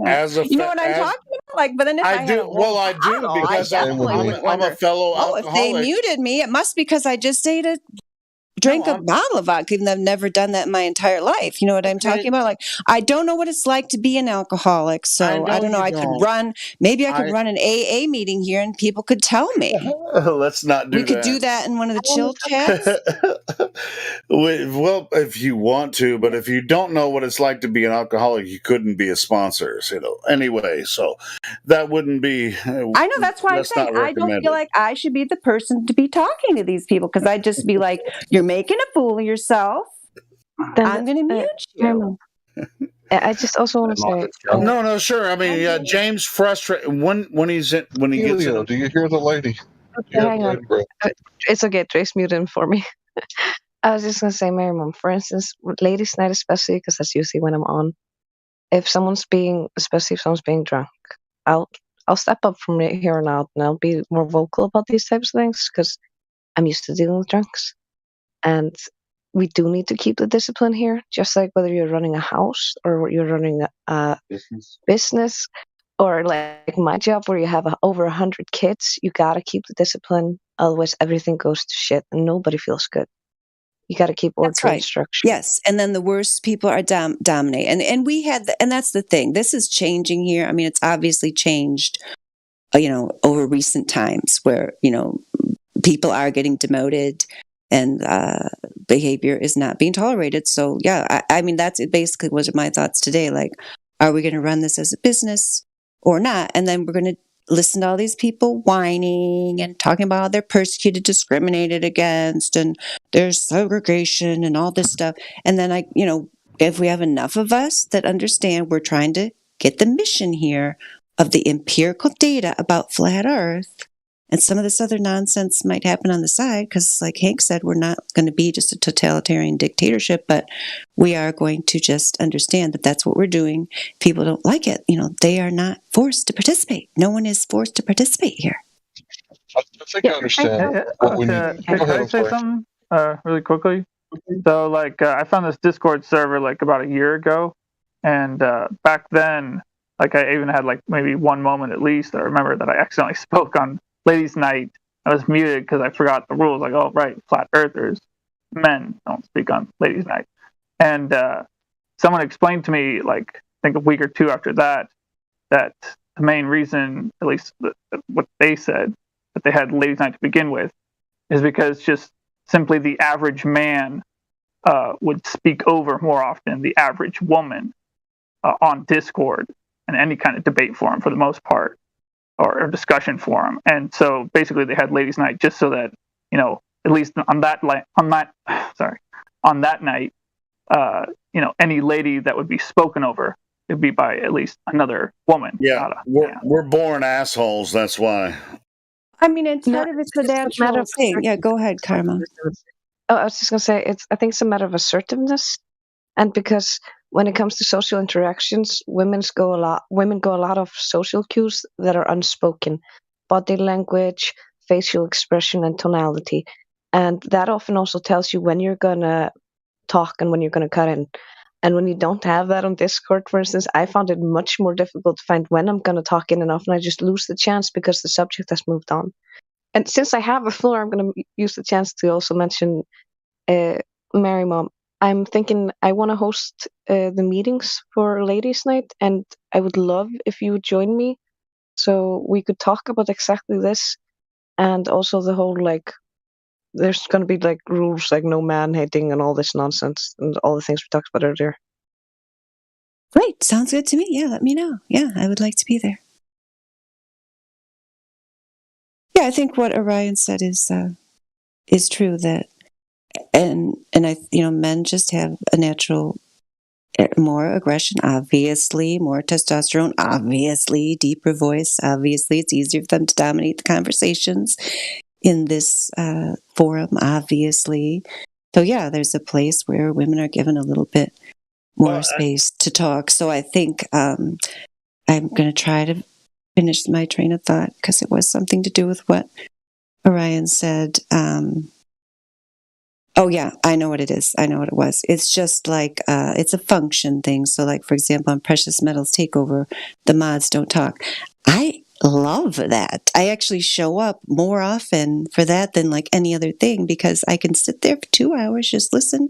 Nobody's going to make me talk. Nobody's going to, expect me to save them. Nobody's going to, whatever. They're just going to do their thing. And I actually don't have to talk. I could just listen to it like a show. I usually listen on YouTube, so I don't have to talk all the time. So I don't have to feel like I have to rescue situations or people expect me to rescue the situation or whatever. So anybody who is coming for Ladies' Night, which used to only be 2 or 3 hours, sometimes it's longer now, and really doesn't enjoy it, yeah, don't listen. There's a lot of men who do come, which I assume means they enjoy listening to it and they don't feel like they have to be the ones to always, I mean, come on, let's just be honest here. It's because we all get in our mind, and it has happened to me too. If I'm listening on YouTube, I'm like, oh, I would say this and I would say that. You think your perfect thing is going to fix this person. Come on. The people have been around here long enough. No. A person's either they have the will to get to this, to follow the road where it leads, or they don't. And once they get here, I mean, some people are chased off by like personal preferences or whatever, or like something repels them. I don't doubt that, or someone like shouts at them too much, you know, and whatever, like no doubt. But in terms of like, if someone's trying to present a flat earth argument to them, and just because you don't think it's the perfect one, you know, and especially because that's what we've dealt with. That's the thing. And it's too bad James Richard isn't here. I guess he doesn't care enough to even listen. He just wanted to tell us what he thought when he was muted, and I'm trying to tell him my point of view, why he frustrated me so much. He's gone. So that tells you enough right there. He doesn't really care, does he? Doesn't care about ladies' night. Doesn't care if it's segregation. He just doesn't want one night where he can't talk if he feels like it. So anyway, the point I was trying to make is that if you are feeling like you have to let other people, even if they aren't perfect, you know, or just have a different approach than you would have, just let them go. And sometimes you might even be surprised that it might turn out to work, you know, and also because we've had to deal with people heckling us. We've had to deal with month after month, you know, year after year of the guys heckling us in the chat, you know, tell them this, tell them that, tag, say this, say that, say this. You're not doing it right. Oh, I can't stand this. This is driving me crazy. I wish I could come in there. He better stick around till ladies' night so I can have my piece of him. All right. So then what happens is what happened after last ladies' night, which was, you know, after ladies' night, the two guys we had in there, one of them got chased away, left the server, and told me in DMs he'll never come back because he was attacked by one of the guys here. That after we'd had a really nice conversation, and the other one was okay. You know, I stayed around feeling like, gosh, I gotta make sure this guy doesn't get thrown to the wolves because you guys, I'm sorry, but that guy, James, just exposed his cluelessness, and that's why I was frustrated because him saying that is why we have ladies' night, and he is the perfect example of why we have it. So, and I told him not to his face. But James doesn't represent all the men. I mean, come on, man. Oh, no, I know. We're all here. I know, Helio. I know that there are wonderful men on the server who are very supportive. So I thank you for bringing that up. Oh, you're so sweet. Thank you for telling me that, Helio, because no, absolutely. A few rotten apples can ruin the whole barrel and make it so that, you know. Ladies' Night was my idea in the first place. It's everyone's idea, I know. Yes. No, yes. It was my idea in the first place. Yes, okay. It was my idea. Yeah. Okay. Because I love you ladies. And I love to hear you talk. And I thought the men were being fucking... Wait, you love the ladies, Helio? I'd never heard that before. What? You know what? I noticed I didn't know you loved the ladies. I love the ladies. And y'all know I love the ladies. I try to hold back. I try to hold back, you know? Yes.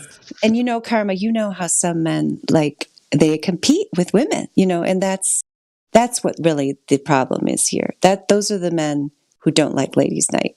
I'm sorry. I'm not even going to go further into that, but people who know, that's exactly right. People who know that resent. That that's why we have the world we have in, where it's, you know, you think it's because of feminists. Who started feminism? Bunch of men. They didn't like it that, we're treating them nicely. We're opening doors for them. Gamma males probably created feminism, I'm sure, if you went back and figured it out. Because, they don't have to work as hard as we do. They don't have to go to war. We have to open doors for them and be kind to them. So now we got the world we have today where, women are not treasured, cherished, and then they are going out in the workplace and competing with you guys. And then you guys are mad at that because you think women want it to be this way? No. But the world no longer cherishes femininity. Femininity is not cherished. Motherhood's not cherished, not considered to be a valid job. And so now you wonder why women are the way they are because they've been made this way. Which is sometimes bitches. I just felt like you had to really say that out loud. Which was what did you say, Karma? What? I was saying sometimes in those situations that you just described, when the women aren't, being feminine and all this stuff, they end up being complete twats. That's maybe a nice way to say it. What? Yes, absolutely. What did you say? All right, so men are dicks and women are twats. That's pretty much where we're at right now. Yeah, gosh, that's like we're way ahead of the rest of the world if we understand that. That's very deep, Helio. Very deep. Yeah, Hey, go it's ahead, a Hank. really deep. Yeah, that's good I stuff. just want to say that when Women's Night first started, I couldn't handle it. I was one of those guys that was just, foaming at the mouth, wanting to get in there. And then after a while, I started to enjoy it, right? And then I couldn't control myself and I keep butting in. So I'd be like, okay, I got to control myself. And it's like this part of me that I've never had to control before because I'm used to speaking my mouth because, I'm 6'3", 300 pounds. What is somebody going to do? Come on. I mean, I'm going to speak my mouth and nobody's going to do anything about it. So in Ladies' Night, I have to hold my tongue. And I had to learn to do, and I'm still learning. God knows I try. I still butt in, right? But it's like when I really look at Ladies' Night for what it is, it's like their opportunity to speak freely without getting trampled on by a whole bunch of filthy mongrels. Stags. I think of all the men as stags. I don't know. But it's every time it's stags. That's what I have in my mind. Is stags. I was thinking dogs, but yeah, it's like when I watch Ladies' Night now, I realize that this ain't my show, but it's like I'm still foaming at the mouth because I'm a dog, I'm wanting to get in there because I've played sports and everything, and I was used to getting into confrontations, and boys will be boys, and it's all that stuff. But I gotta say, I really enjoy Ladies' Night now. It's just I gotta mature a little bit more so that I can learn to butt out. I don't think you need to butt out because honestly, I like when you actually come in. Because when you do have something to say, you ask very politely, hey, can I answer this? You get permission, you're allowed to speak, nobody has any issue. How could anybody complain about that?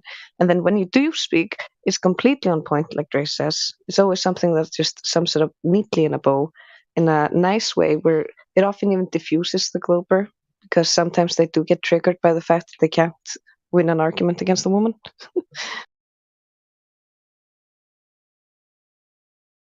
But yeah, if anybody's a bird enthusiast, it's me. And all of you birds, you're all my birds. And I hope that I'm not making it weird because it's not like that. I'm usually not the type of guy to talk to a woman any kind of way because I've been married for so long. I'm used to not flirting and all that stuff. So it's strictly platonic if that's possible for people to comprehend. But yeah, I really like hearing the ladies argue. Strictly platonic. Yeah, strictly platonic. Right? Well, Isn't that the right word? that's the most interesting thing about the women and men on this server. Our platonic conversations here. I mean, it's really because you're not going to meet very many women out in the quote unquote real world that have any that will be able to have a conversation like this with us. So yeah, I love the platonic relationship here. It's freaking awesome. Yeah, the server always feels always has the family vibe going.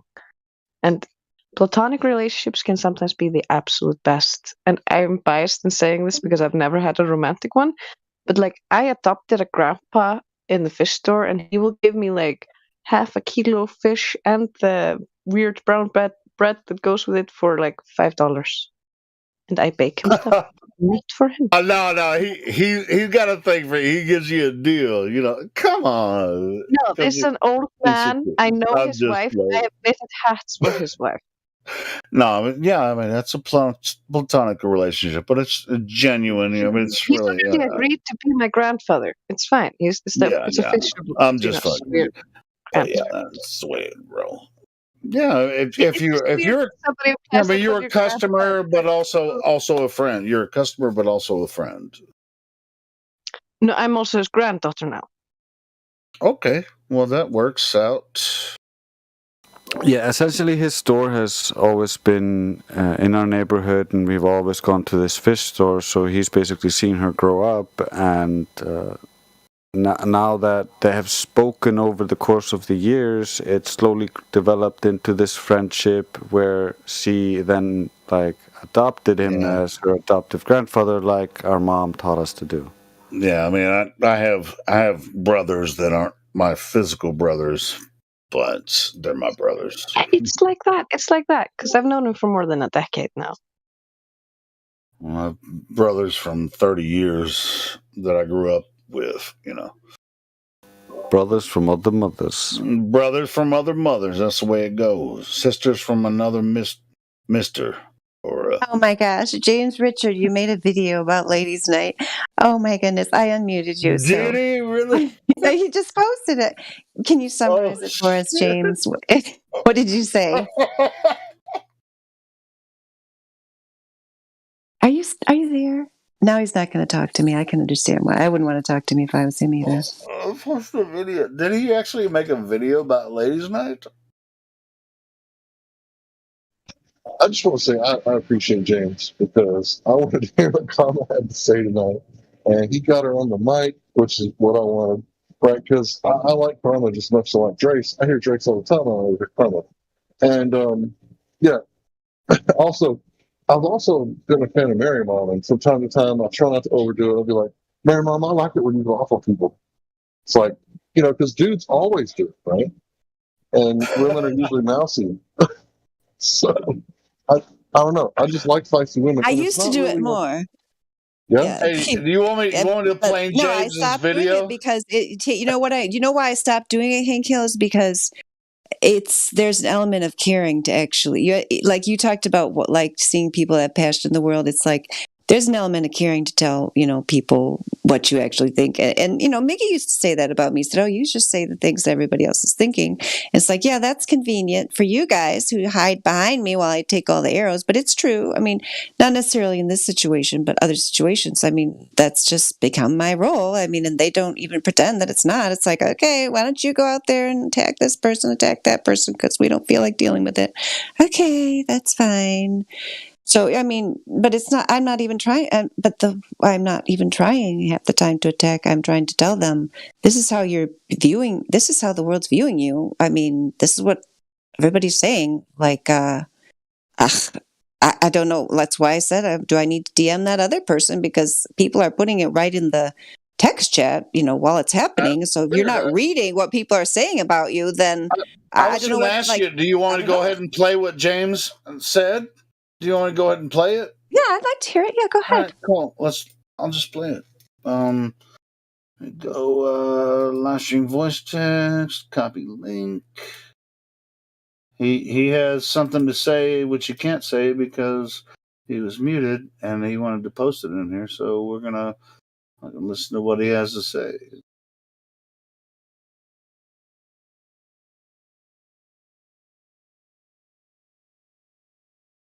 I haven't listened to it yet, so let's see what we got going on here. Well, that's not a. Oh, this is like real live TV. You're doing the interview. The bot won't play. The bot won't play it. Hold on. Hopefully, it won't have a costume malfunction. What's it called? Wardrobe malfunction. Yeah. Well, there's a bot malfunction. Hold on. Let me see if I can play it. All right. Well, while you're getting it together, I wanted to say something. What I said about not liking to mute people, I do understand that the people that refuse to govern themselves from within must be governed from without. So, yeah, sometimes people need to be muted.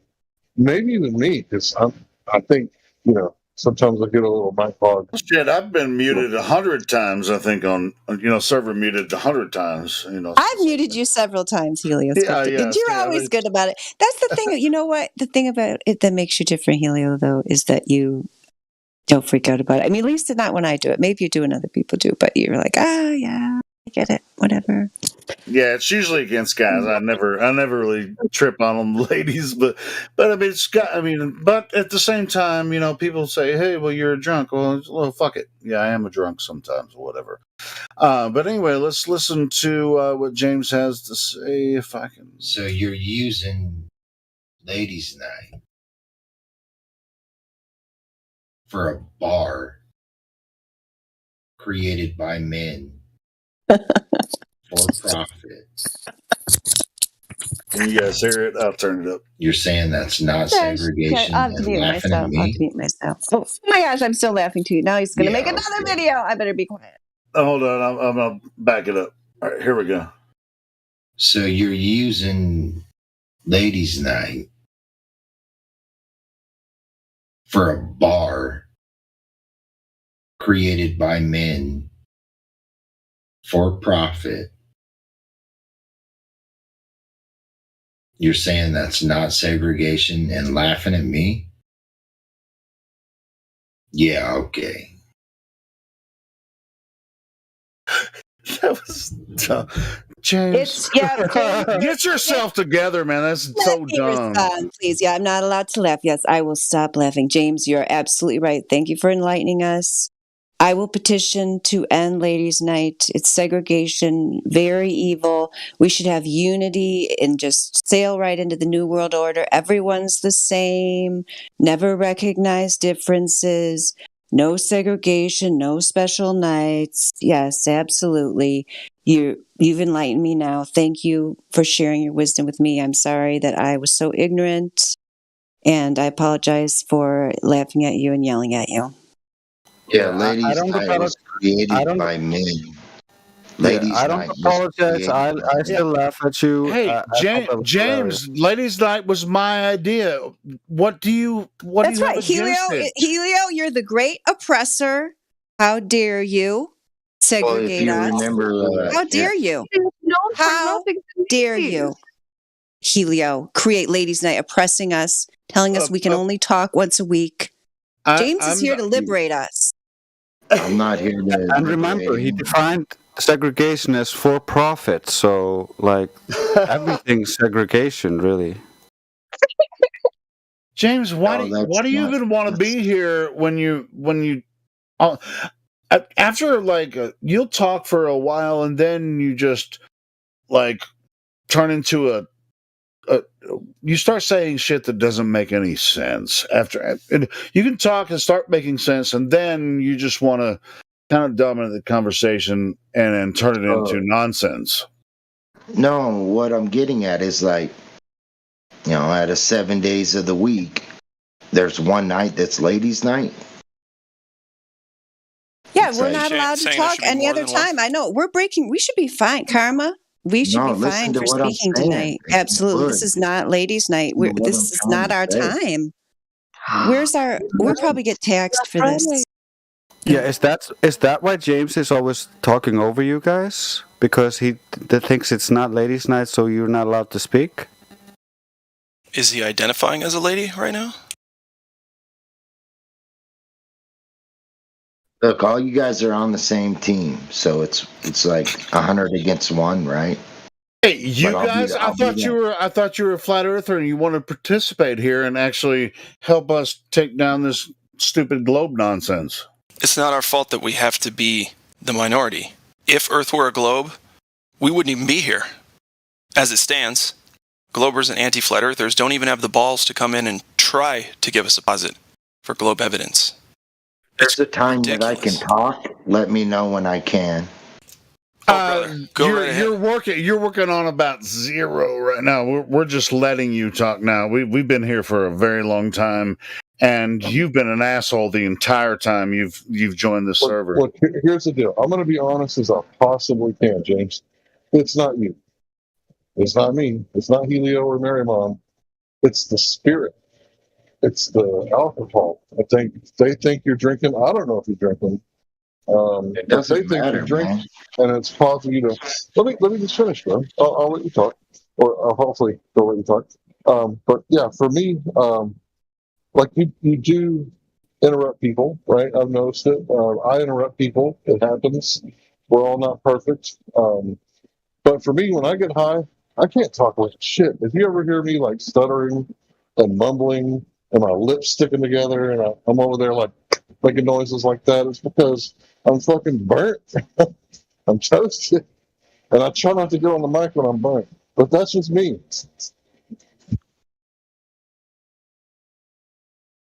As long as the words are coming across where you can understand them, then the message is being delivered. Yeah, but what did you say, bro? The first thing that you said tonight. What was the first word you said tonight? Do you remember? Well, like I got attacked on this ladies' night thing, even though ladies' night. The first thing you said, you repeated it 4 or 5 times. What was it? What was the word you said? You're the one you're the one that's telling the story. If it was repeated 4 or 5 times, why would you need me to refine your memory? If you don't remember it, I'll tell you. Ladies' night is segregation. It is. It's not. You don't understand. You don't understand the word segregation. No, don't speak over me. You don't understand the word segregation. No, that is not an opportunity for you to speak over me. You do not understand the word segregation. You're using it incorrectly. You did not name this ladies' night, and your imaginations about why it's named ladies' night have no relevance here. 6 people talk. I muted him so Drace could finish his sentence. I assume I won't be able to talk either, but then we'll let you respond. I won't be able to talk unless you're muted, so I'll just speak and then you can respond. The only thing I wanted to say is it's fine that you expressed your views, and you said you feel like, you're attacked or everybody's against you or whatever. There's other people who agree. They just might not be here. They might not be saying anything. There's other people who don't like ladies' night. You're not the only one, so don't worry about that. Not everyone has to like everything that happens on the server, so ladies' night is not an event that you support. That's perfectly fine. It's just a small portion of the week. You don't have to be here at that time. If you are somehow think that you're speaking up for the ladies, like you're defending the ladies, I can't quite see what it is you think you're accomplishing here. Like, you don't like it. I get that, but it's very unlikely that you're going to get rid of it you by yourself. I can't even get rid of it, and I'm a mod here, and they make me be in charge of it. I don't even want to do it. I already told you I don't particularly like it. Although I said to Karma while you were gone, maybe that they kind of won me over on it. I kind of see the purpose of it after 2 years, but you're not going to get rid of it because it brings people into the server. Bringing people into the server makes more people hear the message of Flat Earth. So whether they hear it from the ladies that night or they're brought into the server because it's a popular evening, because there's, it's more interesting. It's kind of more, we get a lot of new people in that night. We often have the biggest, VC of the week that night. And so it's not going anywhere. So you can not like it all you want. That's perfectly fine. We're not running a utopia here. We don't have satisfaction guaranteed. We're here to spread the empirical evidence of Flat Earth, to disseminate that in the best and most efficient way possible. Ladies' Night has turned out to be a good vehicle for that. Not only, if you don't even think that it's I guess you didn't understand my Ladies' Night at a bar analogy, that's perfectly fine. You're not required to understand my analogies. But the point of it is we're trying to get people in here so we can talk about Flat Earth. That night happened to get people in here. So we're going to keep doing it. You don't have to like it. That's perfectly fine. I'll unmute you now if you want to respond. See, seriously, he couldn't even stay long. Seriously, during what part of that speech did he leave? That really grinds my gears. He essentially just doesn't want to listen or understand how he has an error in his thinking. Oh my gosh. I know some people might think like we discussed this ad nauseum, but I'm actually glad we brought it to this conclusion here because, my goodness, my goodness. Go ahead, Hank Hill. I just got to say that I hate muting people, but I love the fact that I got a mute button because if you guys remember 2015, James was only one flat earther on my side. I also had, what was her name? The white girl with the Mexican last name? That's all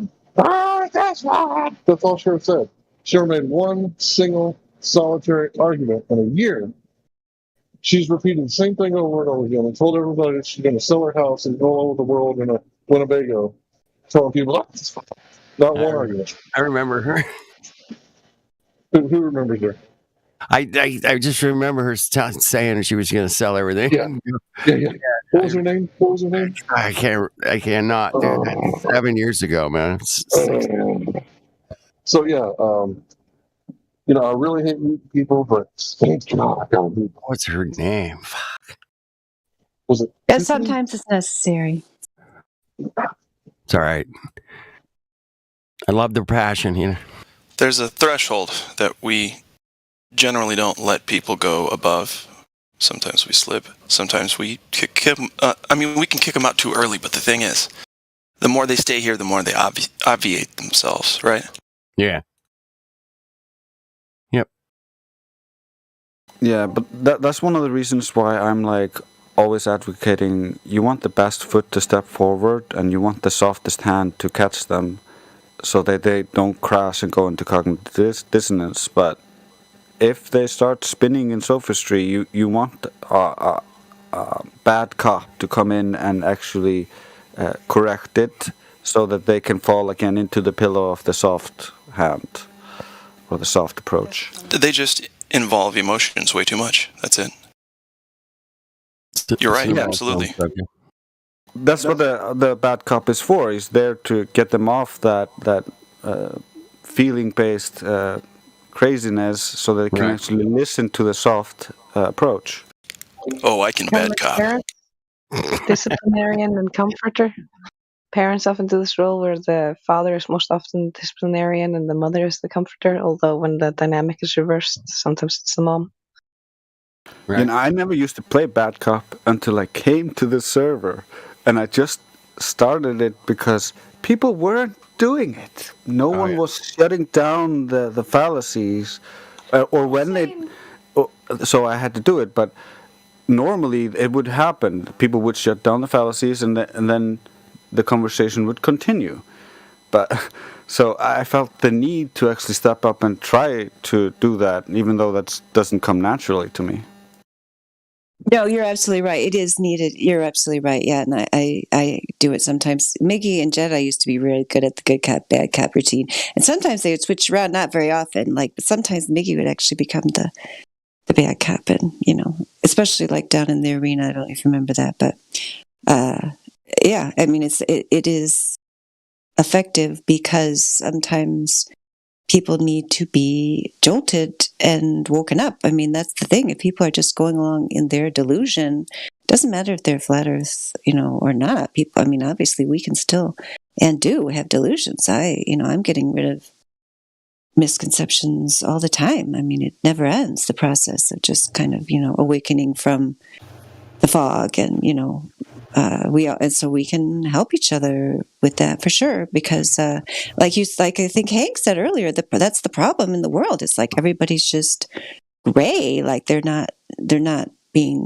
super kind, they're not super mean, so it's easy to just stay in the slumber, right? Because nobody's reacting. They get upset. The one time they do get upset, the zombies, is if you are, right, a reactor, if you're actually like reacting to anything, even like in the most mild way, doing anything that's outside of the program, then they turn into, they're like the Borg when the, Starfleet entered the ship. They're like, wah!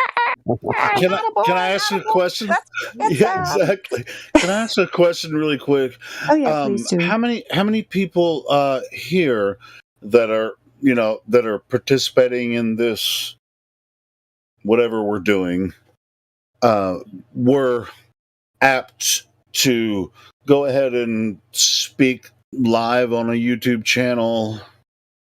Was that your purpose from the beginning, or to make an event out of whatever we're doing? Was that something you thought you would be doing 6-7 years ago? No, me either. No. And actually I was, the first time I jumped on one of the live streams, I was really nervous. So it's comfortable for me now, but it wasn't when I first started. Yeah, I never had trouble speaking in front of audiences. I always had being trouble in the audience. I played live music for almost 20 years, and I still get stage fright. Like it's a thing. Well, that's different. Like I could perform on stage like nobody's business, but that's really like that's an act. It's a performance. So that's where that's where I feel comfortable. Yeah. But as far as talking in the public, I'm more comfortable with it now, but I'm still like I can't listen to myself talk. Like if I go back and listen to myself on live stream, it's just horrible. It makes me want to. It just makes me. I'm cringing every time I hear myself talk. Helio, I can listen to you talk all night, bro. No, well, okay, thanks, but you can't fix that shit inside me because when I hear myself talk, I hate it. Helio just said, "You can't fix that shit inside me." Sorry, go ahead. Anyway, is anyone else like that? To what Karma said. Totally. Karma said right. in the. I remember when Karma, you used to speak through Drace's mic in the first ladies' night. I remember that. Oh, it was even worse than that because long before I joined this, everyone has always thought I was a girl with love, wisdom, harmony as my name. Right. And because I'm always trying to mediate and I'm too soft. You're a great guy. They're like, yeah, you're a girl. I'm like, no. Yeah, I didn't help with that. You wouldn't want to be a girl for a day, my friend. Well, now I'm probably I've probably got another enemy now in Jake. So maybe you guys can tell him if you know him, since you've known him for so long, that I do mean well, believe it or not. He's fine. Are you talking about James? He's all right. I mean, I mean, this has been happening to him the whole time. Yeah, this is like, don't worry about that. Like every time he comes in here. Yeah, I mean, he was feeling strong, right? He's been a dick forever. Forever, man. Yeah. Okay, yeah. Well, he did start it, and and then he's not even willing to hear what I have to say about it. So I don't know what to tell you. I was here for the finish, man. Yeah, don't worry about that, dude. James has been around for a long time. Yeah, Flat Earth dude knows. I was surprised to see him here tonight, to be honest. Because last time he was here, I was just like, I can't fucking believe you're back again. I probably should just not be around when he's here. That's probably the best plan. Some people get right to the just the threshold, the finish line, and they say, well, you know what? I'm not going to say that I'm a flat earther, even though deep down I know it's flat. I'll just toe the line for the rest of my existence. Hope that works out. Well, we had that guy earlier. What was his name that you put the clip of, Helio? Who was that guy that Quantum Eraser was talking to, and a bunch of us talked to him? Oh, the video I shared earlier. Cliff. Cliff. That's his name, Cliff. Yeah, Cliff. That thing. Yeah. I feel like there's hope for some people seem to think there wasn't, but I feel like there is. I'm working on trying to capture short clips, so we can get some more traffic here to meet some more people. And if you go back the other night when that nude guy was here, the guy that he this nude book on, we all had a good conversation with that guy, like earlier this week. And if you go back and find that about this time of night, way back earlier this week, that was a really good conversation. Yeah. Well, it's just what I was noticing, like these short. I mean, in your YouTube feed, you see the shorts, right?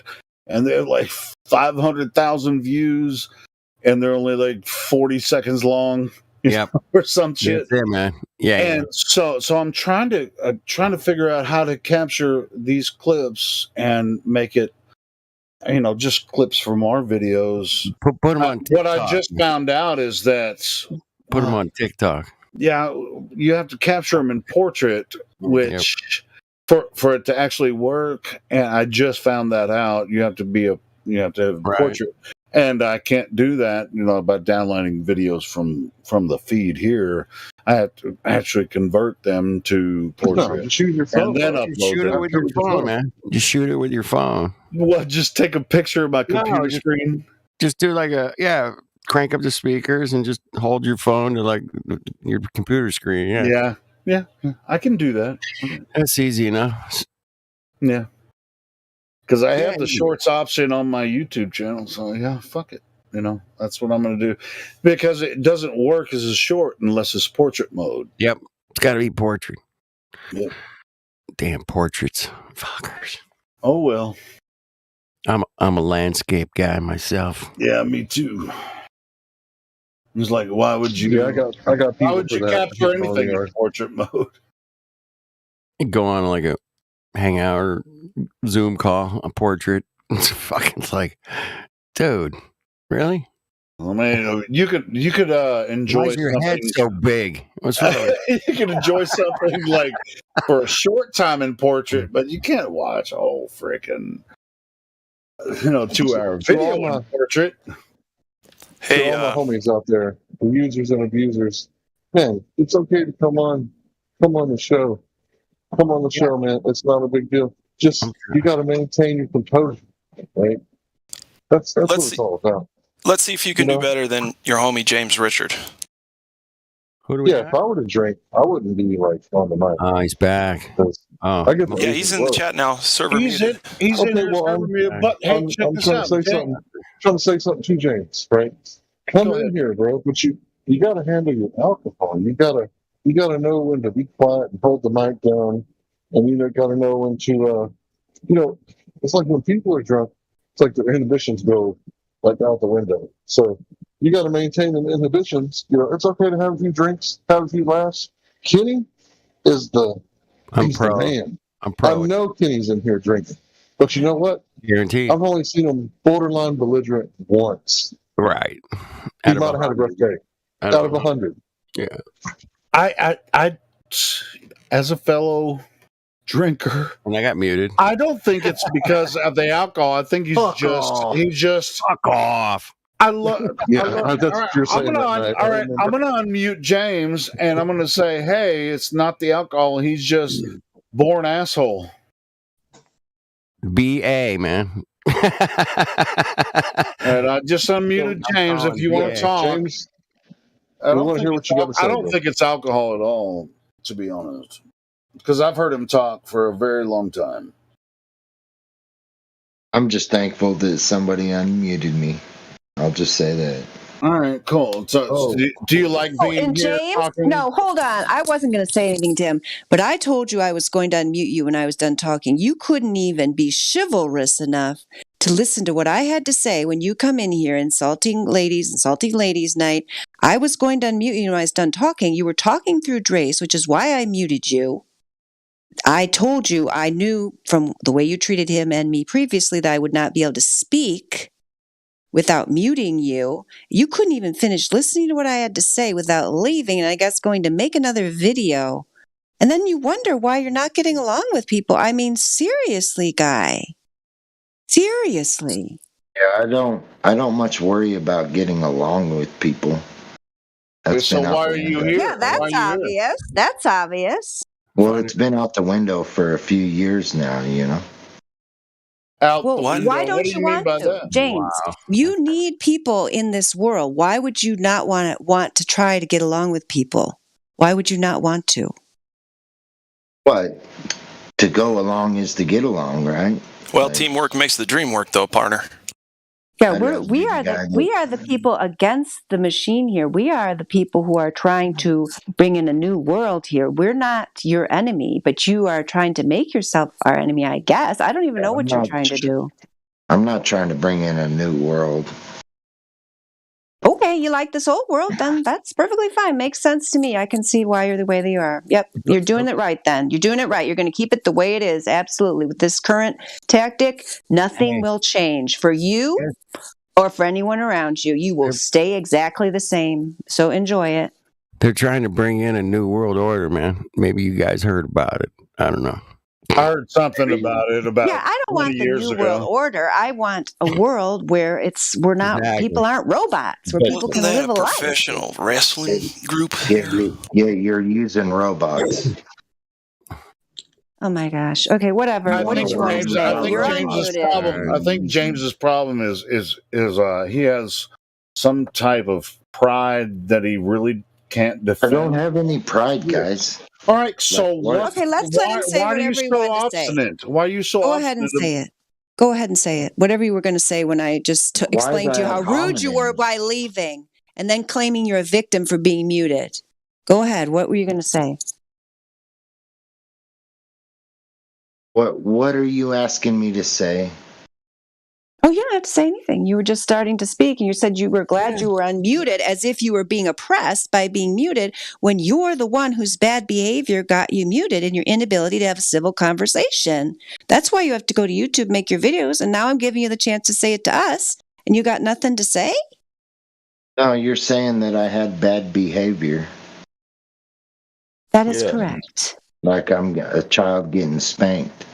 Oh my gosh. I can't speak to this man. Somebody else. I know speak to him. he's no. Well, see, I told you. Let Helio handle it. Shit, man. He knows how to handle it. Fucking. No, I mean, there's no reason to handle anything, James. If you don't want to have a civil conversation with the people in this room, why the fuck are you here? I don't understand why. Why are you here, man? Why are you here? That's the question. Why are you here? Give me the answer of why I'm getting that reputation. Dude, I've listened to you talk for several years. I know exactly what happens in conversations with people. Doesn't matter if globe or flat. I've heard you talk to globies and flatties for years, bro. Why can't you have a civil discussion? James, real quick, are you a flat earther or a glober? Give me the definition of a civil discussion. What? Are you a glober? It's a back and forth conversation. Somebody's asking where you me. give a little and you get a little. Somebody's asking me why I cannot have a civil conversation. Yeah, what I'm asking. Go ask your mom. Go ask your mom if she. It's just going to keep distracting. It's off topic. Yeah, it's just like, James, man, I don't get it, guys. Like, give me a break. At least give me a break. All right, Dude, I asked you a question you didn't answer. Go ahead. Hang on a sec, Helio. James, I gave you a question you didn't answer. That's rude. Dude, I've gotten like 5 questions since I've been able to talk again. Okay, so I'm going to ask you a simple one. Is the Earth a globe or not? Yes or no? The Earth is as flat as measurable and practically used. Okay. Well. Oh, so you are. So there you go. You agree with us in that vein. Now, is he just treating people like shit? I'm sorry, I just joined like 20 minutes ago. Yeah, he's been claiming to be a flat earther for years. Yeah, that's. I mean, I think that he is. I'm not saying claiming like doubting it. No, that is. Yeah, I mean, this is just a great demonstration of how. Yeah, flat earthers. I mean, yeah, we don't have to agree on everything, but it would be nice. Yeah, if we didn't have. I mean, we've discussed this, which is basically a server issue, which we have said we don't want to have server issues in the live stream. But that's kind of interesting because Ladies' Night's a public show, so I don't have a problem with discussing it. But yeah, I mean, basically, you have a complaint about how the servers run. You don't like a particular event that we run on Ladies' Night.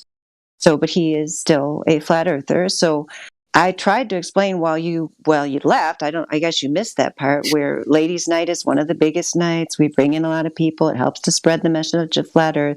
It furthers the mission of this server, which is to spread the empirical message that the Earth measures flat and stationary. So, James, I guess you don't think that it furthers the mission. I mean, at this point, I know you're not going to be able to. I could see where it comes off. So, yeah. Okay. Yeah, they only get one day of the week, brother. Yeah, what's your issue with Ladies' Night? 3 hours a week, dude. That's it. That's all. 3 hours a week. That's it. Yeah, well, it can go as long as they want. But listen, it's like an Adult Swim thing. It's special because us guys are. Hold on. The ladies are special all day long. Should have Ladies' Night. What is James' problem with Ladies' Night? I was just going to say, what does Ladies' Night have to do with the Earth measuring flat? Ladies' Night should be every night. James, you're not the arbiter of that. The ladies decide when they have their night, and it extends beyond. Shut up! It extends beyond 3 hours many times. Yet you can close your mouth when other people are talking. That is basic decorum. Well, as long as you're telling the ladies when their night should be. I don't know why I'm the best. No, ladies can speak anytime on here, and they know that. Come He on, thinks man. he's advocating for us. Fucking That man. is, he seriously does think that. That's He did. adorable. At the Are you a beginning, he feminist? said- You like, you like, and he said we should be able to talk anytime. So he does. I don't understand because I've been like talking to you and you don't like hearing me. You keep leaving every time I'm well, talking, you're doing the and same yet you thing want of more what's ladies. being done. I Like don't understand. you're doing the same thing of what's being done. Okay, I don't understand. Wow, mind blowing. I think he doesn't understand that he doesn't Like they say understand. that All of us Earth is understand. Hold on, James. We all understand what's going on here. You don't. So I don't think we should spend much more time on this. Yeah. No, let me just help you out. We probably should move on. No, I'm not going to let you help me out, bro. Because then I'll I'm give you not going to let you help me out, James. James, But it your is worst getting thing right now is your hubris. Sorry, your hubris is what's getting you in trouble, James. So It's over. It's over. I muted him. You know, James, you can stick around. Yeah, it's total nonsense. We have something going on here. I don't know what your problem with it is, James, but it's not. It's not what you're not involved in this. So Take it up. Take it up in the complaint department. He left. Yeah. He left. Yeah, get the fuck out. if he's a flat earther, he's not doing it right. Do we have a He's not doing it right. Exactly. Didn't he? So here's the thing. I was there when James first started. Sorry. Do we have a complaint VC? Can we go to complaint VC? Yeah, go over there. I think there's a chart you can fill out for. All right, give me just a few minutes to say this. So, when James first started coming around, right, there was very few like flat earthers debating, and I didn't know who was on my side, who was like controlled opposition, you know, who was an agent provocateur, any of that stuff. And for a long time, I thought James was a Glober pretending to be a flatty, and I thought Tiffany was too. I definitely thought that. It was Tiffany. Yeah, I remember Tiffany. Yeah, that was the name. Yeah, I remember. Yeah, I mean, I just assumed that, Hank. I mean, that just seemed like, what else would he be doing if he's not obfuscating? But Ostrich wants to talk about Magellan when you're done. So I just wanted, Ostrich came back, so I wanted to say, like, when you're done, Hank Hill, can you clear the floor for Ostrich to talk about Magellan? Hank, or hey, Leo, Hank's going to talk about, finish this thought, and then Ostrich is going to bring up the topic on Magellan. It's going to be great. Can't wait. Back to modernity. Let's get back to modernity. Hank wasn't done, though. I know. Go ahead, Hank. I'll be super quick. So I eventually found out that, you know, he is a flat earther, and me and him have a lot of the same spiritual beliefs. They almost line up identically. I think there's been a few things that he said that I disagreed with or didn't understand. But the point is that his personality clashes with people when he's not sober, I think. Because when he's sober, I don't think it's as big of a problem. But when he's a little bit tipsy, you know, there's this little bit of decorum that he doesn't have. I disagree. James has always been a. Well, you said it a few seconds ago that he doesn't have decorum. Yeah, and Hank, you tried to tell him that, and that was kind of you to try to get through to him, and just wasn't going to get through. All right, so Ostrich, what were you going to say about Magellan? I'm just thinking about why Ferdinand Magellan circumnavigating the globe, or you know, saying that he is so widespread and why it's so important to learn. Kind of similar to how Christopher Columbus discovering the Americas is such an important thing when it's not really necessarily very true. But specifically, I'm wondering why the size of the circle, which they call a globe, is the size that it is, right? So he would have circumnavigated, and they would have used that to confirm the radius or the circumference of the globe. So why did they pick that number? You don't understand. He didn't travel in a straight line. Go ahead, Julio. I'm sorry. Were you there for it? I'm just really. I want you guys to answer that. That's really deep. I was just going to say, the way you asked that question is really deep. You're appealing to somebody else's work. That's a problem. I am, and I'm trying to find the motive because everyone grows up with it in America for the most part. That goes to. But does motive equal science? No, it doesn't. It's not legitimate. But I'm trying to figure out why they chose this illegitimate number. They could have chosen any other number. Why did they choose 24,901 miles, or whatever that converts to into other metrics? But you know, metrics of what? What observation? What they- science? Okay, so when he went in giant circle, and which is what they decided to call the circumference of the Earth. It wasn't a circle. He went in the circle around the Earth. Like, Who did? Circumnavigated, right? Ferdinand Magellan. They say that he did. Okay, right? but he didn't go in a circle. He circumnavigated the Earth, right? There was stuff in the way, continents that he had to go around. Okay, yeah. Right? If I say I want to walk around my neighborhood, well, there's cars sometimes on the side of the road, and I have to circumnavigate the cars too. Yeah. Right? So it's not a perfect square when I walk around my block, right? He was used as like a great achievement, like a verification. was asking. Hold on. I'm just trying to use him to understand the topic. Hold on. You said something about Greenwich, right? Greenwich? Greenwich? No.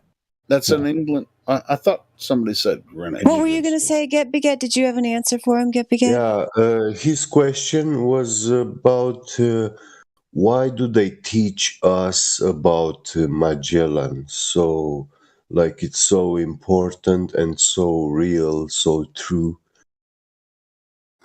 Yeah. Am I right? Yeah, that's pretty much, yeah. Yeah. You were not actually standing up for what they claim that Magellan did, like circumnavigating the Absolutely world. not. I don't believe that it's true. Yeah. I'm just trying to find out why they choose him and why they choose the numbers Yeah. that he supposedly did. Yeah, because even before Magellan, there are so many other people who actually owned ships and they did very long journeys, even before him. Probably longer That's than a him. very even. funny thing why they chose him. True. So since we don't know the extent of the plane of the Earth, or what is like plane-ish of the Earth, why did they? Because the circumference that they chose decides how large the world is. Why did they choose the size that they chose to describe the world? The largesse? Is that what you mean? Yeah, the largeness. Like they chose roughly 24,000 miles as the circumference of the globe. I don't know. So- You're Yeah, gonna they were have to thinking you're gonna have to ask them. If they were thinking ahead, they really should have made it bigger. It might have taken longer to figure it out. Yeah. And it doesn't matter because the Earth measures flat. Who cares? Well, the thing is that the opinion obviously does matter because they have convinced so many people. Because they've convinced so many people, their opinion obviously does have some merit to some extent. So, do you think there's a reason that they've tried to convince people that it does have a certain largesse, like a certain size, Earth, third rock from the sun, in a solar system, in a galaxy? Come on, man. Well, they had to pick something. To defending it, there obviously is a reason for them defending this. Okay, well, what do you I may think have the an reason idea is? now that I better I want understand to the question. It fits the Rayleigh criteria. So, if you think about what the distance is to the horizon, 1.2 right times the square root. Well, what's the Rayleigh criteria? It lines up. It's 1.2. So maybe that's why they chose it to hijack perspective. That's very interesting. It is, isn't it? It's very interesting.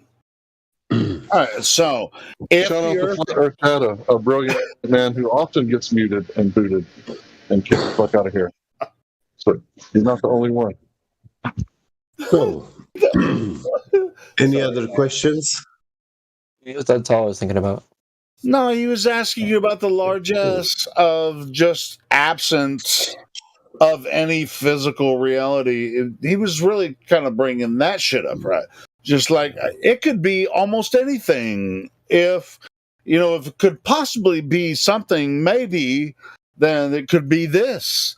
It's like, who are you talking to, and where do you live? What do you mean? Wouldn't you rather know for Ostrich is yourself? Ostrich is a flat earther, right? Isn't that what Dave told us when he checked you Yes. in? I'm looking How at it long from have a you? perspective. How For long like have you 3 years. understood that? Okay, Yeah. what led you to that understanding? Being here. About 3 years ago, being here, yeah. Oh, being Just here in the talking with server. people. Yeah. Oh, okay. So you were here before and then you just came back? Yep. Oh, great. Oh, great. Did you That's have a different name before, or were you always Ostrich? It was Aten or Aten. Yep. Yeah. Good. Well, we're glad you came back. What inspired you to come back? That question, the Ferdinand Magellan question. I was really thinking about, just why, if people were deciding to choose a number and then teach everyone in their reach that they can that is the correct number, why did they choose that number for the circumference of what they call the Earth? But what do you think about my postulation? That's actually Flat Earth's postulation. I don't know if I completely understand it, but Okay, so if you take a look at what they claim, right? Every horizon distance must be 1.225 times the square root of the observer's height in feet.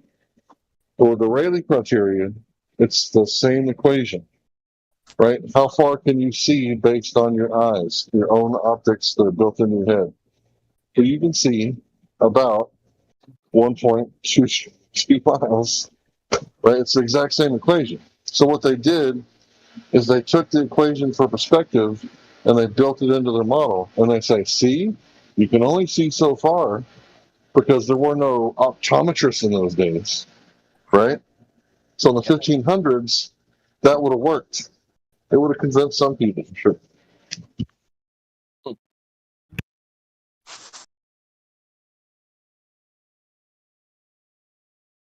Yeah. I'm not saying that there is like a definite answer that I think I know. That pretty much the smartest thing I've heard to explain it.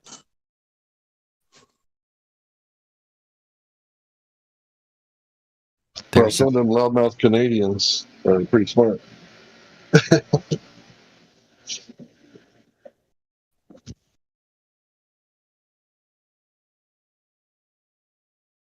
Well, the elites are very into numbers. They chose it for a reason. I don't know the reason, but like some kind of sacred geometry is what I was. There's something there. I'm not smart enough to fucking know it all, but you can talk to Marty Leeds. He knows it. Oh yeah. Yeah, he's got it. He can figure it out help you, at least give you some understanding of that they love their numbers, man. These cocks. Oh fuck, love their numbers. Anyway, fool me once. Shame on you. Fool me twice. Shame on me. We got fooled, man. We went and checked it out. Measures flat. What else you got? You got something? We won't get fooled again. Bring it, man. No. Floor's open, man. What do you got, man? There's one of my favorite songs. People here, and the VC check-in's empty, man. So jump on in, man. Jump on in there, Miss Terry. Come on in. The new We've got something here that's something has just VC verified role. Did you have any questions or just want to say hi? Something, or anybody else that has something to say? Feel free to speak up or question.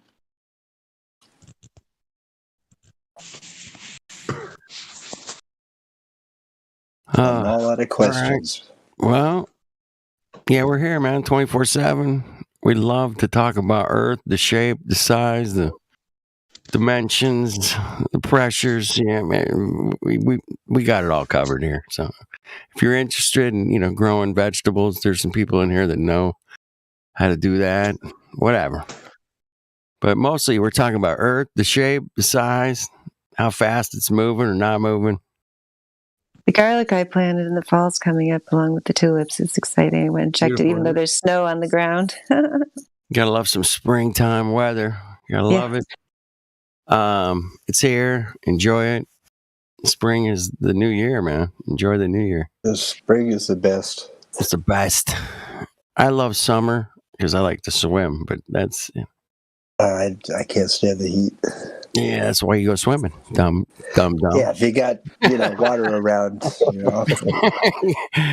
It's you're supposed to sit in the lake or the river or somewhere.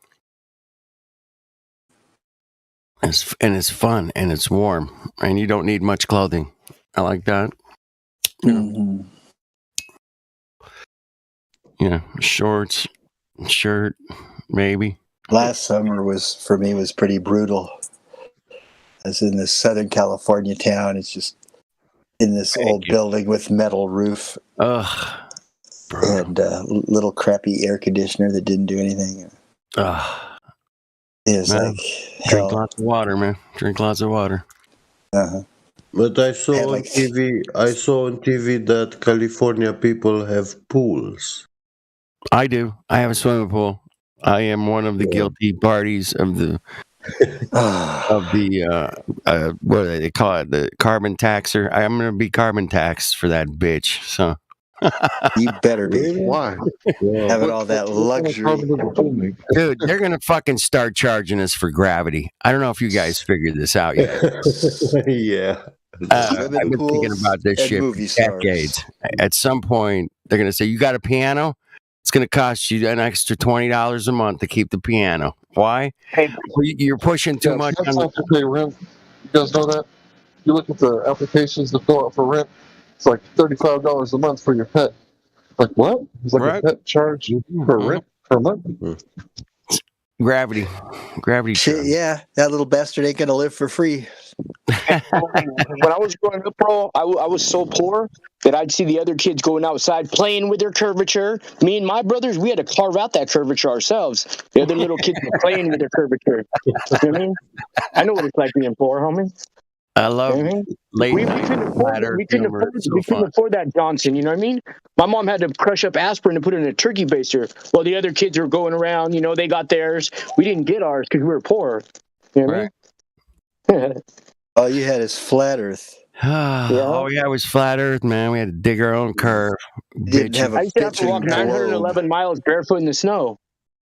We're going to talk about some dark curvature. Black poles lives matter. Dark curvature. That was my new term. What is Big Bang?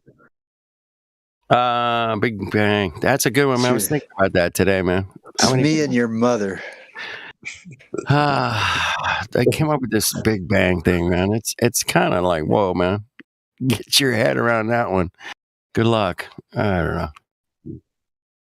A bunch of nothing exploded into nothing and created everything. Cool. Yeah, so what was before that? Right. There was nothing. You're not listening. There was nothing. There was nothing. You can't have nothing. Into nothing, bro. Come on. Listen. When they say, if somebody goes into a huge airplane hangar, well, anyway, I'm not going to do that. Ahead. Go ahead. No, go ahead. This thought is amazing. There can't be nothing. Exactly. Okay, you go into a big airline hangar and there's nothing in there. Well, no, there's walls. And I guarantee you there's dust and shit in there too. You can't have nothing. Does that make sense? And volume. Yeah, it does make sense. And you can't have volume without a container. Oh, that one hurts. You can't have incredible volume without I mean, whatever was here before a Big Bang, it was something. They couldn't have called it the Big Boom? They had to make it kind of weird with a bang? Come on. Yeah, that's right. Big Boom. They thought they tossed that around, but yeah, it went with bang. And they made a TV show about it. Why don't we call it the Big Smash? The what? Yeah. The Big Smash. Kids are calling it this these days. Netflix and chill so that everybody can smash. The Big Smash. The Big Smash. Yeah. The Big Crush. The Big Kaboom. Yeah. What about a kaboom? Did you guys learn in school that the sun is a perpetual nuclear fusion of hydrogen and helium? And oxygen. It has to have oxygen too. Last time I would love to see the demonstration of that. Well, and it's a star. Neil deGrasse Tyson said it's not that. It's actually Thank a you, Neil, for process straightening these things where out for us. there is matter and antimatter Antimatter. annihilating each other, and the end Antimatter. result is pure energy, and that energy then transforms back into matter. Oh, for God's sake. So, because they know the tokamak reactor is failed Must be experiment. what was before the Big Bang is antimatter. Exact opposite of matter. Can I do something? If I have an apple, and then somebody asks me for 2 apples, huh? What's that? You can't give 2 apples. Oh, sorry. I thought, yeah. You can't have negative something, right? I only had the 1 apple. You're asking for 2. I'm only going to give you the 1. I can't have negative apple and then give that to you. It's to owe you an apple. Who's an anti-curvaturist here? Anybody? What? An anti-curvaturist. I don't think there's curvature on the Earth. What's the curvaturist? I'm an anti-curvaturist. I just decided. Helioskeptic curvaturist. I'm not against any curvature. It's just that we don't see any. Right. If there was some, I'd go ahead and say so. I'm an anti-curver. I'm not a flat earther. Anti-curver. I'm a heretic. I'm not against. Exactly right. Shall be dealt with.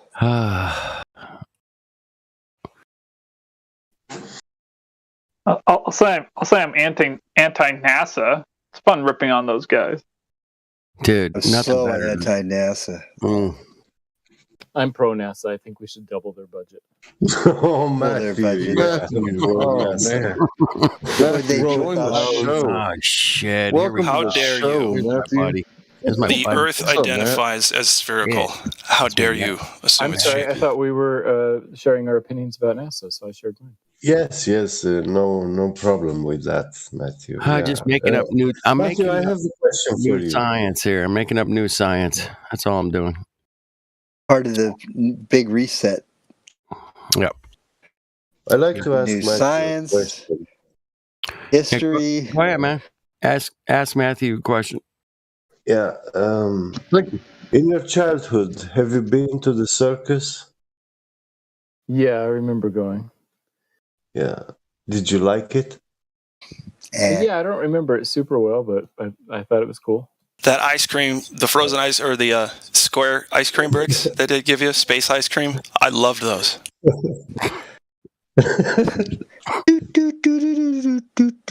Yeah, and anyway, go ahead. Are you talking about the dehydrated stuff? So did you guys feel bad for the elephants? Was I like the only one watching the elephants? I do. I would pet them when they're, in the holding place. They're so nice.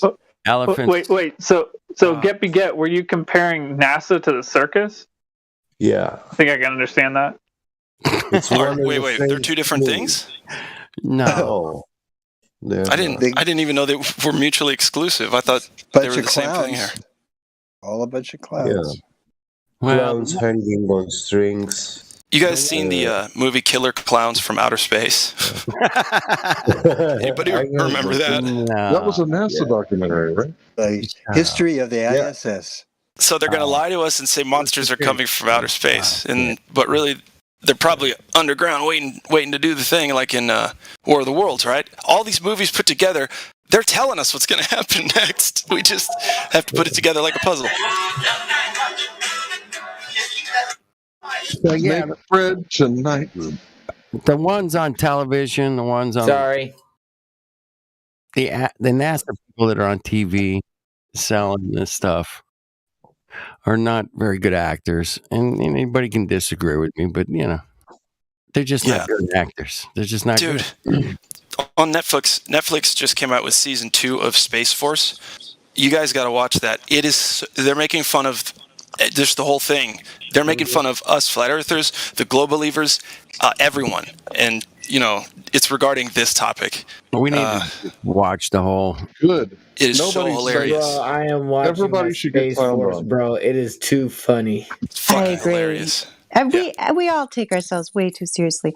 Seriously, I think I agree. We need more laughter around here. People are way too sensitive about the silliest things. I don't know. I have to say. I try to bring it.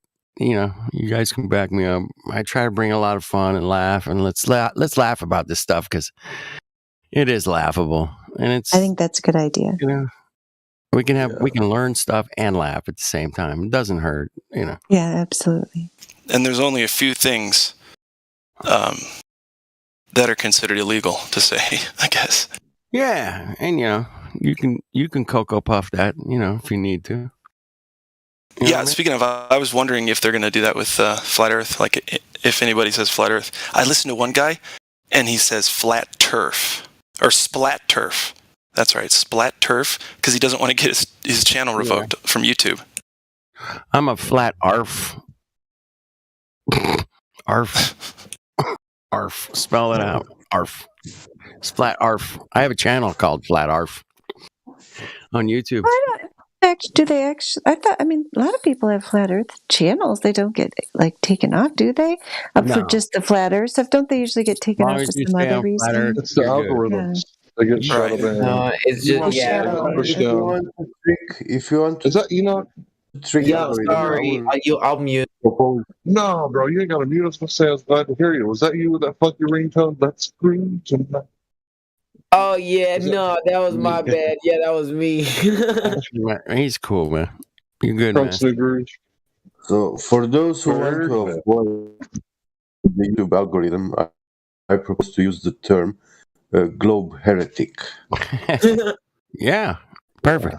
That explains. Oh, I see. So then you don't get that little Flat Earth explanation there, disclaimer, and then they don't shadow ban it as much. Is that what you're saying? Okay. Or you can say recovering.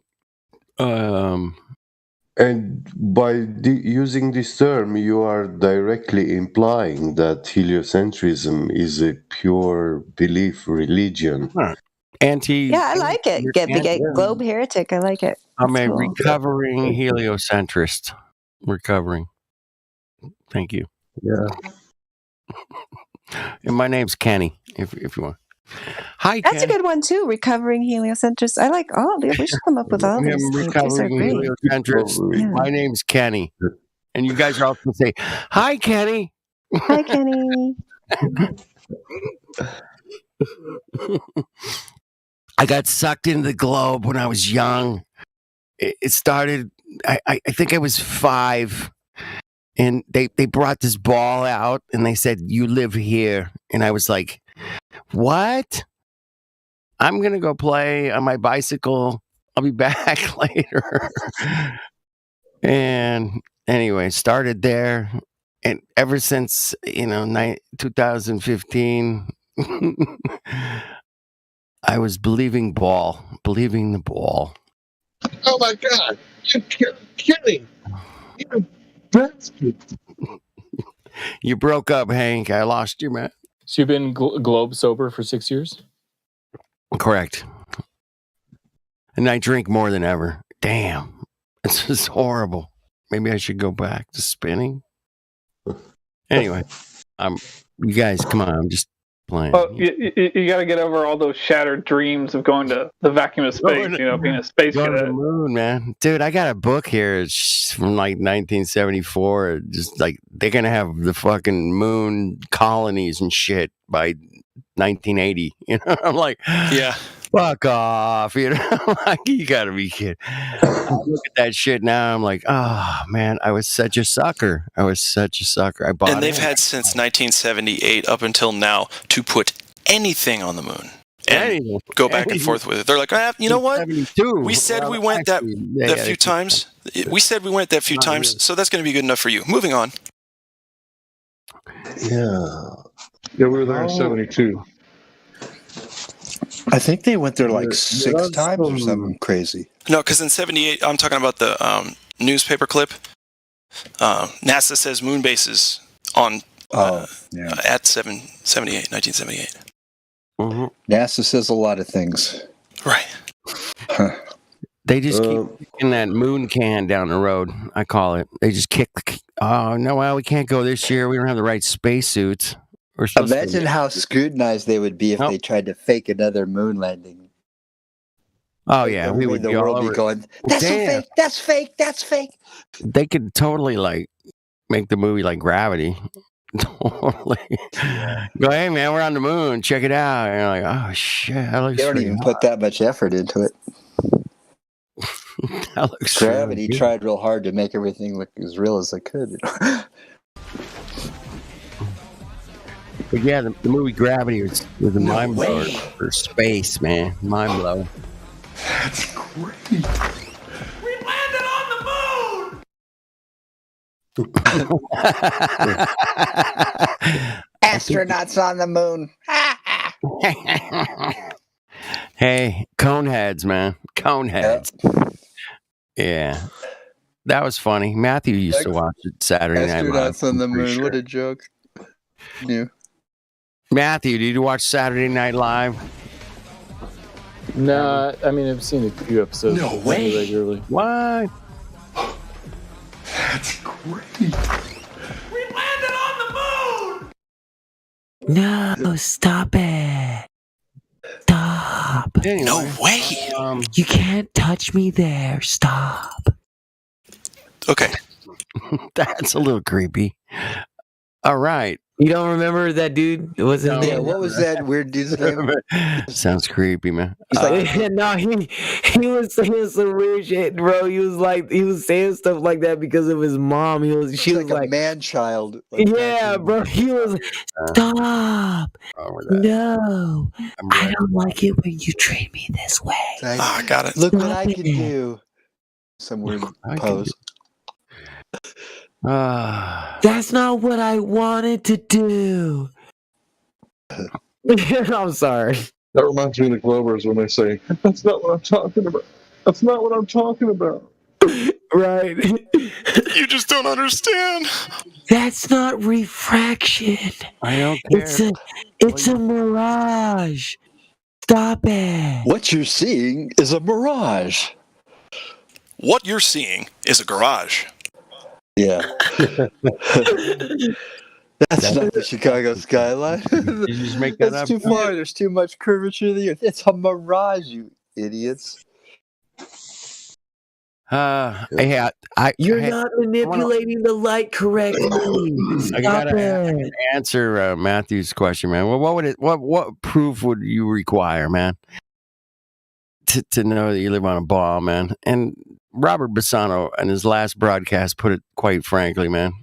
Put my ass in a rocket. Send me up there.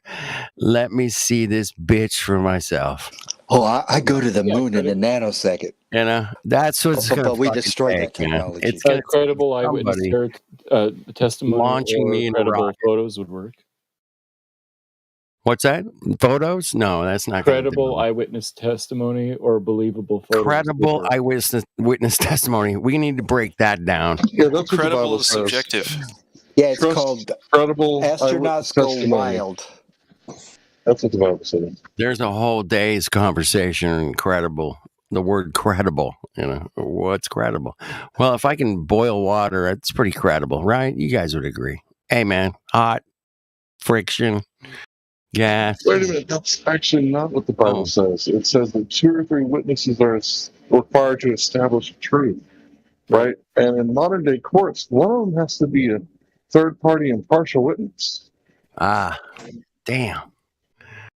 Dang. That's stipulations, I'll tell you, Hank. So they sent up the teacher, right? Fuck, they blew her up. Gosh. They blew We up almost had the that. teacher. Oh my goodness. Her name was Sally Ride. Matthew. Sally Ride. They shoved televisions in every classroom and said, hey, watch this. One of your teachers just blew up. Here you go. Watch this. Watch this. They played it fucking 20 million times a day for fucking a Dude, week. it's a good thing it wasn't a cop. If it would have been a cop instead of a teacher, oh, fuck, all hell would have broke loose. Cops would have fucking stormed NASA and brutalized the fuck out of them. Yeah, it would have been bad. in the heliocentric model, you get all the kids all in front of the TV to watch their favorite teacher go into space. Oh, and she's dead. I'm sorry, kids. Do you guys know what cops do to cop killers? It ain't pretty. Well, I'm sure it ain't, man. That ain't gonna work out well. Sorry, your teacher's dead. They're all dead. That's over. Let's go to recess. Guess what a flat earther would do to a flat earth killer? I'm coming after whoever kills you. I'm coming. There's that guy, Stewart. My team's Look what I can do. It's a strange world, man. The way information is spread and disseminated, it's out there in the world. It's on TV. It's all over the internet now. But growing up just with the television and newspapers, man. But yeah, they blew up a teacher on live television, and they played it over and over and over and over. It was like the fucking president got shot. Same thing. I have a question for both Globers and flat earthers. How can the sun stop in the sky in the heliocentric model? I've never seen it. Well, it cannot. It cannot. But we have stories about such events. It's a record. It's a recorded event. So it's a record. It's a historical record. Supernatural cause. Supernatural cause, like what? God decided to do that. Yeah, but how does that happen in a heliocentric? I don't know. You'd have to ask him. How is God doing that in the heliocentric model? Because the heliocentric model excludes God. No, it doesn't. Yeah, it does. No, it does not. Well, hold on. It doesn't. You don't need to worry about the excluding God part. It does exclude the sun stopping, though, because if the Earth stopped in the heliocentric model, you know damn well what would happen. Yeah. So yeah, it's not compatible with that. What's your rebuttal to that? Well, in the heliocentric model, if you slow down the Earth with 1 meter per second, just slightly slow it down, it will start to fall into the sun. It will lose its orbit. Right. So in both models, and if you would accelerate it, it will start departing from the sun. This is your theory? Yeah, it loses the orbit, but we have historical records and also ancient mythological stories, which those stories, they are not stories like we like to believe that they are tooth fairy. Those people in those times, that was their method to transmit knowledge and wisdom. Right. Through stories and poems and music. Yeah. So when you're looking at ancient text, basically what you're looking at is a text message from the past. Like they sent it thousands of years or however long into the future because they wanted to share the information that they were writing down. So when you're reading like the Mahabharata, the Bhagavad Gita, the Bible, the Testament, this sort of thing. This is like an ancient text message. Some say these messages are inspired by the Creator. So you get like the Holy Bible or the Holy Quran, right? And they think that, these are ancient text messages from God. So I'm not interested about how true they are, but I'm interested how can something like that actually happen, And the sun stood in the sky until it should have been nighttime and the moon came, and then the moon also stopped. Then the moon bashed into the sun. It's like, hey, get going. Actually, they say in this story that that was the first moment in history when the sun and the moon met in the sky. So, yeah. And ever since we have this meeting between sun and the moon, and yeah, we sometimes we have solar eclipses. Yeah, that's when the sun and the moon meet in the sky, and we actually see this still going on. That's the one part of flat Earth that I don't understand yet, is how eclipses work on a flat Earth.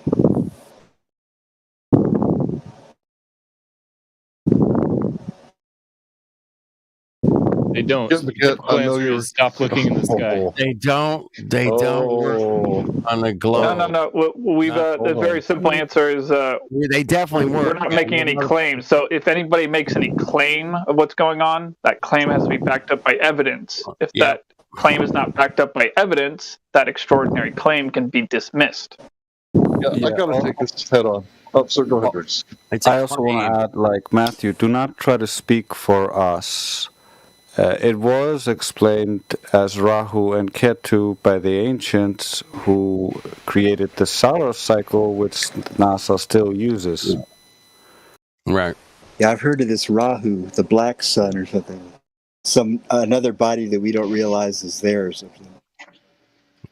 I don't really like getting all that. The model doesn't explain invisible eclipses, for example. Right. Would you guys mind if I hijack the conversation just real fast? So, how big is the Earth, Matthew? I'm sorry, I said the wrong thing. How big is the moon? The moon's about 2,000 miles in diameter, I think. Something. No, how big is it? That's how big it is. You're asking how big it looks in the sky? No, how big is it? Its size is 2,000. It's a spherical shaped object with about 2,100 diameter miles. So the moon is 1/4 the size of the Earth. That's what they tell us. Yeah. Uh-huh. Right. So turn it down my own microphone. Hopefully it's not too much. All right. So had you directly measured it? Did you go up there and measure the refractive horizon? How did you get that number? Oh, I was taught that number by scientists who taught it in school, man. I mean, you were told. Yes. Okay, so you were told. So what if I said that I actually indirectly measured the moon? Indirectly. Weird, right? Indirectly. Yeah, no, That'd I be mean, weird. that'd be cool. I mean, That's measuring the cool. moon is equivalent. So I indirectly measured it because the shadow of the moon kissed the Earth.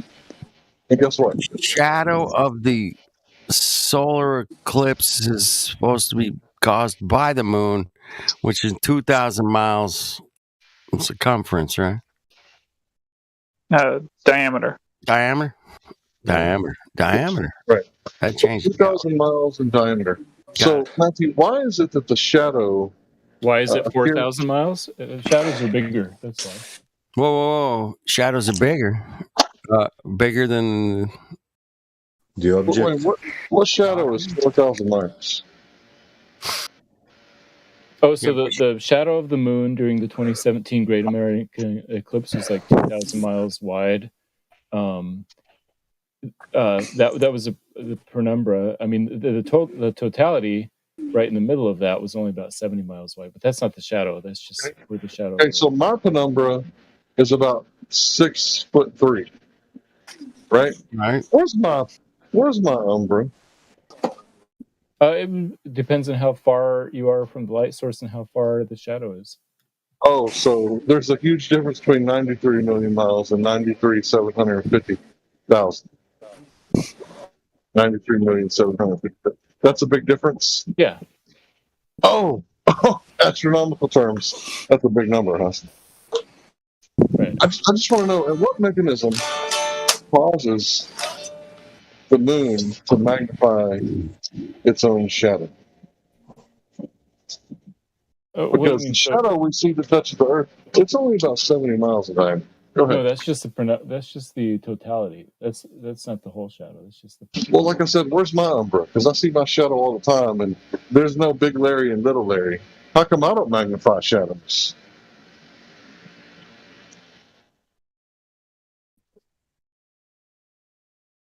Well, if you have a point source light, so it's dark at night and you stand outside and you have a point source light, your shadow will be magnified on a wall.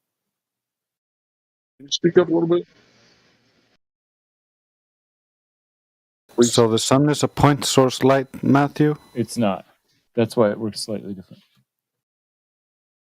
Okay,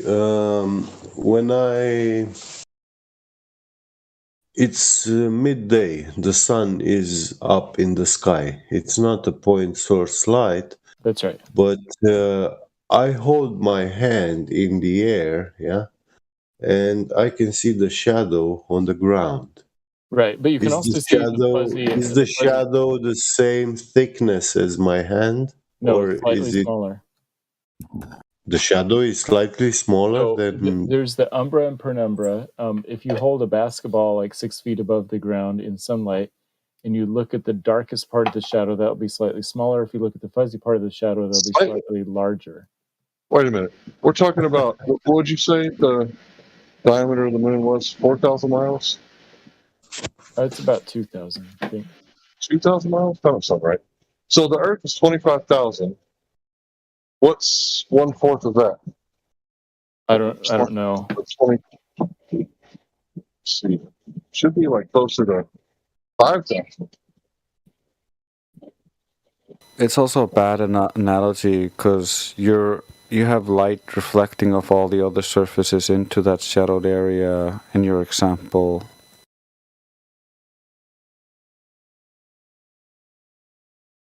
So you're saying I should measure the big shadow and ignore the little shadow, but how come? No, you should measure both. All right, so when I stand outside, where's both of my shadows? Because I only see one outside. No, you have two. If you look closely, your shadow is fuzzy because the sun is not a point source. No, it actually is, and then Not a light point source. reflects It off has- other it has- surfaces into the shadowed area. Yeah, it refracts, and this is what you are ignoring, Matthew, because you claim that this umbra and penumbra is created by the sun by the size of the sun. Right. Has nothing to do with the And atmosphere and refraction. yeah, it's actually not, because you need collimated light No, you can do for it in a that to vacuum. happen. For that to happen, you need collimated light. No, The it can sun be to be a no. It can be collimated it's light any source. light that's not a point source. It's simple geometry. I didn't say point source. I said collimated light source.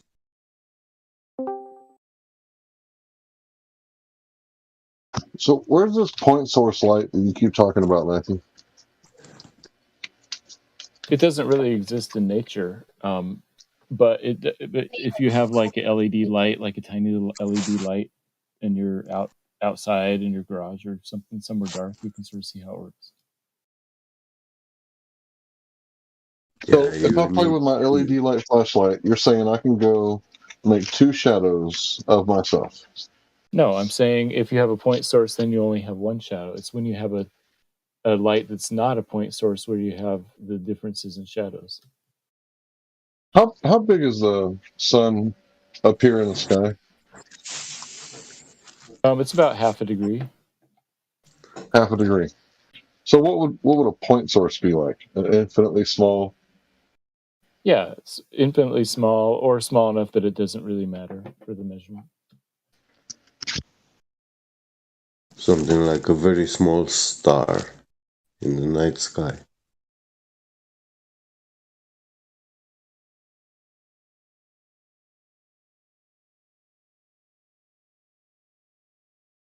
I apologize for all the pauses. I'm at work. So penumbra is just the part of the shadow where the light source is only partially blocked.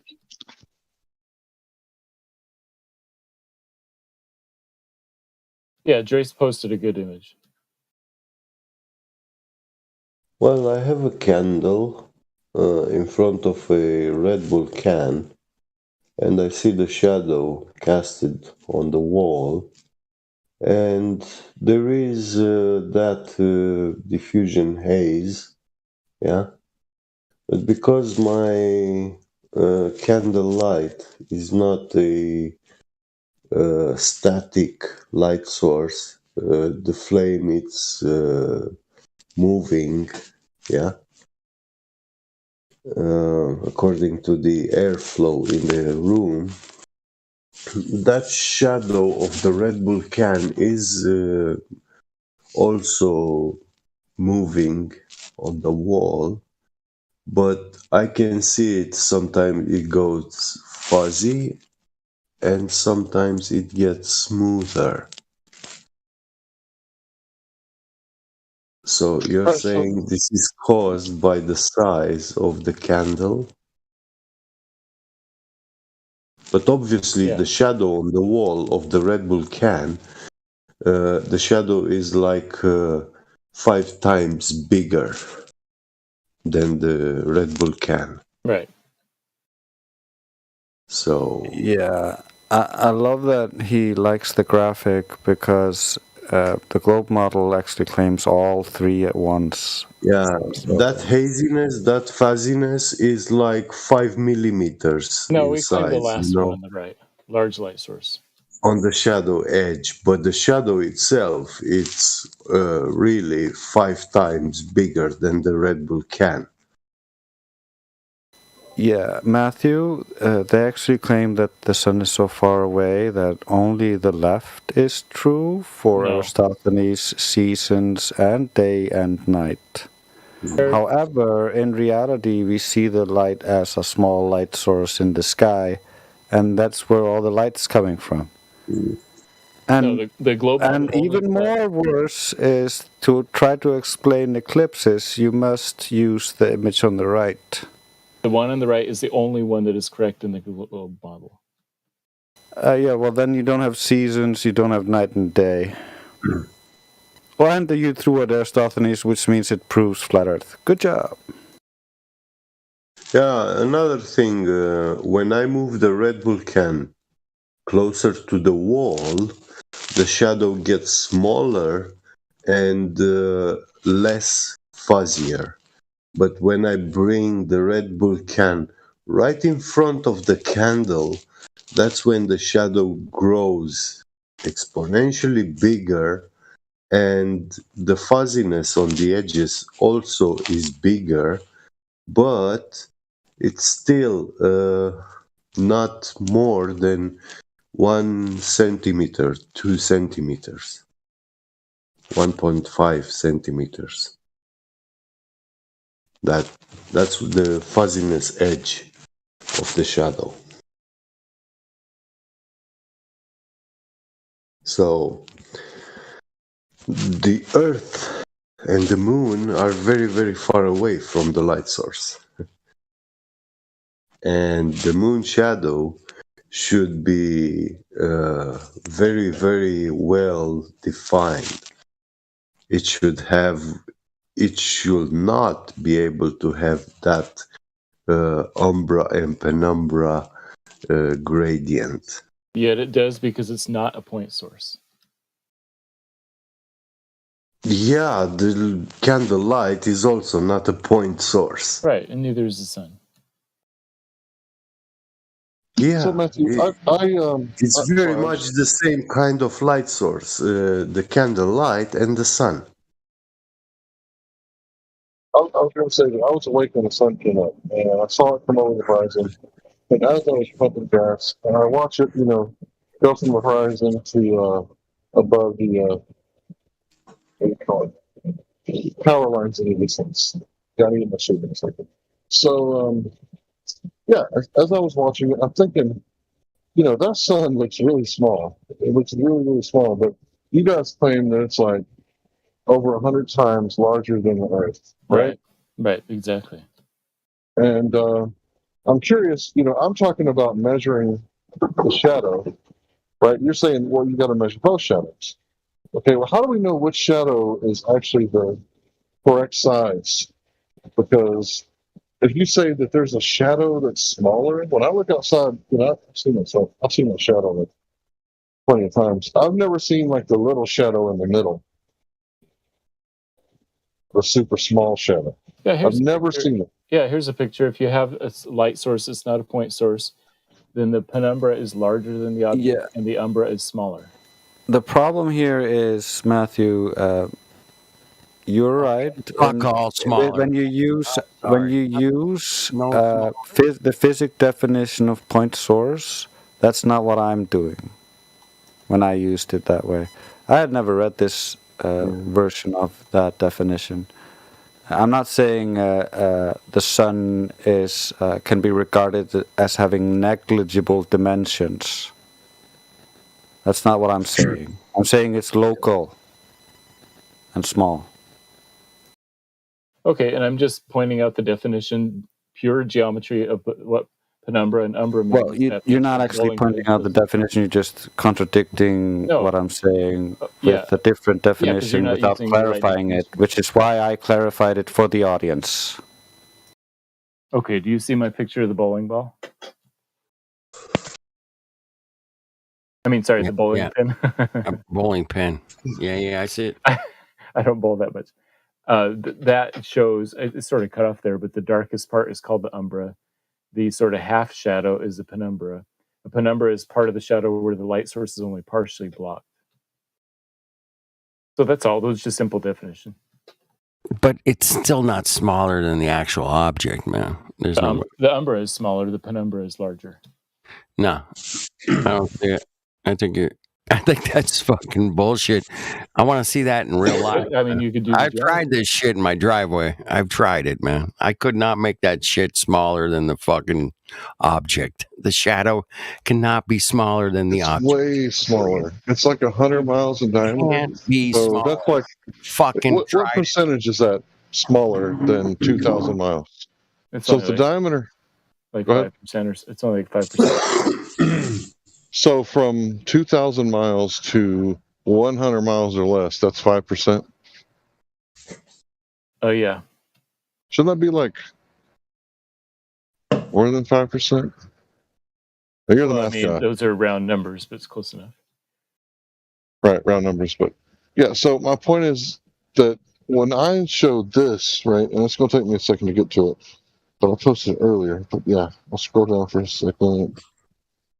I think Hank, I think what he's saying is there's 95% missing, essentially, if it's only 5%. In fact, sometimes it's 100% missing. Sometimes the shadow completely disappears, and you're only left with the penumbra and not the umbra at all. When does that happen? I've always seen a totality. If there's an airplane flying 30,000 feet above, you don't see the umbra on the ground. So that comes this. That's an accurate one on this. So get a bowling ball or a bowling pin and show me this. Show me the magnification of the shadow. That's what I want to see. Like the video at the bottom. Like it's like a magnifying glass. Okay, I like the picture you showed, Hank. The second one you showed shows the dark black line is the umbra, and the light shadows are the penumbra. Okay. So where's my shadow outside? Where's my umbra? You're in Texas. Doesn't pan mean mini? No, PEN, penumbra. Oh, penumbra. Okay. Hank, during the 2017 eclipse, solar totality eclipse, did you see the eclipse at all? Did you in Texas? In Texas? No, I don't think I saw that one. I think the last solar eclipse I saw was the annular eclipse, the ring eclipse, the ring of fire. Oh man, that must have been like 2011, 2012. Yeah, it was a while ago. Yeah, I haven't seen a solar eclipse in a while. But every time I get a chance. I went to the 2017, stood right there. Where were you? Dead center line in Madras, Oregon. Oh yeah, I was in Madras also. Madras. Yeah, I was right there in Madras. Totally, I got video. Yeah, a fascinating phenomenon. Damn fascinating. Damn, what a cool thing. If you ever have a chance to experience one, I would recommend it. Okay, so when I'm looking, 2022. Mm-hmm. Right, cool. When I'm looking, there's a couple of partial ones this year, but no totality. Totality in Texas, right where Hank is, 2024. They're gonna have a complete, brand new, total solar eclipse in Dallas, near Dallas, Texas.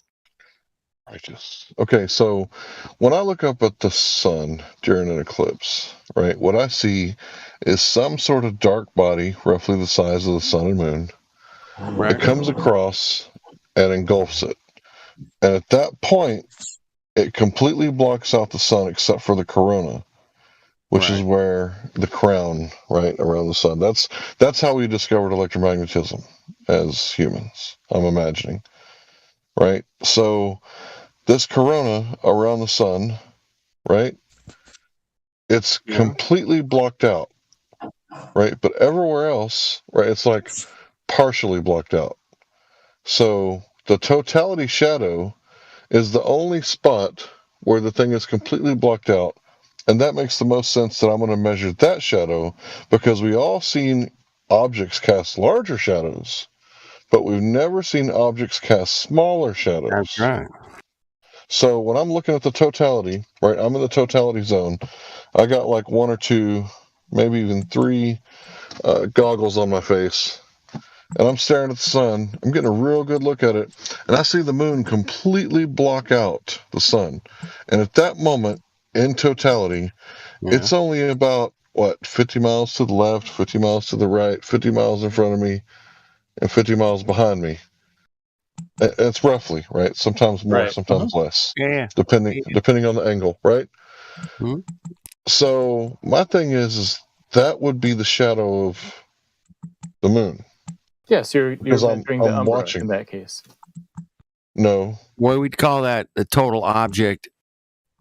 The umbra is the innermost and darkest part of the shadow where the light source is completely blocked. So why Okay. You're right. 62 miles, or why 62 miles? We get the total, only fucking 62 miles across if this thing's 2,000 miles across, right? Come on. Yeah, Matthew, if it were actually happening the way you say it is, then we would have a poison bright spot interference of diffracted light rays at the center of that black spot. Oh, I haven't heard of that. That's interesting. Yeah, because you would be able to see where the light patterns are interfering with each other. Yep.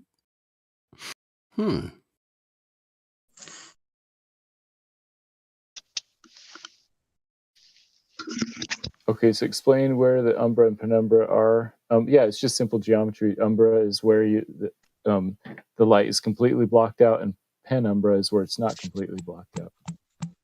He has a picture. Look at the picture and point at the different umbras that you're imagining.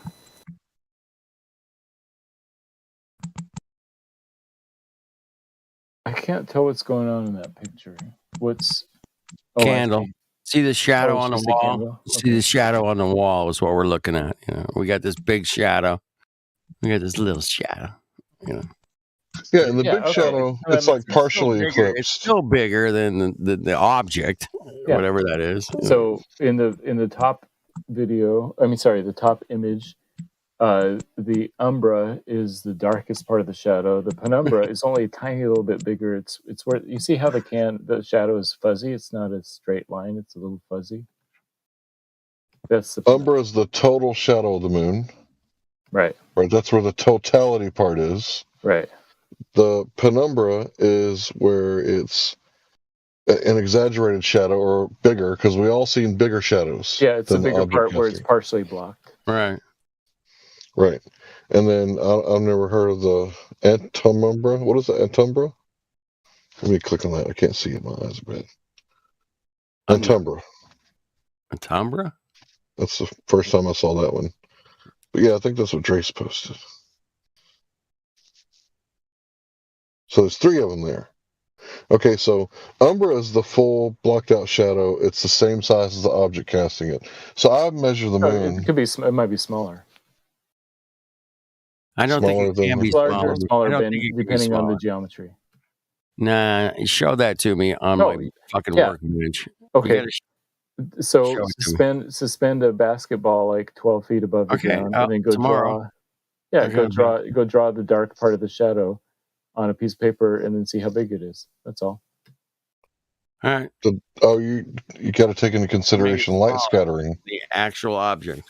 There's light scattering that's going to infiltrate that shadow. At that distance, there's not going to be a lot because the air isn't going to make a big difference at that distance. So you can ignore that. I think. All right. I got to go to bed, but Okay. tomorrow I'm going to take my basketball out and make the shadows smaller than the actual basketball. Yeah, so trace both the shadow, which is the umbra, the complete shadow, and then also trace the penumbra where it's kind of the fuzzy part. And the fuzzy part will be bigger and the dark part will be smaller. Huh. That heavy. Matthew learns. My question to you, bro. I like you, man. But my question is to you is that why is it that you come in here and try to teach people your denialism? Because I'm a teacher at heart. A teacher of denialism. I think it's teacher of truth. I mean, I wouldn't do it if I thought it were false. Yeah, don't go there, Enoch. Okay, Matthew. Before I posted the pictures with the Red Bull can and the candlelight, you posted a CGI representation. Yes, the bowling pin to illustrate the difference. Can you show me? Yeah, there's a lot of explanation about Umbra and Penumbra in that CGI representation, which is not reality, of course. Right, of course. And can you show me where is that happening in the pictures that I posted? Sure, it's the candle.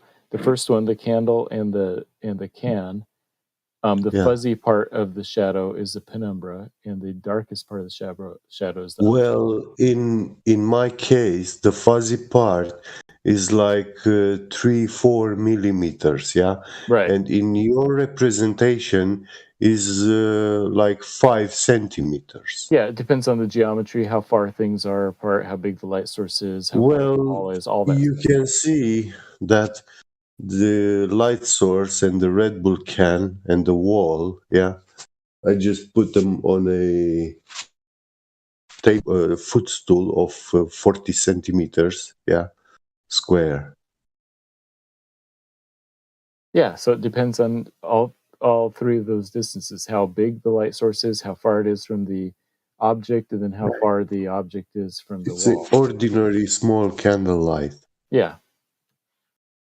And the Red Bull can, Then do the same thing with your cell phone flashlight, which is closer to a point source because it's so small, and you can see how defined the shadow is. The shadow will be like really sharp.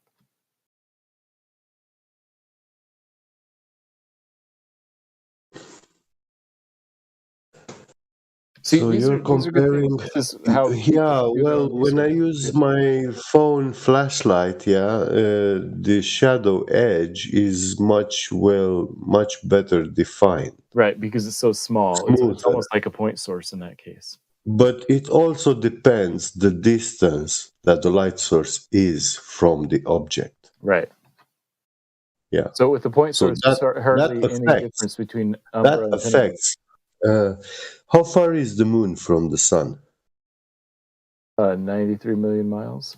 Yeah. How far is the Earth from the sun?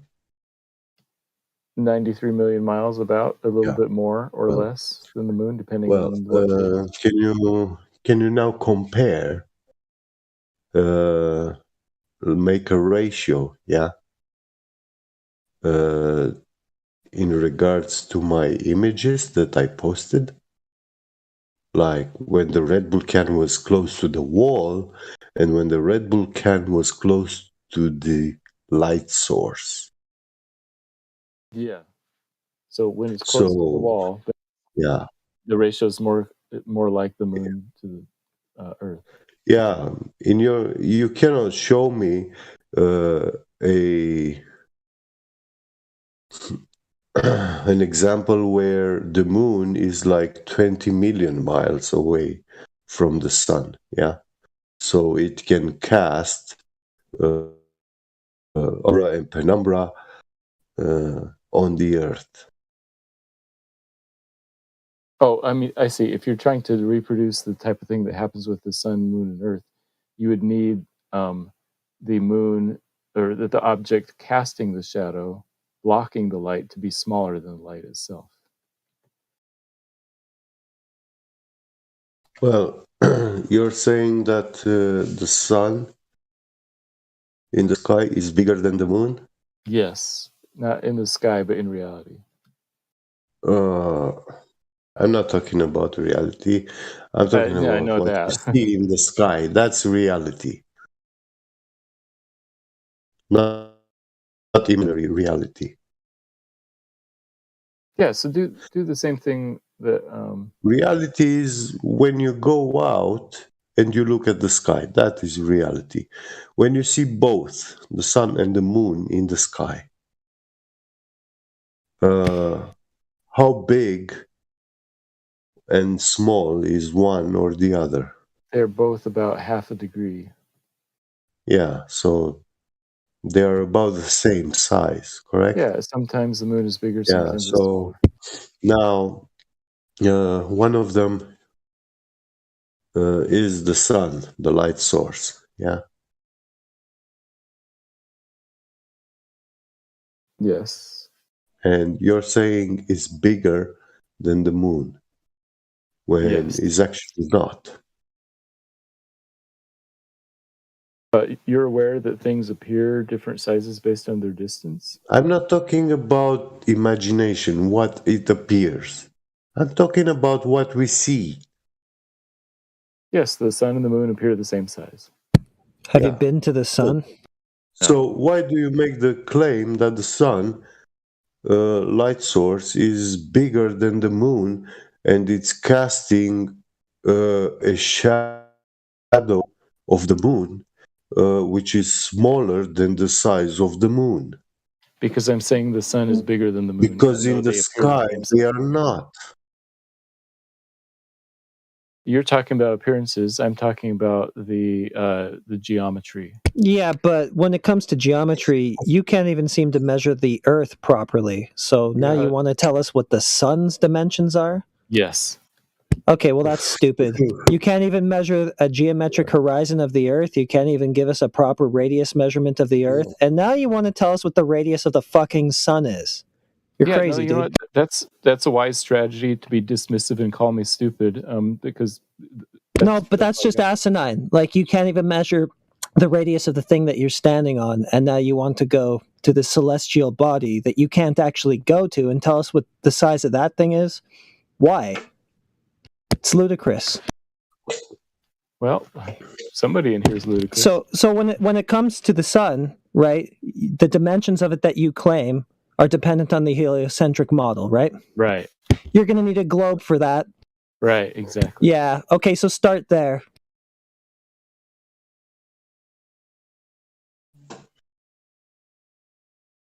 Like, why are we wasting our time? It's just stories on top of stories. Yeah, that's what I say about you guys, but there we go. Yeah, but we have measurements to back the things that we say. You don't. You have excuses to counter those measurements with, and it doesn't work. Well, don't take it like that, because Matthew is not from yesterday here in the server. He knows all our arguments, and it's not a bad thing to debate him, to talk with him about these things. It's an opportunity for us to expose, to bring forward the information and knowledge that we have. I agree. And yeah, how we deal with their arguments, you know. So true.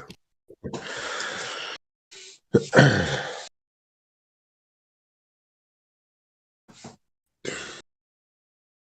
I just find it really funny. It's just laughable that we can't get a proper radius measurement of the Earth because it obviously isn't the globe, and then they start trying to claim radius measurements of celestial bodies. Like, Yeah, well, they cannot explain how the Airbus 3D printer works on a globe. It cannot work, that machine.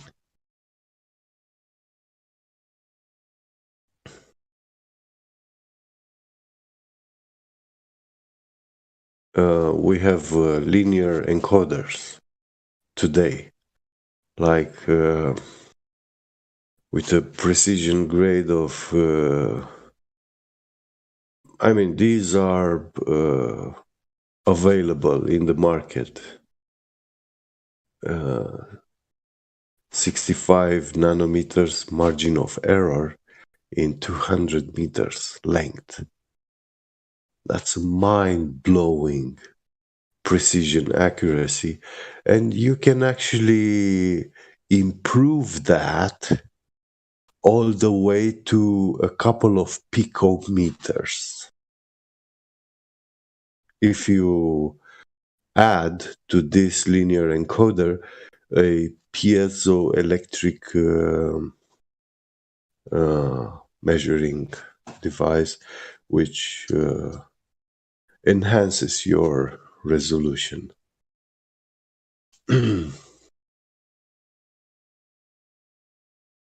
So if we technologically wanted to, we can do like perfect measurements. We technologically achieve that.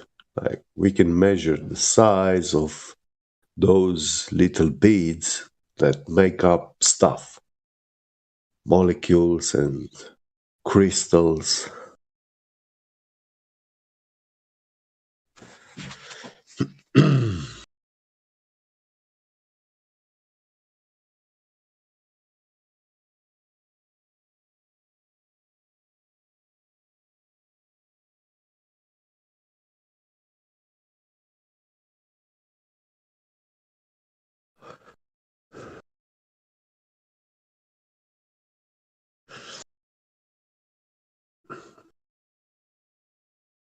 sorry, did I kill the room?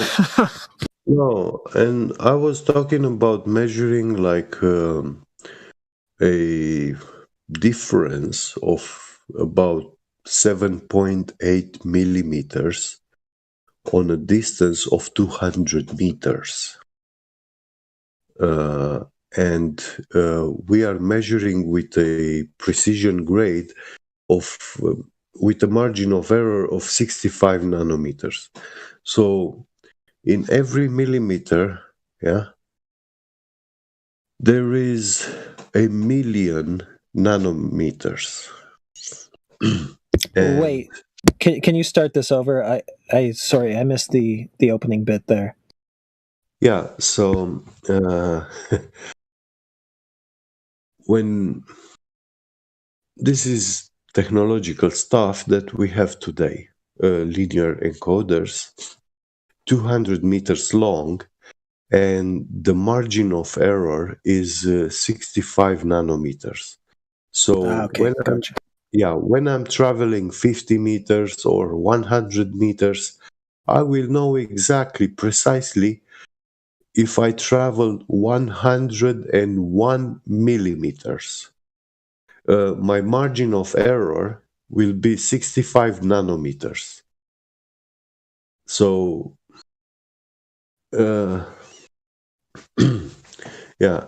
in 1 millimeter, there are 1,000,000 nanometers. And I can tell if I traveled 1 millimeter, I count all those million nanometers, and my margin of error is 65 nanometers. I will have plus or minus 32 nanometers. Yeah, gotcha.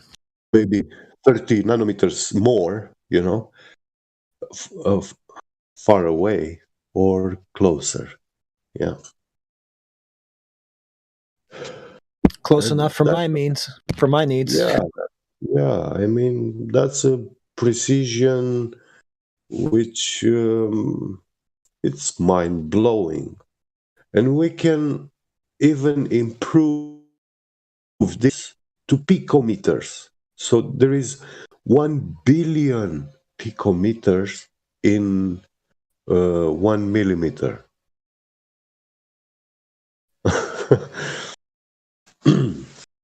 And then you will precisely know, like, yeah, if we had a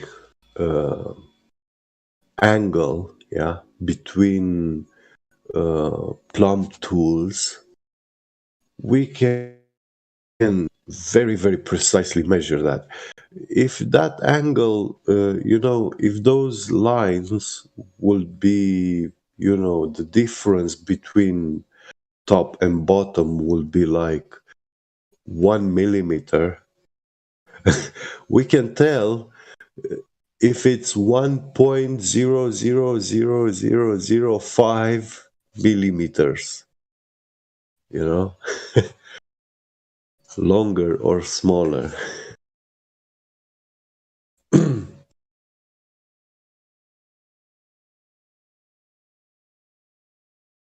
And guess what? The plumb tools are found that they are perfectly parallel to each other.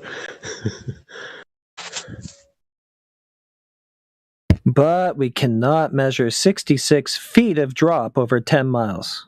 Yes, we can get within nanometers, but we can't measure that. Yeah. We have to rely on, 2,000-year-old ancient guy who didn't even have a ruler. Like, his ruler was a chopstick, from the tree, a branch, which he assumed it's this size. And he was measuring with that the length of a shadow, and then the angles. Well, that's perfect. That's perfect for their needs, because they need to use some sort of a workaround like that where they don't actually directly measure something, and they can be deceptive and say, oh, here it is. And so I guess that's the best parlor trick like that they have in all these years. It's okay to do calculations if measurements don't or are impossible to do. No, wait. Are the measurements impossible? Yes, same as measuring the height of Mount Everest. It's impossible to do. I think it's impossible the same way that demonstrating that Santa Claus delivers presents on Christmas Eve is impossible. So will you discount the height of Mount Everest because nobody's ever directly measured it? No. Matthew. So that measurement's okay, just that measurements that disagree with your pet theory. Well, actually, I don't actually know. It's supposed to be 30,000 feet, right? I mean, I know that it's a mountain. Sure, I'll give it that. It exists. But does curvature of the Earth exist? So I prefer. Has anybody ever? We can see pictures of Mount Everest? Can you show us a picture of a geometric horizon or Earth curve drop off or any of that? No, we can never see it at all. We can only take your word for it that it must exist, and use these workaround methods to show us that it can exist. But all those methods also equally apply to a flat surface and other conditions too. So it's always circular. It's always begging the question. It always starts with the assumption that it is a ball. Then you work off of that to make it happen somehow. But you never just directly measure the damn curvature. But you do. McToon claims that he can measure 1.25 inches or something like that of drop over half of a mile, but when it comes to 66 feet at 10 miles, no, sorry, forget it. Can't do that. Can give you this little itsy bit of a quarter, 1.25 inches at a half a mile, but anything further than that, sorry, refraction takes care of anything further than that. Yeah, bullshit. I guess I'm less skeptical than you are, that's all. Well, I just need to see a measurement of it. I mean, I know. I'm happy saying Mount Everest is 29,000 feet high, even if I never measure it. I'm happy. Yeah, I to never trust measured that calculations. either. So maybe that's. I I'm mean, just saying I'm happy to trust calculations. yeah, but calculations in this case based on what? What are your Earth curvature calculations based on, and why do you trust them? So Eratosthenes did a famous one, and I think Okay, that was good. works on a flat surface. Next. Yeah. No, of course, What? it's assuming. What? Wait, Matthew, you claim Eratosthenes did measurements. So He did how did calculations, they? not measurements. He measured. Oh, what? He measured. Eratosthenes did measurements. He So measured you an don't angle know what and then calculated the no, radius. listen, wait, let me finish. So you do not know what Eratosthenes measured, Yes, I correct? do. He measured the angle. No, Yes. he measured the distance between Alexandria and Syene. Right, and then he used that plus the measurement. Right. Of Do you the know angle. how? How did he measure that distance? Nobody knows how. I don't know. He didn't write anything down. It all came from clear Oh, meetings. by It could have walking just on been a a story he camel. made up. I don't know. Right. That Yeah. could have been a story. By Nobody knows. walking on a camel. That's how Yeah. he measured. Sure, That's high maybe. tech shit. I bet he Yeah. can get within nanometers by using that technique. Yeah. No, So all measurements have an error value. Like Yeah, of nanometers. Yeah, sure, no problem. I mean, walking on a camel, that should get you within the nearest nanometer. no, it's probably way off. I wouldn't be surprised if it's like 10 or 20% off. Of course, I'm joking, but well, Matthew, can you tell the difference between 1 micron and 3 microns when you rub your finger on a surface? I don't know. I know our fingers are very sensitive. I don't know the exact numbers, but if that sounds about right. I don't know. Well, yeah, everyone can tell the difference when you have like 1/10 or 300ths of a millimeter, like 0.03. That's easy. Everybody can feel that. So but we can also feel the difference between 1 and 3 microns. Do you have that feeling, accuracy? I don't know what the actual number is. To have this, you literally need to actually do this metal working and to actually really touch the surface of that metal, measure it, yeah, and you see the numbers, and then you get to know the metal surface by just touching it or rubbing your nail on it, yeah, or with a pen ball, yeah, a pencil, yeah. When you draw a line, you can feel if it's going zigzag or it goes smooth. So this is something I'm doing. I'm a machinist, and I can tell you that I make cones, yeah, which are wider or smaller with 1 micron on the base, yeah, diameter, and that affects my cone angle. Well, you know, that cone actually has to go inside the conic hole because this is how tool holders are designed. Yeah, and if that cone is smaller at the base, then you do not have a perfect match with the hole, the conical hole, and it will wobble inside it, and your tool will be bouncing left and right, so you cannot achieve precision grade. You actually cut metals or whatever, stones, etc. I just want to ask him. Yeah. Can you observe Mount Everest? Yes, you can. Can you observe physical Earth curvature? Yes, you can. Okay, where? When? Where? Let's see it. Oh, every time you see the bottom of the buildings cut off.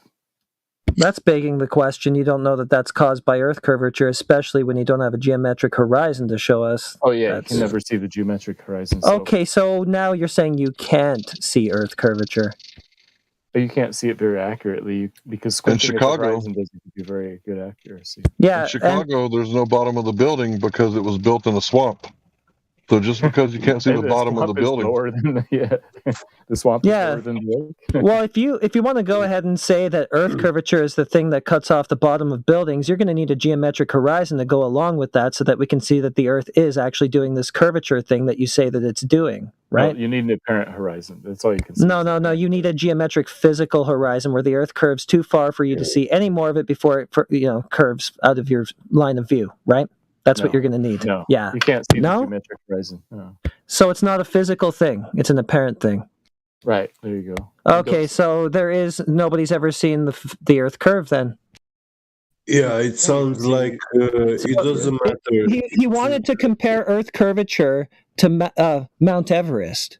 I can go out and observe Mount Everest. Many people have done this. Yeah. Has anybody ever observed the surface of the Earth curving? He said, yeah.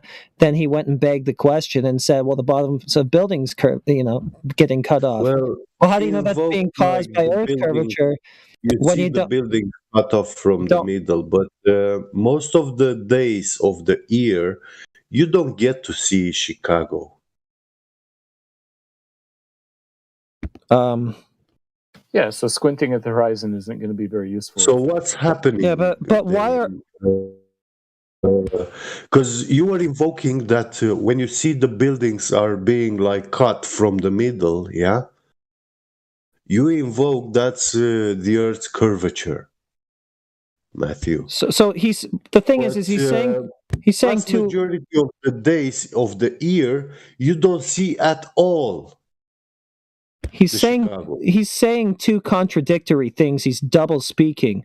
He says that he sees Earth curvature, and then he tells us, no, we don't see a geometric Earth curve horizon. All we see is the apparent horizon, the only horizon you would see on a plane where you can see as far as you can until, the resolution power of the observer terminates, basically. Yeah. So no geometry, no physical Earth curvature involved. Yeah. So... it's just double speaky. No, it's not stuff. double speak. It's saying that the curve is there. It's just hard to measure because it varies so much. Have you ever seen the Skunk Bay video where it's sort of bouncing all over the place? Well, how are you going to measure anything useful out of that? It's the dark curvature.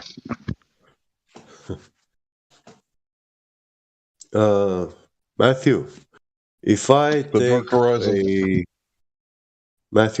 take a 4-meter tall pole, yeah, and I align it perpendicularly with the ground and vertically aligned with the down vector, yeah.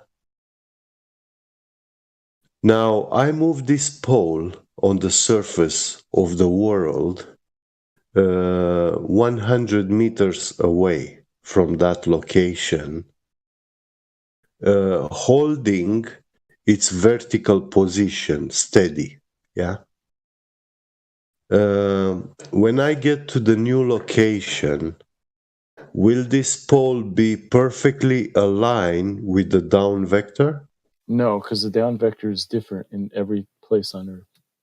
Okay, good. Then you're saying that the Airbus 3D printing machine is actually running on a curved surface and not on a flat surface table.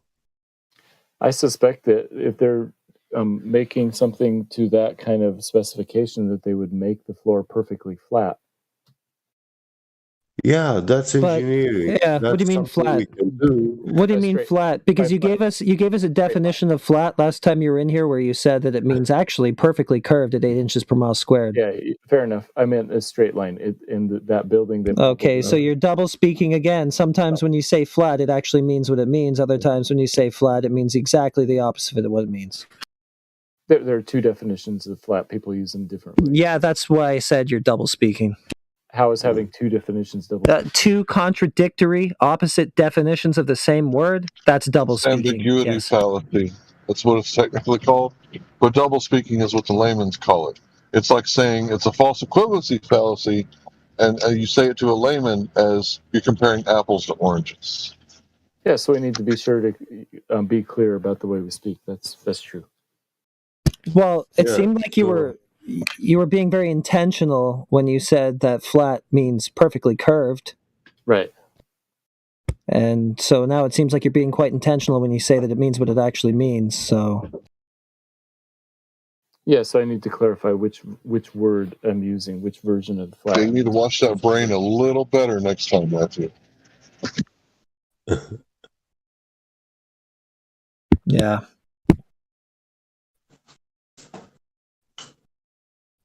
How am I going to bend terms and definitions this time to fit with my I don't know. You're Orwellian paradigm? You're bending numbers to manufacture 666 and all our numbers. I'm not. You guys did that. Those are your numbers. Yeah. Okay. Am I mistaken to claim that Yes, you you are. claim in your globe model that there should be 66 feet of Earth curve drop off at 10 miles? It's Oh, so Matthew, 66.6. wait. He's saying we are manufacturing those numbers, but actually, Yeah, what did it's a lie. Jesus said? Didn't Jesus said to calculate the number? Yes, he said it's the number of a man. Well, why don't you do it? But Hey, you know so what? what's 90 minus 23.4? Okay, so nobody does that. 23.4. Who cares about that number? That's the tilt of the axis of the Earth. 0.6, yeah. What's 90 minus 23.4, mathematician? It's 66.6. Yeah. Is that the number that I built into the globe model? No, it's about 1/10 of the number of the beast. It's about 1/10, right? So I didn't put that number in there, right? And there's no points in ancient Hebrew, is there? There's no periods, no points. That's a mathematical concept, right? Yeah, right. So what about 66,000 miles an hour around the sun? Is that like a constant speed? No, the real number we use is 29.9 kilometers per second up to 30.29 kilometers per second. Here you go again. You're using weasel language here. You're putting it into other terms where it sounds like it's not the thing. It's the same thing we just said. Yeah, so what does that work out to on a miles per hour scale? It slows down, it speeds up. I mean, yeah, but on average, it's around 66,000 miles per hour, right? So if you take an average and then you chop off a couple digits and munge it into just right, then yeah, you can get 666 out of it, sure. But my question is why? I didn't get that. I got that out of Google. I got that at NASA. 29.9 kilometers per second to 30.29 kilometers per second. So it's not me manufacturing this anyway. It's not us. That's your model.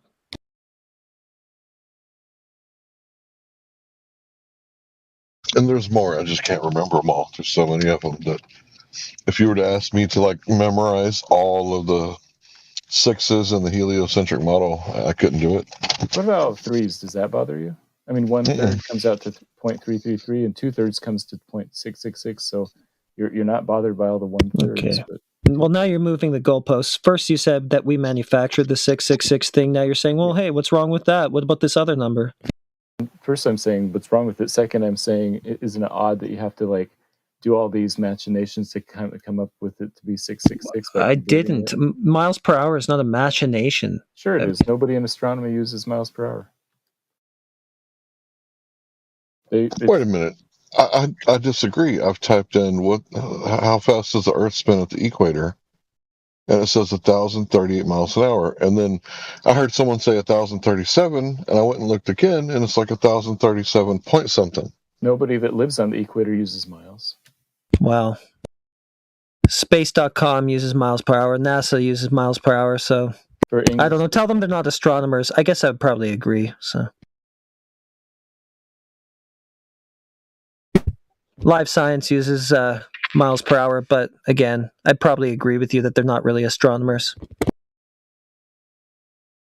Which measuring system is older, the imperial or the metric?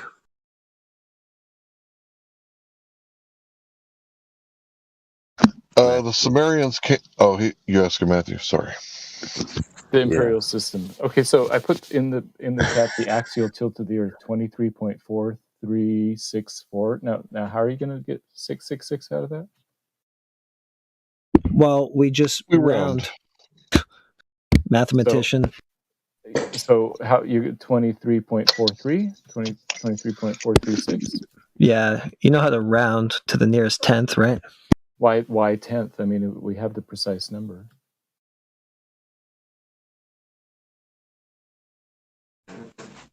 So we're not the ones that rounded. We're not the ones that rounded, right?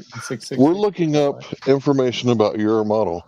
Your perfect timing, bro. 666. You wanted perfect to round it to that. And it's yeah, but even if we take your number, though, if we still round it to the nearest tenth, we're going to get the same result that we just talked about. Okay, then you subtract from 180 to the South Pole instead of the North Pole, or? There is no South Pole, so I don't know. Oh, you want to like somehow... You're going to need a globe for that. You want to somehow subtract from, like, see, 70, 80, 90, 100. Oh, wait, 90 works. Okay, there's how you get 666. You just randomly subtract 90 from it. You see what I'm saying? You were the ones that sort of manufactured the 666. Yeah, because when you are actually talking about locating your position in the world, yeah, in the northern hemisphere, you are talking about 90 degrees. Ranges between 90 degrees. 90 is North Pole, yeah, and the equator will be 0.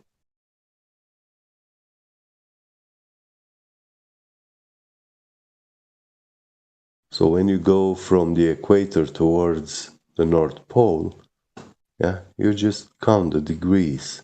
Yeah, that's the latitude, right? Yeah. Okay, well. So you're asking us why do we subtract from that? Because that's how it's used. No, the North Pole is supposed to be what? It's displaced by 23.4 degrees, right, with the tilt. That's right. And so Tropic of Cancer is 23.4. Okay, well, I didn't manufacture it then. Your globe model did with the latitudes and the tilt that they claim. Yeah, but who subtracts it from 90? That's what I'm trying to see. I don't think anybody ever does. Like the Tropic of Cancer is 23.4364 above the equator. Tropic of Cancer, Capricorn is 23.4. Yeah, below 23.4, less the 90-degree latitude of the North Pole, I guess. Well, but nobody measures latitude that way. You go from the equator up. Yeah, I guess you could kind of say that they're like encoded numbers. Oh, I'm not the superstitious type. Sight? Is that it? Yeah, that is one of their rules. Yeah, I'm not really the superstitious type. I couldn't really care less about the whole. If NASA gets something wrong, then they're lying. If they get something right, they're hiding the truth in plain sight. You said that, not us. No, you guys say that all the time. Well, so if you lie, isn't that going to rack up some bad karma, Matthew? Even in your religion? No, I don't think karma exists. Oh, so you're not going to be judged. You can just go about sinning all willy-nilly, and you're just not going to have to pay any consequences in the afterlife. No, karma is the idea that you pay for for past lives and reincarnation. Oh, that's why you don't care that you're lying all the time. No, that's been added to it. Okay, the original concept of karma right? And people have speculated that, well, I've been good. Why am I getting all this bad stuff happen to me, right? Well, they're thinking, oh, well, you must have done something wrong in your past life, right? But in reality, karma just is it's cause and effect. You reap what you sow. So if you plant apples, right, you're going to get apples, right? So basically, you can't just go around lying to people without telling them the truth, or you're going to stack up a whole bunch of bad karma. So that's why it's called the revelation of the method. So if I tell you I'm gonna take your truck and I'm gonna go mudding, and you don't say anything, right, and I break your axle, that's on you because you didn't stop me, right? Told you what I was doing. That's how they're avoiding the karma, right? So that's when they say that, they're telling the truth in plain sight. That's literally what's going on. They have to, or they're going to reap a whole bunch of bad karma. Anyway, I'm done talking. Peace. So they're covering their asses better than you are, Matthew. Yeah, I don't believe in reincarnation, though. Lucky. Well, I better hope you're right. I guess we'll all find out.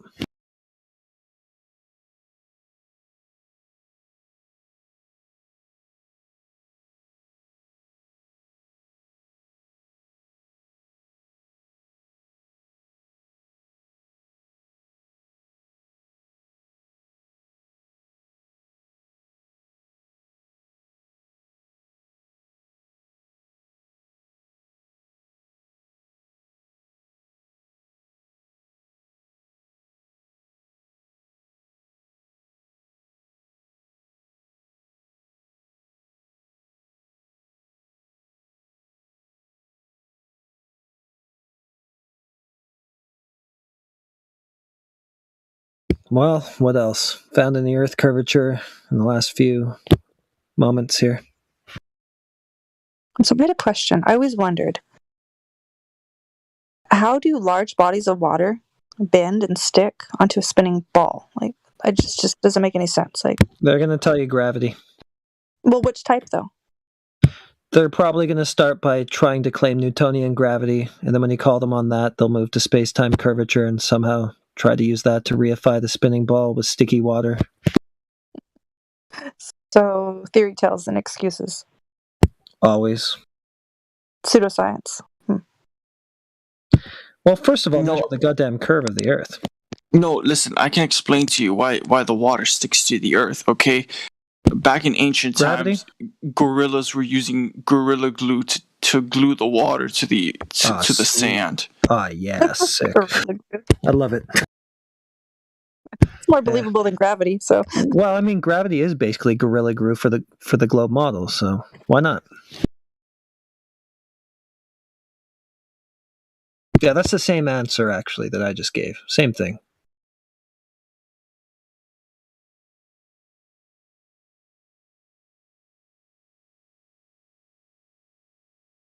So, what's the answer, Matthew? Gravity is the right answer. So, which type, though? The two types refer to the same thing. They're different ways of looking at it. So, pretty much just bullshit and excuses. No, that would be not the right way. You should focus more on the cube rather than gravity. The cube? Yeah, the cube. The cube is the reason we have an ocean. Probably.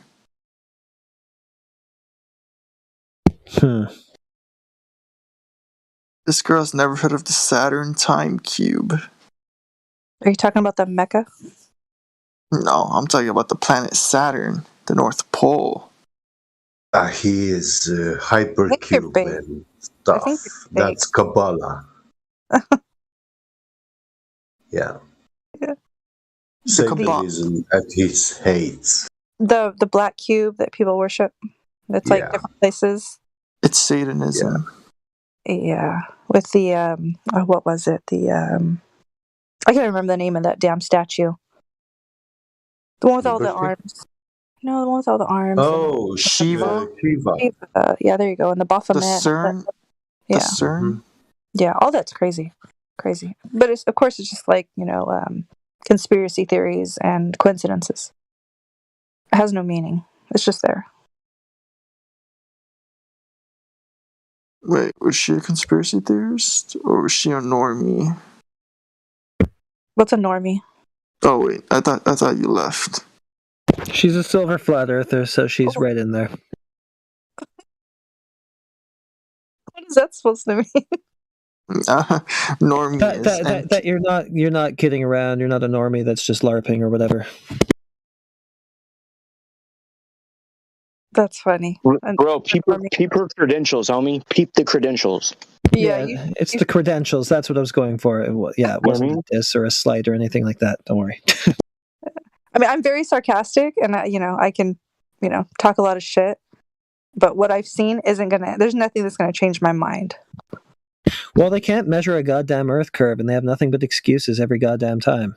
Yeah, and that a lot of the other claims that they reify the globe with, like a vacuum adjacent to an open system with air pressure, a lot of that doesn't make sense. They can't demonstrate it. They just say, well, it only exists on those scales that we can't demonstrate anything on.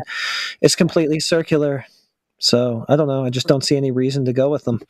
But in reality, it makes no sense. So it may be good enough for them, like, to believe with their, religious cult or whatever the hell it is, the sun worshipping, that may be good enough for them to just, believe and to trust all of these, super smart scientists and all these Masons, that created all these different theories, Newton and Galileo and Hubble, fucking Pythagoras and Aristophanes, all of them Masons, right? All of them.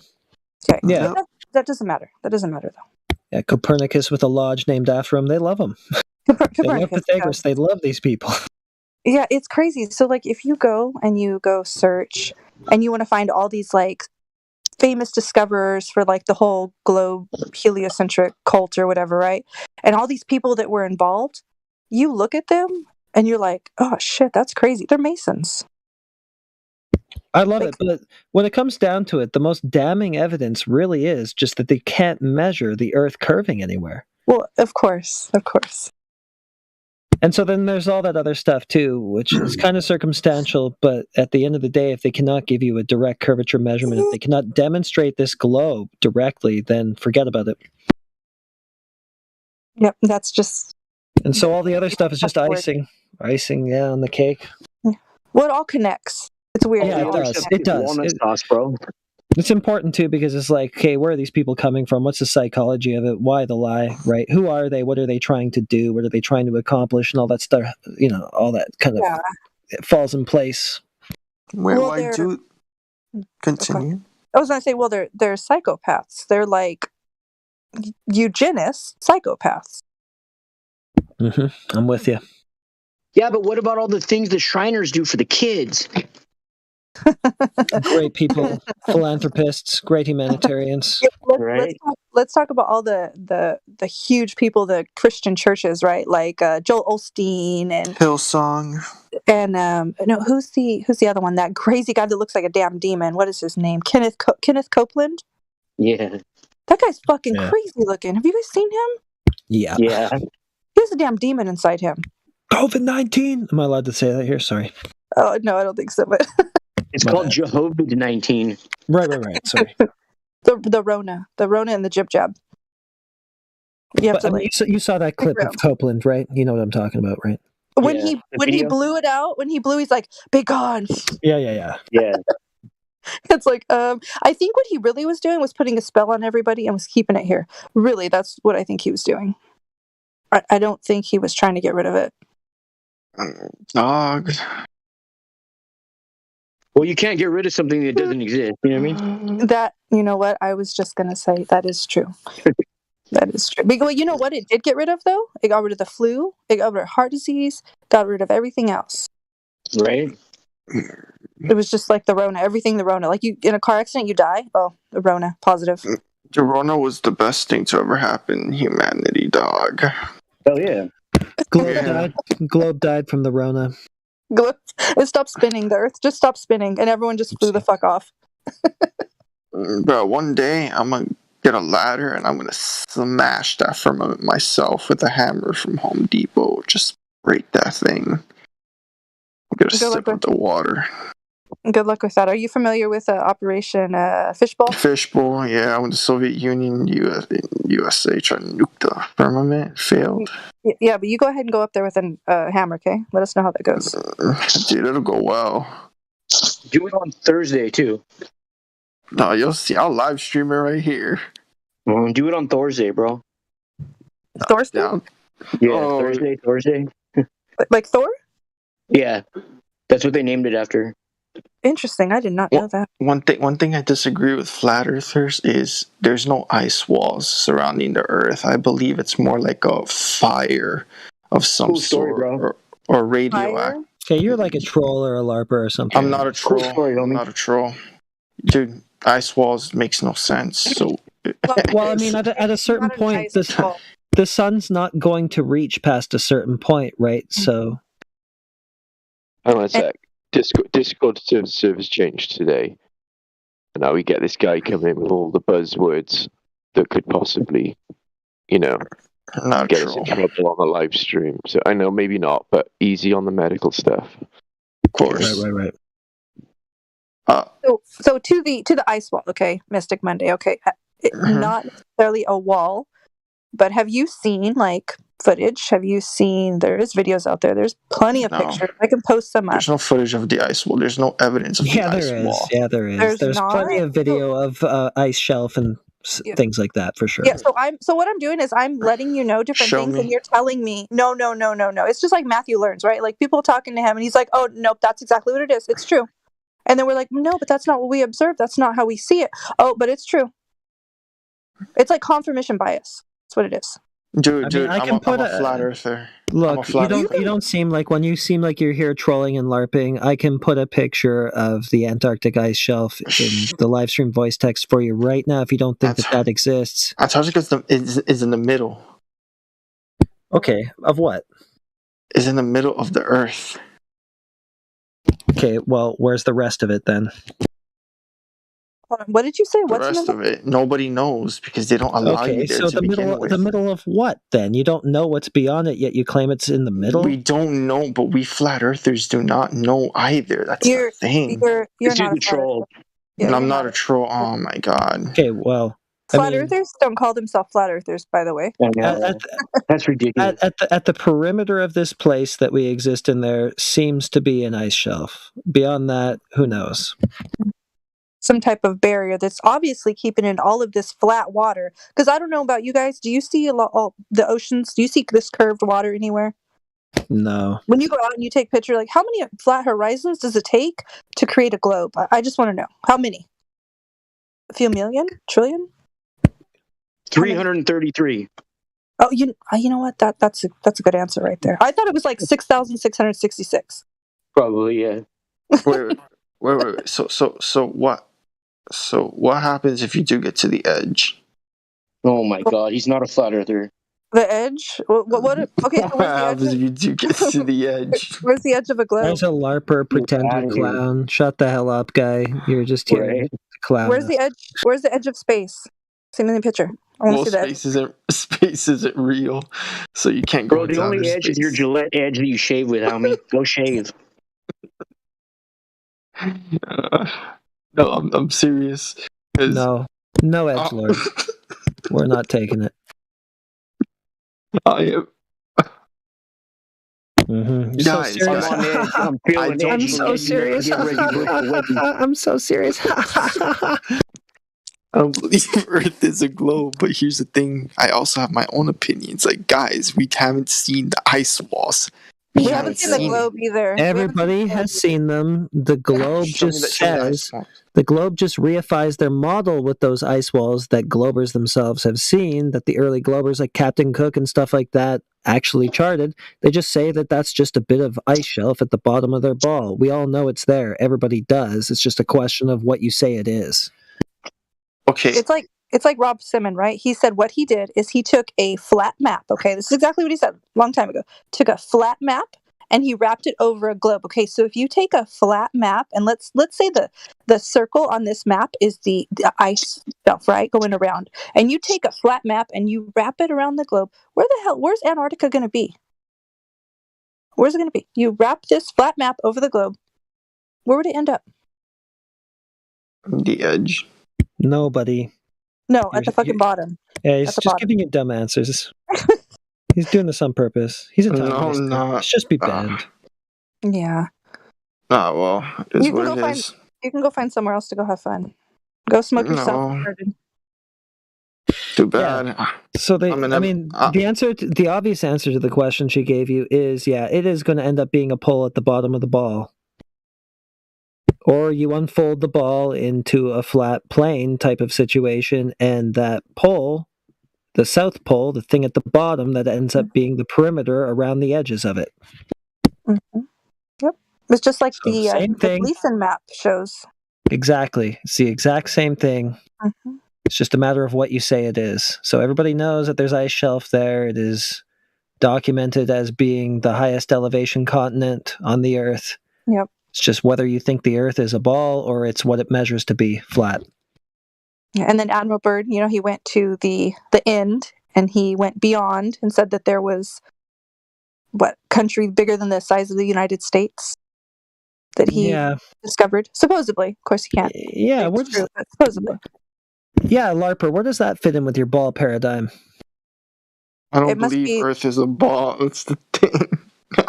Do you believe? Okay, so do you believe it's round? Is Earth round? Flat Earth? No, Earth cannot be round. It just can't. It's not But round. here's the thing that Flat Earth made me realize. I have never seen outer space, and I've never seen a satellite fall from the sky. These are good points, and I do believe that there is a firmament because I am Christian. Okay, here we go again. I go with the word of the Bible, but here's the thing: again. we have not seen the ice walls or been to Antarctica. Here we go again. That's why Plenty of people have seen those things. Plenty of people have seen "quote unquote" satellites fall from the sky. They're usually attached to balloons. Okay. Yep. I have a lot of pictures if you want to see them. No. Satellites cannot go to the sky because of the firmament. Okay, like Well, once they they can- reach a certain point, they that's can it. hover- They can't go any further. They can hover Okay. above on balloons. You guys have fun with this LARPer. I'm gonna go do some vocal takes on a song. Bye. Dude, there's no satellites in space when you can't even go to outer space. Have you seen balloons? Have you seen satelloons? Wait. You're flat earthers, and yet you believe that outer space is real, that you could go to it? I asked you a question. Have you seen satelloons? No, I have not seen satelloons. I don't believe in satellites. Do you know what a satelloon is? Nope. Interesting. Balloon. It's a balloon satellite. I feel like I'm the one being trolled here, not gonna lie. Yeah, So have you ever heard of a balloon, Mystic Monday? Have you heard of a balloon?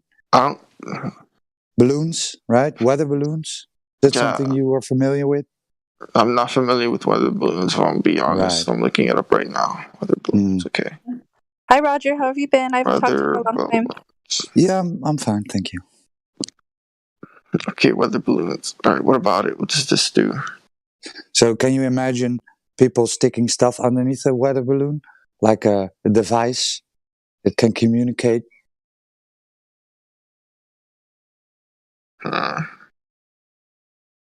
No? Yeah, but I beyond mean, your comprehension that people can it hang cannot. a balloon can make a balloon lift off with a device underneath it. Is that something you can imagine?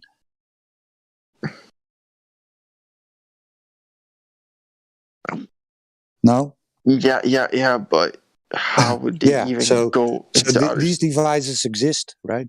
People hanging devices underneath balloons. I have a picture for you. Show in me. chat. Show me. I have a picture for you in chat, Monday. Let me see.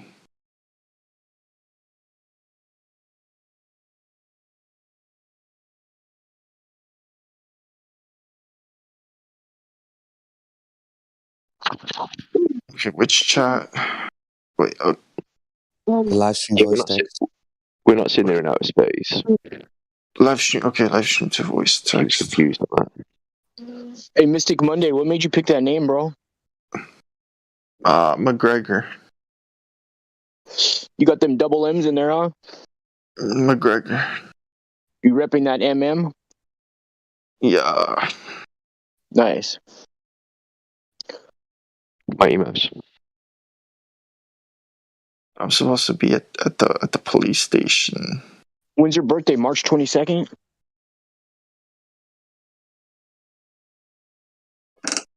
Huh?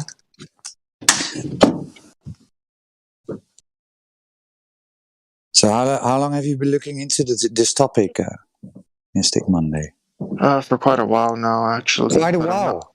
I'm not fully convinced. Right. Of So some quite a flatter while. theories What have like you that. looked into? What have you watched? What have you learned? I have. Well, for one, I don't believe that you can go into outer space because it's just Well, not that's possible. fine. That's not what I asked. But what have you watched? Have you watched any videos? Yeah. Can you name any people? Yes. Right. I So watched a guy named Mr. Rubbles. I forgot his name. I also watched another guy named White Rabbit on YouTube. And that's pretty much it. You watch Joe Rogan too, bro? Huh? Alex Jones? It's those woke because people. I'm actually a flat earther, and you guys are just like here thinking I'm just some troll. All I'm saying is I disagree with the ice wall theory. That's it. I have my own That's just all opinion on this. speculation, though, bro.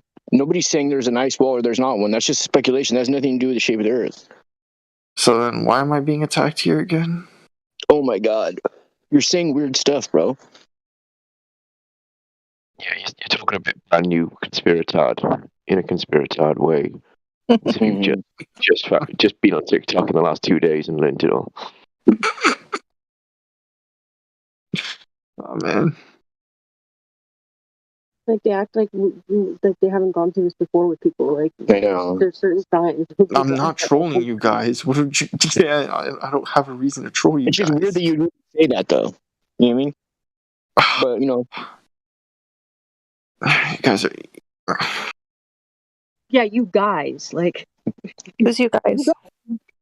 Hey, you guys. I know there's a female here too. Yeah, I identify as a woman. I know some people That's can't right. tell what a woman is, but I identify as a woman. That's right.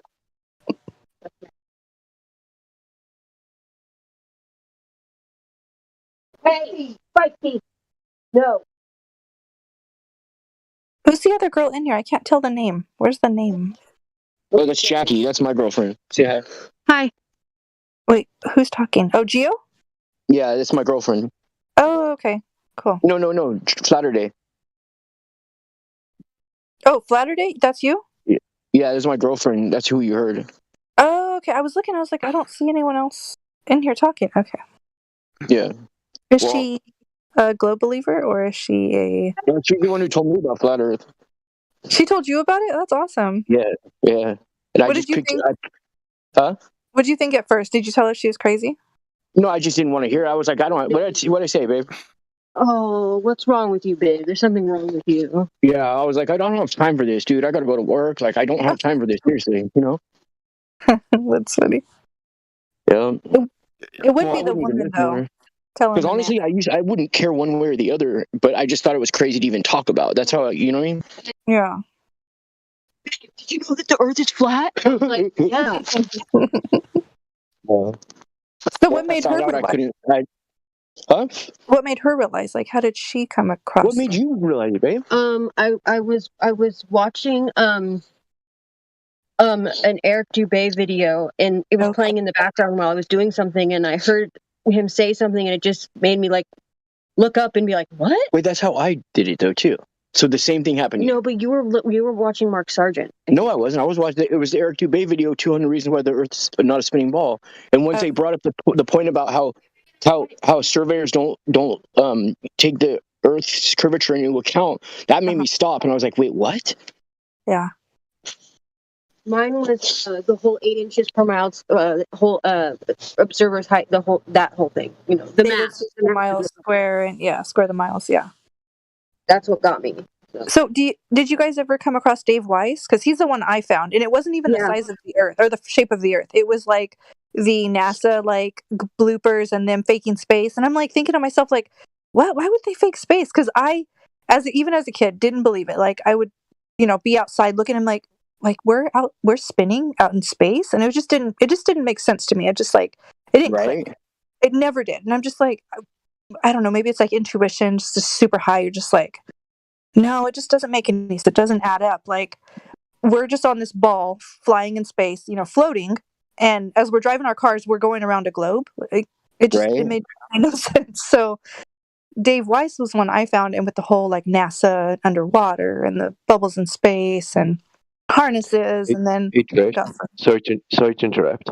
Yeah. So my friend VoxOps has got another server called FE Philosophy and Debate, and Mystic Monday happens to be in that server, and one of his roles is Globe Cult member.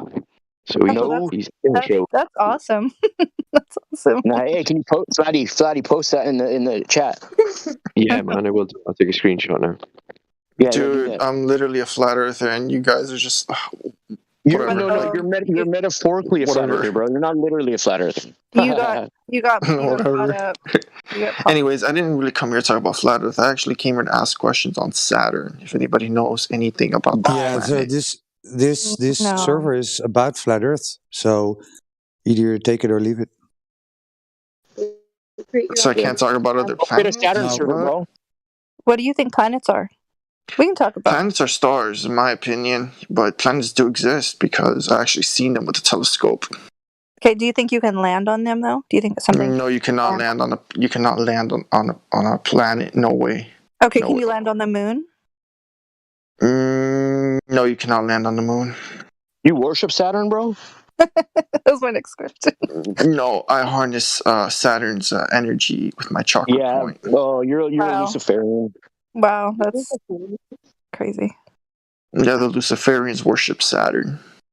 Yeah, and you worship Saturn too. That giant hex. Is actually don't very be saying those interesting. words twice on this chat, bro. You're trying to incant something. Not gonna happen. Yeah. Wait. This is being live streamed. It doesn't matter if it is or not. You're putting you're putting the words out there, and you're double saying them, triple saying them to try to set that. You know what I mean? It's not gonna happen. Why are you guys so paranoid? Well, it only works if you give permission, and I don't give permission, so. I don't know. That I don't know if that does anything for you. It doesn't do shit for me. So. I was just letting the people who are listening know. Oh yeah, definitely. If they want to go talk to demons or whatever, that's on them. Yeah, well, they already all kind of brainwashed by the cult of the globe cult. So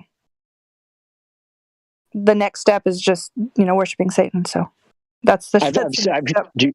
I've heard and seen ones that are way more hostile and have way more things with them than this guy. Yeah, that is. This guy's actually pretty mellow. Bro. I'm gonna be honest. Even if I was a troll, you people shouldn't take this so seriously because I'm just a random guy on the internet. Why? It is serious. That's the thing. I'll die for this, dog. This is my life, bro. You know what I mean? This is your purpose. This is my sole purpose, bro. And everything else just falls along with it. But this is the top of the pyramid for me. You know what I mean? Yeah. Once you realize, it changes your perspective on life. Okay, so think about it this way, Mystic. Real quick, let me just give you a little quick scenario. If you don't know where you live, right? You don't know what you live on. You don't know where you live. Your reality is going to be distorted. Okay. Sure. What are you going to believe? What are you going to? What are your beliefs? I guess you know what I mean. If your reality is distorted, you don't know where you live. But when you get to the point and you realize and it clicks for you, and there's a discernment that you have to have, and also the ego. You have to have an ego death. If you're so egotistical and the ego controls you, you're not going to see it at all. So when you do realize, it changes your perspective on life. You won't ever be fooled for any other kind of bullshit again. I know, but the thing is, people like him, right? He's a young American lad who's just having a bit of fun. He doesn't really understand about his ego. Doesn't understand. He's probably just got out of puberty. He's a young lad. He's just having a bit of fun on the internet. He's a troll, and that's all it is. So I mean, it's breath wasted on him. I think obviously anyone that discovers that, the possibility or the realization comes to the realization that what we've been told is absolute bollocks. It is an eye opener. It is an eye opener. Yeah, he's good at this. Go on, what we say?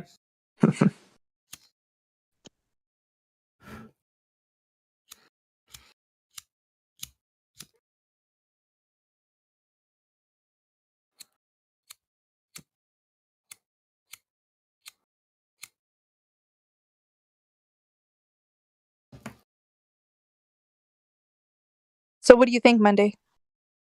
Did that make sense to you?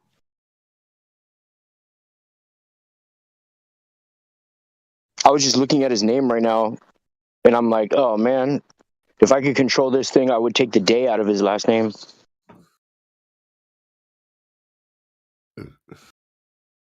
Should just be Mystic Mun Knight.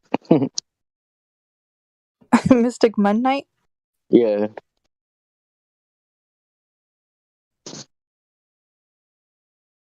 That's an interesting name you chose. Yeah, I know he's got my middle name for his last name. Are you guys okay? Mysticism is a system of beliefs, just like the heliocentrism, Satanism, etc. Mystic. Flat Earth is Mystic. not. Mystic, I'm here from the UK. We're doing fine. What's going on, brother? What are you up to, Mystic? Are you Hello? Do you find it intriguing that people believe the Earth's flat? You think it's funny and stuff? Dude, No, just be serious, honestly, though, 'cause dog, I want used some to think pussy that. right now, dog. I ain't gonna lie. You want some pussy? I'm not your dog, bro. Yeah, dog, I want some pussy right now. Just go and find some vulnerable females. Dude. Hey, there's a female on the chat right now, though. You should watch how you talk a little more respectfully, please. Yeah, that was really disgusting. That's like the worst word you could use, too. You are miserable. Yeah. I kind of thought you were a woman, though, so my bad. You gotta get my pronouns right. Did I assume your gender? Oops. You assumed my gender. I think your gender is 21, bro, or 30. Or 30? Your agenda is number 21 or number 30. My agenda? Yeah. Definitely a NPC for it, that's for sure.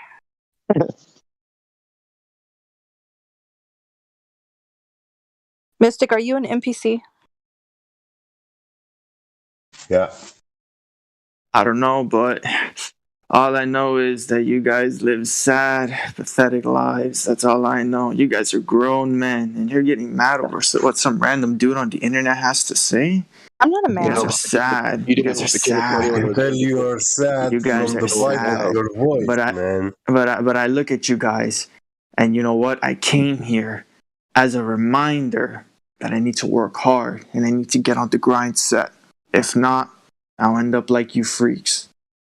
But hopefully, that will never happen, and it won't happen. I'll make sure of that. I'm gonna get my money up.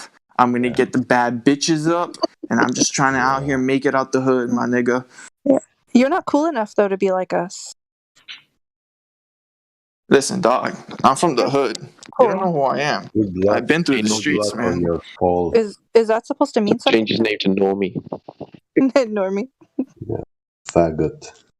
Mystic Monday's your gang name, huh? That's your gang name? Oh, trust me. My nigga, look. I ain't never been no gangster.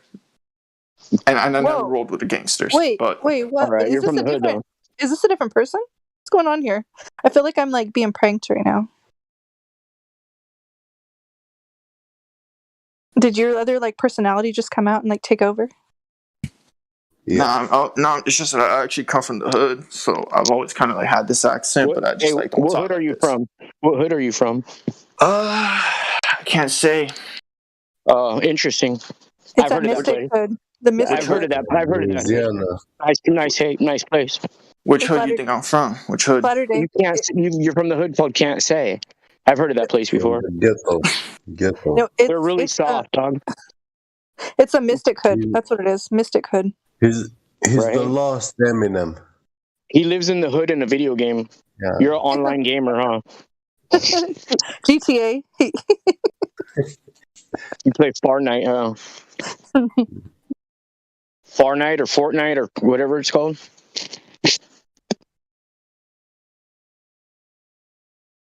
I remember the day I stopped playing video games. I put all my games inside a box and put my console in a box and went and traded it to this dude who's a geologist who I know who for like a box of crystals and like 2 pounds of shungite.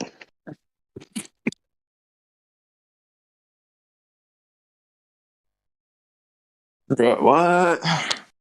Yo, how can I make more money, dog? I got rid of my Bro, shoes. I got rid of my TV. I got rid of my microwave. Oh wow, that's going pretty. What kind of idiotic question hard. is that? Bro, what? Bro, what? What idiotic question is that? I mean, how idiot must you be to ask such a thing? Well, he asked how to make money. He says he needs more money. First thing, you should probably go try to get a job. I already got a job. No, I advise you to start stealing. You should go buy a lot of bling, a lot of jewelry, bro. You know what I mean? Ice yourself out. Yo, that's actually a good way, but like you don't got the money go ice for yourself that. out, bro. So Go get out. Go get a grill too. Get a grill. Yeah. Bring those back. Bring those back. You know, platinum grill. Hey, go get iced out like Paul Wall at the ice wall. Paul listen, Wall. If you want to make money, go rob the dollar shop, $1 shop. Listen, Flatter Day Saints. I just want to let you know you're a bum. No one cares about you. That This is your nasty. only purpose in life to convince people that Earth is not a We're globe. not here to The elite convince have won. people. Mason has won. Stupid. We lost. Stupid. And you know why they We are won? Because not they're better here than to us. The convince elite are better people. than us. I can falsify that. Yeah, I just muted him. Yeah, that's probably a good idea. Roger. Thank We're God. starting to have an episode. His factory settings are starting to kick in real hard, huh? I think his program was getting triggered. Oh, for sure. All the algorithms and stuff. I called him out on his name though, MM. I was like, "Come on, bro. You guys have to put it in something you do. It's always in there. You know what I mean?" What do you mean with the MM? I wasn't following. MM, like Master Mason. Oh, well, I didn't even think about that. Yeah. I wonder if he is. Yep. I wonder if They he always is. have they always have the MMs like they're crowned. You know what I mean? Like the M is like a crown shape. Okay. You turn them sideways and He's they're not a 3-3. Mason. He's not a Mason. He has Yeah, no I don't- idea No, what he- Mason so means. he put I it in think his name though. I think he's a nobody, but you know, I'm Yeah. not bored. They're just like the ones who look up to those type of people. You know what I mean? Possibly. You know what's This crazy? is a flatter society consumer client. Oh. It's funny when they use those. Like they use the Flat Earth WS. I don't know if you guys have ever seen Yeah. that site or Instagram. That guy, I got into like a back and forth with that account, and I don't even think it's a human. Like I really think it's like a robot, an algorithm, something responding back, because it's crazy how it responds back, and it's like, oh, well, you are displaying, symptoms of cognitive dissonance and being a victim and all this. And it's like, what the heck? Like, it was crazy. And then like hashtags and yeah, it was nuts. Dude, you know what I just thought of? I always thought of like if somebody was like a diehard Glober and they were just hell bent on trying to murk me or something, right? I would be like taking precaution over this person, right?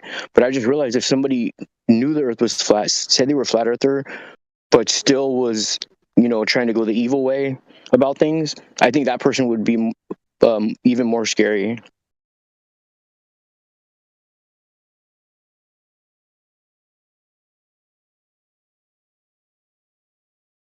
Wait, hold on. I didn't catch the last part.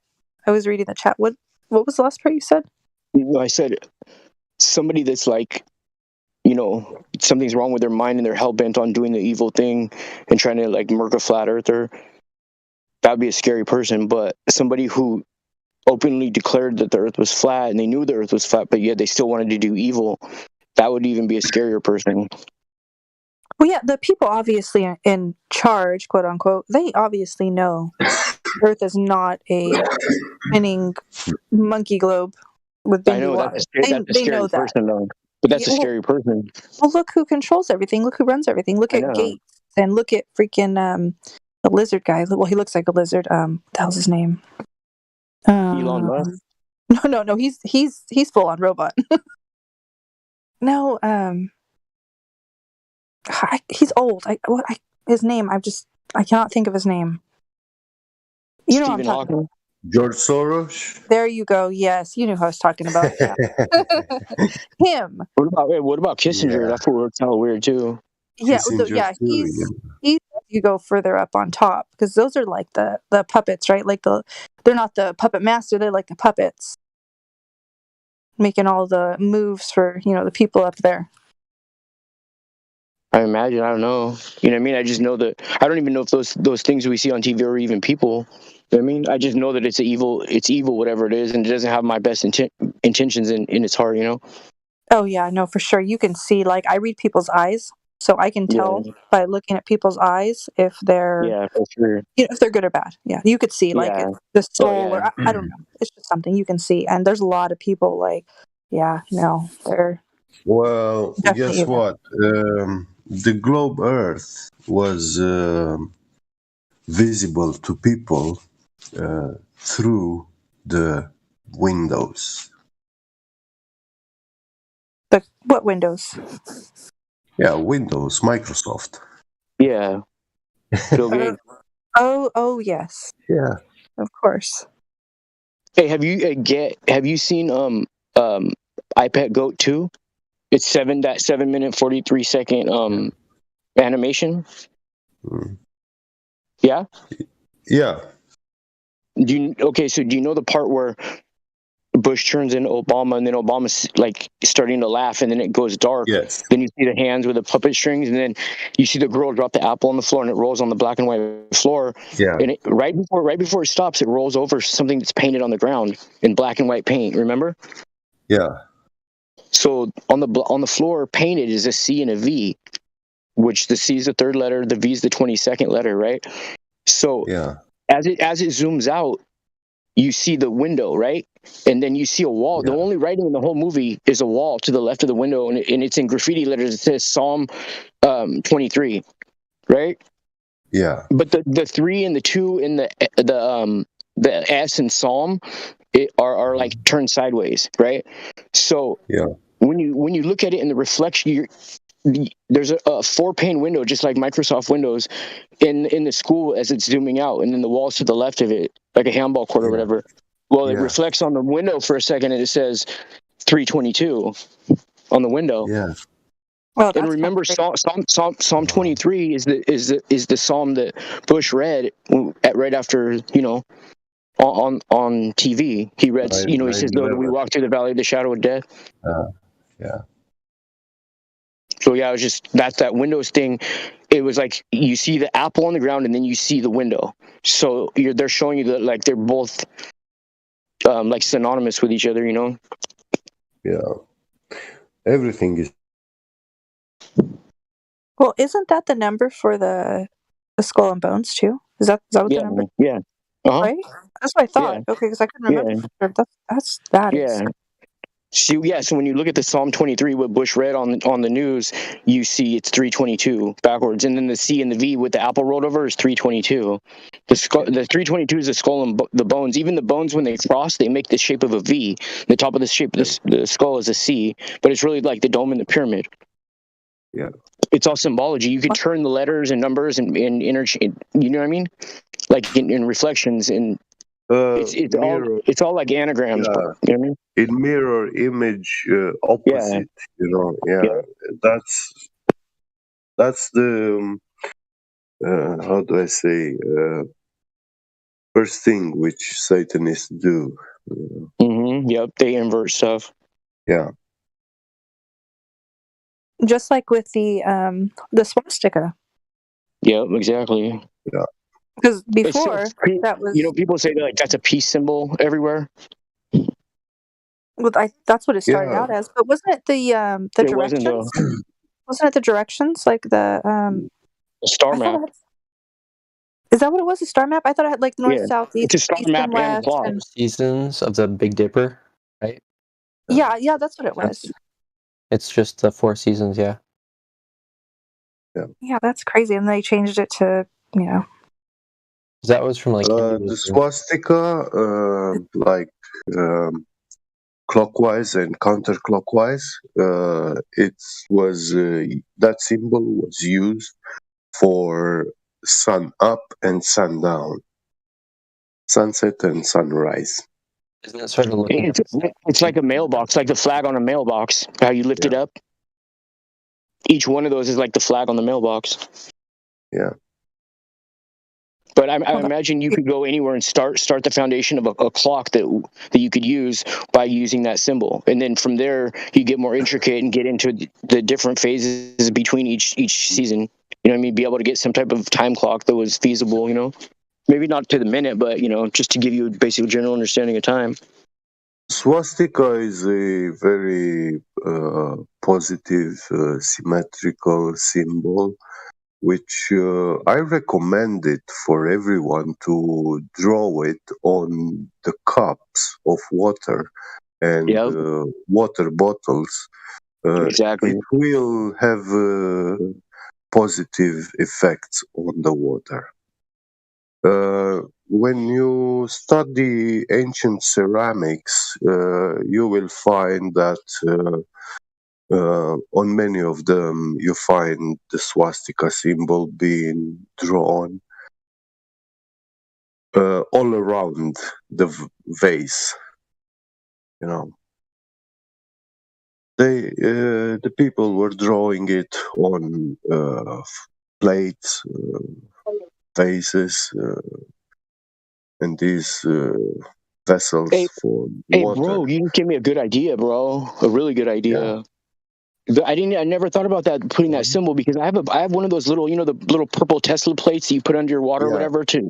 I have one of those, but I have one of those, and I make organite chembusters, and I've been trying to think of the perfect symbol to create the copper in on the bottom, because I make it a spiral, but I wanted to do something else. I'm gonna try that. What you just recommended. I put a drop or two of blue dye in a glass of water and put it in the freezer and put one of these over it to make sure, to test it, to make sure it's good.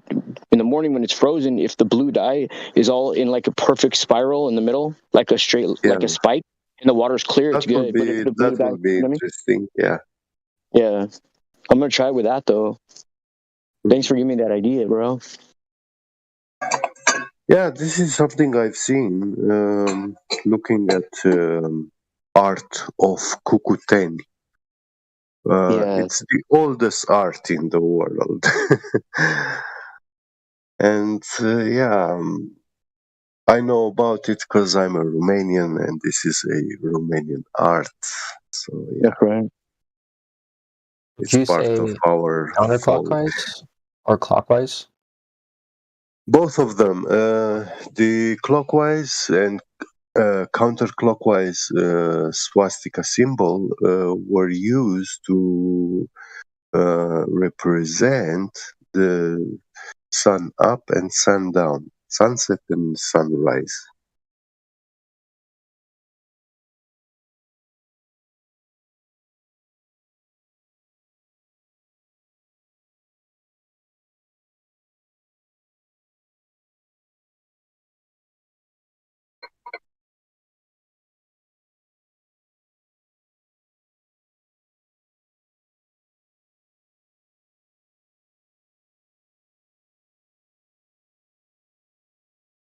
So Mystic Monday wants to talk. Is he still in here?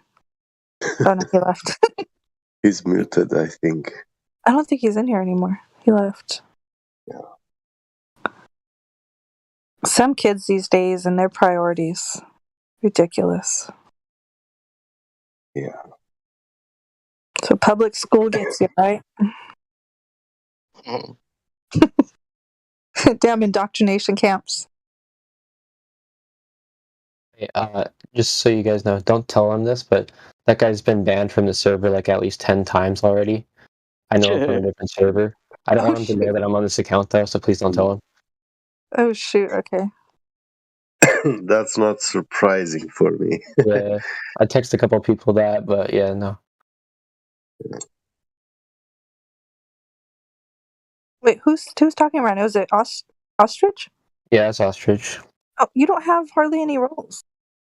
Yeah, this is a new account, new device, new account. I kind of do that, but Right. Are you? my old account is Atan. Oh, okay. Okay, Yeah. I think I remember that one. Yeah. Okay. If he's watching the stream now, he knows who I am. No, he's not in here, so he can't hear you. We won't say anything. Live stream is on too, right? Whatever. Oh well, if he's listening, I doubt that. He doesn't seem that smart. Don't worry. Maybe not. He's worrying about money and girls. Yep. That's ridiculous. He's like, oh, why are you guys so serious? It's not so serious. Why do you guys care? Calling us clowns or whatever else. Sure. Okay. Funny.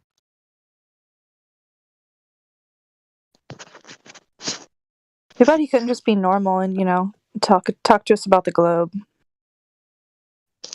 that doesn't exist.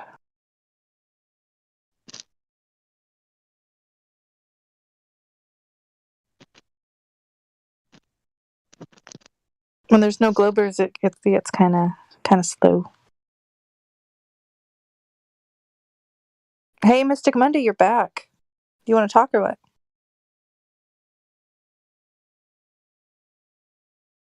Looks like he's muted. Does someone want to unmute him? We'll see what he has to say. You really want to mute him? Okay, here we go. Roger's like, okay, damn it. He's unmuted. Wait. This is being live streamed. If I may ask, where is it being live streamed? They're tracking you TikTok, too, bro. It's on TikTok. Go check it out. and they're tracking you. So that we They're all have your tracking? we have your IP address. So we're tracking. What is it? You want me What to is give it? you? Hold on 1 second. Let me go get it. Hold on. You know I don't care if you get my information, right? Yeah, because you're from the hood. Yeah, exactly. You're just trying to make money. You're just an island boy, just trying to make it. Oh, I'm an island boy, and I'm just trying to make. Oh, I'm an island boy. You're a mystic. You're a mystic boy. Do you have bars on your windows? My nigga, what? You can't say that. That's very offensive. Dude, imagine a bunch of grown men trying to dox me. Like, couldn't be Nobody's me, man. trying to dox What do you. you mean trying? We Nobody's got your trying to dox IP. you. We got your information. Pathetic. If you can't take a joke, Mystic, come on. Nobody's trying to dox you. Yes, this is being live streamed to 2 YouTube channel and apparently a Twitch channel now. So you are the one in control of your own information. All right, thank you. That's all I needed to know. Okay. Y'all out here talking like as if the government, is after y'all. Like, dude, no. Well, they have all our information because we have cards that track everywhere we go. The government is not looking for any of you. They're not interested in us. We're not worth anything to them. The You're government probably not. laughs at us. At you. When you say us, do you mean like we went to the moon or like we're going to Disneyland? Like us? Yeah, who's us? Or Do you just have a mouse in your pocket? Dude, you need to chill. Like, no, I'm talking like for real, dude. Like that thing you said earlier, like, oh, you could be a Mason, you could be this. Like, no, dude, I'm just a normal human being who's just bored at this time, late at night. So I just decided to come here. How'd you find the server? Discord. No, how'd you find the server though? Like, did you just find it today, or when did you find it? No, I've been here like a while ago, but I've always like I rarely ever came here. The times I did come here, I'd probably fall asleep listening to this. But Well, at least you're getting information into your head though. So like later on, it's planting the seeds that you can think about. Planting what seeds? Well, that's the thing, is planting the seeds and seeing if the soil is fertile enough so that it grows. And if it's rotten soil, then it's not going to grow. It's just going to sit there. You know, it's going to rot and mold and everything else. Okay. I'm just So you have to curious. decide. You said you're Christian. What denomination? What? What denomination Christian are you? If you would be okay with answering. Non-denomination. Okay, I was just wondering. Thanks. I don't agree with Catholicism or. Oh yeah. Yeah, man. I'm just trying to. I hate Liverpool.